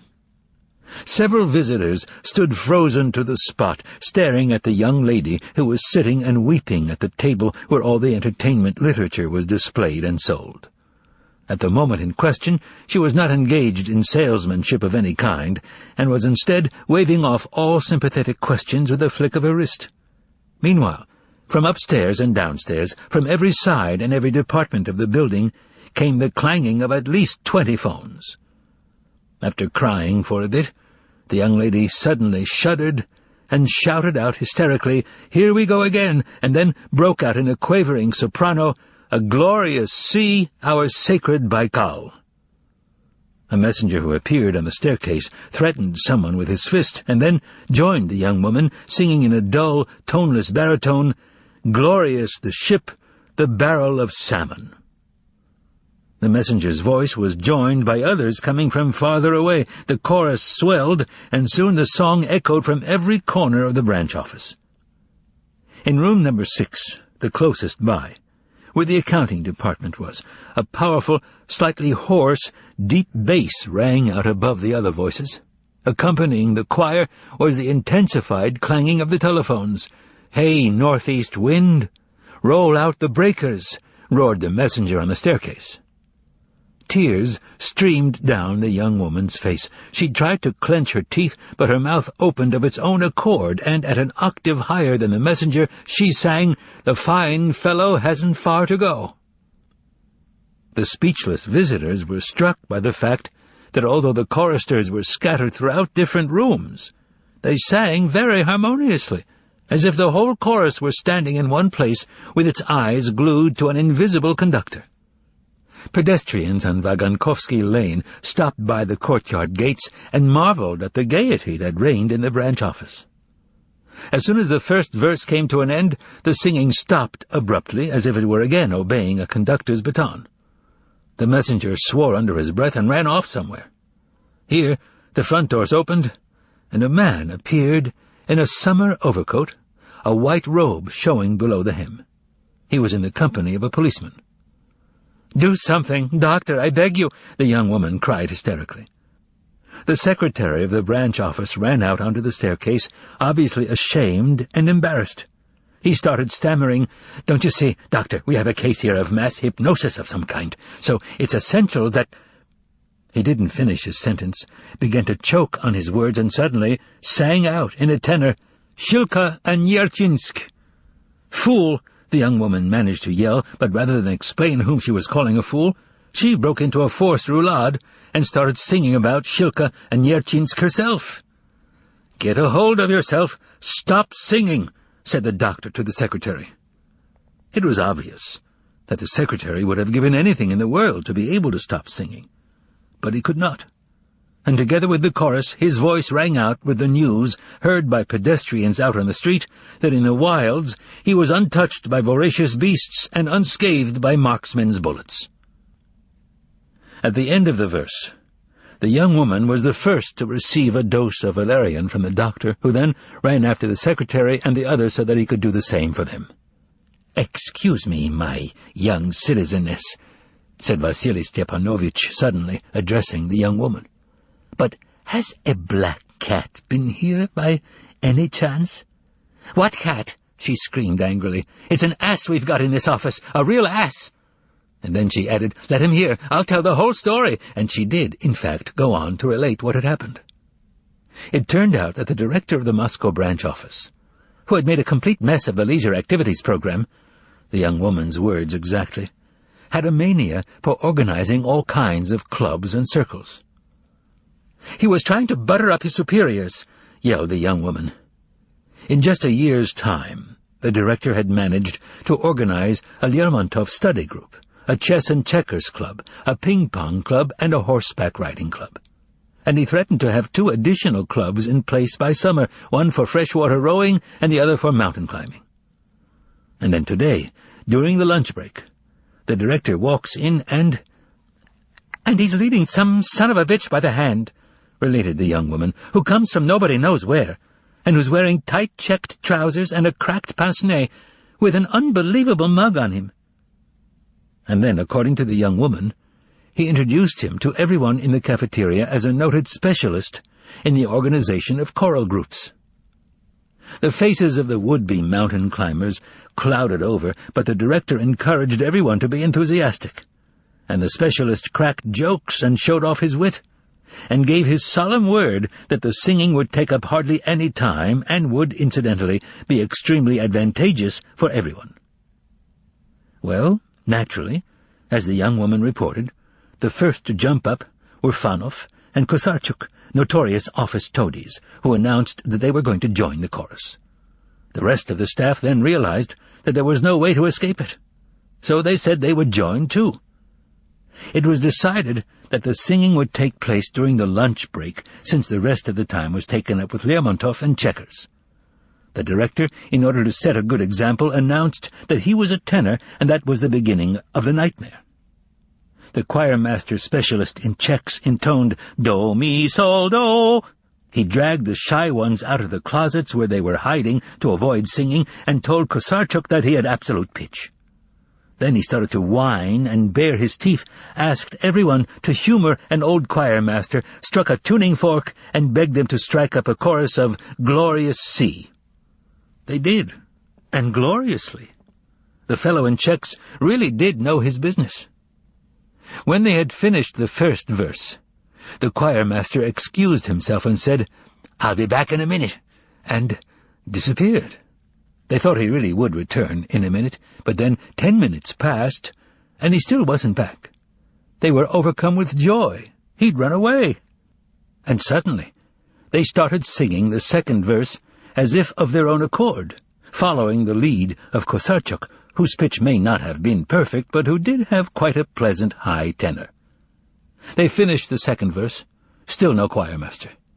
They went back to their places, but before they could manage to sit down, they started singing against their will. It was beyond their power to stop. They would be quiet for 3 minutes or so, and then start up again. At this point, they realized that something bad had happened. Mortified, the director locked himself in his office. It was here that the young woman's story broke off. The valerian had been no help at all. 15 minutes later, 3 trucks drove up to the gates on Vagankovsky Lane, and the director of the branch office and the rest of his staff got in. Just as the first truck came to a pitching halt at the gates, and then pulled out into the lane, the office staff who were standing in the back, their arms around each other, opened their mouths and filled the street with song. The second truck followed suit, and then the third, and they all drove off. Pedestrians going about their business cast only a fleeting glance at the trucks, manifesting no curiosity whatsoever and assuming that they were going on an excursion outside the city. And they were, in fact, going outside the city, only not on an excursion. They were going to Professor Stravinsky's clinic. Half an hour later, the bookkeeper arrived at the finance office in a completely befuddled state, with hopes of finally divesting himself of yesterday's receipts. Having learned from experience, he peered cautiously into the oblong office where the clerk sat behind frosted glass windows with gold lettering. The bookkeeper could see no signs of upset or disarray. Everything was quiet, just as one would expect in a proper establishment. Vasily Stepanovich stuck his head in the window, which had a sign above it saying "Deposits," said hello to the clerk, whom he did not know, and politely asked for a deposit slip. "Why do you need one?" asked the clerk behind the window. The bookkeeper was perplexed. "I want to hand over my cash receipts. I'm from the Variety." "Just a minute," replied the clerk, and then proceeded to put a screen over the hole in his window. "That's odd," thought the bookkeeper. His perplexity was natural under the circumstances. It was the first time he had ever encountered such a thing. Everyone knows how hard it is to acquire money. Obstacles to that can always be found.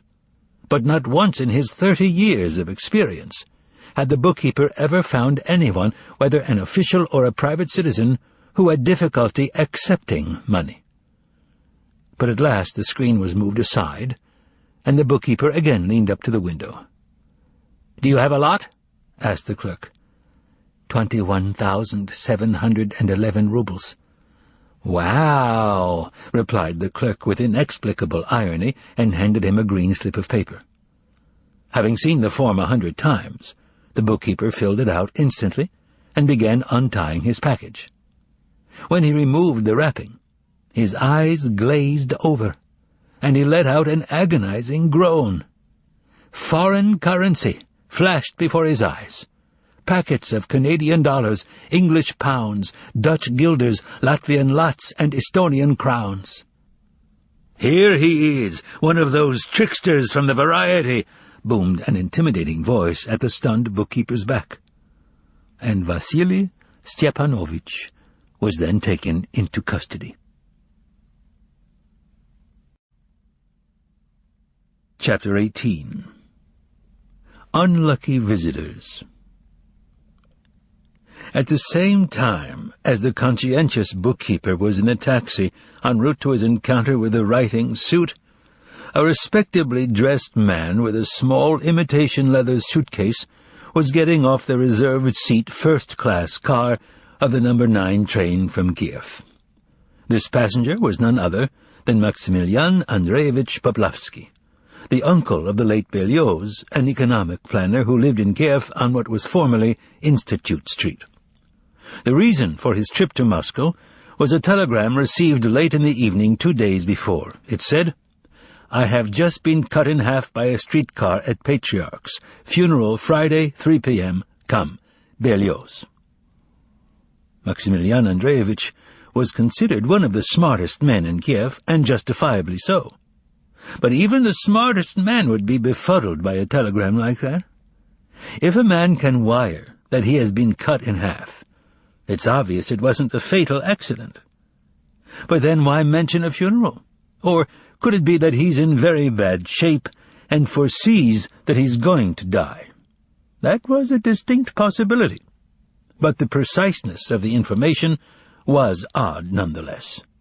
How could he know that his funeral was going to be at precisely 3 p.m. on Friday? An amazing telegram. But what are smart people smart for, if not to untangle tangled things? It was very simple. There had been a mistake, and the message had been transmitted in garbled form.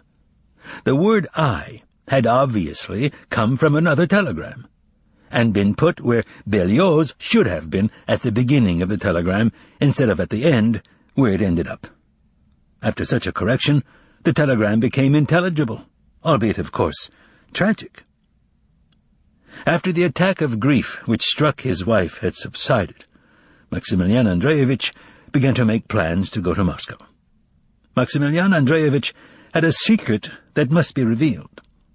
Although he did indeed feel sorry for his wife's nephew, who had died in the prime of his life, He was a practical man and saw that there was no particular need for him to attend the funeral. Nevertheless, Maximilian Andreevich had been in a great hurry to get to Moscow. What made him do it? Only one thing. The apartment. An apartment in Moscow. That's serious business. No one knows why, but Maximilian Andreevich didn't like Kiev, and the thought of moving to Moscow had gnawed at him so persistently recently that he had begun to lose sleep over it. He got no pleasure from the Dnieper overflowing in spring, when the islands on the lower shore became flooded and the water merged with the horizon. He got no pleasure from the striking beauty of the view from the base of the Prince Vladimir statue. The patches of sunlight that played on the brick paths of Vladimir Hill in spring gave him no joy. He wanted none of that. He wanted just one thing: to move to Moscow. The ads he placed in the papers, offering to exchange his Institute Street apartment in Kiev for a smaller flat in Moscow, had produced no results. There were no takers, and if someone did turn up once in a while, the offer was made in bad faith. The telegram had given Maximilian Andreevich a shock. It would be a sin to pass up such an opportunity. Practical people know that opportunity doesn't knock twice. In a word, come hell or high water, he had to make sure he inherited his nephew's apartment on Sadovaya Street. True, it would be difficult, very difficult, but the difficulties had to be overcome, no matter what. As an experienced man of the world, Maximilian Andreevich knew the first thing he had to do to accomplish this goal was to get registered, if only on a temporary basis, in his late nephew's 3-room apartment. On Friday afternoon, Maximilian Andreevich walked into the office of the Housing Committee of No. 302B Sadovaya Street in Moscow. In a narrow room, where there was an old poster on the wall showing in several drawings ways of reviving someone drowned in the river, an unshaven middle-aged man with frightened-looking eyes sat behind a wooden desk, all by himself. "May I see the chairman of the Housing Committee?" the economic planner inquired politely, taking off his hat and putting his suitcase on the chair by the doorway. This, it would seem, simplest of questions so unnerved the man at the desk that a change came over his face. Squinting with alarm, he mumbled incomprehensibly that the chairman was not there. "Is he in his apartment?" asked Poplavsky. "I'm here on a very urgent matter." The seated man's reply was again incoherent. But even so, the implication was that the chairman was not in his apartment either. "When will he be back?" The seated man said nothing in reply and looked out the window with a kind of anguish. "Aha!" said the smart Poplavsky to himself, and inquired after the secretary. The strange man at the desk turned purple from the strain and, again incomprehensibly, said that the secretary wasn't there either, that he was ill, and that no one knew when he'd be back. "Aha!" said Poplavsky to himself. "But is there anyone here from the Housing Committee?" "Me," the man answered in a weak voice. "You see," Poplavsky began impressively, "I am the sole heir of the deceased Berlioz, my nephew, who, as you know, died at Patriarch's Ponds, and I am bound by the law to assume the inheritance that consists of our apartment, number 50. "I don't know anything about it, comrade," interrupted the man glumly. "But see here," said Poplavsky in resonant tones, "you are a member of the committee and are obliged to—" At this point a man walked into the room. The man at the desk took one look at him and turned pale. "Committee member Pyatnashkov?" asked the new arrival. "Yes," answered the man at the desk in barely audible tones. The newcomer whispered something to him, and the latter became completely flustered, got up from the desk, and seconds later Poplavsky was left alone in the empty Housing Committee office. Oh, what a complication! All I needed was to have them all suddenly be... thought Poplavsky with annoyance as he crossed the asphalt courtyard and hurried to apartment number 50. As soon as the economic planner rang the bell, the door opened. Maximilian Andreevich entered the darkened hallway. he was a little surprised that he couldn't tell who had opened the door. There was no one in the hallway except a huge black cat who was sitting on a chair. Maximilian Andreevich coughed, stamped his feet, and then the study door opened, and out walked Korolyov into the hallway. Maximilian Andreevich bowed politely to him, but said with dignity, "My name is Poplavsky. I am the uncle—" But before he could finish, Korolyov pulled a dirty handkerchief out of his pocket, buried his nose in it, and burst into tears. "Of the deceased Berlioz." I know, interrupted Korolyov, removing the handkerchief from his face. "The minute I laid eyes on you, I guessed it was you." Then he was convulsed with tears and cried out, "What a tragedy, huh? How could such a thing happen, huh?" "Run over by a streetcar?" asked Poplavsky in a whisper. "Killed instantly!" shouted Korolyov, and the tears started streaming from under his pince-nez. "Instantly? I was there and saw it. Believe me, it happened in a flash. Off went the head, then the right leg, crunch, right in two. Then the left, crunch, right in two. That's what you get with streetcars." Apparently unable to control himself, Korolyov turned his face to the wall next to the mirror and began shaking with sobs. Berlioz's uncle was genuinely struck by the stranger's behavior. "And they say people aren't sensitive nowadays," he thought, feeling his own eyes begin to smart. However, at just that moment, a bothersome little cloud settled over his soul, and a reptilian thought flickered. Could this sincere and sensitive fellow already have registered himself in the deceased's apartment? Such things have been known to happen, after all. "Excuse me, but were you a friend of my dear departed Misha?" he asked, wiping his dry left eye with his sleeve and studying the grief-stricken Korolyov with his right. But the latter was in such a paroxysm of tears that nothing he said was intelligible except for "crunch, right in two," which he kept repeating. After he had cried himself out, Korolyov finally unglued himself from the wall and said, "No, I can't take it any more. I'm going to take 300 drops of valerian." And turning his utterly tear-drenched face to Poplavsky, he added, "Those damned streetcars!" "Pardon me, but was it you who sent me the telegram?"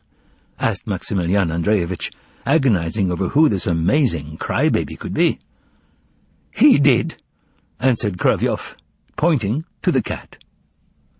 Poplavsky, his eyes bulging, thought he had misheard. "No, I can't go on. I haven't the strength," Korolyov went on, sniffling. "When I think of the wheel going over his leg, one wheel alone weighs about 360 pounds. Crunch! I'll go lie down and lose myself and sleep." At which point he vanished from the hallway. The cat stirred, jumped down from the chair, stood on its hind legs, spread its forepaws, opened its jaws, and said, "Well, I sent the telegram. Now what?" Maximilian Andreevich's head started spinning. His arms and legs became paralyzed. He dropped his suitcase and sat down on a chair opposite the cat. "I believe I asked you in Russian," the cat said sternly. "Now what?" But Poplavsky gave no reply. "Passport!" snapped the cat and stretched out a chubby paw. Completely at a loss, and unable to see anything but the sparks burning in the cat's eyes, Poplavsky pulled his passport out of his pocket as if it were a dagger. The cat removed a pair of black, thick-rimmed glasses from the table under the mirror, put them on his snout, which made it look even more impressive, and took the passport from Poplavsky's trembling hand. "I wonder, will I faint or not?" thought Poplavsky.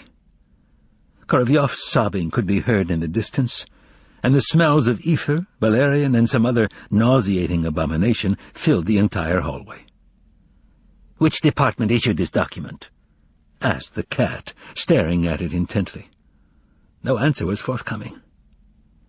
"Department 412, replied the cat himself, tracing his paw over the passport, which he held upside down. But of course, I know that department very well. They give passports to anyone who walks in. But I, on the other hand, wouldn't give a passport to someone like you.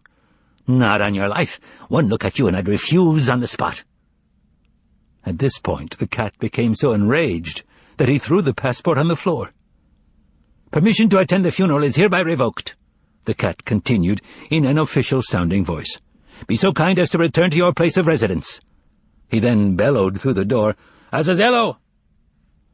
In answer to his call, a short little man ran out into the hallway. He walked with a limp, wore black tights, had a knife stuck inside his leather belt, was red-haired, had a yellow fang, and a cataract clouding his left eye. Poplavsky felt he was suffocating, got up from his chair, and staggered backwards, his hand clutching his heart. "Azazello, show him out," ordered the cat, and walked out. "Poplavsky?" the recent arrival said softly, with a nasal twang. "I hope by now everything is completely clear." Poplavsky nodded. "Return to Kiev immediately," Azazello continued. "Stay quiet as a mouse and stop dreaming about apartments in Moscow. Is that clear?" This short little man, who scared Poplavsky to death with his fang, his knife, and his cataract, only came up to the economist's shoulders, but his actions were smooth, efficient, and forceful. First he picked up the passport and handed it to Maximilian Andreevich, and the latter took it with a lifeless hand. Then the one called Azazello picked up the suitcase with one hand and threw open the door with the other. Taking Berlioz's uncle by the arm, he escorted him out to the landing. Poplavsky leaned against the wall. Azazello opened the suitcase without benefit of a key, took out a huge roast chicken with only one drumstick, wrapped in greasy newspaper, and put it down on the top of the stairs. Then he pulled out 2 pairs of underwear, a razor strop, a book, and a case, and kicked everything except the chicken down the stairs. The empty suitcase was also sent flying. Judging by the sound it made when it crashed below, its top had come off. Next, the red-haired thug grabbed the chicken by its leg and slammed it so roughly and savagely across Poplavsky's neck that the carcass flew apart, leaving Azazello with only the drumstick in his hand. Everything was in a state of confusion in the Oblonsky household, as the famous writer Lev Tolstoy so justly put it. He would have said the same thing here, too. Indeed, everything in Poplavsky's vision became jumbled. A long spark flashed before his eyes, which then converted into a black serpent which for an instant blotted out the May sun. Poplavsky then went flying down the stairs, passport in hand. When he reached the turn on the stairs, he smashed in the window pane with his foot and sat down on the step. The legless chicken tumbled past him and fell into the stairwell. Azazello, still at the top of the stairs, devoured the drumstick in a flash and stuck the bone in the side pocket of his tights, after which he went back to the apartment and shut the door with a bang. It was then that the cautious footsteps of someone coming up the stairs were heard. After running down another flight, Poplavsky sat down on a small wooden bench on the landing to catch his breath. A diminutive elderly gentleman with an unusually sad face, wearing an old-fashioned tussore silk suit and a stiff straw hat with a green band, was coming up the stairs. He stopped near Poplavsky. "May I ask you, citizen," the man in tussore silk inquired sadly, "where is apartment number 50? "Upstairs," was Poplavsky's abrupt reply. "My humble thanks, sir," the man replied, equally as sadly, and proceeded up the stairs, while Poplavsky got up from the bench and ran downstairs. The question arises, did Maximilian Andreevich rush off to the police station to lodge a complaint against the thugs who had brutalized him so savagely in broad daylight? Emphatically no, not at all. That can be said with confidence. To go to the police and say that a cat wearing glasses had just examined your passport, and that a man in tights with a knife had— No, citizens, Maximilian Andreevich was far too smart for that. When he got to the bottom of the stairs, he saw a door off the exit leading to a closet-like room. The window on the door had been knocked out. Poplavsky put his passport away in his pocket and looked around, hoping to spot his scattered belongings. But there was no trace of them.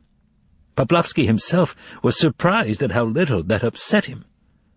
There was something else on his mind, an intriguing and tempting thought to use the little man to test the apartment again. He had asked where it was, which meant it was his first visit. This in turn meant that he would fall into the clutches of the gang who had taken over apartment number 50. Something told Poplavsky that the little man would be exiting the apartment momentarily. Naturally, Maximilian Andreevich no longer had any plans to attend his nephew's funeral, but there was still time before his train departed for Kiev. The economist looked around and slipped into the closet. At this moment a door banged far upstairs. "That's him going in," thought Poplavsky, his heart sinking.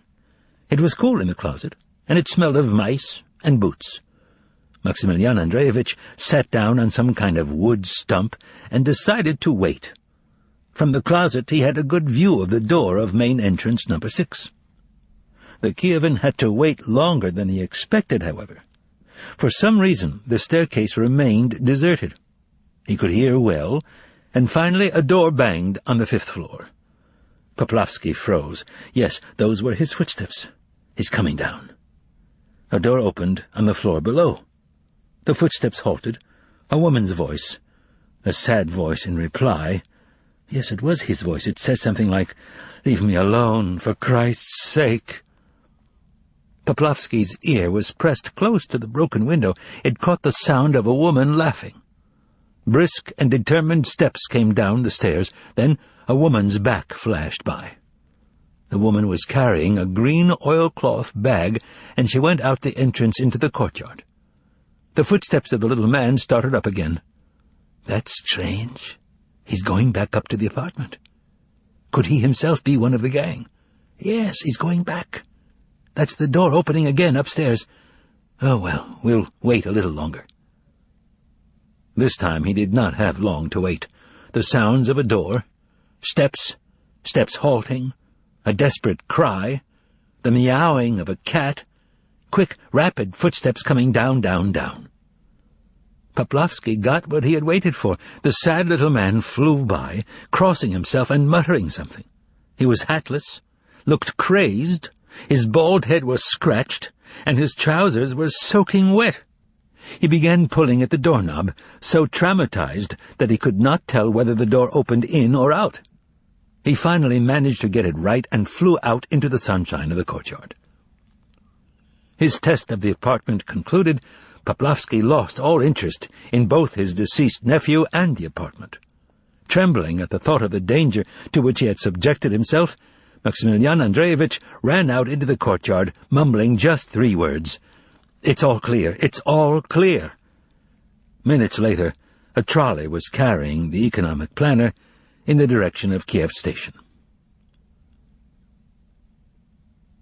While the economist was sitting downstairs in the closet-like room, the little old man was having a most unpleasant experience upstairs. He was the bartender at the Variety Theatre, and his name was Andrei Fokich Sokov. While the investigation was in progress at the theatre, Andrei Fokich had kept apart from the proceedings, and the only thing noticeable about him was that he seemed sadder than usual, and, in addition, that he had tried to find out from Karpov, the messenger, where the visiting magician was staying. And so, after leaving the economist on the landing, the bartender had gone up to the 5th floor and rung the bell of apartment number 50. The door was opened immediately, but the bartender shuddered, stumbled back, and did not go in immediately. An understandable reaction. The door had been opened by a girl wearing nothing but a white maid's cap and a coquettish lace apron. She did, however, have gold slippers on her feet. The girl's figure was superb, and the only thing wrong with her otherwise flawless exterior was the purplish scar on her neck. "Well, come in, since you rang," said the girl, fixing her lecherous green eyes on the bartender. Andrei Fokich gulped, blinked, and took off his hat as he stepped into the entrance hall.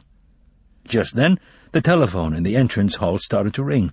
The shameless maid put one leg up on a chair, picked up the receiver, and said, "Hello?" Not knowing where to put his eyes, the bartender shifted from one foot to the other and thought, "That's some maid the foreigner's got. Phew, what filth." And to save himself from such filth, he looked off to the side. The entire large, semi-dark entrance hall was crammed with unusual objects and articles of clothing. A funereal cape with a fiery red lining was slung over the back of a chair, and on the table under the mirror there was a long sword with a shiny gold hilt. Standing in the corner, as nonchalantly as canes or umbrellas, were 3 swords with silver hilts, and hanging on deer antlers were berets with eagle feathers. "Yes," the maid was saying into the phone. "Who is it? Baron Mikhail? Hello. Yes, the artist is at home today. Yes, he'll be happy to see you. Yes, there'll be guests. Tails or a black dinner jacket? What? Before midnight." After finishing her conversation, the maid put back the receiver and turned to the bartender. "What can I do for you?" "I have to see the citizen artiste." "Is that so? In person?" "Yes," answered the bartender sadly. "I'll ask," said the maid, evidently hesitating, and barely opening the door into the late Berlioz's study, she announced, "Sir, there's a little man out here who says he needs to see Monsieur." "Show him in," came Korovyov's cracked voice from the study. "Go into the parlor," the girl said simply, as if she were dressed like a normal person, and she opened the door to the parlor and left the entrance hall. When he entered the room he had been invited into, the bartender was so struck by the furnishings that he forgot why he had come. Streaming through the large stained-glass windows, the whim of the jeweler's wife who had vanished without a trace, was an extraordinary light, similar to the light in a church. Wood was burning in the huge old-fashioned fireplace despite the hot spring day. Yet it was not the least bit hot in the room. In fact, quite the opposite. A cellar-like dampness enveloped the man entering the room.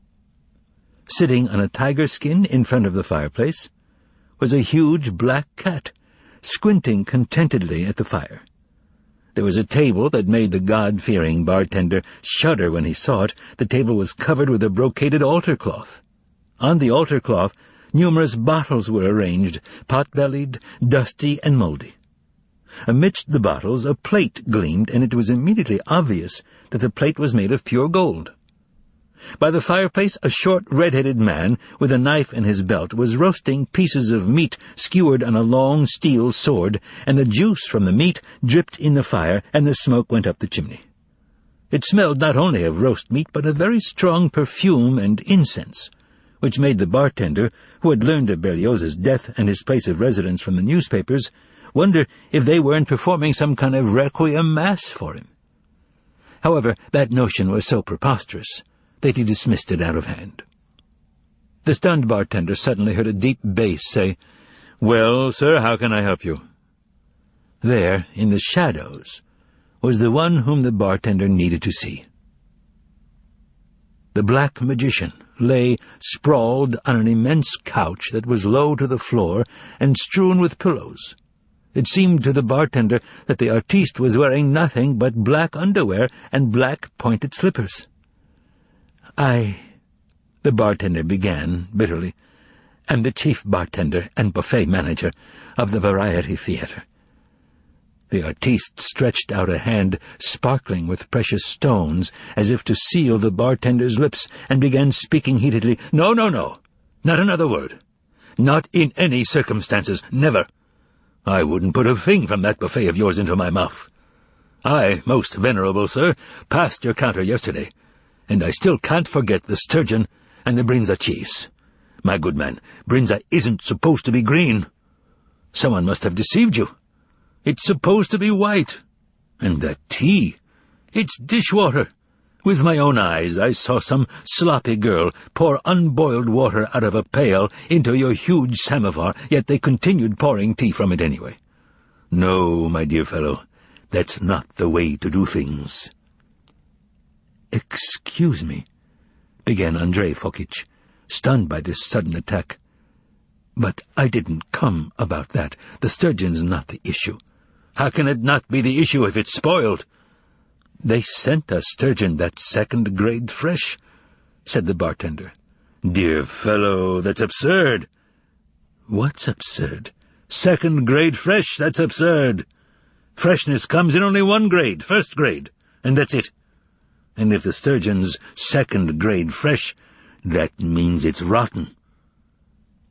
"Excuse me," the bartender said once again, not knowing how to escape the artiste's tongue-lashing. "I cannot excuse you," the latter said firmly. "But I didn't come about that," said the bartender, now completely at a loss. "You didn't?" the foreign magician asked in amazement. "What was it then that brought you here?" "If my memory doesn't deceive me, I've known only one other person in your line of work, and that was a lady settler. But that was long before you were even born. However, I'm glad you've come. Azazello, a stool for the bar manager." The one roasting the meat turned around, terrifying the bartender with his fang, and deftly handed him one of the low, dark oak stools. There was nothing else in the room to sit on. "Thank you very much," said the bartender, lowering himself onto the stool, the back leg of which then caved in with a crash. The bartender let out a groan and hit his rump painfully against the floor. As he fell, his leg upset another stool nearby, spilling a full glass of red wine all over his trousers. The artiste exclaimed, "Oops! Did you hurt yourself?" Azazello helped the bartender get up and offered him another seat. In a grief-stricken voice, the bartender refused his host's suggestion that he remove his trousers and dry them in front of the fire. Feeling extremely uncomfortable in his wet underwear and clothes, he sat down gingerly on the other stool. "I love sitting low to the ground," said the artiste, "because then falling off isn't so dangerous. Now then, we were talking about the sturgeon, were we not? My dear fellow, freshness, freshness, and more freshness. That should be every buffet manager's motto. Yes, well, wouldn't you like to have a taste?" Here, in the crimson glow of the fireplace, a sword flashed in front of the bartender, and Azazello put a sizzling piece of meat on a gold platter. He sprinkled it with lemon juice, and handed the bartender a two-pronged gold fork. "Thank you very much, but I—" No, try it." Out of politeness, the bartender put a piece in his mouth and realized immediately that he was eating something that was truly very fresh and, what's more, unusually tasty. But even so, as the bartender chewed the fragrant, succulent meat, he almost choked and fell a second time. A large, dark bird flew in from the adjoining room, softly brushing its wing against the bartender's bald head. Alighting on the mantelpiece, next to the clock, it turned out to be an owl. "Oh, my God," thought Andrei Fokich, who, like all bartenders, was nervous and edgy. "This is some apartment. A glass of wine? White? Red? Which imported wine do you prefer at this hour?" "Thank you, but I don't drink." "How unfortunate. How about a game of dice? Or do you like some other games? Dominoes? Cards?" "I don't play," replied the already weary bartender. "That's the limit," concluded the host. "There is, if you don't mind my saying so, something sinister about men who avoid wine, games, the company of charming women, and good dinner-table conversation. People like that are either seriously ill, or they secretly disdain their fellow men. True, there are exceptions. Among those who have feasted with me, there have sometimes been extraordinary cads. And so, tell me what brings you here." "Yesterday, you had occasion to perform some tricks." "I?" the magician exclaimed in amazement. "I beg your pardon. That isn't my sort of thing." "Sorry," said the bartender, taken aback. "But what about the performance of black magic?" "Oh, that, well, of course, my dear man, I'll tell you a secret. I'm not a stage performer at all. I just wanted to see the citizens of Moscow en masse, and the easiest way to do it was in a theater. So my retinue here," he nodded at the cat, "arranged the performance while I merely sat and watched the Muscovites. But don't look like that. Just tell me what it was about the performance that brought you here." "If you recall, among other things, paper money flew down from the ceiling." The bartender lowered his voice and looked around in embarrassment. "Well, everybody started grabbing the bills, and a young man comes up to me at the bar and gives me a 10-ruble bill, and I give him 8.50 in change. Then someone else—" "Also a young man?" "No, an older man. Then a third came, a fourth. I give them all change, and today, when I went to check the cash register, I look, and what do I see but strips of paper instead of money? The bar was 109 rubles short." "Dear, oh dear!" exclaimed the artiste. "Can they truly have thought it was real money? I can't believe they did it on purpose." The bartender looked around wryly and miserably, but said nothing.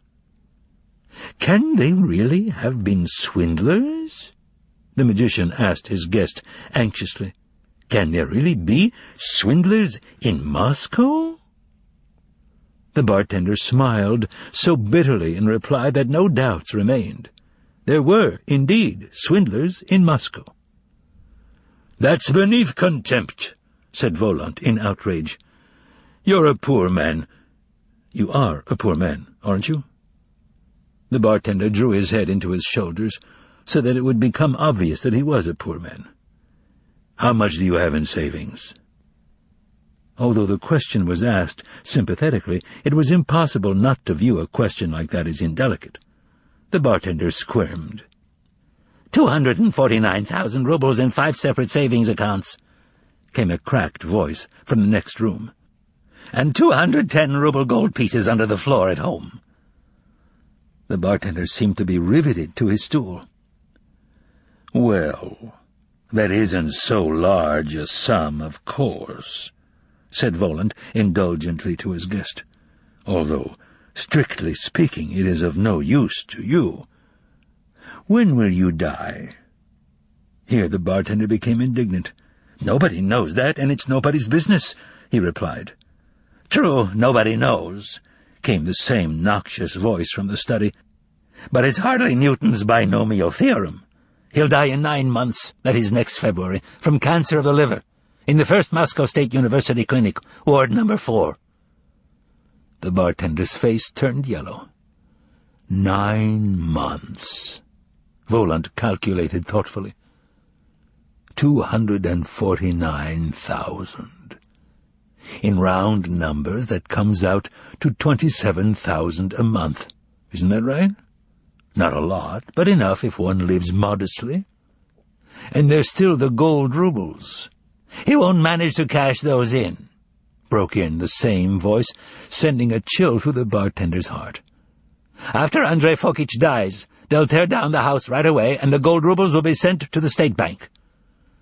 And I wouldn't advise you to go to the clinic, either, the artiste continued.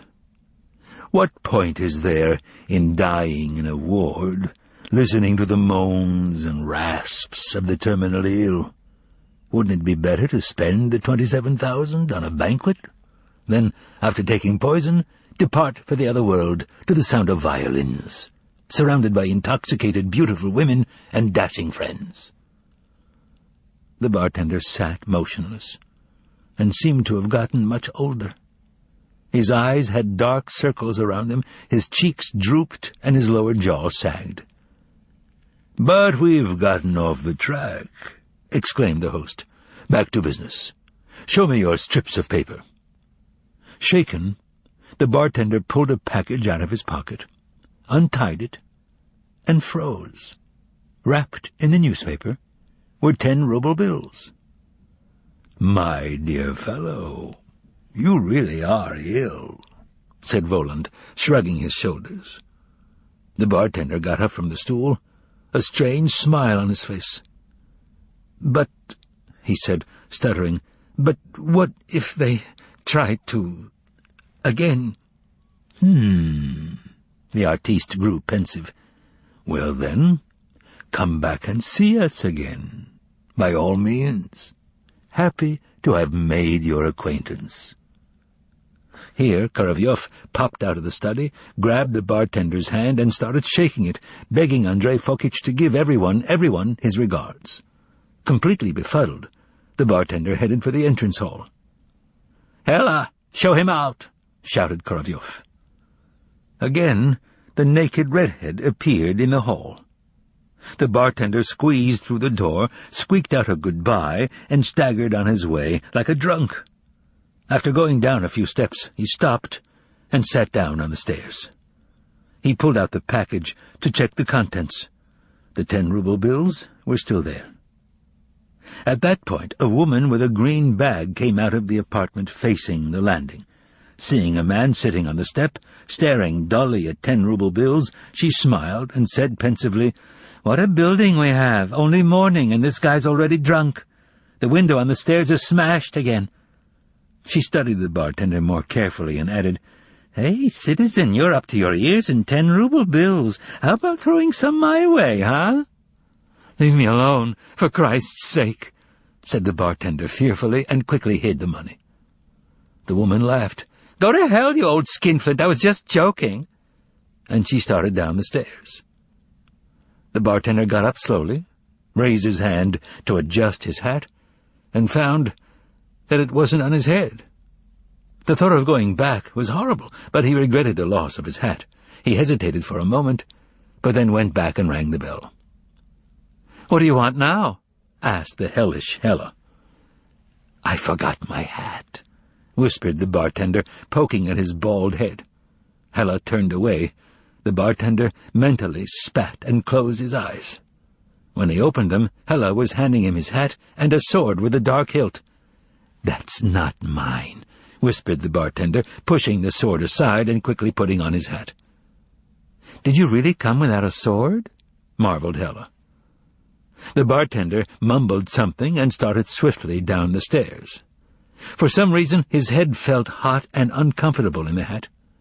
He took it off and, jumping with fright, let out a soft yelp. In his hands was a velvet beret with a rumpled cock's feather. The bartender crossed himself. At that very moment, the beret meowed and turned into a black kitten, which then leaped back onto Andrei Fokich's head and dug its claws into his bald spot. Letting out a desperate scream, the bartender plunged down the stairs, and the kitten fell off his head and scooted back up the stairs. Bursting out into the open air, the bartender ran over to the gates at a trot and left Devil's Den number 302B forever. What happened to him next is well known. After bursting through the gateway, the bartender looked around wildly as if searching for something. A minute later he was in a drugstore across the street. Just as he uttered the words, "Tell me, please," the woman behind the counter yelled out, "Citizen, your head is all cut up." 5 minutes later, the bartender, wearing a gauze bandage, found out that the leading specialists in liver disease were considered to be Professors Birnadsky and Kuzmin. When he asked which one was closer, he lit up with joy when he learned that Kuzmin lived literally across the yard in a little white house. 2 minutes later he was there. The house was old but very comfortable, very cozy. Thinking about it later, the bartender recalled that the first person to greet him was an elderly nurse who wanted to take his hat, but since he did not have one, she shuffled off somewhere, chewing on her toothless gums.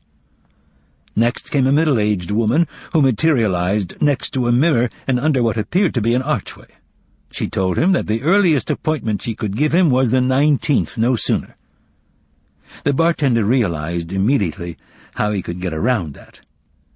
After glancing with a fading eye through the archway, where 3 men were sitting in what was manifestly a waiting room, he whispered, "I'm terminally ill."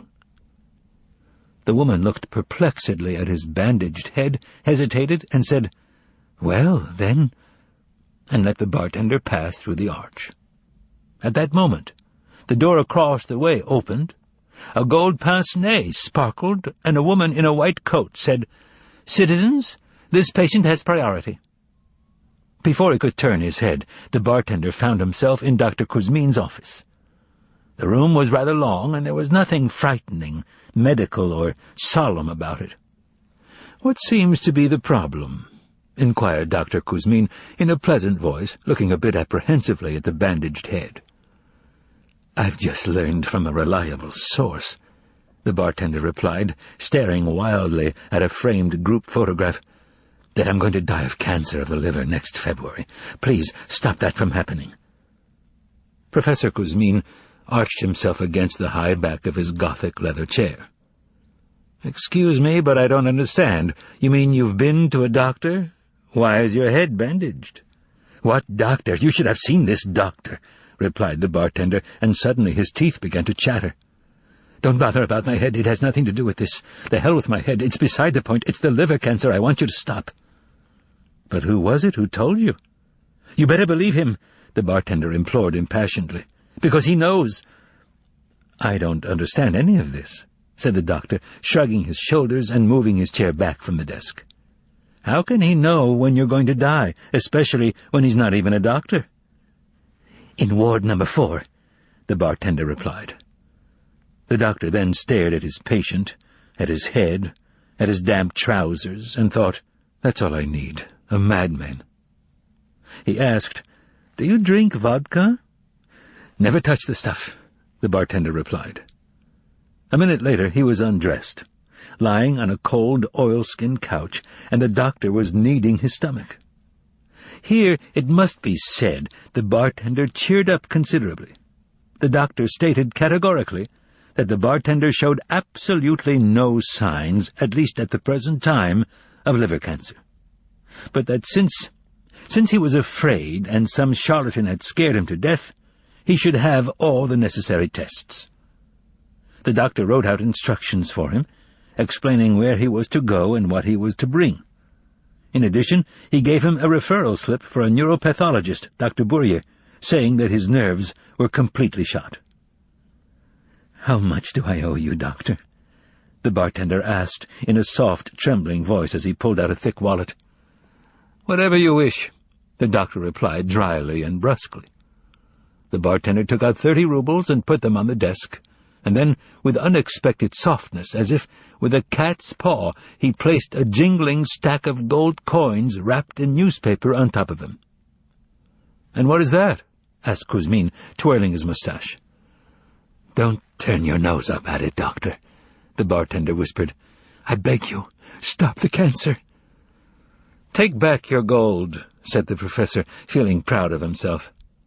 "You'd do better to look after your nerves. Bring in a urine sample tomorrow. Don't drink a lot of tea, and don't use any salt on your food." "Not even in my soup?" asked the bartender. "Don't put salt on anything," ordered Kuzmin. "Oh," the bartender exclaimed dejectedly, looking entreatingly at the doctor as he gathered up his coins and backed away toward the door. The doctor had only a few patients that evening, and by dusk the last one had left. As he was taking off his robe, he glanced at the place where the bartender had left the 3 10-ruble notes, and, instead of rubles, he saw 3 Abroad Your Soul champagne labels. "Well, I'll be damned," muttered Kuzmin, trailing his robe over the floor and fingering the pieces of paper. Not only was he a schizophrenic, he was a swindler, too. But I still can't understand what he wanted from me. All that for a urine analysis? "Oh, I bet he stole my coat." And the doctor rushed into the entrance hall, dragging his robe by one sleeve. "Ksenia Nikitishna," he shouted shrilly in the doorway, "check and see, are the coats still there?" As it turned out, they all were. But when the doctor returned to his office and finally took off his robe, he stood rooted to the parquet floor, his eyes trained on the desk. There, where the labels had been, sat a stray black kitten, looking very forlorn and meowing over a saucer of milk. What is this, pray tell? This is really too—" Kuzmin felt a chill at the back of his neck. Ksenia Nikitishna rushed in when she heard the doctor's whimpering cry and calmed him down completely by telling him that one of the patients had obviously left the kitten there and that such things often happen to doctors. "They're probably poor," explained Ksenia Nikitishna, "whereas we, of course—" They tried to figure out who had left the kitten surreptitiously. Suspicion fell on an old woman with stomach ulcers. "Of course she's the one," said Ksenia Nikitishna. "She probably thought, I don't care if I live or die, but I feel sorry for the poor kitten." "But really," cried Kuzmin, "and what about the milk? Did she bring that too, and the saucer as well?" "She brought it in a bottle and poured it into a saucer here," volunteered Ksenia Nikitishna. "No matter, take the kitten and the saucer away," said Kuzmin, escorting Ksenia Nikitishna to the door. When he went back, the situation had changed. As he was hanging up his robe, the doctor heard laughter in the courtyard. He looked out and was naturally struck dumb. A woman wearing only a chemise was running across the yard to the building opposite. The doctor even knew who it was, Maria Alexandrovna. A boy was giggling. "What's going on?" said Kuzmin contemptuously. Just then, on the other side of the wall, in his daughter's room, the foxtrot Hallelujah started playing on the phonograph. And at the same moment a sparrow started chirping behind Kuzmin's back. He turned around and saw a huge sparrow hopping on top of his desk. Just keep calm," the doctor said to himself. "It must have flown in when I had my back to the window. Everything's okay," the doctor told himself, feeling in his heart that everything was not okay, and mainly, of course, because of the sparrow. When he looked at it more closely, the doctor realized immediately that it was not exactly an ordinary sparrow. The filthy bird was lame in its left foot and was behaving in an obviously affected way, dragging the foot in syncopated rhythm. In a word, the sparrow was doing a foxtrot to the music playing on the phonograph, like a drunk at a bar. The bird acted as rudely as it knew how, staring insolently at the doctor. Kuzmin reached for the phone, thinking that he would call his old classmate and colleague Burya, to ask him what it meant when you started seeing sparrows like that at age 60, and when your head was spinning to boot. Meanwhile, the sparrow landed on the inkstand which had been given to the doctor as a gift, befouled it, I'm not kidding, flew up in the air, hovered briefly, and then, with a steely beak, pecked furiously at the glass on the graduation photo of the class of 1894, shattering it to bits. After that, it flew out the window. Instead of calling Burya, the professor decided to call the Bureau of Leeches, saying that he, Dr. Kuzmin, wanted them to send him over some leeches right away. After putting down the receiver, the doctor turned back to his desk and immediately let out a wail. Sitting at his desk, wearing a nurse's kerchief, was a woman with a bag that said leeches. The doctor screamed when he saw her mouth. It was a man's mouth, crooked, open to the ears, with one fang sticking out. The nurse's eyes were dead. "I'll take the money," said the nurse in a man's bass voice. "No point in it lying around here." She raked up the champagne labels with a bird's claw and melted into thin air. 2 hours went by. Dr. Kuzmin was sitting in bed in his room, with leeches stuck to his temples, his neck, and behind his ears. On the silk quilt at his feet sat the grey-whiskered Dr. Burya, looking at him with sympathy and trying to reassure him that it was all nonsense. Outside the window, it was already night.